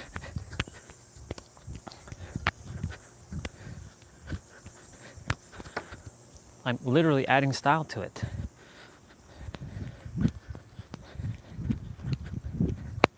See? I wasn't doing that before. But because I've been practicing with this ball, I built some new neural pathways. And the key is to keep building new neural pathways. And when you keep building new neural pathways, it proves that if you can build new neural pathways, that means you can build new neural pathways in other ways. So it leaks out into other aspects of your life. So that means you can build new neural pathways in finance. You can build new neural pathways in fitness. You can build new neural pathways in health. You can build new neural pathways in video games. You can build new neural pathways in all kinds of stuff. Look, when I'm playing Stellar Blade, I didn't know how to play Stellar Blade, but I got pretty damn good at playing Stellar Blade.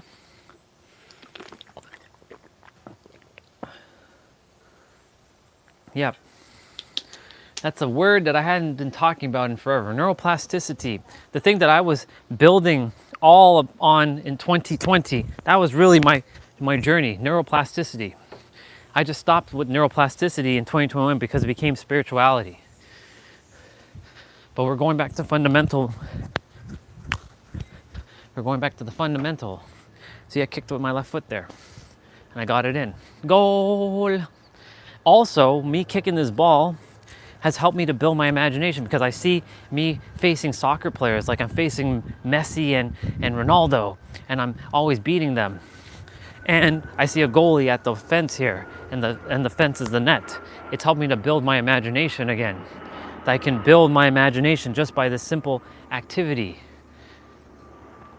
This is what the Creator is having me do right now. It's not just me kicking the ball. There's a lot of other things that's happening. All right, let's read what you shared, because you shared a few things.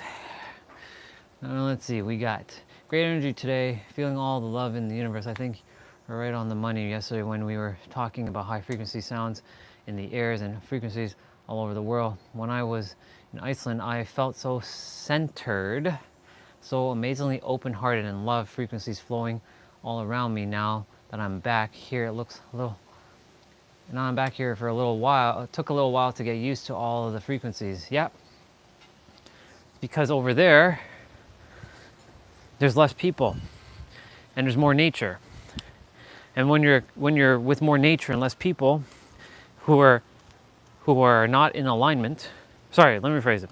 When you're in an area with more people that are in not alignment with you, you will feel their frequency. When you're in a place that has beautiful nature, less people, and they have a similar energy to where you're at, you will feel all of that. You'll feel more connected. That's why I say when I'm in San Diego, I feel at home, because that's my people. It is. Here, I mean, look, y'all see me in the morning saying hello to everybody, and they're very friendly, and I love everyone. However, their energy is still not San Diego.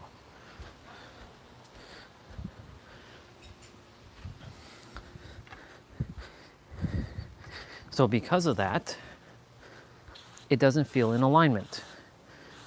But wherever I go, I can make it into my alignment, right? Because it's all based on me. But it also comes down to the collective hive mind of the area, right? I don't know if I showed you this. I think you saw me build this yesterday. You saw me draw the hive mind yesterday, I believe. If you didn't see me draw it, then I'll show it to you right now. I'm sure you did. I'm sure you saw this. Yeah, you did see this. I'm going to show it again. This is us.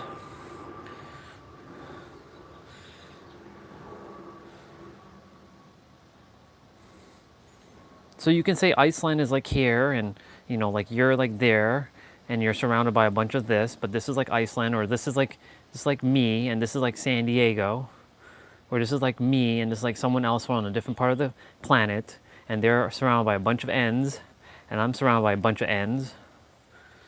That's really what it is.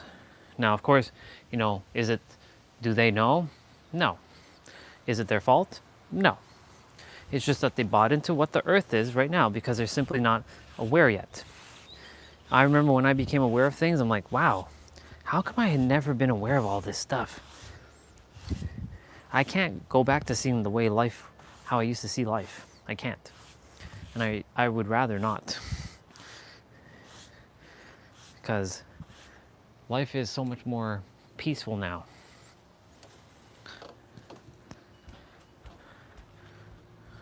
It feels like I have like something stuck in my toe. Like in between my toe, but there isn't anything.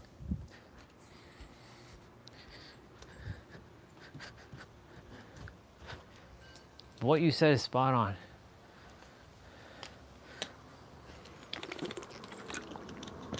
What you're saying is spot on. See, look at that smooth. Look at that smooth move. I just scored another goal.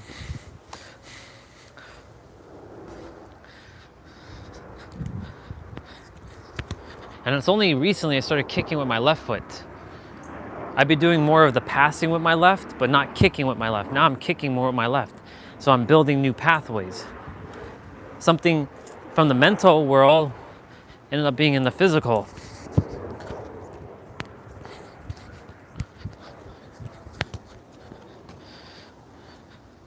Now it feels like I have both feet. It doesn't feel like, oh, I can only kick with my right foot. Now I can feel like I can kick with my left foot. It's kind of like I don't know if you write with your left hand or your right hand. This is a good analogy right now. But if you are not ambidextrous, like I'm kind of ambidextrous, but not fully, because I haven't practiced writing with my left. But when you start writing with your left, it feels like you're able to start doing more things. Like I can brush my teeth with my left hand, I can eat with my left hand, I can throw with my left hand. Like I was making sure I don't throw it over the fence, right? Like I can throw with my left, I can catch with my left, I can catch with my left, I can throw with my left, I can kick with my left, I can eat with my left, I can somewhat write with my left, right? Like I can brush my teeth with my left hand, I can like play volleyball and like serve. I can use the clothesline as my as an imagination as like, playing volleyball. Like someone's like hitting the ball and they're about to like spike it and I'm like, oh yeah.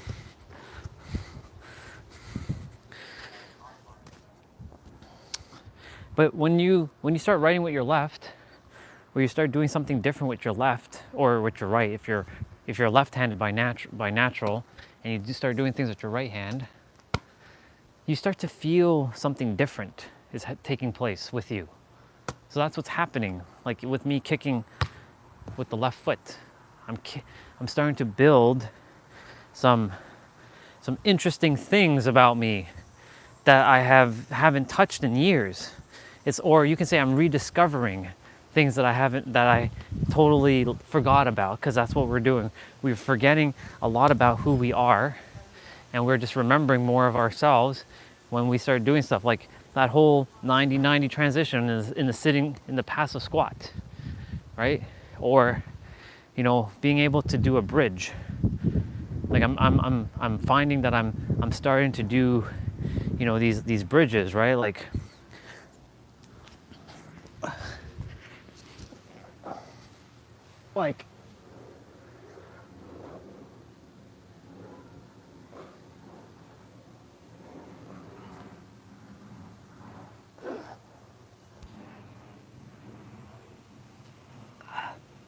I have to change the microphone.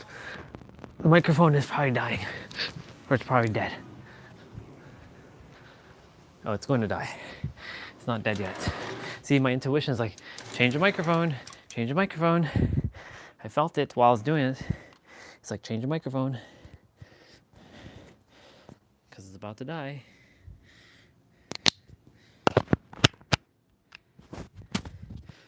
Now we're back. Seamless transition. But you see, like, I used to do that as a kid all the time. Now that I'm doing that again, like it's a little bit scary because I'm training the nervous system to relax while we're doing it.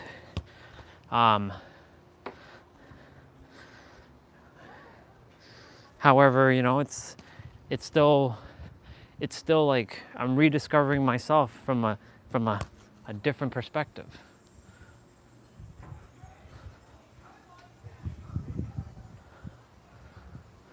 Yeah. So it's interesting. I hear them playing soccer in their field, which is fascinating because I'm literally kicking my ball right now.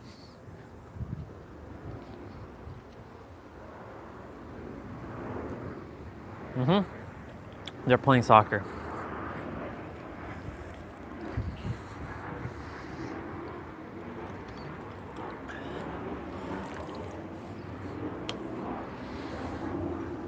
So, you know, you all are seeing me starting to build some new disciplines, which that's what Jem was saying in her tarot video. She's like, you're building disciplines so that it can leak into other aspects of your life, because when you're building disciplines, it helps you to build foundations. So right now you can say, I'm going back to like the basics of the basics. I have the spiritual down. I'm untouchable when it comes to the spiritual aspect. Not that I'm comparing myself to anybody, but I'm one of the best when it comes to the spiritual. The mental. We saw me go through some shit. It was pretty rough, but I managed to get through that. Gotta say, because I had all the tools. Remember, we all have all the tools. We just have to remember that we have the tools to use the tools, not leave them sitting there. It's like,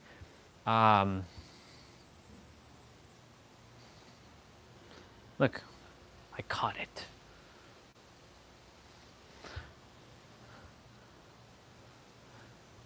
It's like taking, that's a great analogy.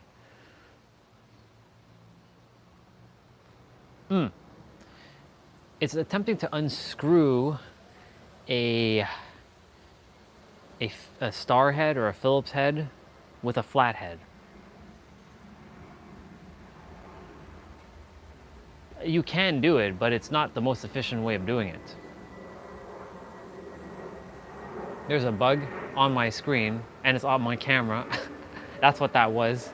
It's literally just, it's liking the phone, so whatever, let it stay on the phone. It's enjoying probably the coolness. Anyways, my point to say is like, it's like taking a flathead screwdriver and attempting to unscrew a star head, or Phillips head as it's known. Not the most efficient way to undo that one. Can be done. You might strip the screw, but it can be done. It's just not the most efficient way. But you know, you have the Phillips head in your tool belt, but you're not using it. Why? Why is that? Why are you just letting that sit there?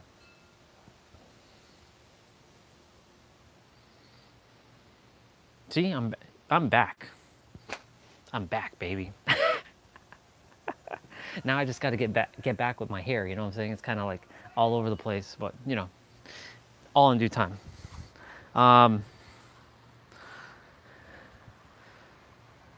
We have all the tools in our tool belt. We do, all of us. Every single one of us has the tools. The only difference is awareness. And if someone can make you aware that you have the tool in your tool belt, and you can summon that energy from within and create the energy of whatever that is, you can then use that energy and bring it forth in whatever way you're supposed to bring it, right? Just like me just coming up with that idea of the Phillips head.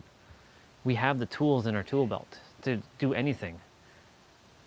We have the tools in our tool belts to be so damn confident. Hey, Mr. Fly, you can't be on the X button there, because it could press the X button and end the live stream. Chill on the phone. Just chill on the phone. Don't move. Stay on the phone.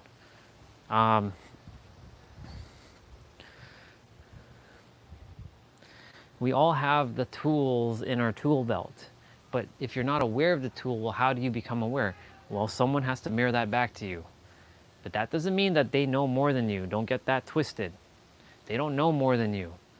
They know everything that you know, but they're just a little bit more, they're just ahead in a sense. Meaning, like, when I say they're ahead, I don't mean that they're ahead of you and like they're better than you. I'm saying that they're further along their journey. So they were able to see the tools and cultivate the tools on their journey, and you are here and they are here, and they had to go through all of this, that you are now having to go through all of that, and they're able to help you along the journey, and thus closing the gap. That's what I've been. I'm a bridge. I help close the gap. I'm literally someone who's closing the gap in filling in missing gaps that you may be thinking that you're missing. You're not missing anything. In fact, you have it all. We all have all the answers. Even when it doesn't feel like it, you do have it. It's just, it hasn't been solidified as a feeling yet. Like the whole, when I got into my flow and confidence, it was a new feeling I'd never felt before. But then of course, I activated my remembrance because the universe said you are ready for it. And I activated Sarah, and then I went through and I was able handling some of it, and then, you know, I channeled Orion because that's who I actually am. And then of course, one thing led to the next, and then the egregore is like, he's changing too much. I have to I gotta bring him back, bring him back, bring him back. And of course the egregore is afraid because it's dying. I'm not telling it I'm killing it. I'm saying, come along with me, dude. Just chill out. Hang out in the back. I got this. We got this. But of course, it's like, no, I'm going to self-sabotage. And of course, that's what happened. And I recognize what was happening. But it's like, I can see it, but I couldn't get myself out of it. Mr. Fly, I know you love the phone screen. It's on the screen right now, and it's going to head to the camera. Can you please stay on the case? Like, I don't mind you being on the phone, but don't be on the screen, please. You're very distracting on the phone. Anyways, I couldn't get myself out of it. It's like, ooh, this is a great one. This reminds me of Cassidy's brother, who has autism. For the longest time, his name is CJ. CJ couldn't articulate what he wanted to express to like Cassidy or to his mom and dad. And there was a breakthrough that happened, and this was during the this is not during the live stream, sorry, during one of our Zoom calls. So Cassidy she's like, Andre, can you hold on for a moment? I'm going to talk to CJ for a second. I'm like, yeah, go for it. So she was chatting with him for about 5 minutes or so. She came back to me, and she started crying. She started with tears of joy, not sadness. She's like, Andre, my brother, he finally was able to communicate effectively something, and I finally got to understand what he was saying. And I was like, what do you mean? He's been able, he for the longest time, whenever like Cassidy or his mom or dad was speaking to him, they were treating him like a baby, like treating him like he doesn't like know because he has the autism. But the thing is, he was able to hear everything they were saying, but he just couldn't express it. He can hear everything and he knows what to say, but his body wasn't capable to express the words that he desired to say, if that makes sense. And for me, when I was going through that mini dark night of the soul, that's what was happening. It's like, I still have all the answers. I haven't forgotten who I am. I am the creator. I know I have all the answers. I am everything. I am part of the totality of it all. I am unconditional love, but I just couldn't express it. And I kept getting sucked back into the third dimensional thinking mind, aka the old ego, because I know a lot of you still use the word ego, but the ego is not the mind, it is the body. It is literally your physical vessel. And I am going to rewrite that definition. You best believe that that word ego is going to be changing to the physical vessel, not your mind, and not some persona.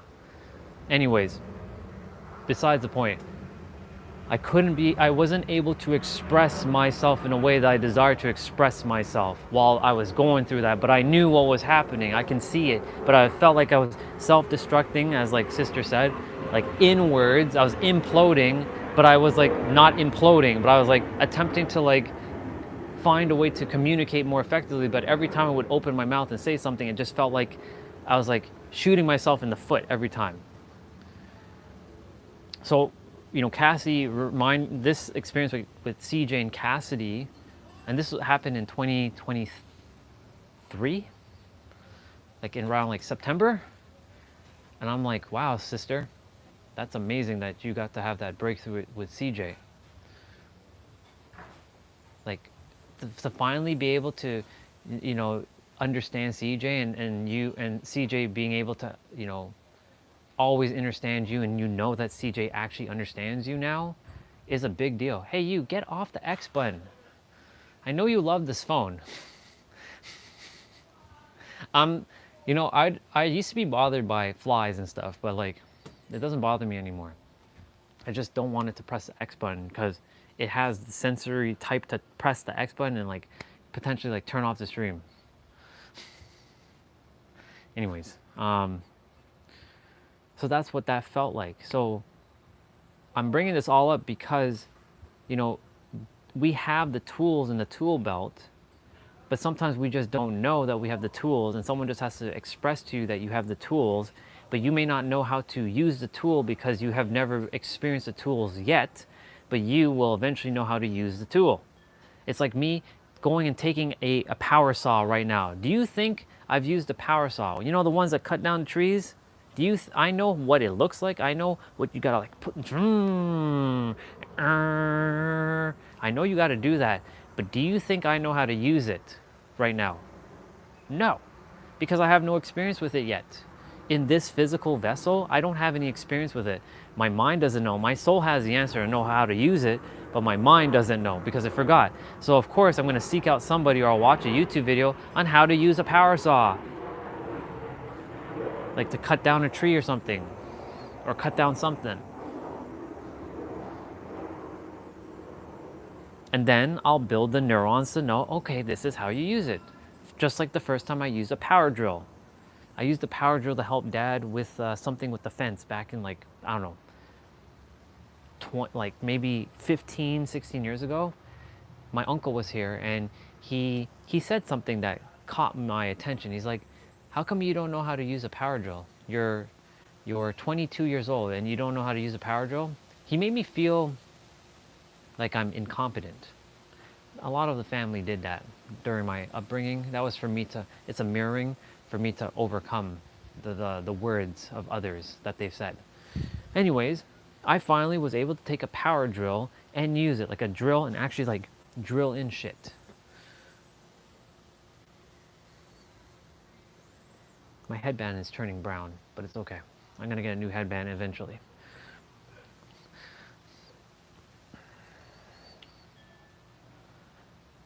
But now I know how to use a power drill. Just like I know how to drive a car. Once upon a time, this car one is the easiest analogy. Once upon a time, did all of you know how to drive a car? Fuck no, you didn't. None of you knew as you were born to drive a car. You must have driven a car in a different incarnation or drove something. You have the blueprint to drive the car inside of you. Every one of us does. But there are people in the world who are terrified to drive. They're scared shitless. That was me. But then someone showed me how to drive the car. They didn't teach me. They mirrored back to me how. I'm like, oh, okay, so I have to press this gas pedal thing, and then I have to like, you know, steer the wheel, and I have to put the thing into drive, and you know, not put too much gas, but like put a little, like tap on it. I was scared to go in traffic for the first time, like live traffic, but then I finally did it. And now I consider myself a professional driver. Now, of course, when it comes to driving a manual car right now, I don't have that much experience. I know the practicals and the theory.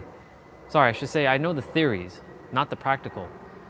I know that I gotta put the clutch in, put it into first gear, take my foot off of the clutch slowly until I get to the biting point and give it a little gas. Logically, I know that, but when it comes time to actually drive it for the first time, you're gonna see I'm gonna fuck up. I'm gonna stall the car. But guess what's gonna happen? Over time, it's like I can do this without even having to think. Well, why is that? Well, because we got used to it. It's just like anything else in the world. Like, do you think that I was able to lift 30-pound dumbbells when I first started doing like my playouts? No. I was barely able to lift 10 pounds. Do you think I was able to do 55 push-ups in one go? No, I could only do like 3. Y'all, if I didn't tell you, I was really overweight and I couldn't even do push-ups. It's not like I never did push-ups. I did push-ups when I was younger. When I was 16, I had a fitness class. Instead of gym, it was actually weightlifting. So we got to use the gym and they had weights. And I was actually pretty strong. But of course, over time, I let that go because I just didn't have the time to go to the gym because I was working all the time, and I was working the matrix stuff. And then eventually I started getting stressed and I started eating stuff, and then over time I started not sleeping well, and over time I started going to bed later, and I had created all this weird ass habits, and I went down a downward spiral, and I felt more depressed, and I ate more food, and then that's what happens, and I didn't exercise because I didn't move my body. You see what I'm saying? Momentum. So when I started doing my push-ups again for the first time in, 10 years, I could barely do 3 push-ups. I did 5, but I could barely do the 3. I was struggling on the 4th and the 5th. Take that in for a moment. You all think that I was in this condition all this time. Hell no, I have not been in this condition. In fact, there's a reason why I'm showing you, I'm starting from the so-called beginning. I'm getting back to the beginning of my joints now. Spine. Some of you who have been watching me over the last month have seen me struggle to do certain moves. Like, fuck, man. Like for example, like this move right here, where I gotta be in a lunge and then bring my knee down. Like, when I was first doing this move, bringing this knee down as far as I could, I almost slipped, and I felt like I was gonna split my pants and split myself open. Like, split myself in a way where, like, shit, I'm gonna tear some like ACL, or I'm gonna tear a muscle, or I'm gonna tear a ligament or something off of my leg. That's what it felt like when I was doing this. Let me show you from the other side because you can't see the leg. So I'm taking my left leg and bringing my knee down. So like, I'm bringing it down like this. Active pigeon. This is what pigeon looks like. That's not active. This is a passive pigeon. An active pigeon is taking your foot and going down and bringing as far as you can and holding and then coming back up. So when I first was doing those moves, it was hard, very difficult. But now, I mean, that one was still a little challenging, but it's easier than it was because the body has started to get used to it. Another one is horse squats. Horse squats. So this is just so you know, this is a standard squat. You all see me do this one. This is a horse squat. Look at my legs. Look at this. So this right now is still sore. I'm literally telling you, like right here is sore. But I can't be leaning forward. I have to stay back like this and go down. And I have to go as far as I can and come back up.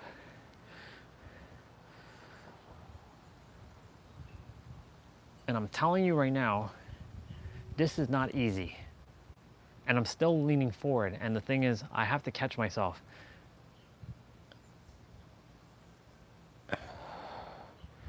It may seem easy, but wait till you actually do it. You're gonna see this, unless you're very flexible here, you're going to feel the pain.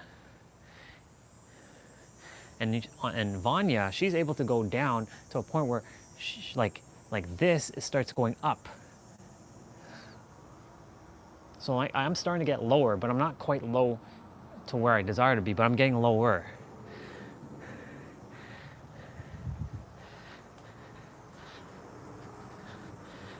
But I'm starting to get there. I'm starting to build the resilience of that and the neural pathways, because that's going to help me to start building the ability to do the splits. Now imagine I practiced this, you know, as a child, I was able to not do the splits, but I was able to get close to doing a split. Now I'm not gonna do the splits because my pants are gonna rip. But you know,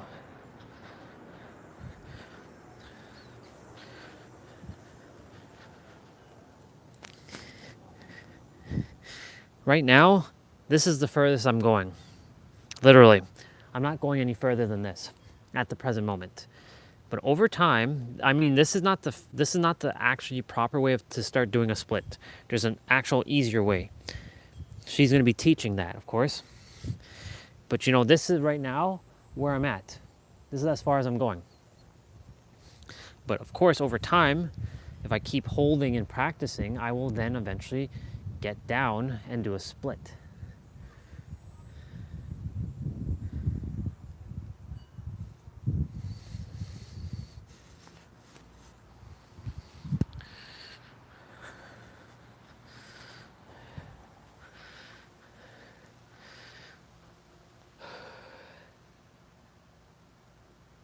That hurt, by the way, just so you know.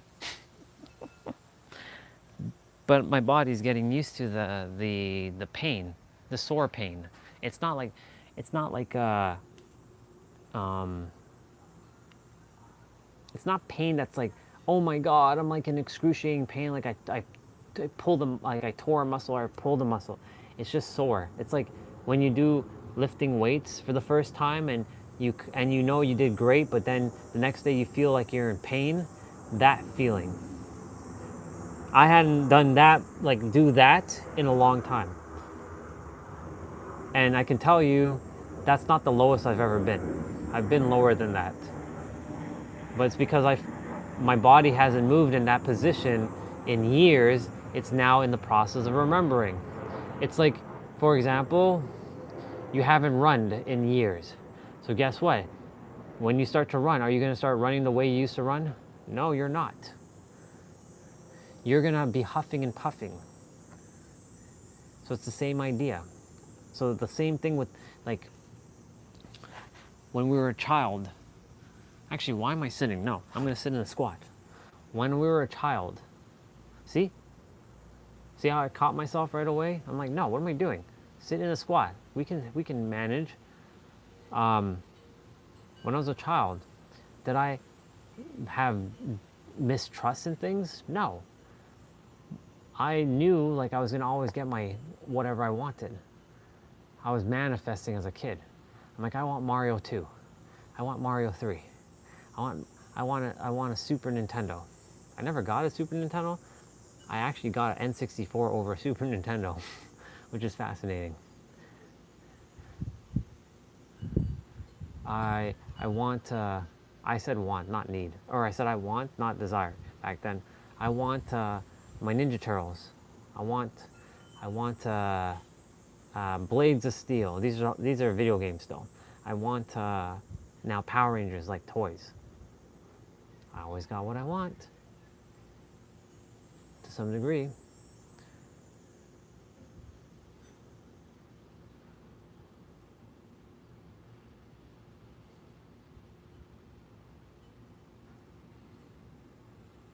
What the hell is that on my, there you go.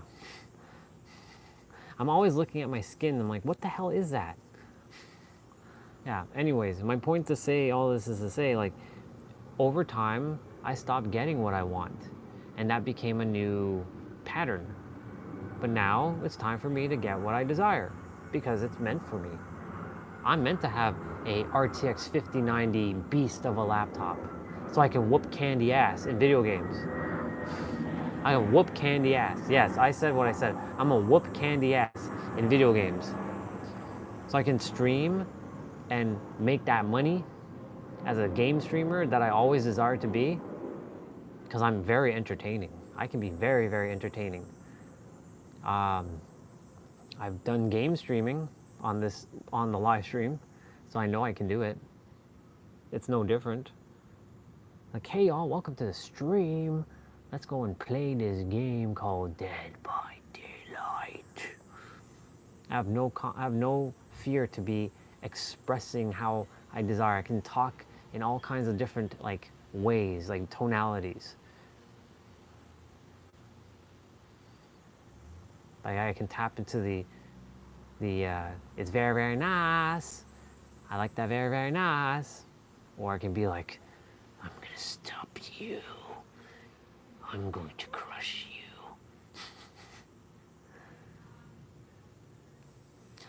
But I deserve to have my RTX 5090 laptop and whoop candy ass, whether on the road or in person.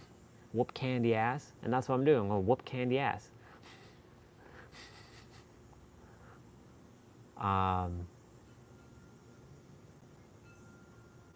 I deserve to have my iPhone 16 Pro Max, even though I was aiming for the 18 Pro Max.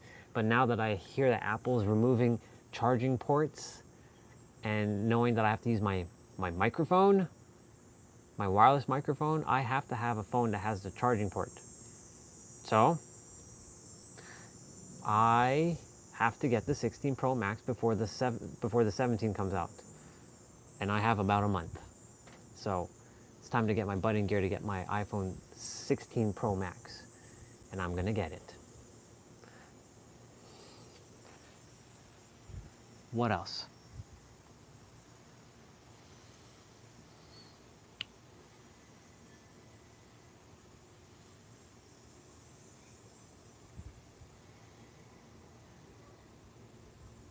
Which then, by the way, that effectively means that I get 2 phones. I can use that this phone that I'm currently using as a different, I can use it as some other means of communication. Like, I don't have to bring the tablet now. I can keep that as like I can keep the second phone in my pocket as a way of doing other things, potentially. Anyways, my point to say all this to say, and see, sat back down and getting right back up. My point to say is I deserve all this stuff, and I'm gonna have what I want. And I have what I desire because I already have it inwards. And not buy into this, oh, I can only have this and I don't deserve this because I'm not worthy of this. I'm worthy of it all, just like you're worthy of it all.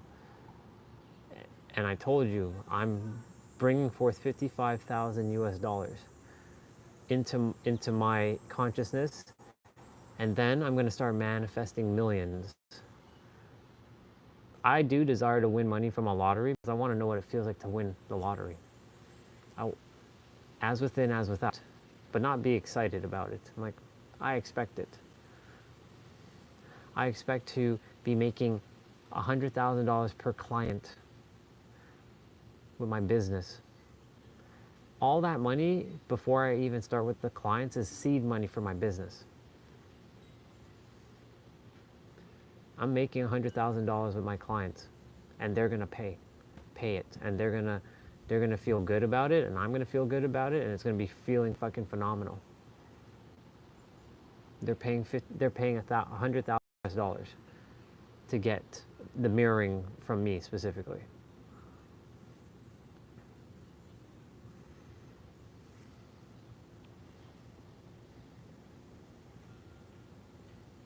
I know what I desire, and I'm gonna have it. If others can have it, why can't I? If others can have it, why can't you? We the ones.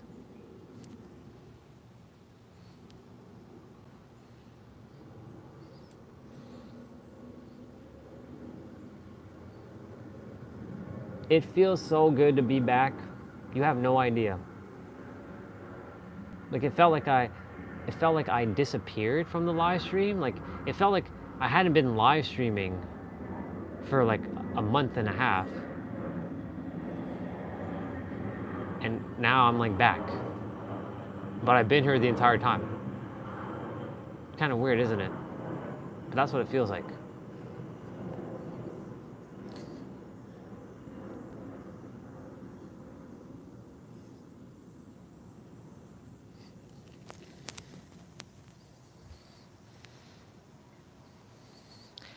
I feel good.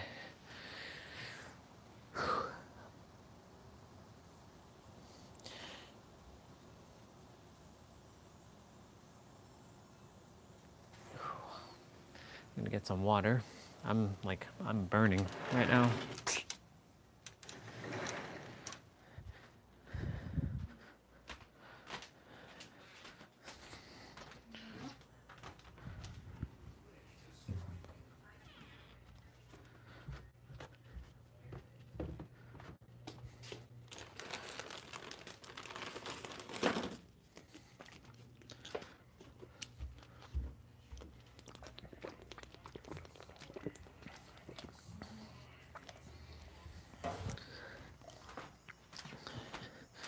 It feels good to be back, honestly.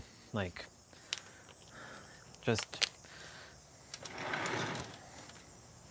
seek ye the kingdom, and all shall be done upon you. Be still and know that I am God, or be still and know that we are fractals of the universe or the creator.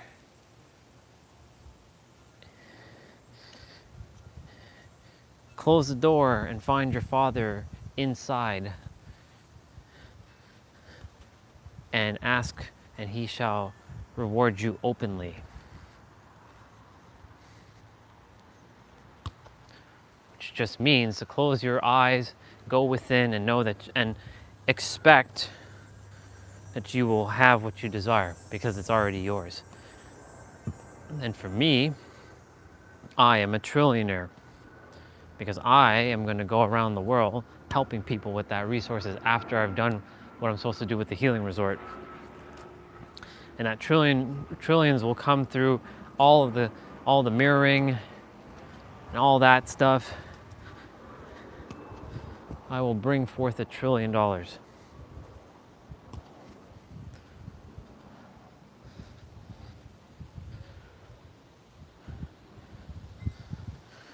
And I'm going to give it all back and circulate it throughout the entire humanity. Human humanity? Yeah, let's run with it. Human humanity.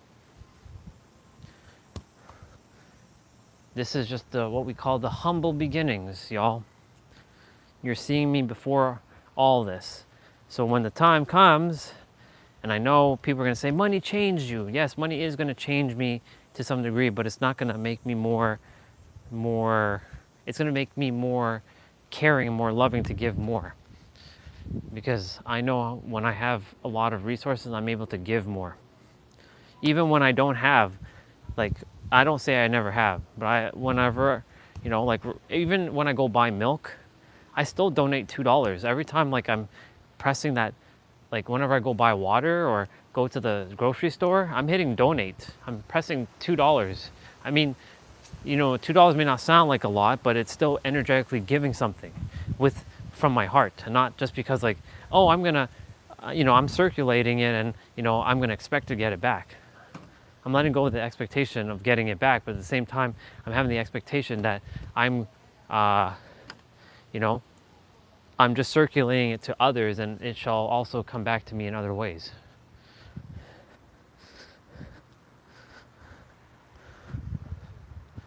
And not feeling this energy of, like, lack, basically, whenever I'm pressing that donate button.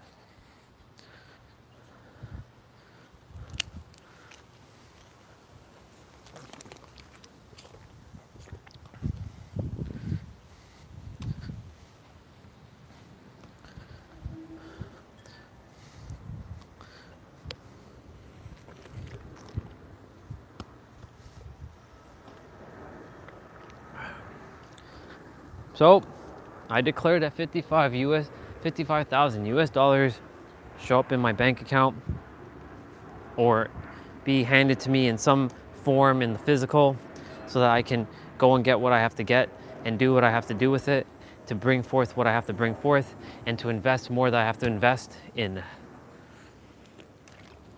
The only thing else I have to invest in is more in myself. I don't require any more coaching. I already have all the coaching. I already have all the answers.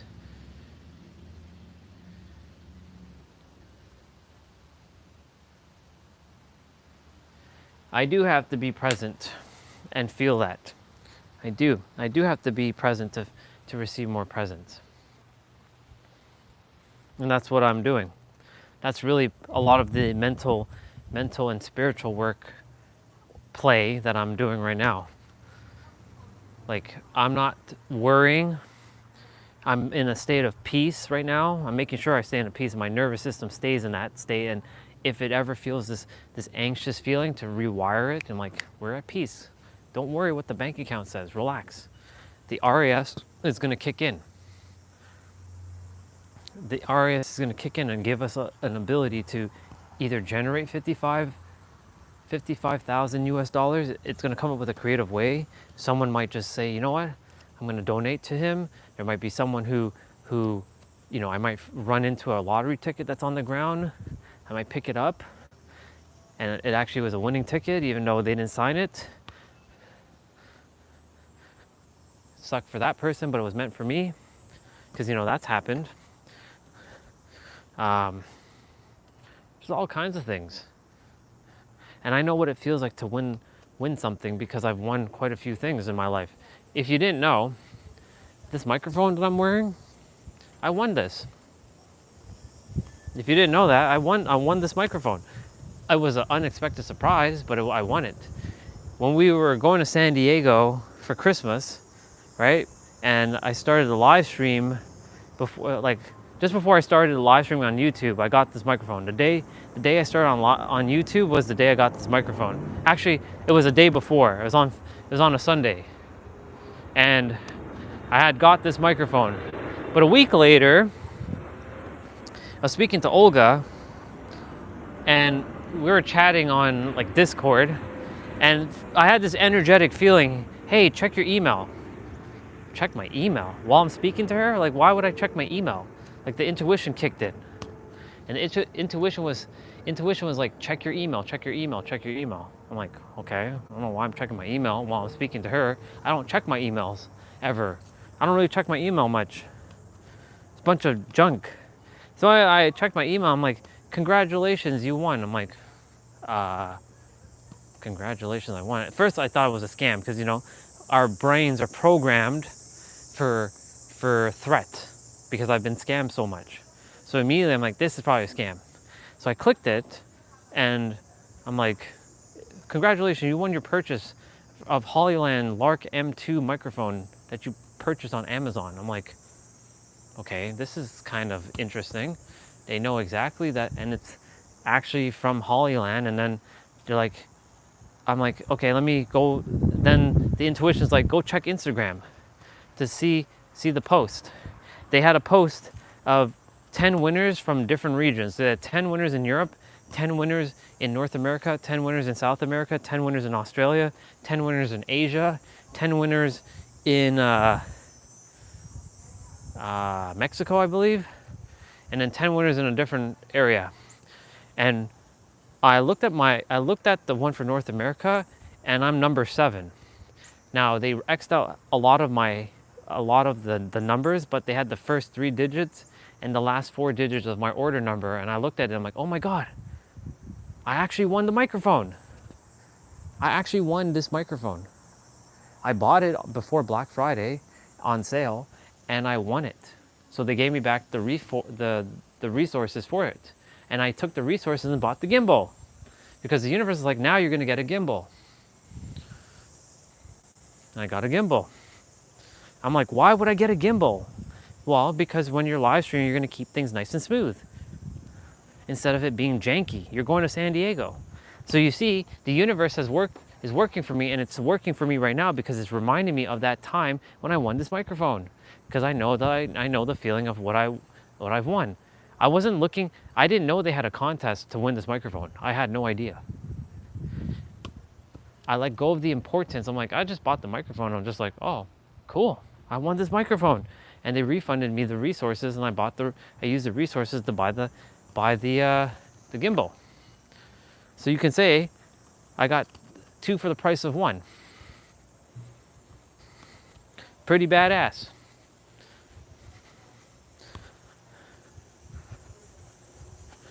Even though I kind of scuffed one of them, like I dropped one like multiple times now, and it has a little bit of a ding, but I mean, it still works, and it works quite well. So that's why, like, I have to remind myself that every time I'm using this microphone, I've won something. It's not like the universe never helped me. It gave me something in return. Mr. Fly, that's a fly. Hey, that was a fly on the lens. I told the fly, hey, stop going on my lens.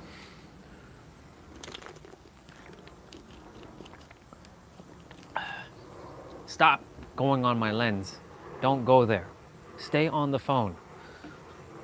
It's okay if you stay on my phone, but don't go on my lens.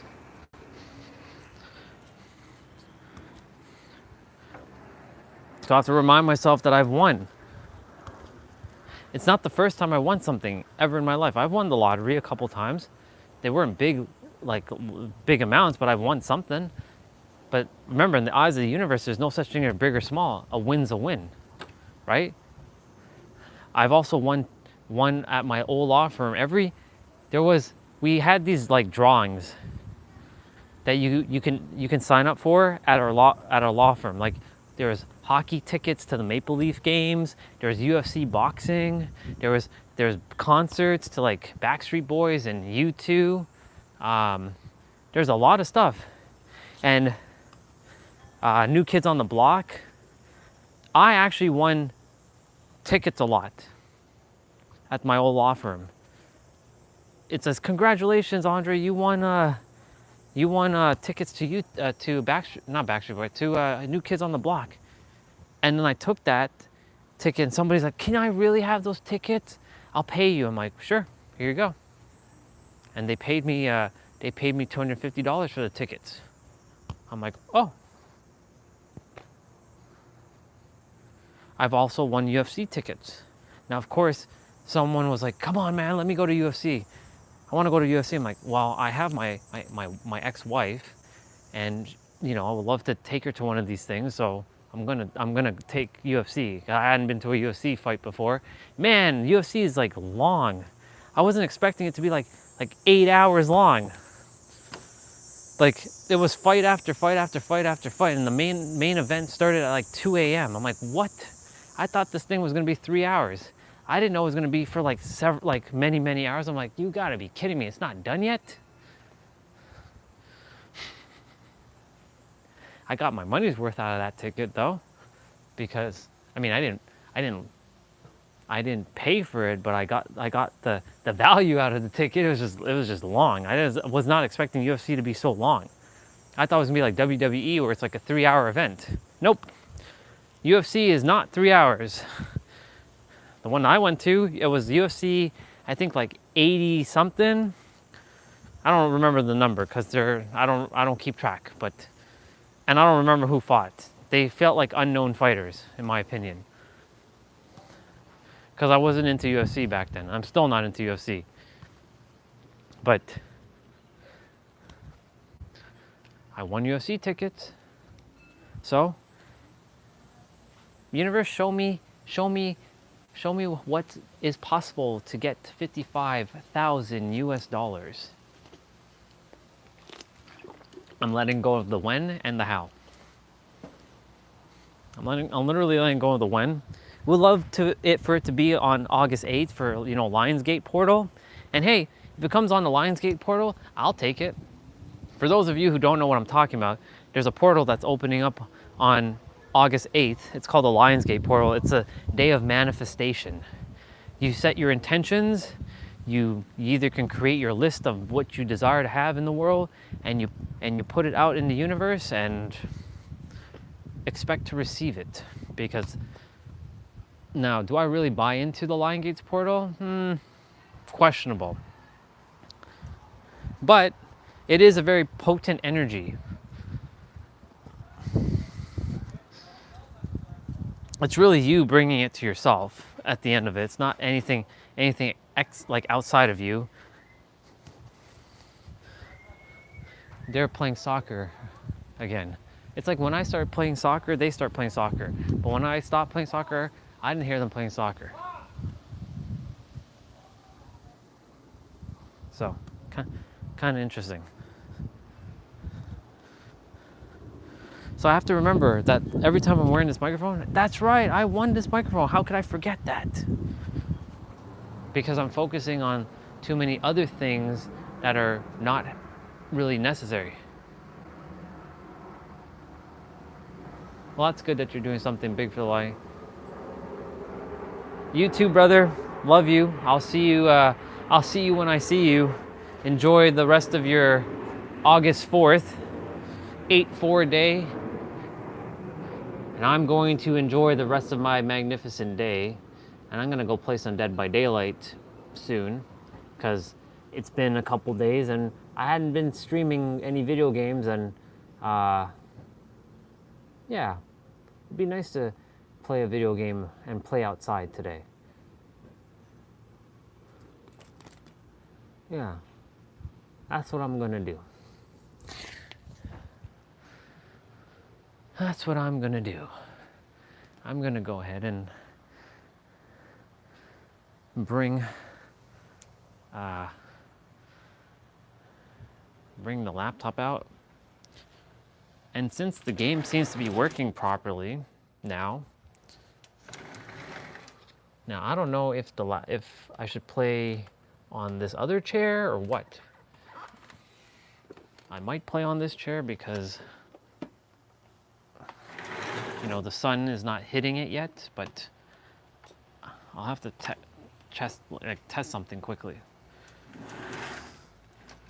Let me see. It's a chair I don't sit on yet, or I haven't sat on, but let's see. It would be awesome if Mr. T-Bray showed up, but I haven't seen that dude in like 10 million years. That dude's like hiding. Where is that dude hiding? I have no idea. He'd be hiding though. I have to, like I said, I actually sent him a emoji, or sorry, a gift on like a GIF, a GIF, whatever you want to call it, on Discord of me throwing a smoke, like a helium grenade and smoking him out. Well, helium grenade to like blow him up, but I mean, you know, they didn't have a smoke grenade, so I had to use that. Fire in the hole. Fire in the hole.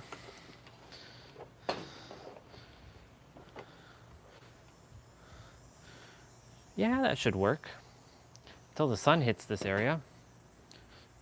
All right, I'm gonna use the bathroom quickly.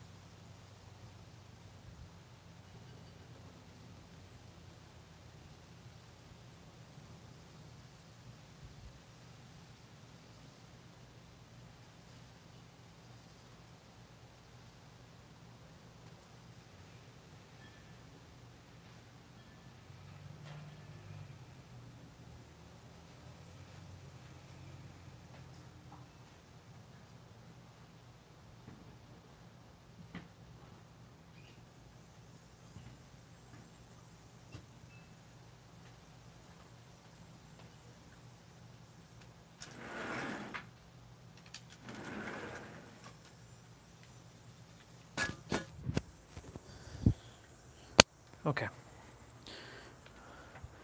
We are back. I don't know if anyone's still here, but I can't see the screen because I'm currently plugging in stuff. You know, the greatest thing about all this is, if I really require Wi-Fi, I have my thing.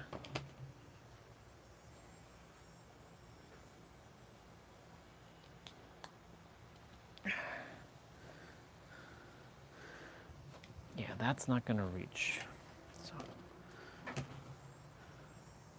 So this, setting this up takes a little bit of setting up to do. This is where my cloth comes into play. Making sure I clean up the table. Cleaning up this chair.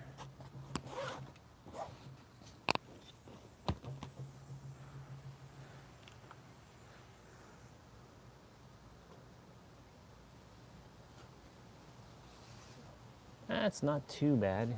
I mean, I can still see the screen, but... Okay, the laptop definitely... I'm gonna have to take y'all off of this thing.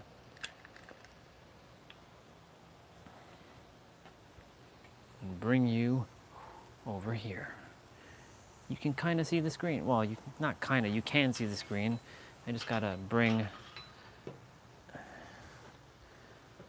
this thing over and put you all down.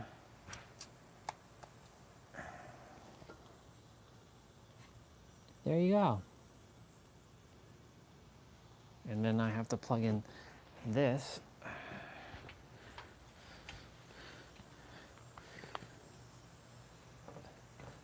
The screen brightness is not the greatest unfortunately, but you know, making do with what I have.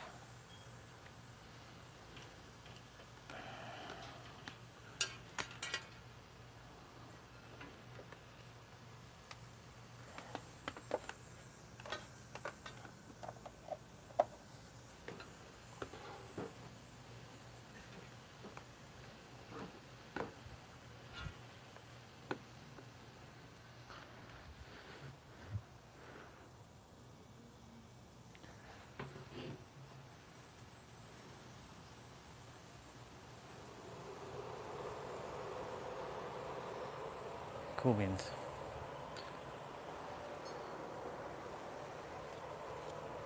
I'm gonna go ahead and bring in my mat and my gloves.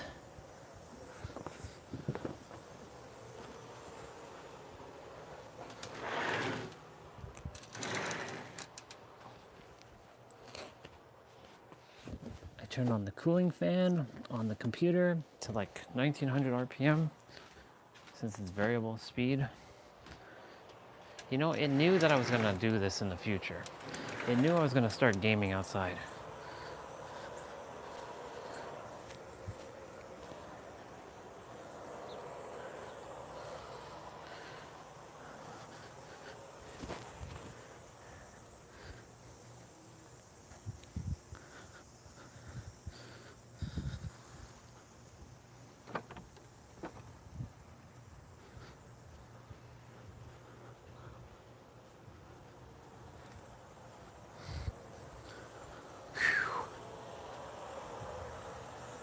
You can hear the RPM on this fan.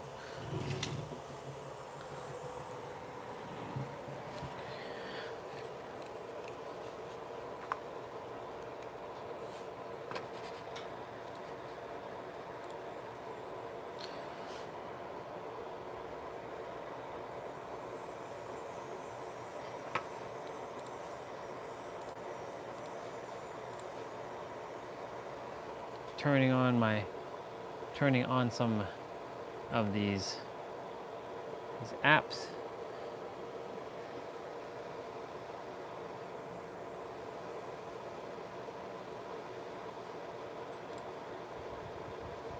I did click that one already. A tablet, which is over here.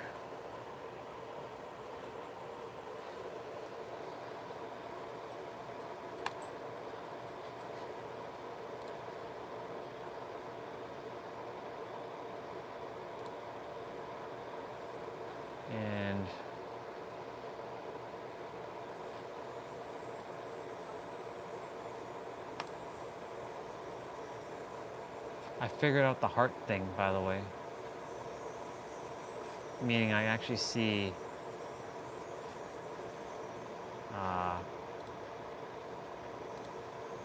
oops. Supply. You probably hear like, wow, that's a loud fan. Yep.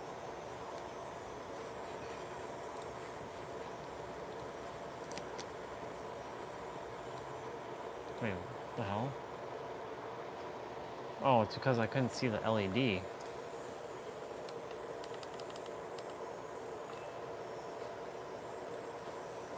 Cool. It's a bunch of spaghetti on the table right now, a bunch of mess, like with the cables, but I'm doing my best to keep it nice and purdy. Nice and purdy, nice and purdy. I don't know what the hell happened here.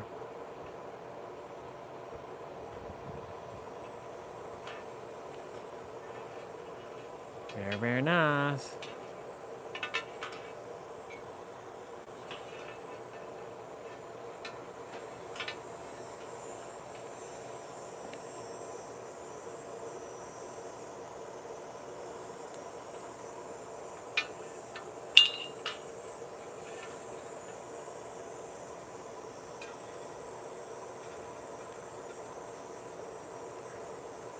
All right.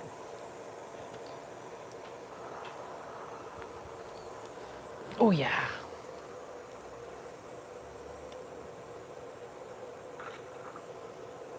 Let's up the volume.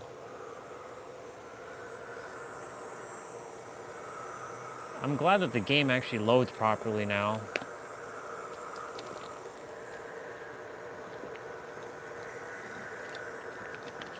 I was like having the hardest time with this thing. Like it still has a little bit of a hiccup here and there, but you know, it actually does load.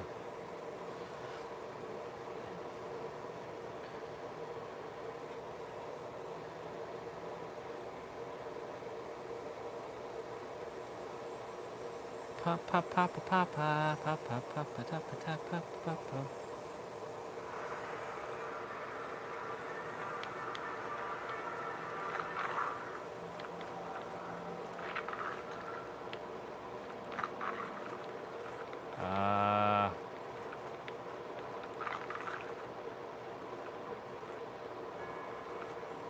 Okay.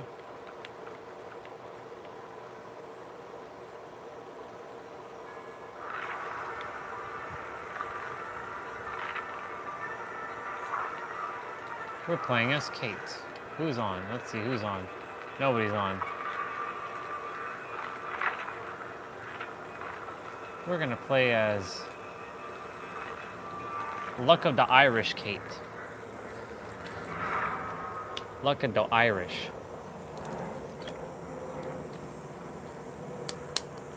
Luck of the Irish.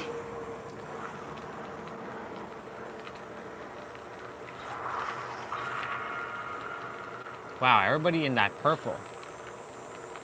I'm the odd one out. Hold on. Do I have anything purple?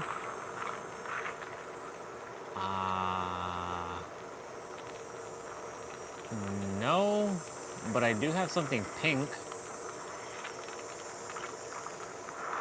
There, I'm kinda in my own color wave with them. They have their purple and I have my pink. Look at them.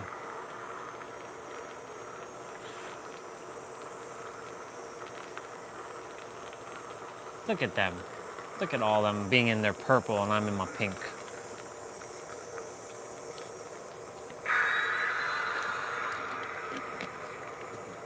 I haven't played this game in a couple days. Each of the areas of the business to try and find the problem. Was it my marketing, sales, operations? And that led me to a deep truth, which is that there is zero delineation between your professional life, your spiritual life, your relationships, They're all deeply interconnected. And I had hit a business plateau because I had hit a wall in personal development. And the moment that I was able to break through that wall is the moment that my business started to take off. So the hard truth is, you potentially are what is holding your business back. And no matter what lever you pull, it's not going to matter until you're able to embody the next higher version of yourself. And I believe that that is what business is for. And I also believe that we are entering a period of time right now where people that are able to be deeply embodied are who are going to rise. In this time of AI, humans are looking for humans that have this sense of peace and have this sense of stability. And it is unmistakable when you see it. And so that, I think, is our work right now in order to grow personally, to grow our businesses. Said it spot on.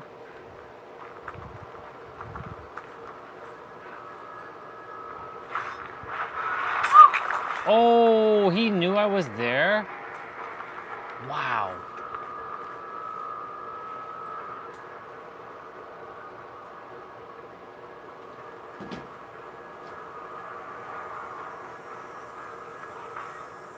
Damn, he knew I was there? Interesting.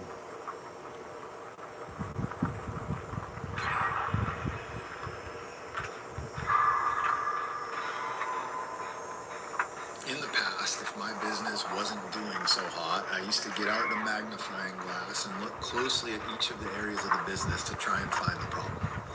Was it my marketing, sales, operations? And that led me to a deep truth, which is that there is zero delineation between your professional life, your spiritual life, your relationships. They're all deeply interconnected.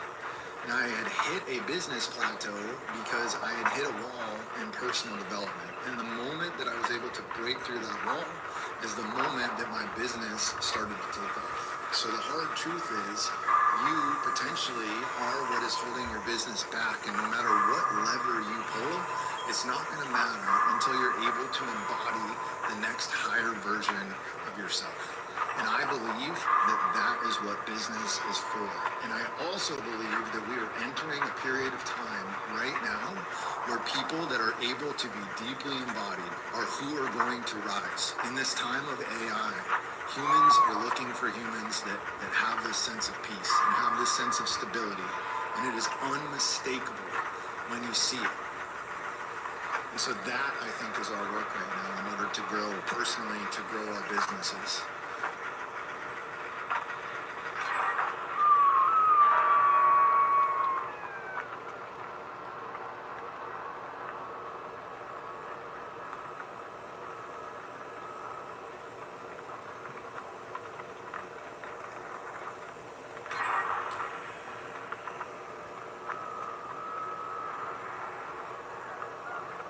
Shoot.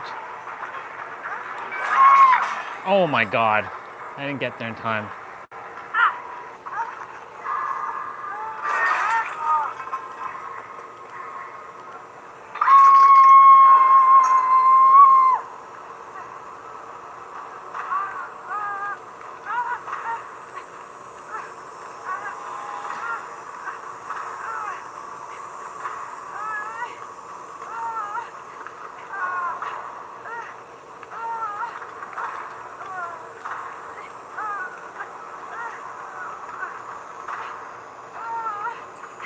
In the past, if my business wasn't doing so hot, I used to...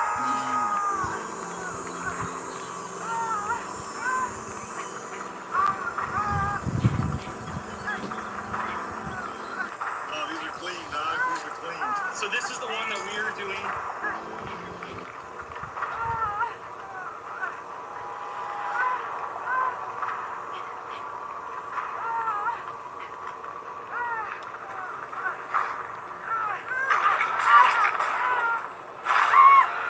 Oh my God. Wow.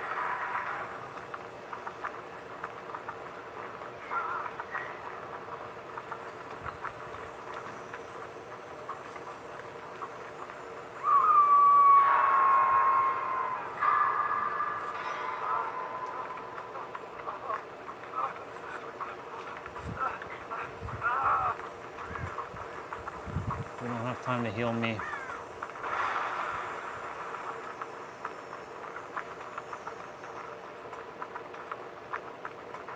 Is he just camping that area? It's like he's camping that area.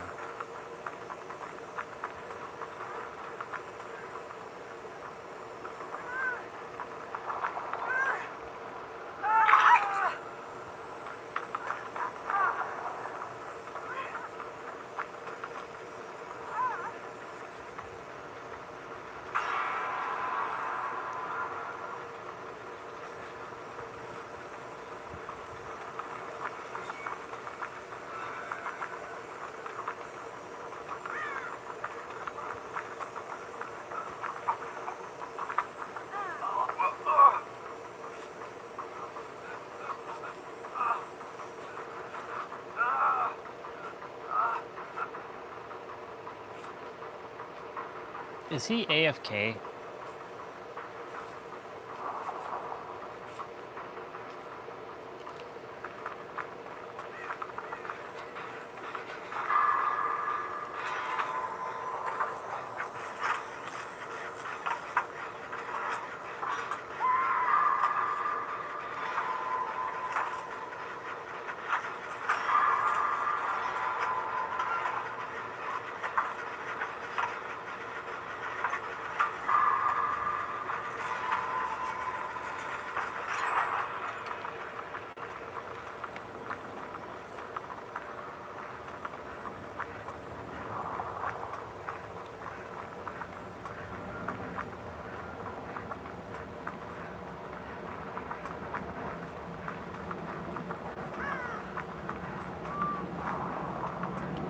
Oh shit, that person's in a prison?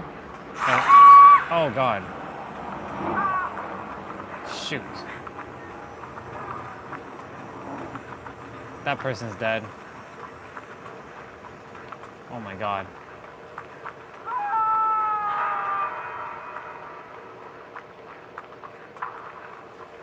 Gonna have to hold off for a moment.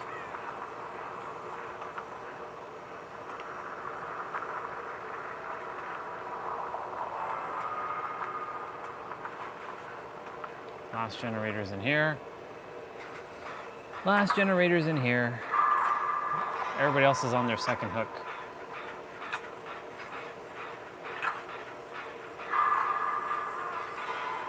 Shit.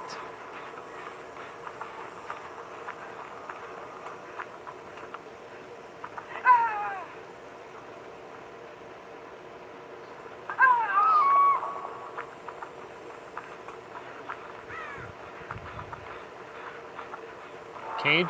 Oh, no, Maury. Oh my god.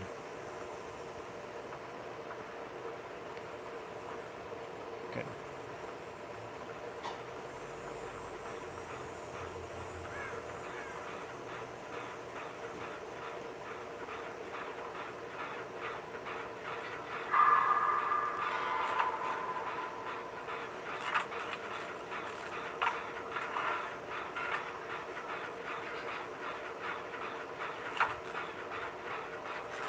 Let's go.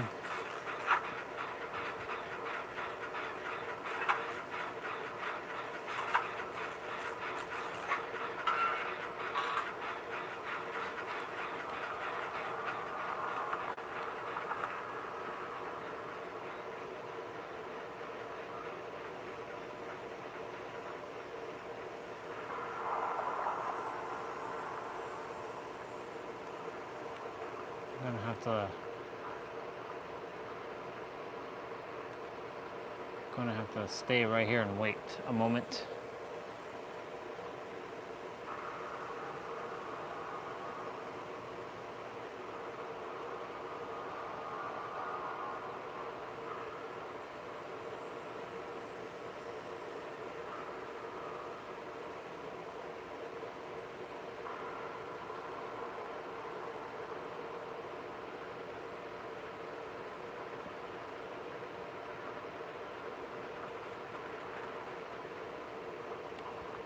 Nope. He's looking.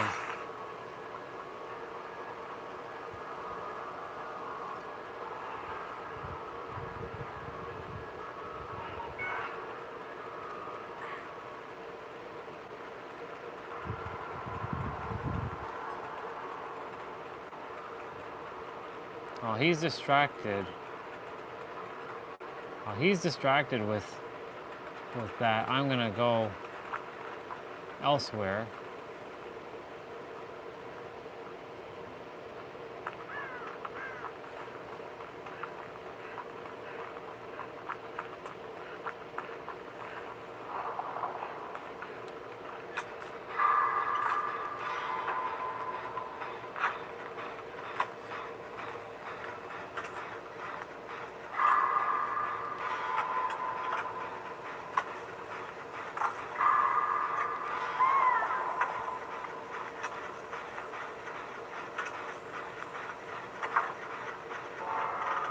Shit.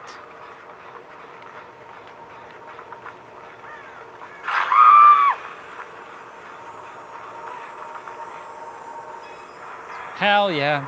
I was like, I'm getting out. I got out. I walked into the thing and I got out.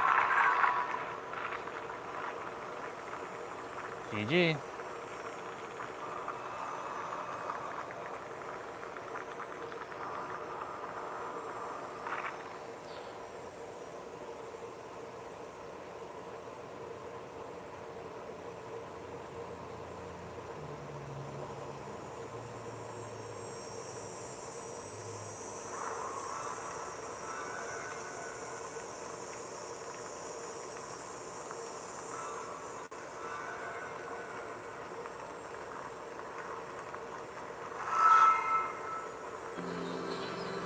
Oh, these are clean.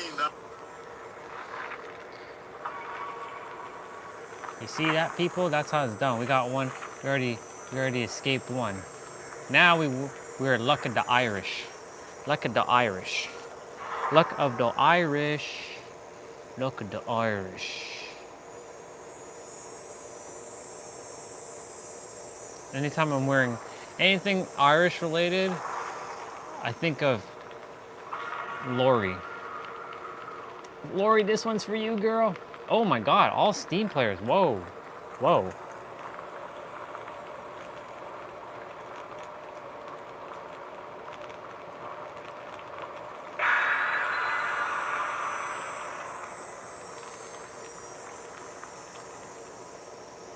Luck of the Irish. This one's for you, Lori.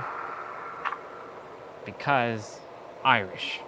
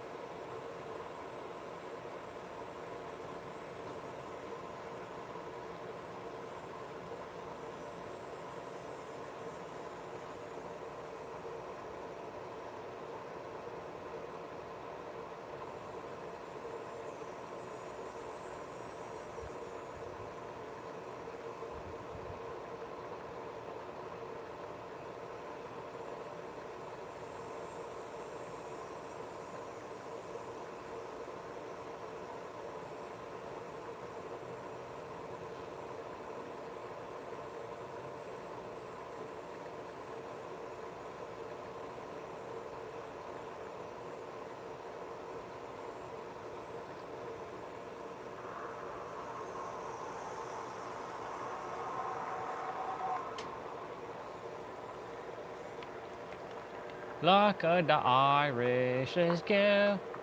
We're going inside. I'm going upstairs. I'm getting to that generator first. Yep.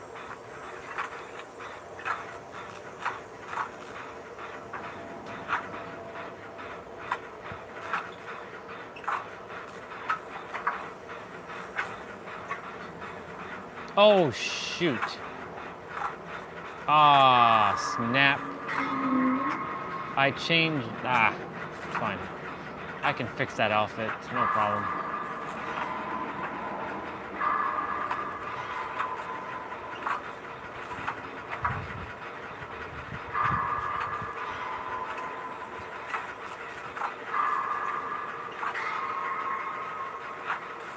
All right, let's go. Do.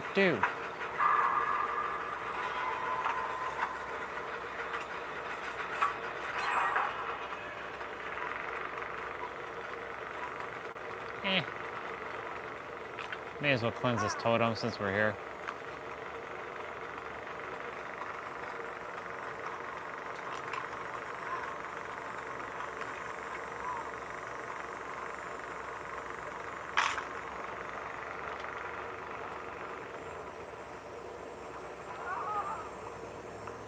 Maybe we'll grab the item.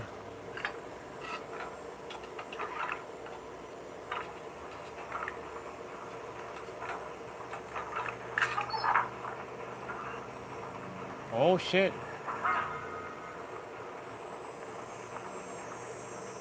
Killer's here.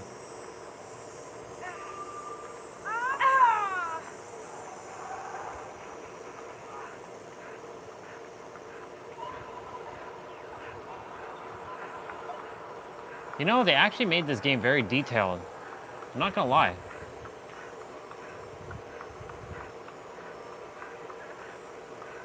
I got you.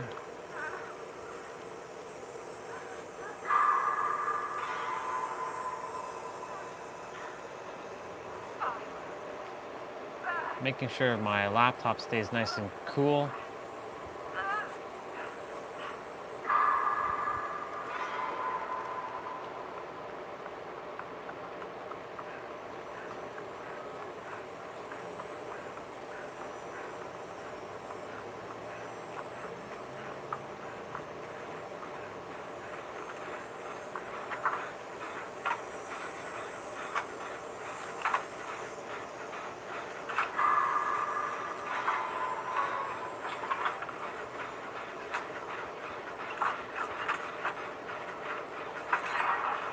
Oh, they got it done. Nice.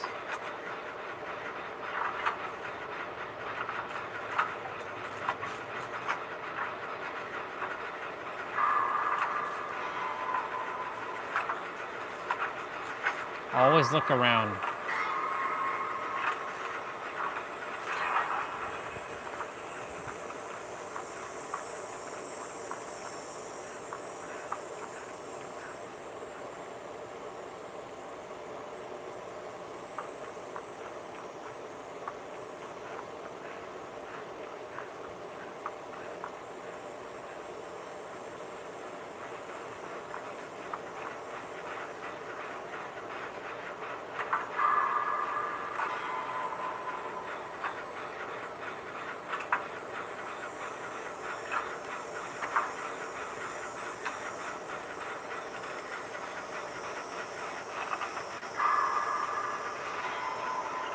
We're doing it, people.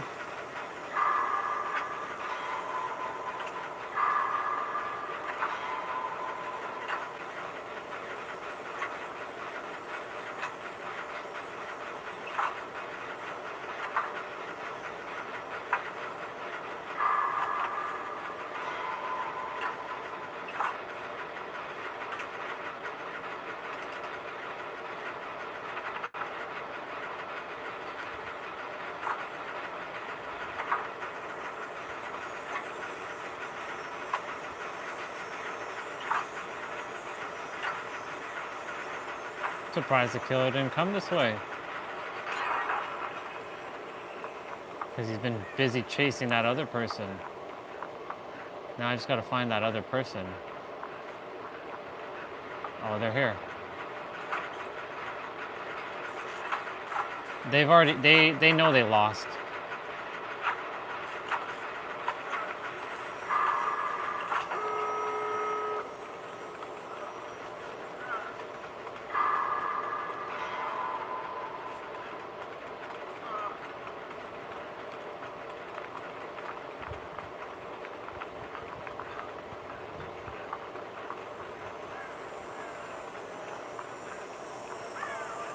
Oh, damn.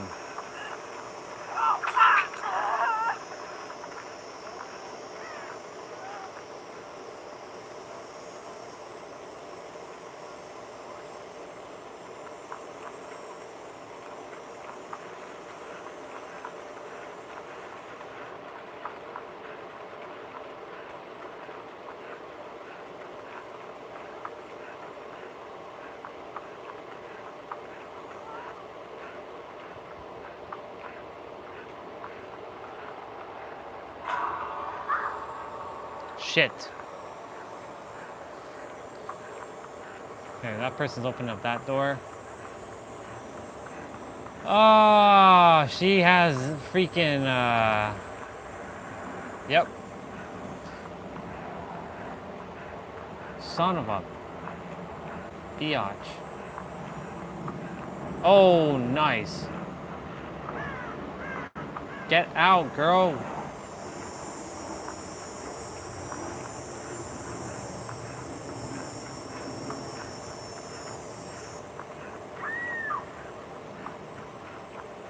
Oh my god. Can't leave yet. Gotta find this damn totem.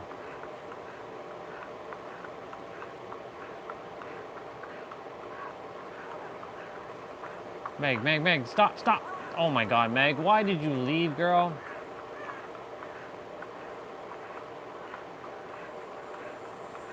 Oh, she got out. Dwight, get your ass back over here. Let's go. Go, dude. I escaped 12 trials. Let's go.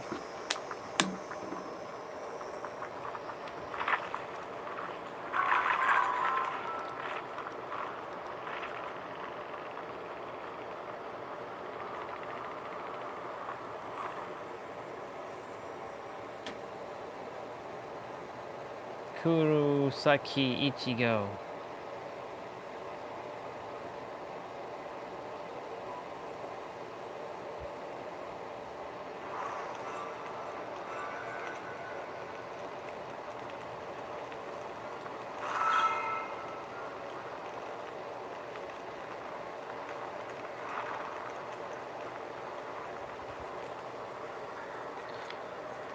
All right, let me fix my customization because I screwed up. Put the face paint, put that on, put my t-shirt on.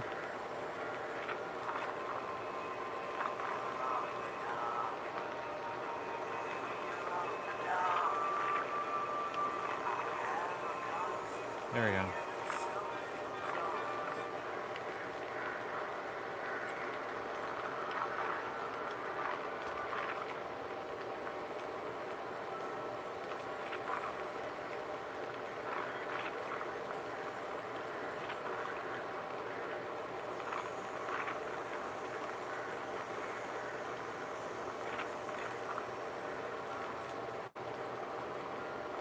Cool. I'm gonna go grab dinner. I'll be right back.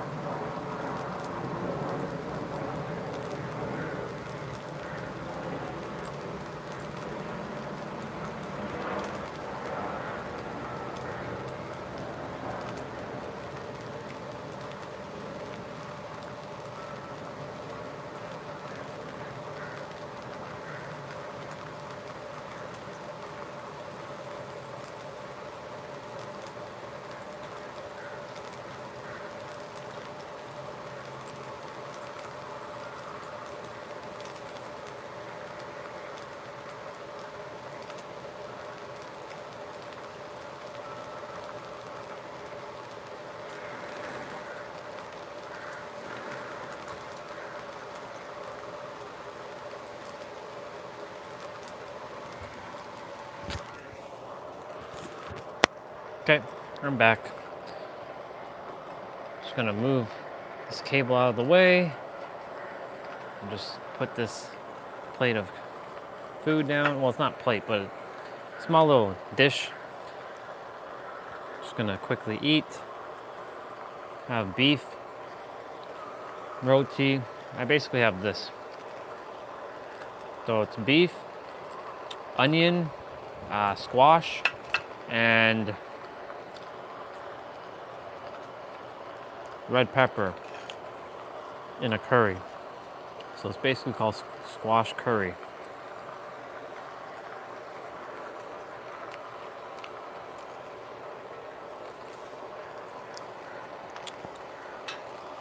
I really like what Mr. said.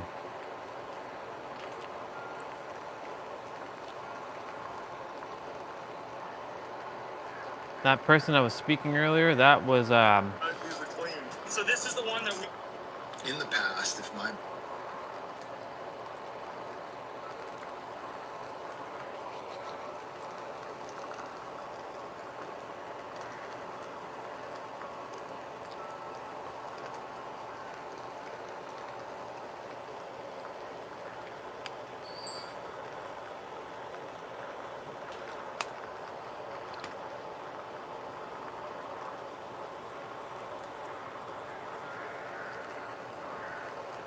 See, I would join your stuff, Mr. J, but unfortunately I have my own stuff going on.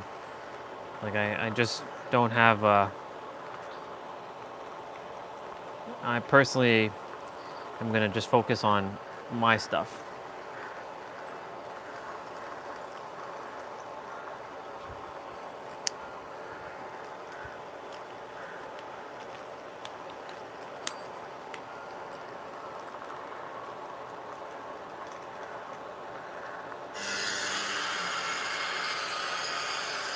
Let me put on some. We're about to continue playing. I'm just finishing up my food. Quick.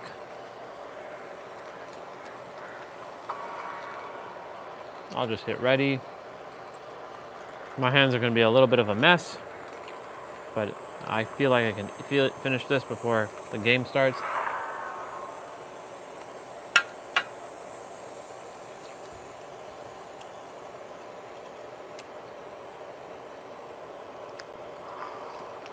All right, let's see. Well, aren't I the bright one out here?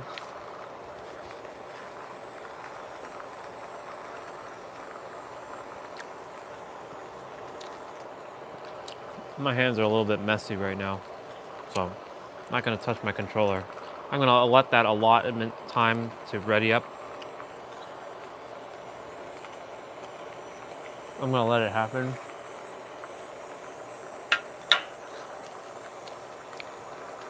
They can wait another 20 seconds. They can wait another 20 seconds. Mr. Fly, you gotta get going.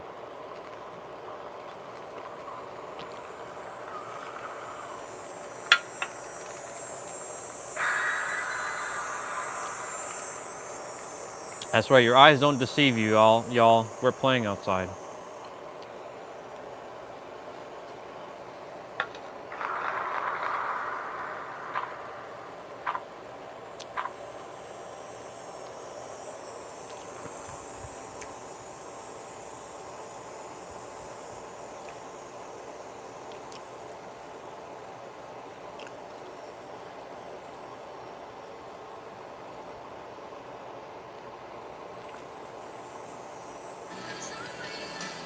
Okay, I'll put on some music for y'all. Some Stellar Blade.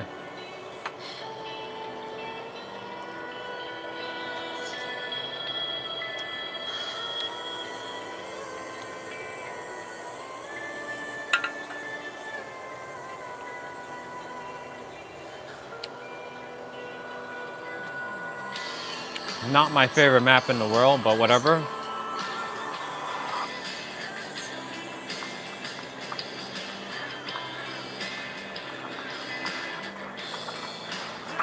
I got this generator.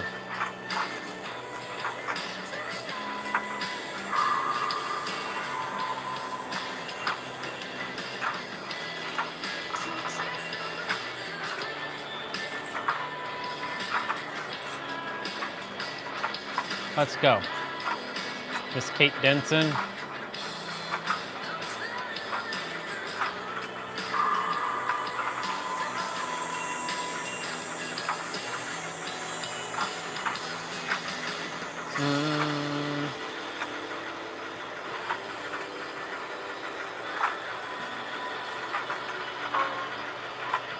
Should be okay.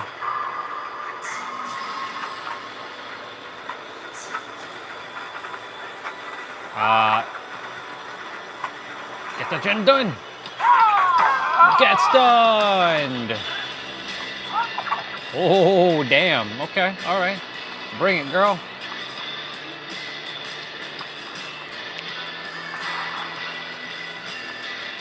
I escaped with a little bit of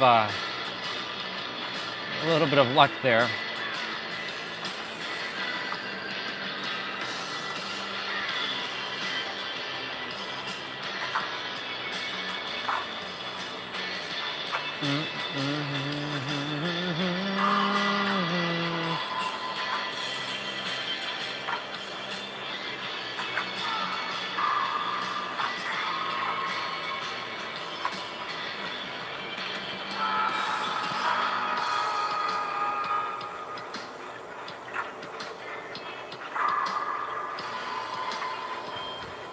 Live streams at 600 minutes, or will be at 600 minutes in about 45 seconds.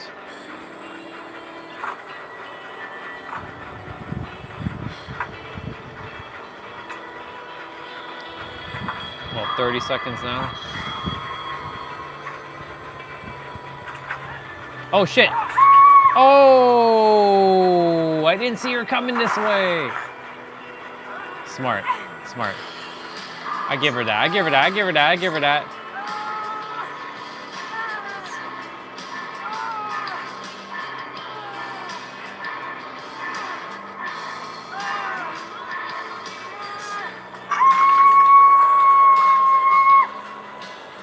Damn, that sucks. Okay.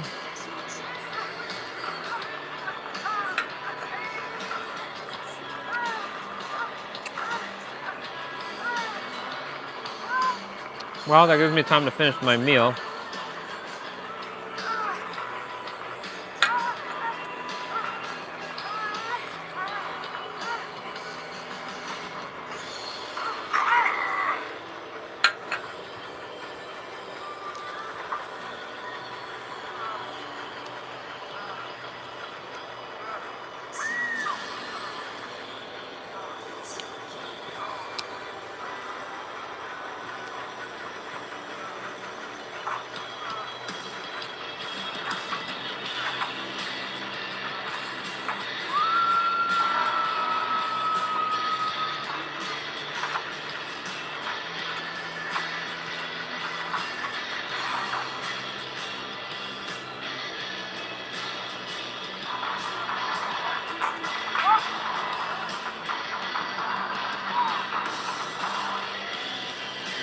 Shit.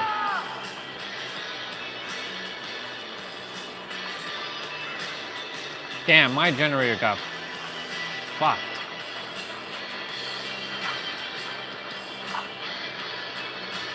Shit, he's chasing. Oh my god, what the hell is happening here?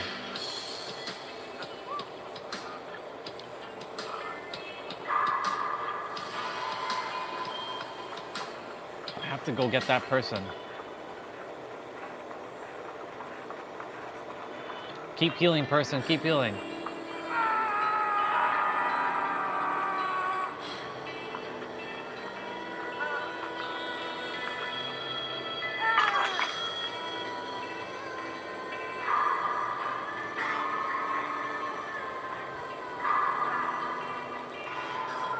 I had to make an executive decision and move out and get this person.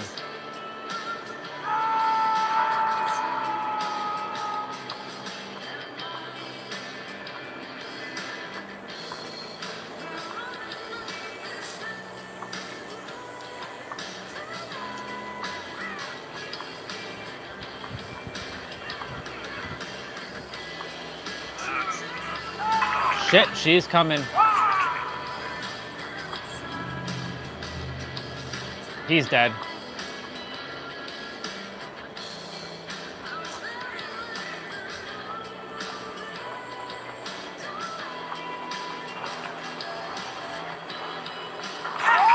Let's go.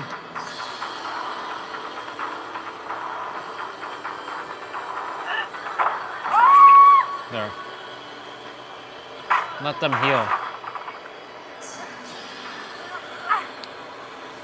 Better that I take that than they did, because it gives them all the ability to heal up and good.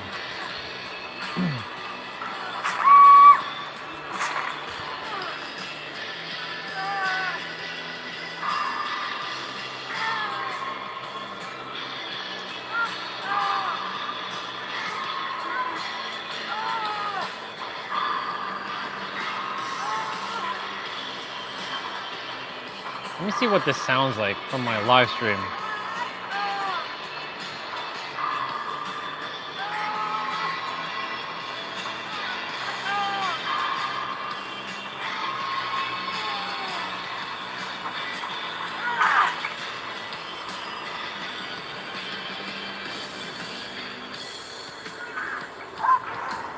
I'm dead, I'm dead, I'm dead.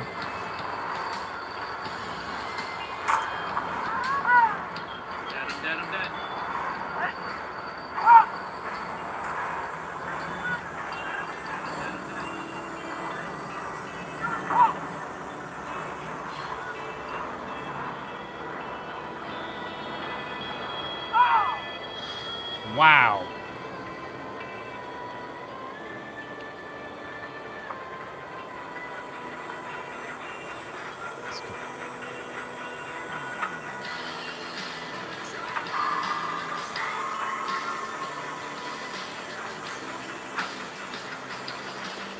I have to be stealthy there.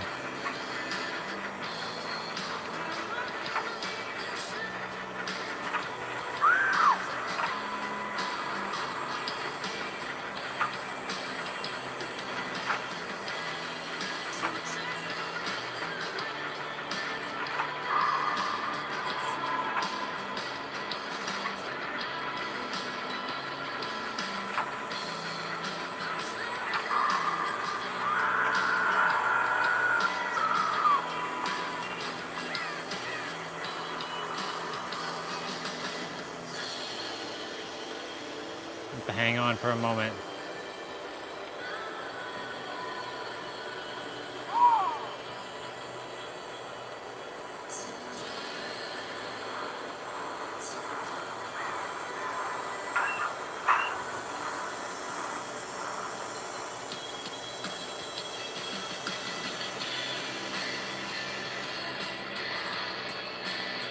This is the reason why Iron Will is so good.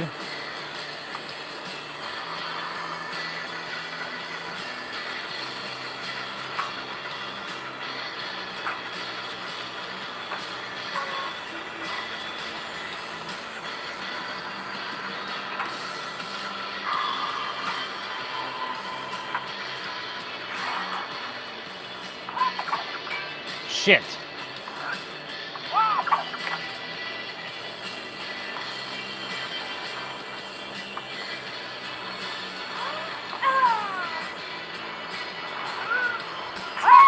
Dead.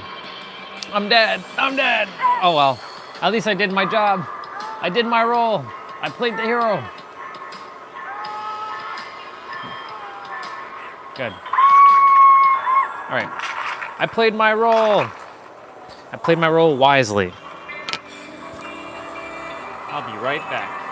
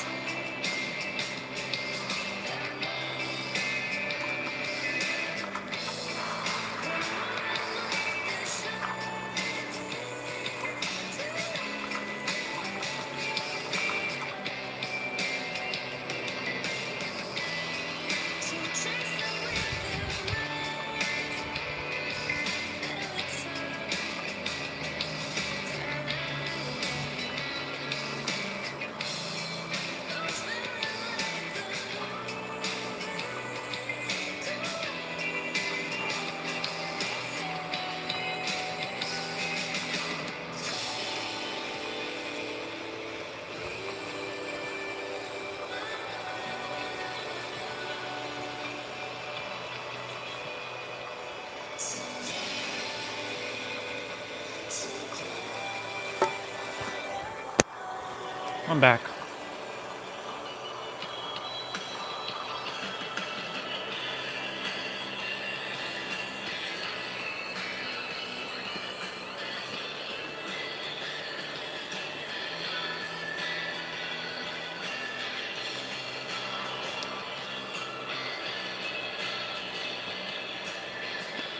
I'm so happy the game's actually working properly. I don't have to deal with this like ridiculous nonsense of it getting stuck in shit.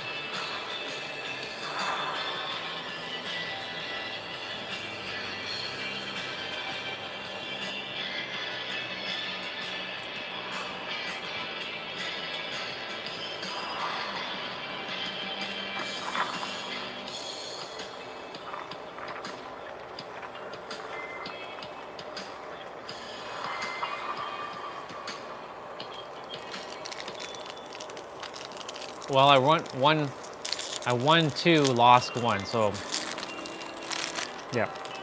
So far, so good.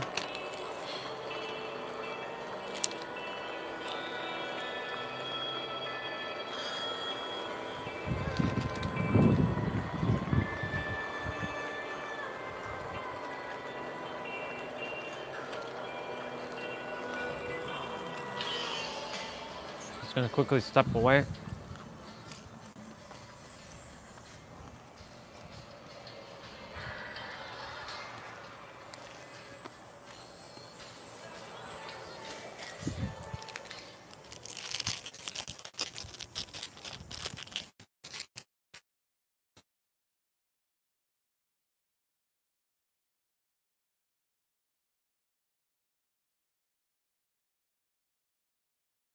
Hey, let's go. Almost at 20,000 steps, y'all. Again, let's go. Let's effing go. I'll definitely get my 20,000 steps.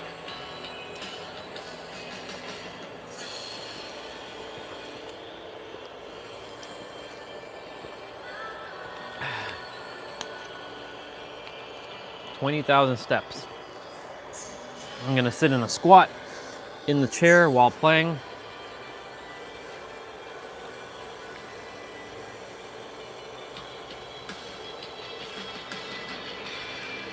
If the music is bothering you, let me know. I'll turn it off. I might turn it off.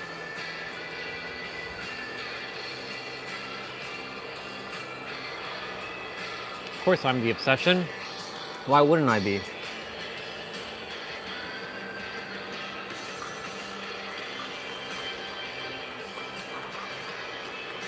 Is there a generator here? Yeah. Oh, doctor. Yeah, not going that way.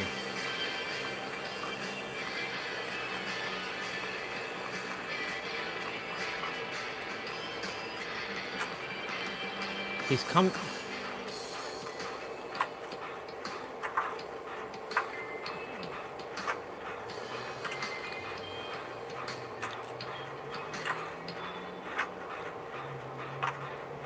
I love Kate so much versatility with her looks, and you know, just my favorite character in this game.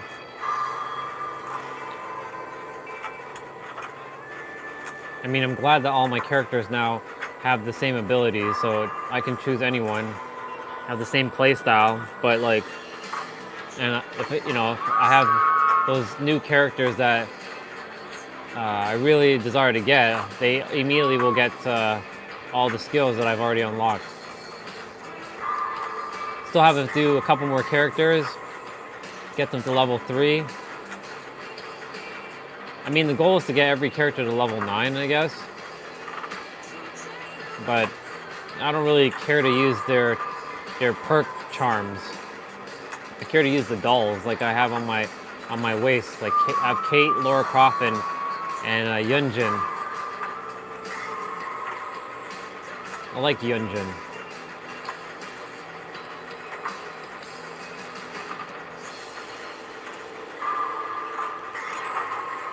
That's one.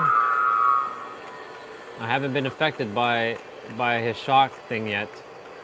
So I'm gonna head over to this generator and start rolling on it. He might start coming this way based on where he saw that generator being done.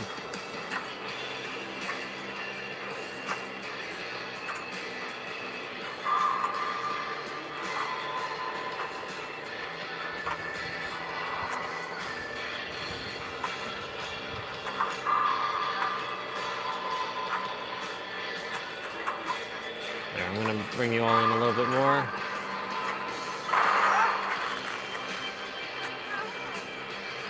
Did you have to? Oh shit, he's coming.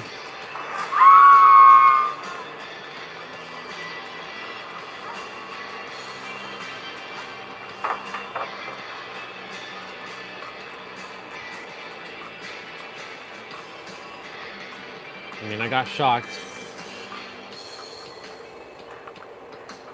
There should be a generator.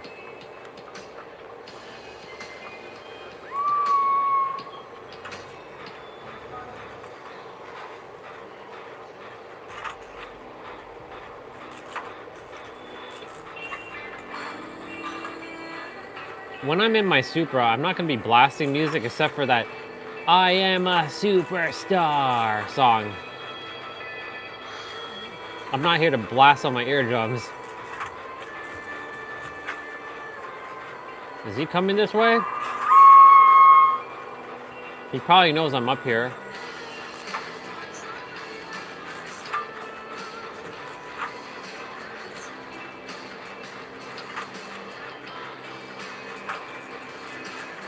I see Meg over there. If I can get this gen done.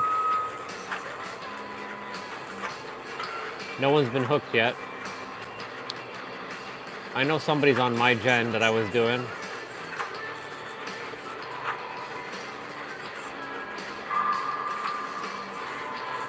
This is theoretically the hardest gen to do.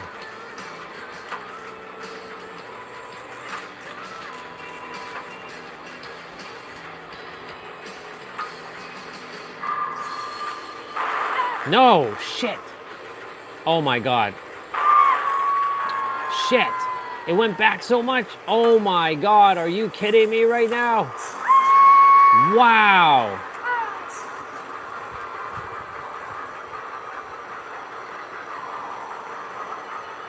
Holy shit.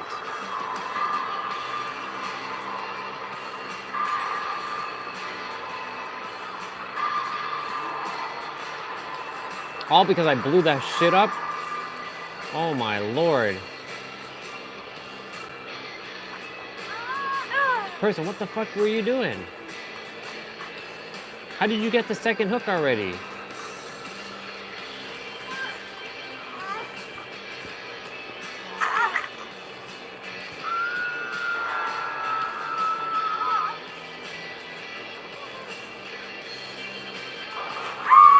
Oh my God.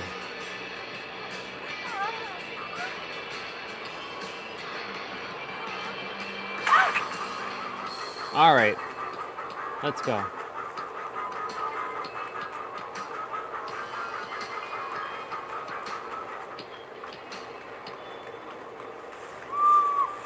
Shit.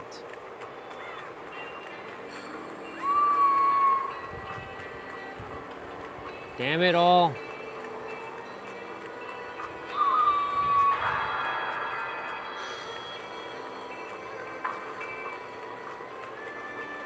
This one's done.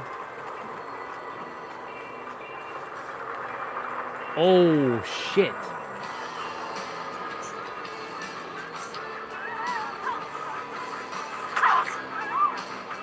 Wow.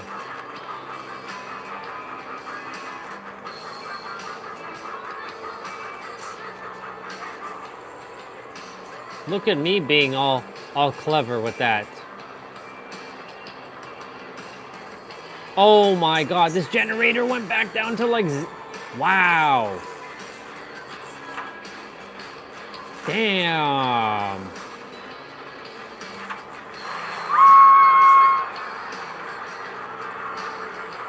She's over there.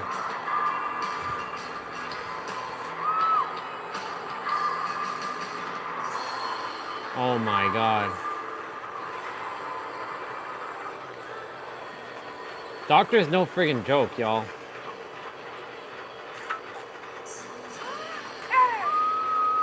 Is the basement even in here? Nope.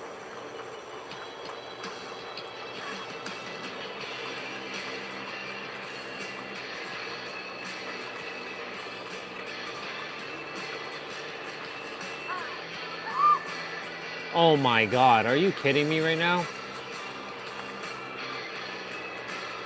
I gotta go save this person. Yeah, we lost this one. Well, I'm not gonna give up, but you know, killer's coming this way.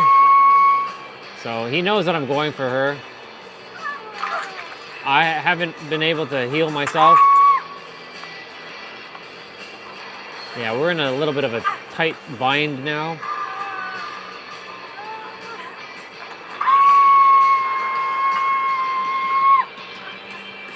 No big deal.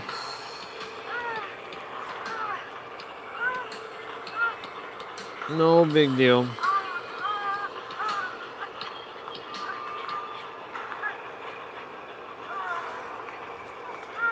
Come on, dude, what are you doing? Oh God. Nice. Shit, I ran into the...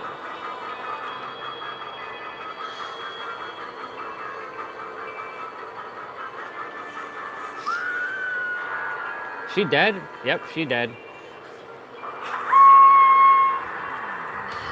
God damn. Is he coming for me? Yeah, he's coming for me. Yeah, he's coming for me. Yeah, he's coming for me.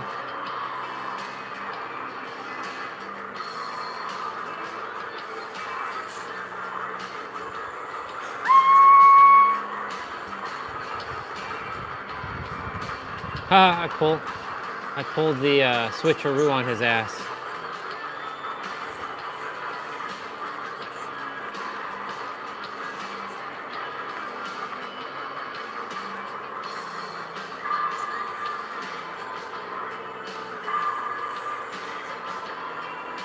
No, shit.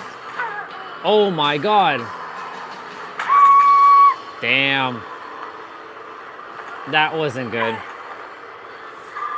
Yeah, it's over.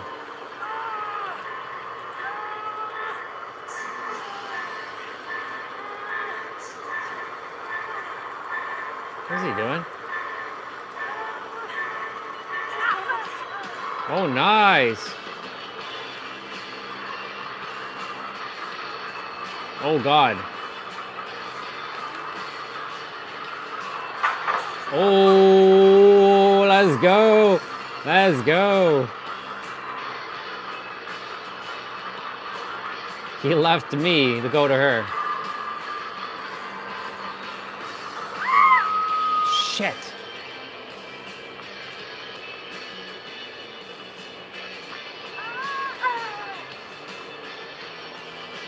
Is he coming back after me?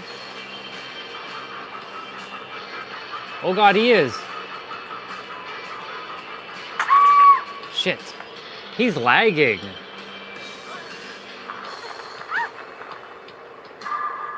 I think he's lagging.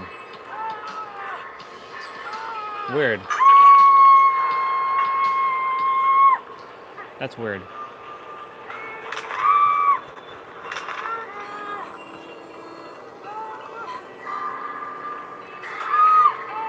Well, game over. GG. She got worried, and it knew that I was gonna die, so it auto-killed me. It knows that it knows to kill me. Alright, I'm gonna pause the music. I'm gonna pause the music.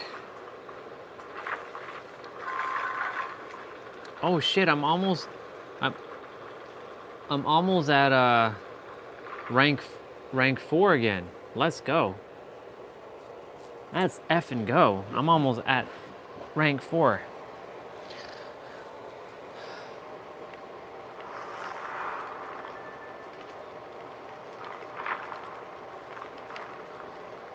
All right, we're gonna switch it up to her. like I said, Kate's very versatile. She has all kinds of looks. Her and Fang Ming, I mean, have all the looks in the game. I don't have all of Fang Ming's costume though, because I invested my time in Kate. Let's go. 2 Kates, 2 Laura Crofts. Let's go. I just had that hairstyle on. Interesting look. Never seen that one with the shorty shorts and the jacket like that. Not bad, not bad. Every time I see another Kate and they come up with a new style, I'm like, that's an interesting style. Might adopt that. Might come up with the adoption and use it.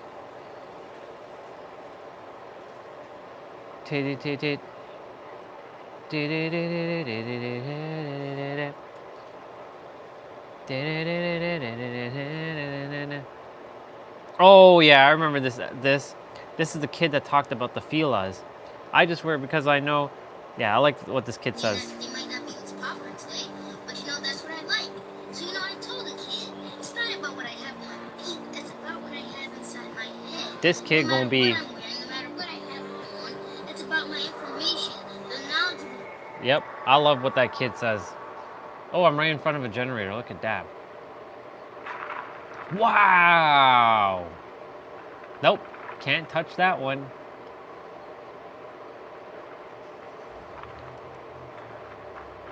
Thank you for making Kate to be awesome. I mean, I don't like her face on this one, but whatever. They altered Kate's face.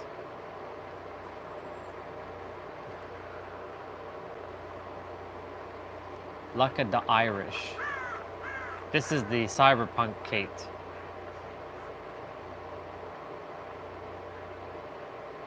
She even got music, like a keyboard and all that.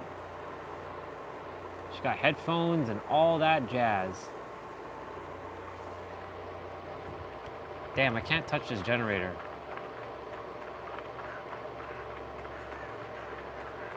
Nope. Oh!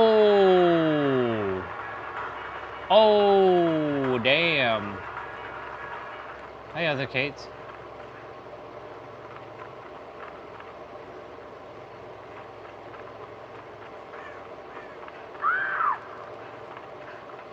The gen should have been done here. Yep, or should be ready to do.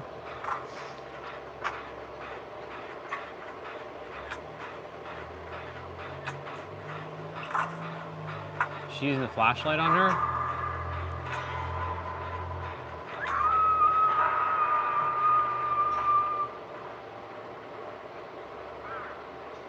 Oh shit.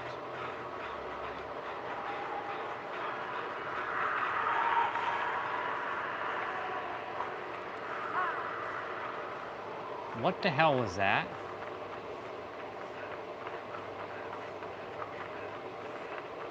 I don't know what the hell is going on.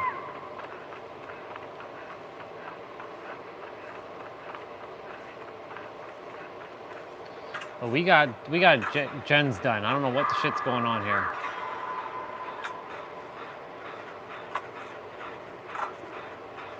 They're all damaged? Damn.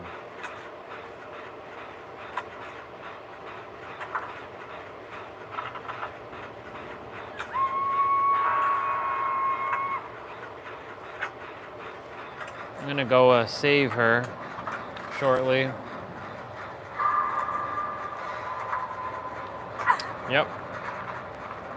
I have no choice but to.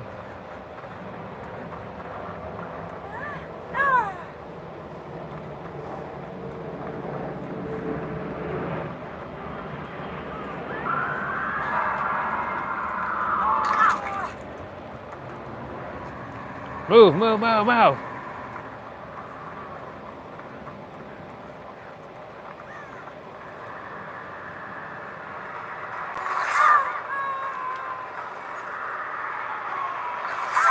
Whoa!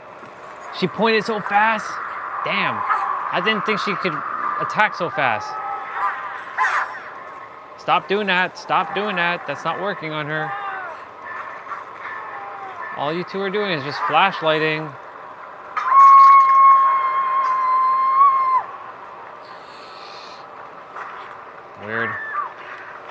Yeah, this one's a dead game. I mean, I haven't given up. It's just, you know, some games you just know that like you just yeah.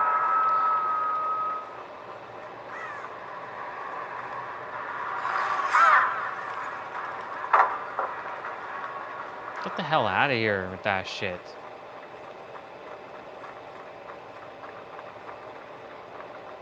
Little slash shit.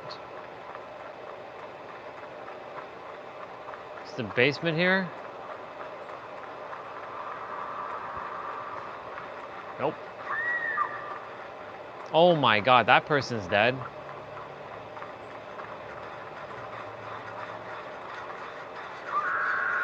That Laura Croft's dead. You see, the goal is to have at least 2 generators before someone dies. 3 at most. If we can have 3 generators before someone dies, it's okay. But the moment that we've been hooked, I'm gonna get slaughtered here. Yep.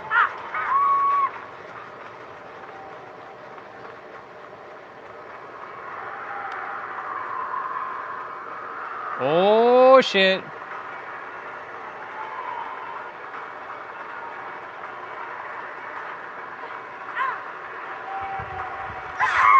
Oh my god, I couldn't pull down that pallet. Yeah, I'm done. I mean, I'm done with this one. This was terrible. Absolutely terrible.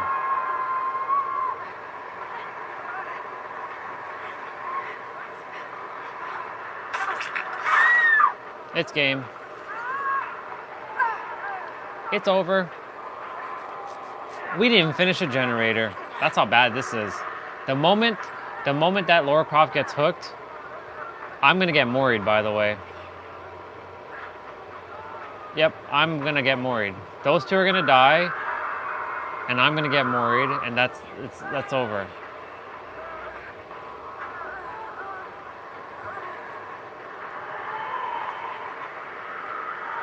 Oh no, she's actually gonna hook me. The moment I get hooked, it's over. Wow, this is pitiful.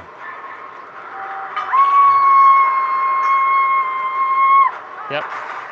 This was actually the worst of the 3 games, or the 4 games now. Like, no gens, got done. 2 of them were just wasting time, flashlighting killer. That was absolutely pitiful. Like, that was like absolutely like crap. Like, it was garbage. Oh man, that's too funny though. Shit, did I save that Fila kid thing? I must have. Save. I did. I am me, and you are you, and he is him. I'm gonna play with this costume again, but just a different group of people. If I see those 2 people again, I'm be like, nope. Definitely not doing that.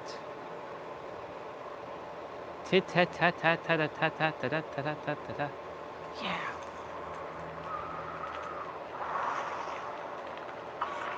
Ooh. We've got some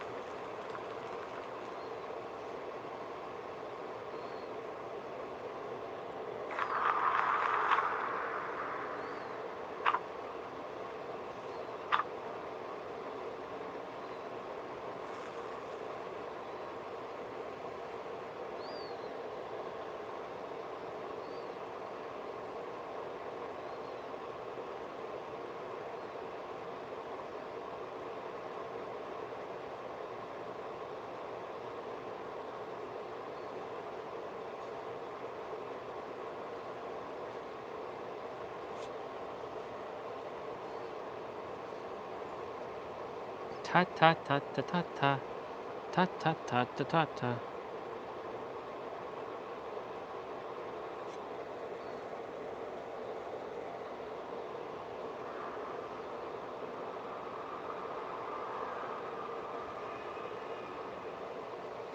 All right, cool beans. Let's go. Let this one be an actual good game, like this one.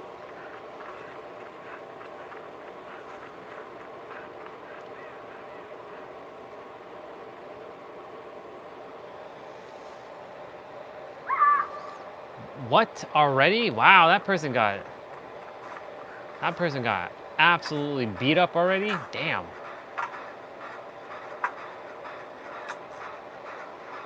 Not a good sign.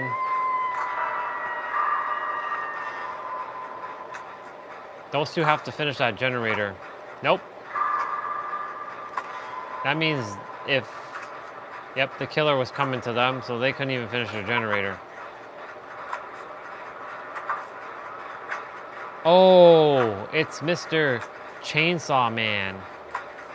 But which Chainsaw Man is it? Is it Mr. One Hit Wonder? Looks like it's One Hit Wonder Man. Mr. Leatherface?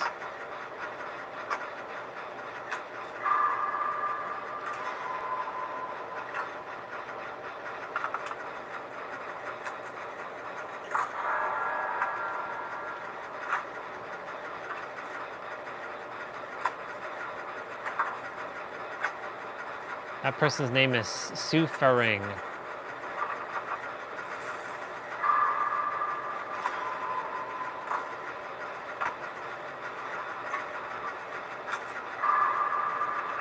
Yep, that person got smacked.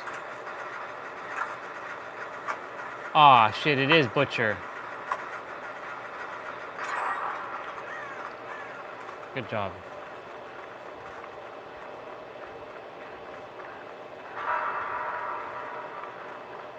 Gonna have to, like...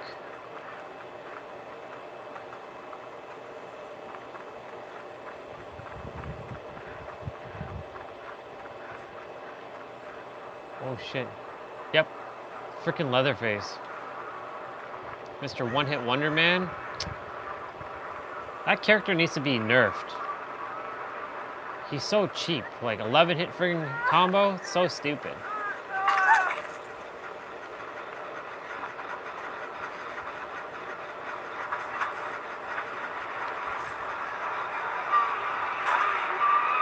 Get the hell out of here. Wow, what's up with this dude? Yo. How come he can keep going like that? Yo, Dead by Daylight nerfed his son of a bitch. He has 11 hit combo. What is this?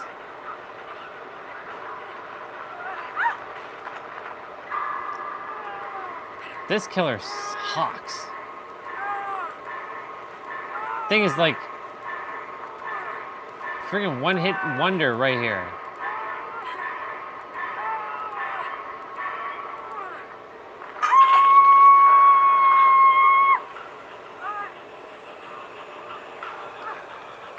Ugh.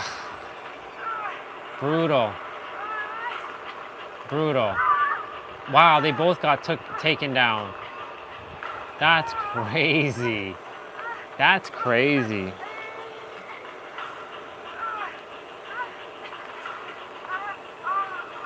Like, I finished one gen, but that's... Yep, the other person turned into a bot.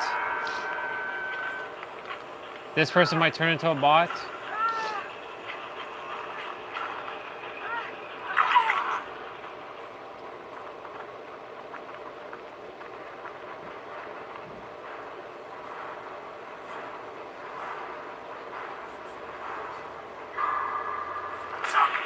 I'm dead. I'm not gonna quit. I'm just gonna be like, whatever. That person's dead.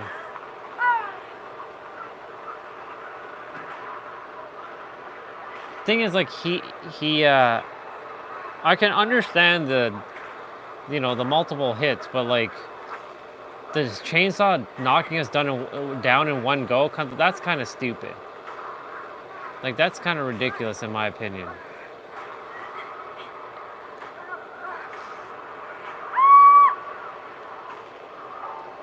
See, even he turned into a bot. I'm not gonna turn into a bot. I'm just gonna stay alive. I'm just gonna crawl my ass somewhere.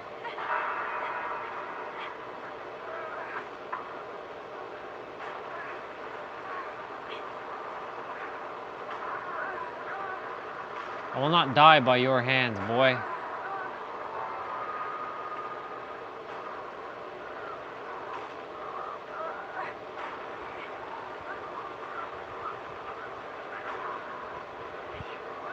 I mean,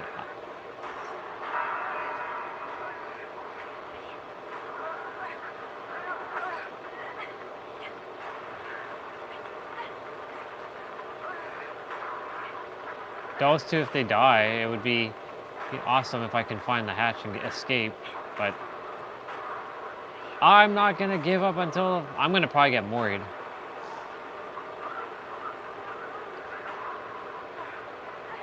Well, 2 games with this outfit, absolutely pitiful.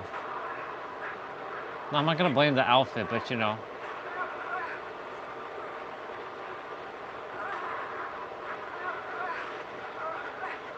Dude's like looking for me and he's gonna be like, where the hell is this guy? It would be awesome if I die, or if the other character can go, and then like the hatch appears right in front of me and I escape.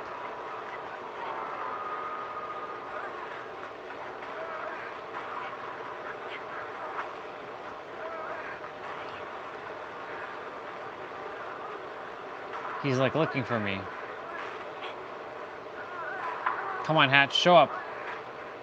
Show up right in front of me. Show up right in front of me. Come on. Come on. Show up right in front of me, damn it. Or let me find the hatch before he does. He's gonna find it before I do.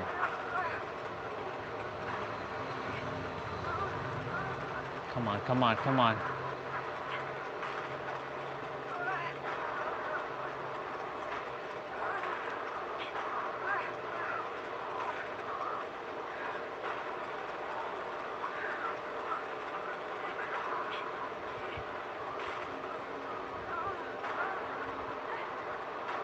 He probably found a hatch.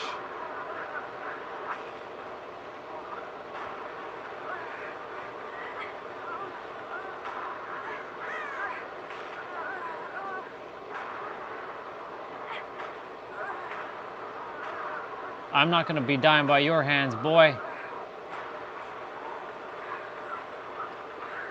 I'm gonna die by my hands. I'm gonna crawl to my death.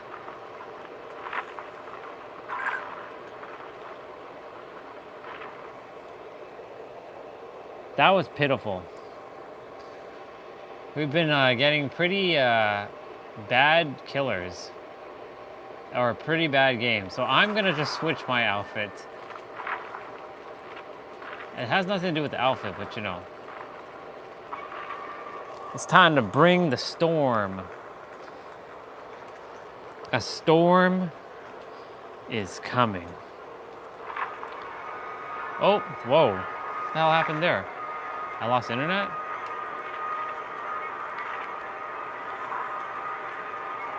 At least it doesn't get stuck like it used to.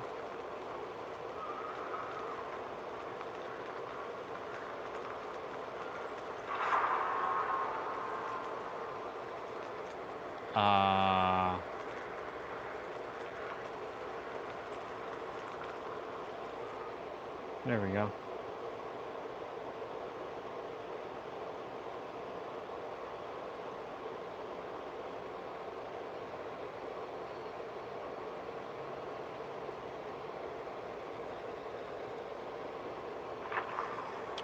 Unable to reach game host, please check network sensitive prompt persist.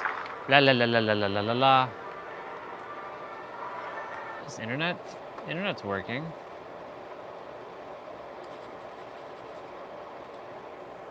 Come on, move out of the way.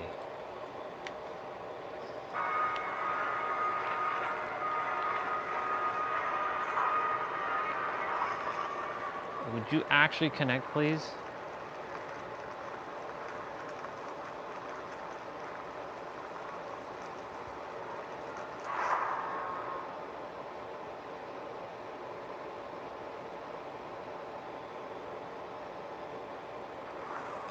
A storm is coming.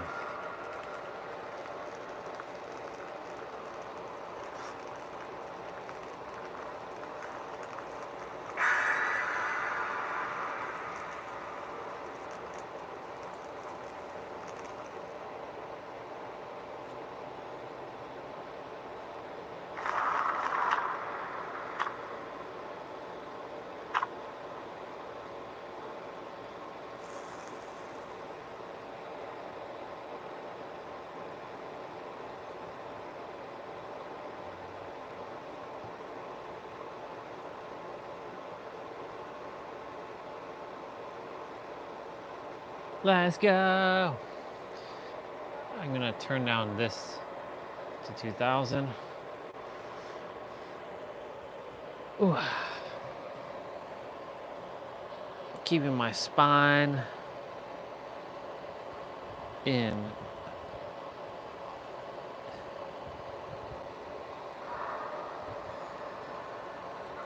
Let's go. I'm right by a generator with another character. All of us are actually here.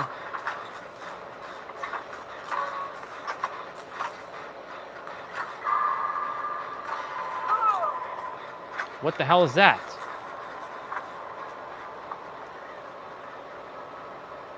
Pyramid head? Whoa! Damn, I took that hit too? That sucks. That kind of sucks.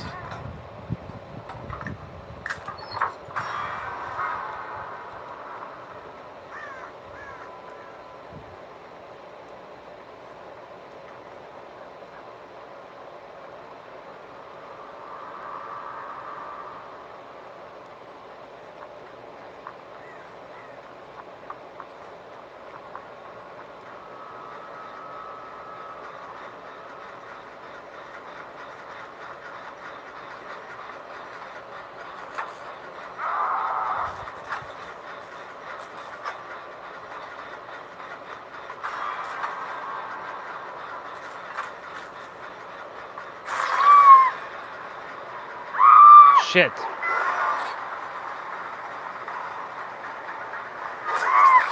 Man, I shouldn't have gone to that generator.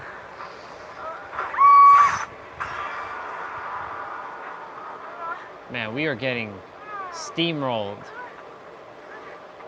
These games have been absolutely brutal. All of us have almost been hooked.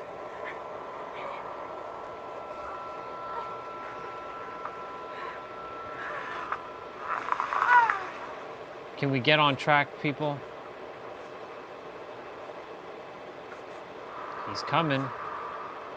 Can we finally get on track?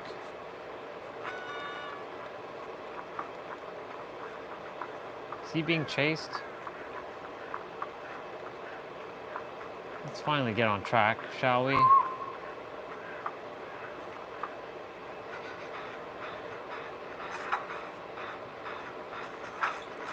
Get your asses over here, let's go. Let's get this gen done. This is how we were originally starting.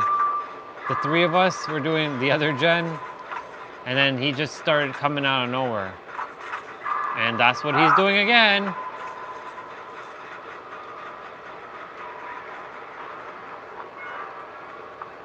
Come on, man, what the hell?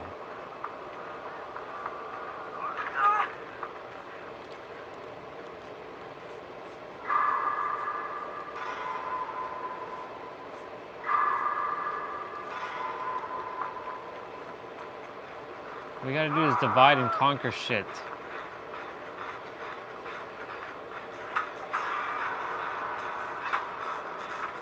Now he's coming back here.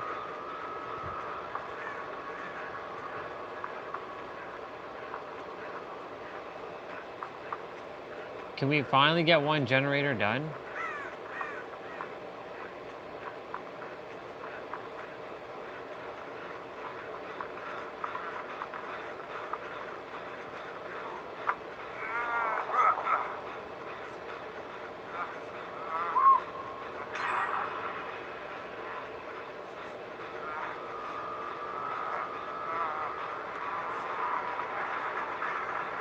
Shit.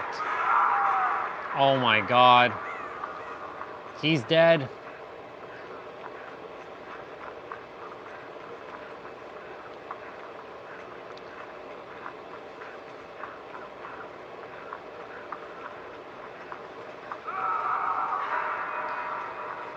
The sun is starting to show up on this side here. So it's going to start to make the screen a little bit not as clear. It's all good. You all can still see.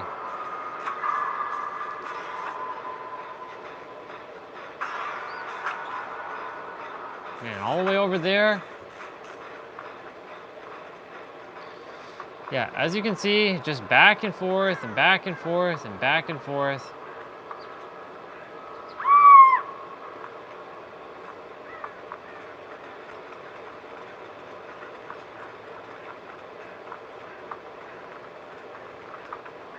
One generator.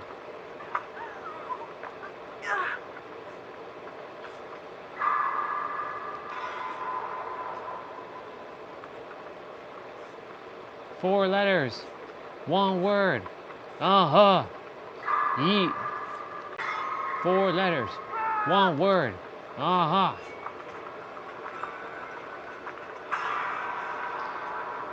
We're just running back. I'm just like running back and forth finding, like, this is ridiculous. Shit, he knows. He hit me. He's coming for me. It's pretty good. He'd be pretty good. Yeah, okay, boy. Okay, boy. Oh, I see what he did there. Nope. I'm not gonna walk into your shit. Yeah. Well, I won 3 games, and now the last 3 games have been pretty abysmal. All good, though. All good. Can't win them all, right? Can't win them all. Actually, there's no point even doing that because, like, the game will either kill me or it will, like,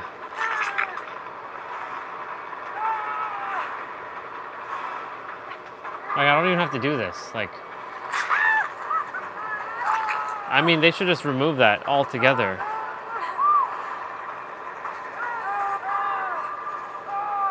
And he's dead. Oh God, is he gonna make it to me? Oh God, is he even gonna make it? No! Oh my God, he came for me. Wow.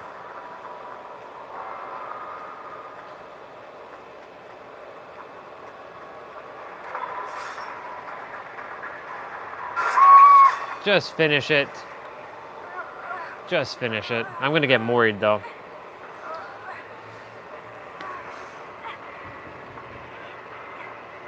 I purposely ran into him. I'm like, just get it over with. 4 letters, 1 word. Uh-huh, uh-huh.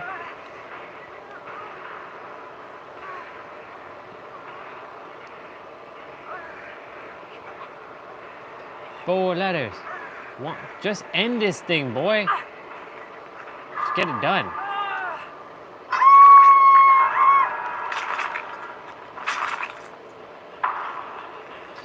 Four letters, 1 word. Uh-huh.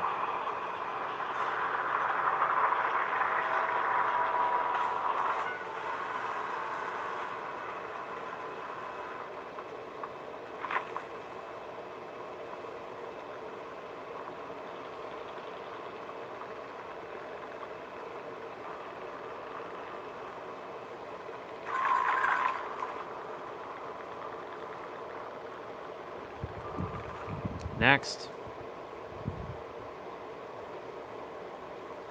4 letters. 1 word. Uh-huh.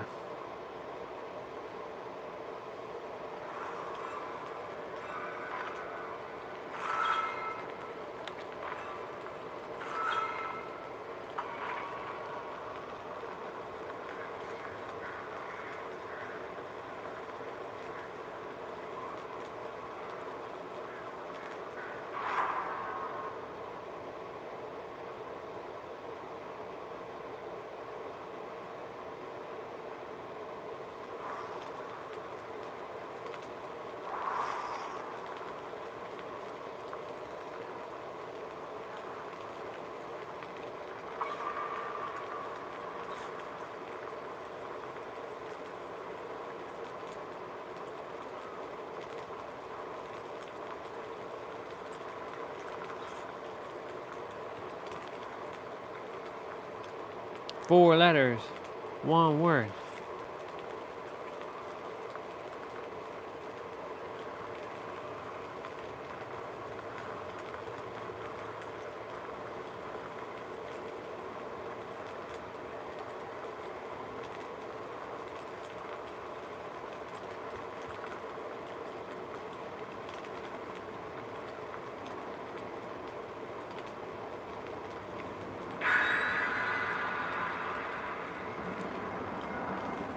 Arigato na ichigo. Arigato na.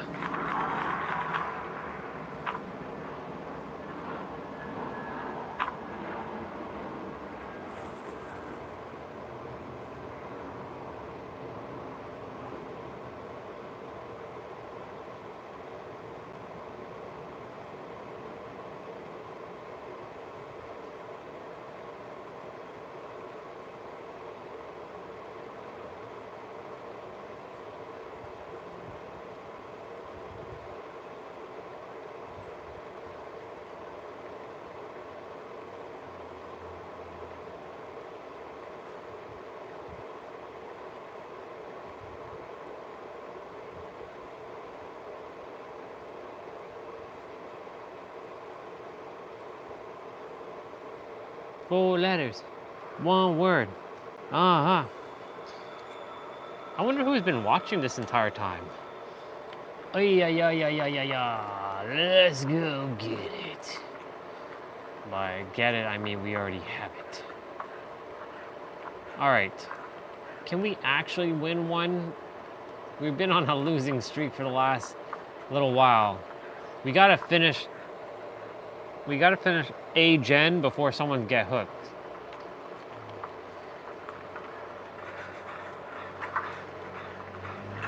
And it's Trapper. This is gonna be a fun one because he's gonna hide them traps in the grass.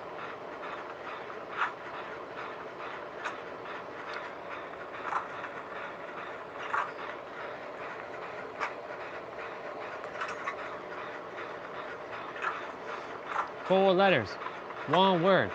Uh-huh. Uh-huh. 4 letters. Wait, how did that trap get activated? What? Don't run this way.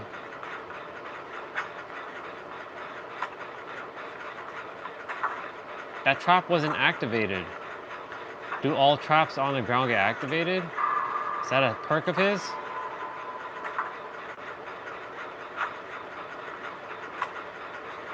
Be funny if that's an actual perk of his. Come on. Y'all don't get smacked. 4 letters, 1 word. Uh-huh.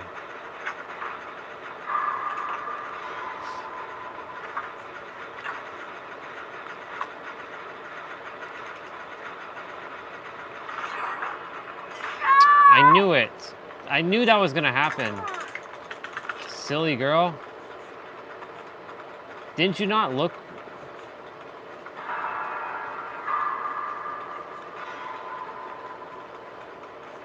I told you I knew I felt my intuition was like, yep, someone's coming this way and then they're gonna get trapped.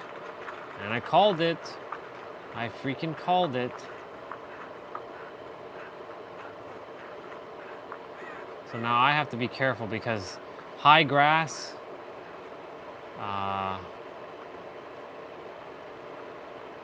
with random traps all over the place. Yep, there's a trap right there.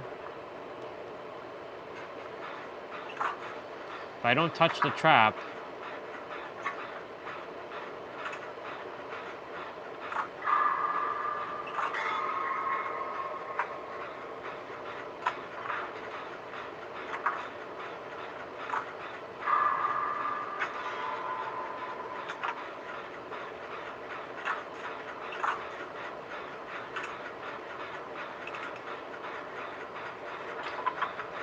live stream 660 minutes.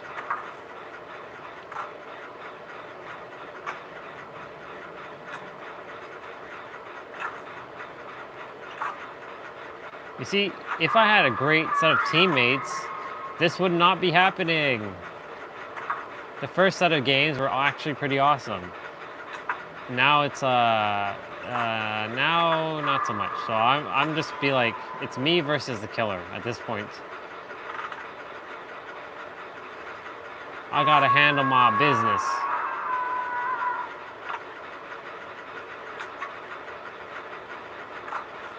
Dude, start healing yourself.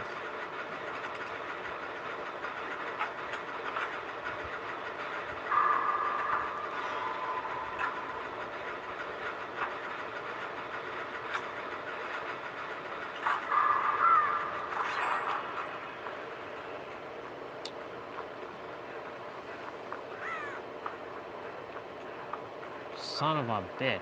Couldn't you have healed yourself? Wow, everybody's getting beat up. I gotta heal this dude.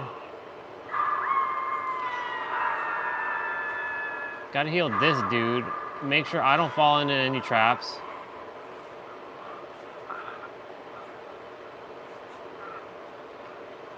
Because if I don't get this dude, I'm like the fucking MVP of this game right now. Two generators, heal one son bitch. Gotta go after them. Gotta be mindful of traps. Gotta be absolutely mindful of traps. Trapper's like being mindful.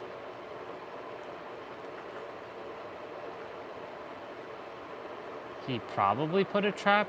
Yep, he sure did. He put 2 traps, in fact.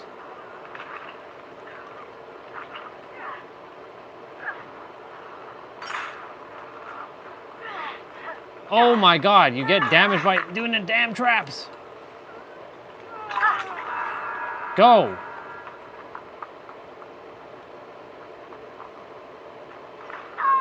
Oh my god. Person, what the fuck are you doing? Wow. No comment. No comment. Wow. Now I gotta save this person's butt.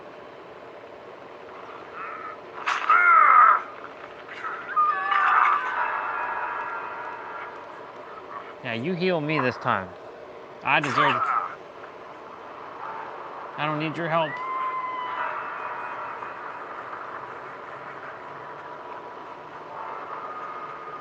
Get your ass over here.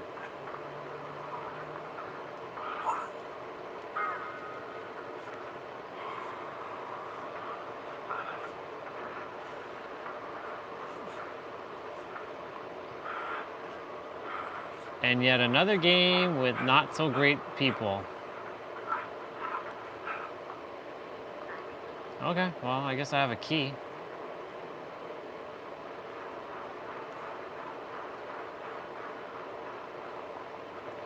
That person turned into a bot, so.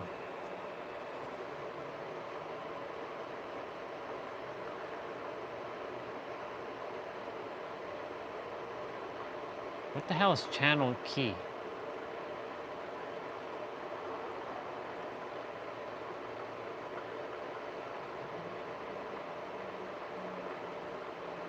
He's dead.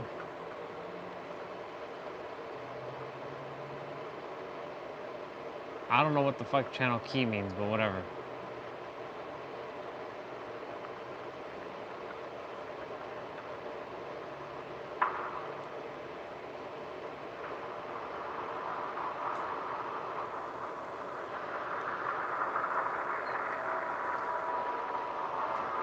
He's dead.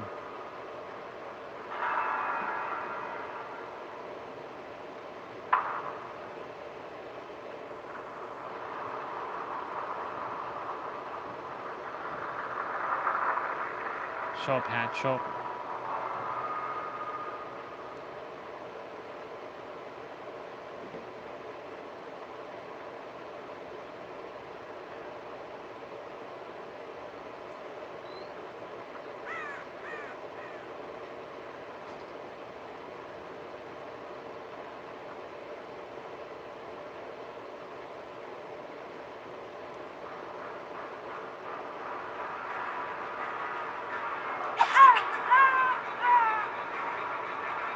Shit, he saw me.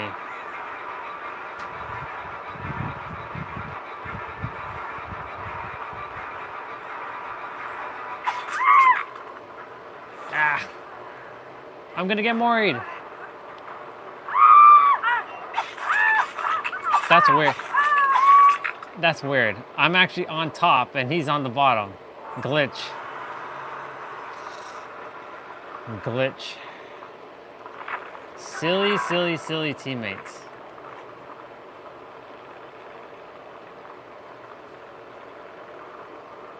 I'll find you. I'll find you, Dream Love. Couldn't get that one, but it's all good. I'll find you, Dream Love, and I'm going to smack you in your candy ass.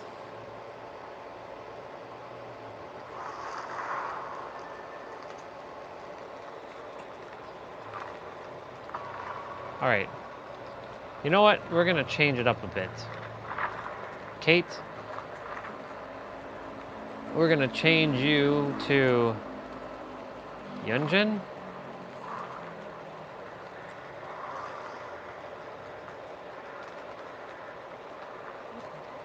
Either Yunjin. You know what? I haven't played as Ada in a while. Let's play as Ada. Ada Wong. Ada Wong. Ada Wong.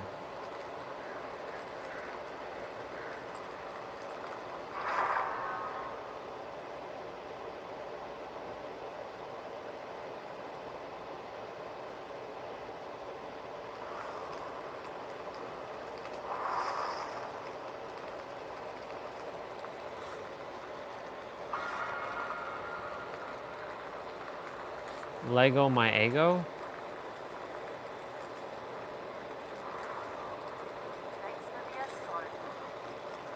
Actually, I'm gonna play as Yunjin.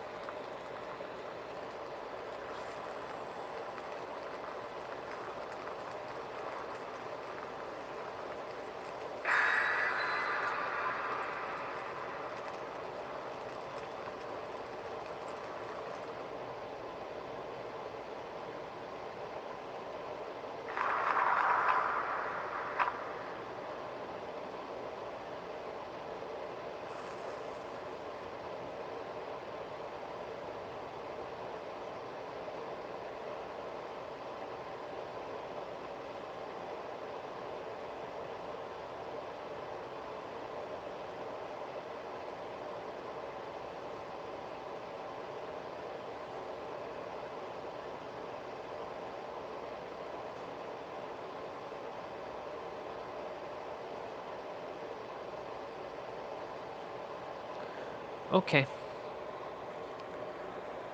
I switched up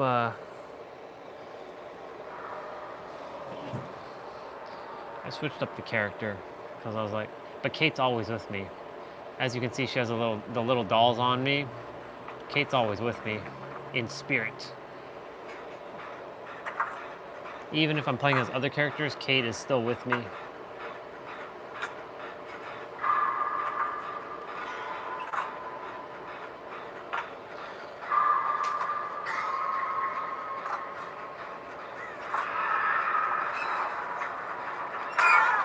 Oh my God. Already starting with this, huh?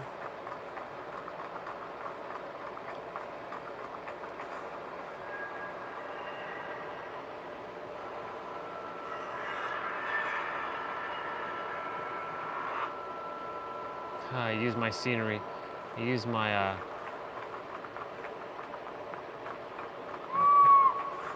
use that to my advantage.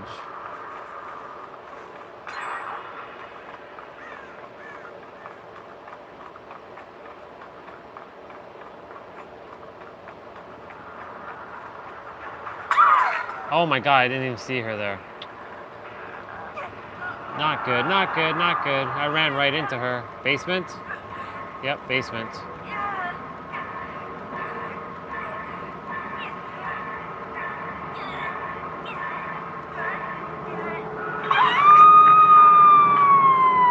I'm not doing so great, y'all.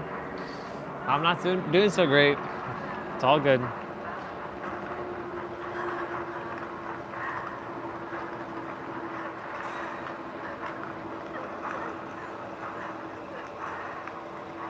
Ooh, what the heck is this? Official outfit showcase 4, huh?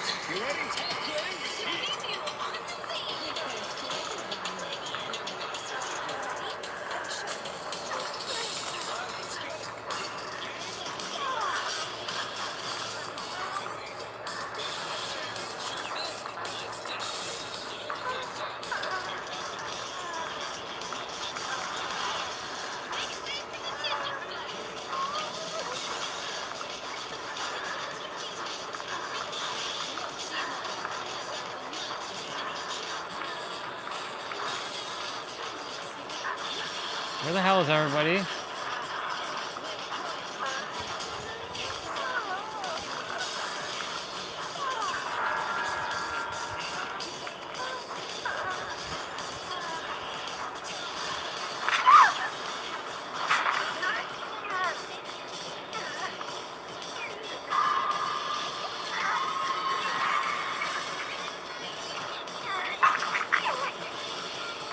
About time.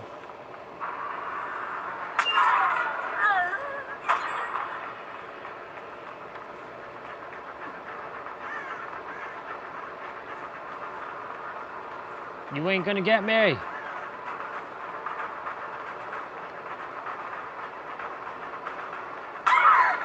Dead.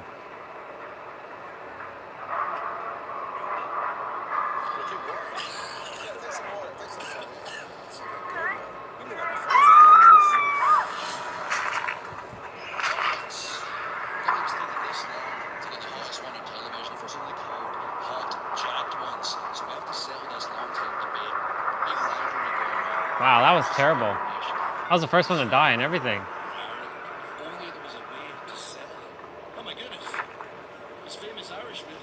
Wow, more Irish. Mr. Spider. Sorry. Mr. Spider, you have to get off my phone. You gotta go. You gotta go. You gotta go. You got to go.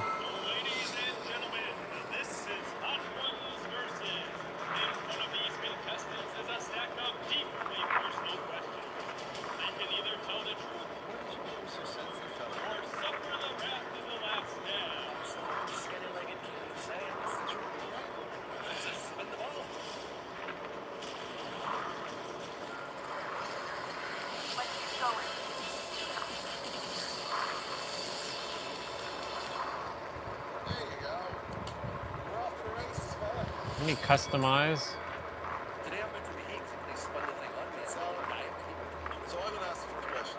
Your year-long feud with CM Punk was one of the most brutal and bloody recent WWE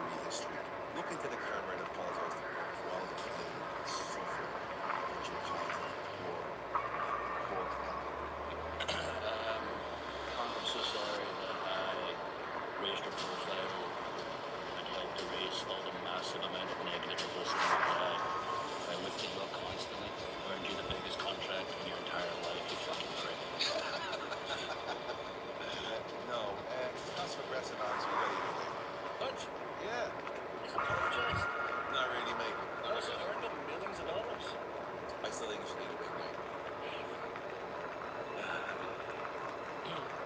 It's just a big name. Why am I still eating? Finish the whole thing. Is that thing? No, hang on a second. You set the rules at this table. We're going to finish the whole thing.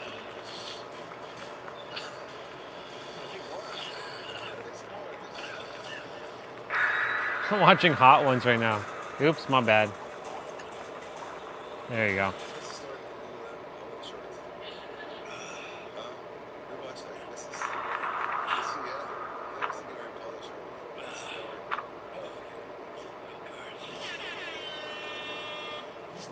Is that your job, just to stay there and press one of those buttons? Why don't you come over here? Come over here. So what's your name? Allison. Everybody, this is Allison. Allison presses the buttons when a wild card is there. Do you get benefits, Allison? Medical benefits, health and dental and all that? That's brilliant. When I retire, if you're not here anymore, I'd like to take that job. Thank you. Imagine it dying over here. Oh, go on, what's the question? There's a grade A online show, a master of warfare module. Let's see if you can fuck it. Oh, fuck it. Wow. React to the hot wings still. No, you take 2 years, mate. I get too familiar here. Let's see if you can beat me in a Kill's already by me? What the hell? This is not good. Like, I'm already... This is crazy.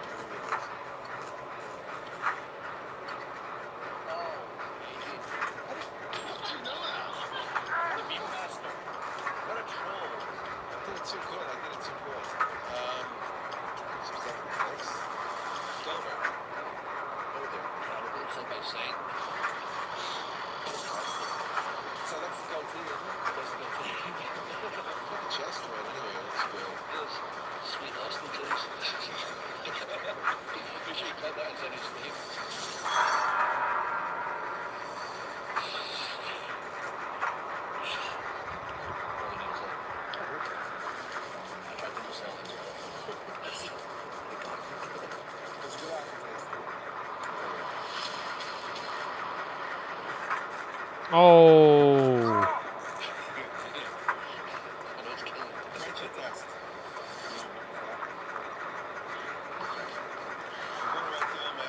Oh my God.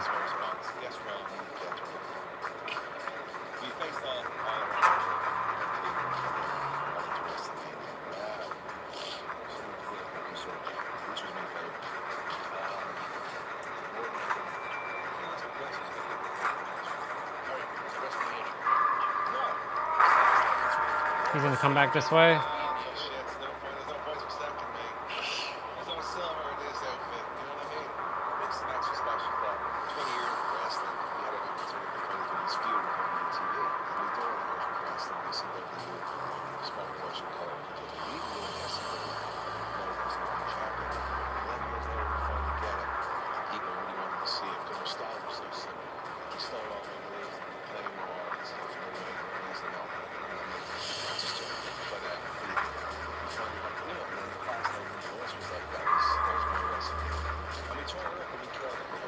Yep, another crappy team is getting absolutely steamrolled.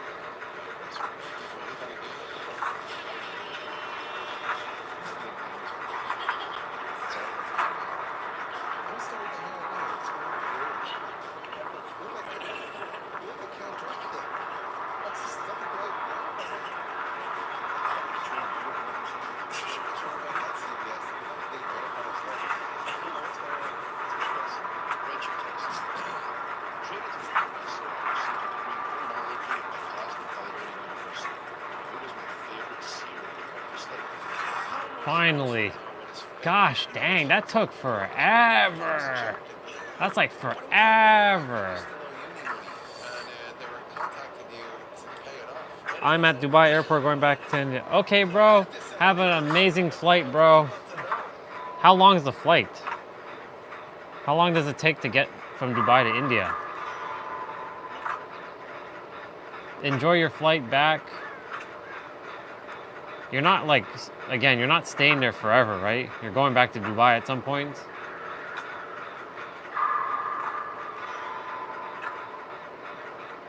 Four hours? That's not too bad.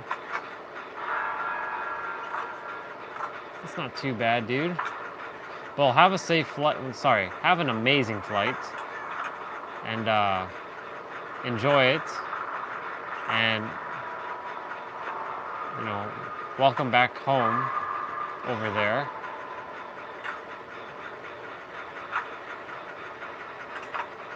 Ah, okay, cool. You'll be back there.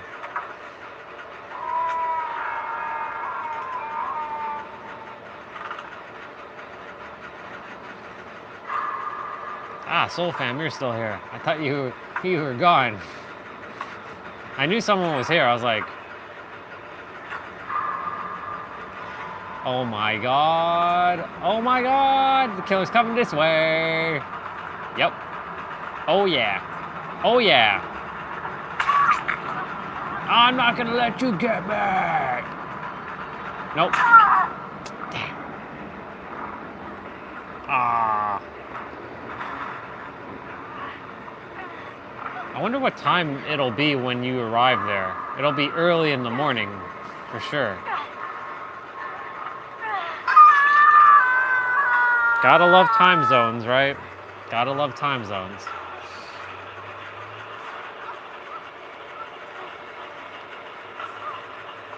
Okay, bro. Love you, dude. Enjoy the flight. Just enjoy it, man. We'll see you when we see you. I can't unhook myself.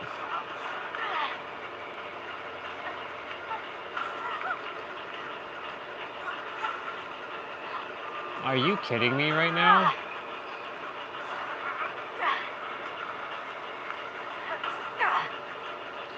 If that person gets caught, we're dead. It's over. The dream is over. Yep. Dream's over! See? Haven't been able to win anything. And somebody just turned into a bot. Both of them turned into a bot.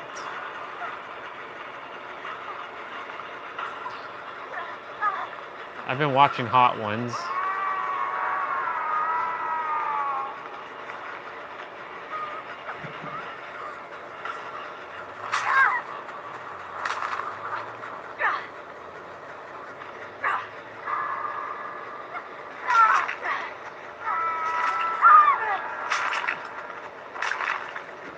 Success comes from repetition and consistency. Yeah, to some degree. Ooh. Mr. Pete said, I'm gonna leave this in front for a moment. Remove the illusion of enemies from your experience. I'm actually gonna save this screenshot for a moment. Do not be misled. Did I not save that? And I'm gonna click that and save that.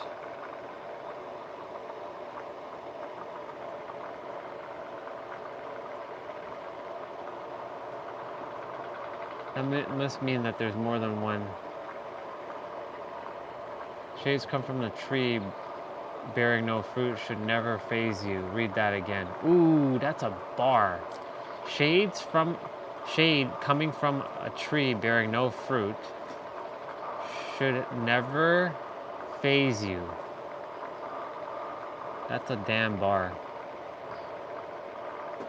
See, if you can use your words masterfully, you become a master of words. Anyways, do not be misled by the deceptive narratives being spun by your enemies and detractors. They know exactly who you are, and they know exactly what supremely high frequency you are destined to anchor into this low frequency realm. The massive amount of energy they invest in this relentless attempt to discourage, derail, demoralize, sabotage, and undermine you, all of the while slandering your name with blatant lies, demonstrates the fact that no one has more faith in your power to succeed than those who oppose you. That's a bar. Those who, that I can tell you straight up. Those who criticize you the most are the ones, are basically, yeah. No one has more faith in your power to succeed than those who oppose you. It's like a paradox, literally. Their clever attempts to block your blessings and deny your destiny are fully disarmed by your refusal to personalize their malevolent behavior or to feel victimized by their tyrannical pettiness. And the fact that it's hard to see all of it for you all. And that's the test that decides whether you've evolved enough to take command of the incarnation as your higher self. It is your full awareness that any opposition you encountered on your path is always your creation that collapses all of the lower timelines within a victim perpetrator dichotomy continues to generate in your experience. You are transcending the victim-victimizer paradigm that has kept humanity trapped in lower states of consciousness for thousands upon thousands of lifetimes. The victimizer cannot exist without a willing victim participating and upholding the illusion of duality, and in that expansion of state of consciousness wherein you quantum jump the collective forward and remove the illusion of enemies entirely from your consensus reality. Because that's how good you are. That's a bar. All that was a bar. Don't be swayed by the deceptive narratives of your enemies and detractors. They know exactly who you are, and they know exactly what you are destined to bring into this realm. Bar. Freaking bar.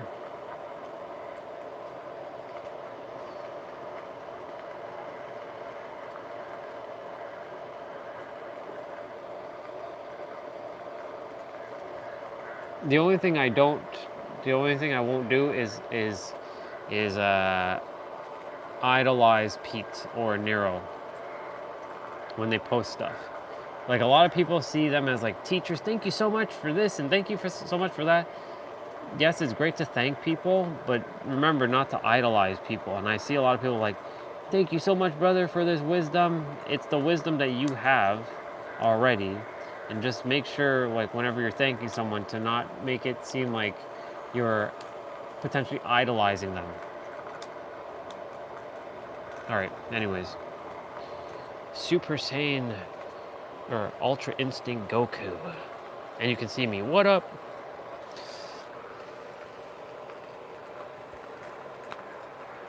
Well, I have one more game.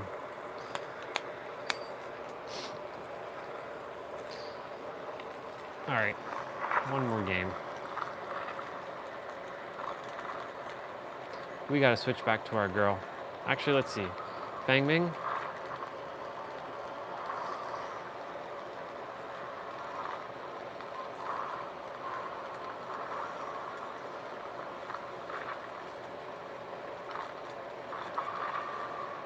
Let's go Ballerina Kate.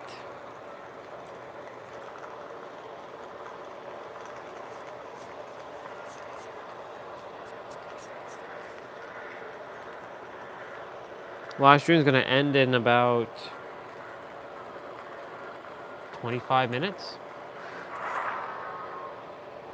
Because the live stream's at 6:90. Yeah, 25 minutes. And then I'm going to go shower. And, yep.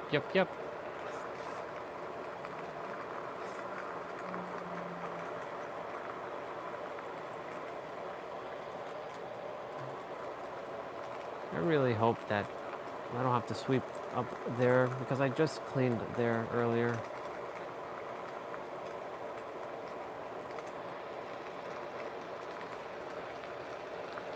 just cleaned up there earlier.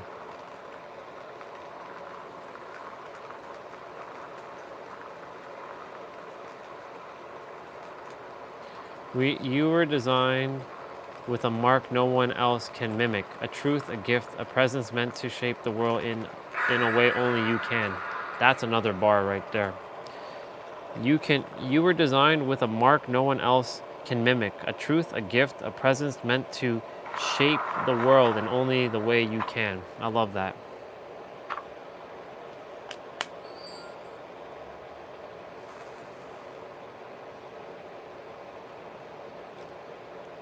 Only we can do it.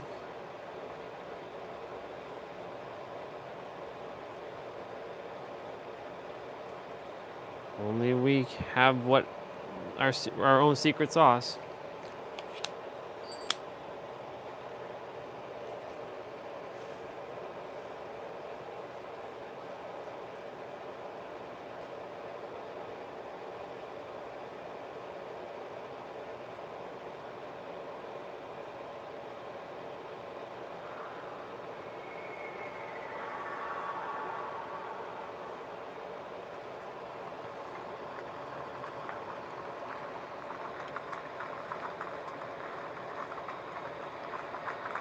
Oh, killer already coming this way.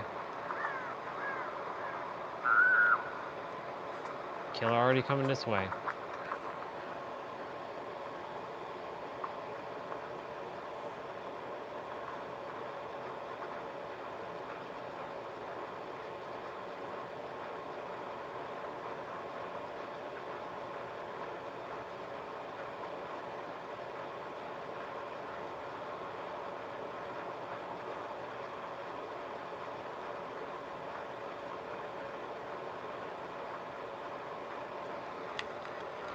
All right.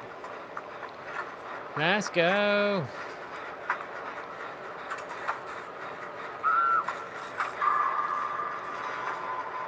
I don't need you telling me what to do, boy.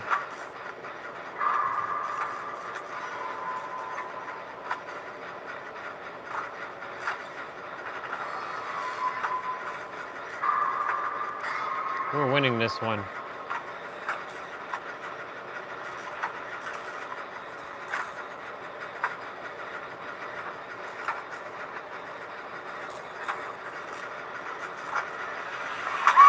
Oh my God, he came dashing at me. Holy shit. Wow, he came dashing at me. Damn, son. That's crazy.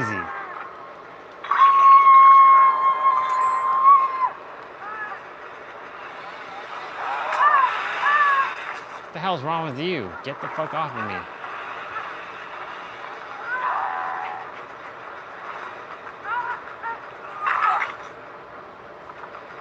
Get this shit done.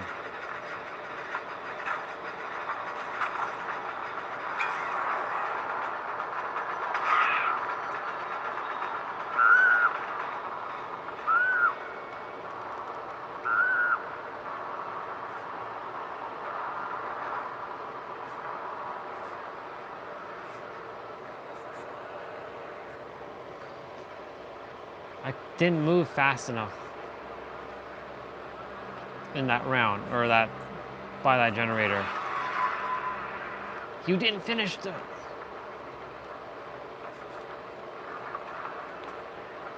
Oh shit.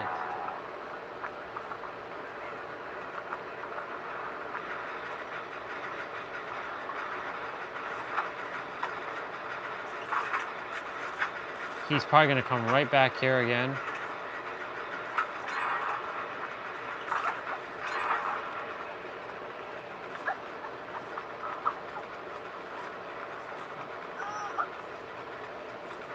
Like I said, we're winning this one.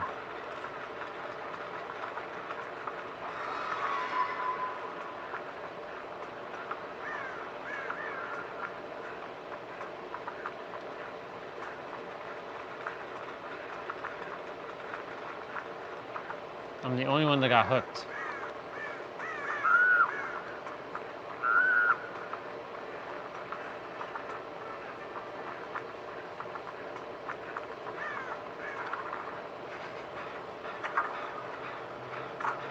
Is he coming all the way this way?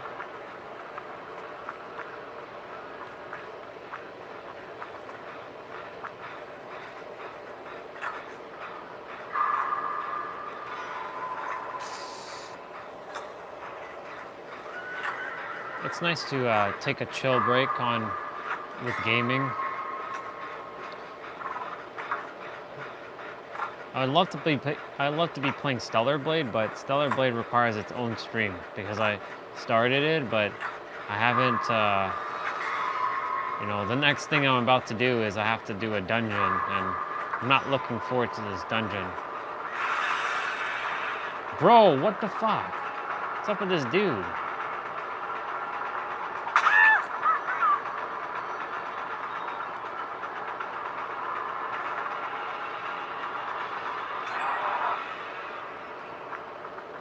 Get the hell out of here, bro.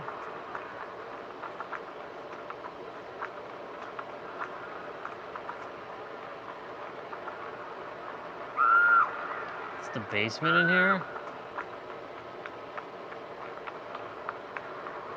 Nope.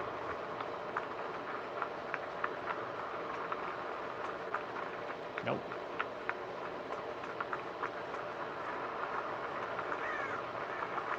Where the hell is the basement?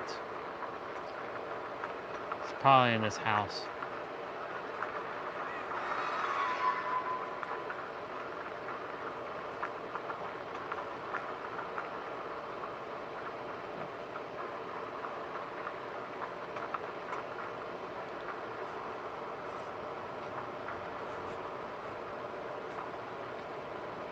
Let's go.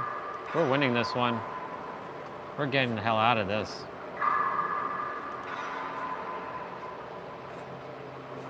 Strength in the shadows, activate. If he comes down here knowing that I'm in the basement,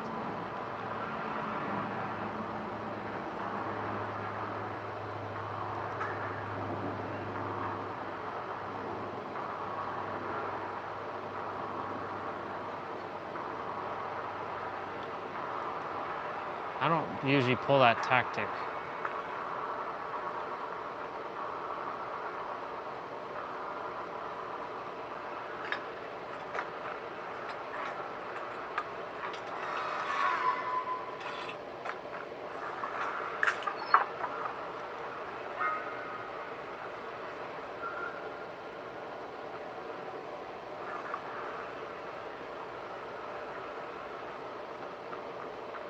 I wonder if they're doing the generator that I think they're doing.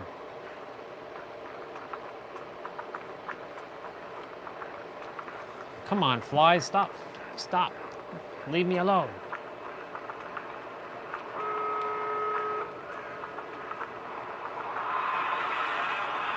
Get the hell out of here with that shit.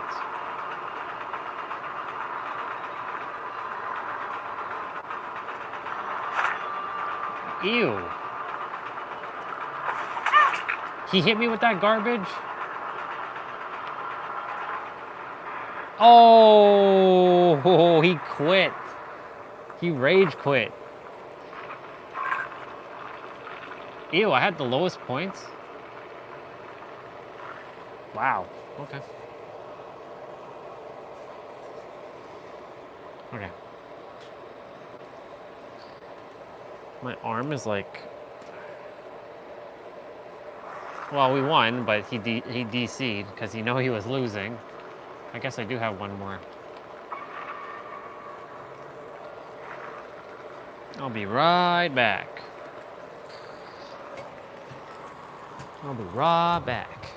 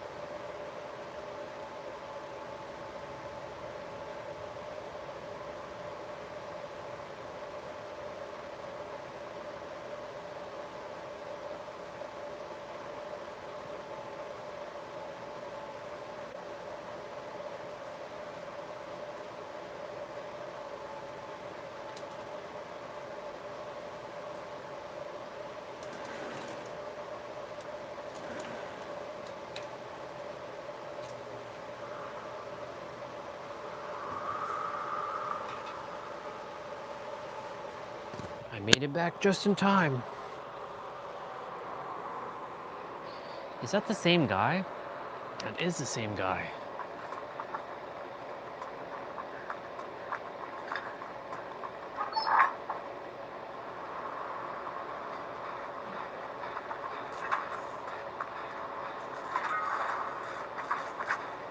It's pink. It's the same dude I played in the last round.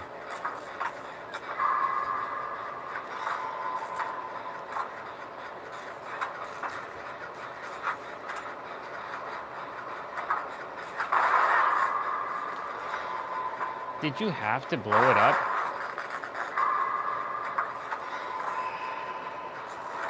He's so coming this way. She turned into a bot?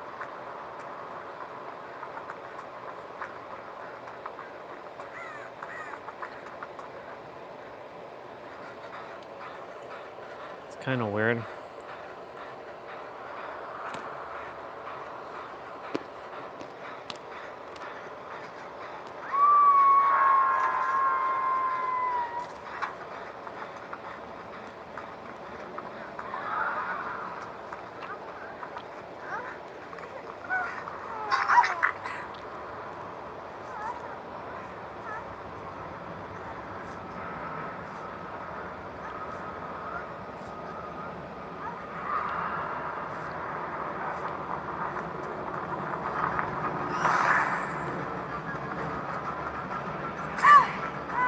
Oh my God.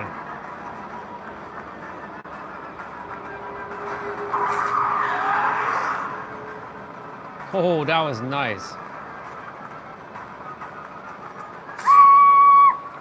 Oh man.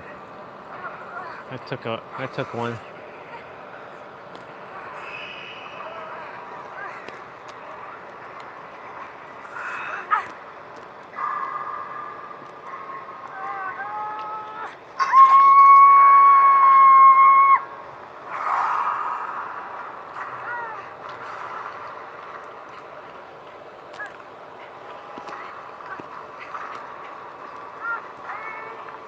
They didn't finish that generator?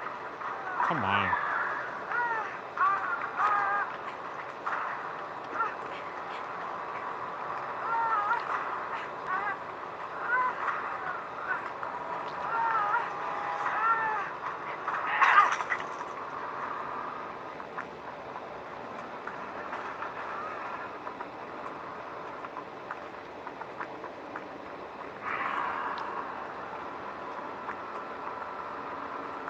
That's kind of weird how they didn't finish his generator.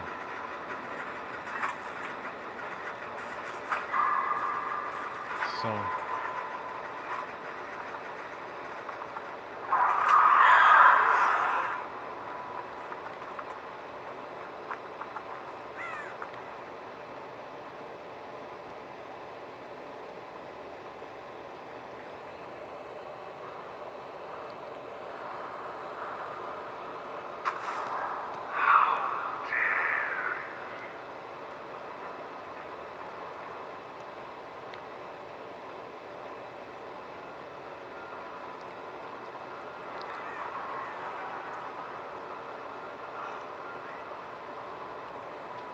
if he's too distracted over here, then that means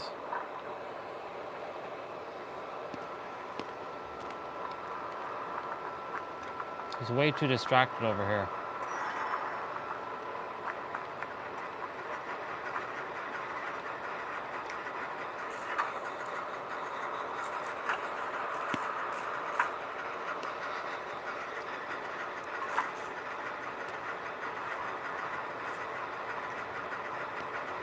Well, thank you, Laura Croft.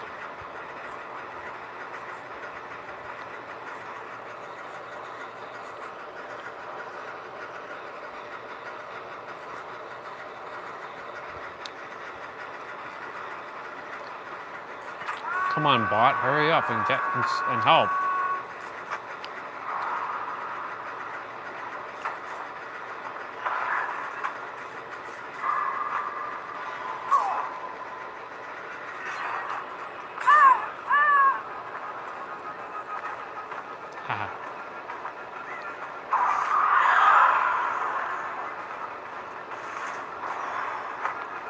Wow.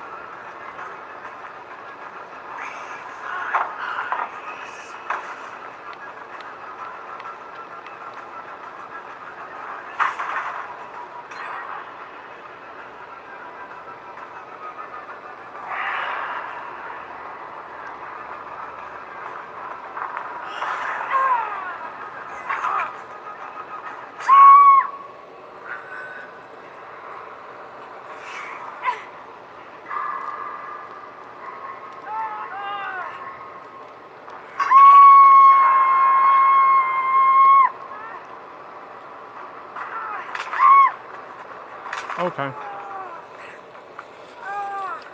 That might be the end for me. Potentially.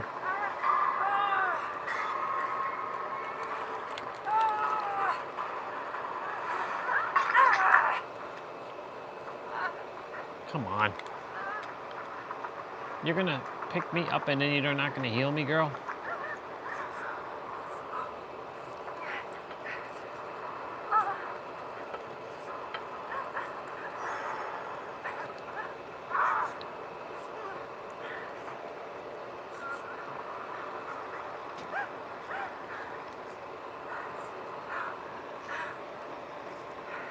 The beauty of my controller, I have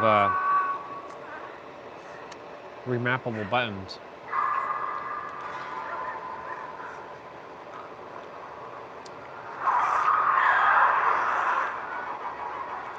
What, how? I'm dead.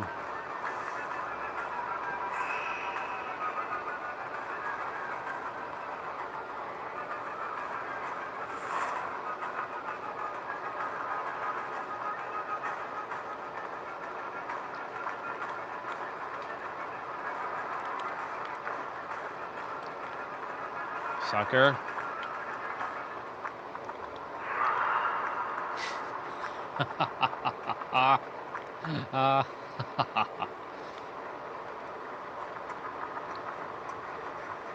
That is how badass I am.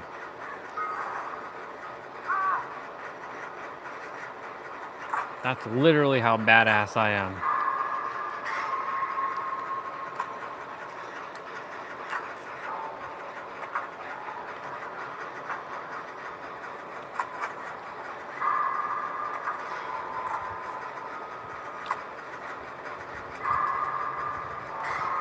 Oh, he got moried. I'm dead. He teleported to me? Okay. Well, now I'm dead.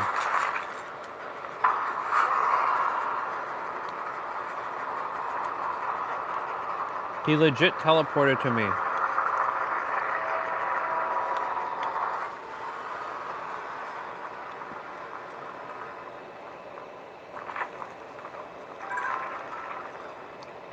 Okay. Well, we're done playing. The live stream is almost done anyways.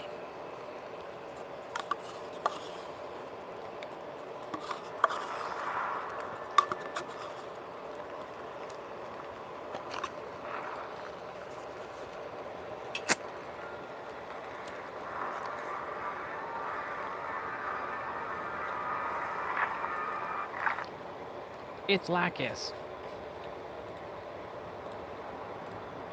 Okay. That was good. That was cool.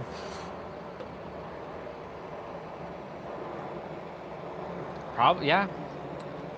You know, that's the longest I've played a video game in a while. Well, actually, that's not true. Well, actually, that is true. Let's turn that down. Let's turn that off. I appreciate you hanging out.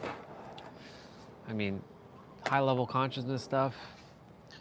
And then just... yeah. I'm at, in terms of steps... ooh, I only have 500 more steps. Look. Almost 20,000 steps. Just a little bit more. I can easily get that. I'm going to easily get that. Almost there.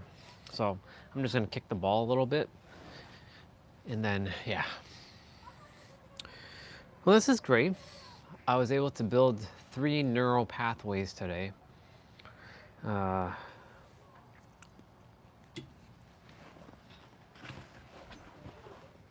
Yep. 3 neural pathways. I'm happy I learned how to do that thing, or became aware of how to do that thing with my hands. And then, of course, the 90-90. So I'm really excited about that. Tomorrow's lower body day. Another hot day in Toronto. The weather's just going to be sun. Sun until like next Monday, I think. So it's going to be great. Well, stream has less than a minute, so thank you so much for being on, bro. Appreciate it. Thank you for coming on and hanging out. Thank you for dropping what you dropped in the chat earlier. Really appreciate that. Yeah, well, I do my wrap up. Remember that you are, you, me, and everyone is the ultimate revealer of our realities, plural. Everything we desire, truly here and now, you already know that. Creation is finished. Same with you, bro. Same with you, dude. I love you, dude. Very, very much. Appreciate you. Appreciate all the things you do in the world. And with that, I'm not going to quite end it in a moment, but I love you. Bye-bye. Now it's done. Now I'll just spend a moment and then I'll actually end the live stream. I have to wrap that up quickly. Yeah. It's good.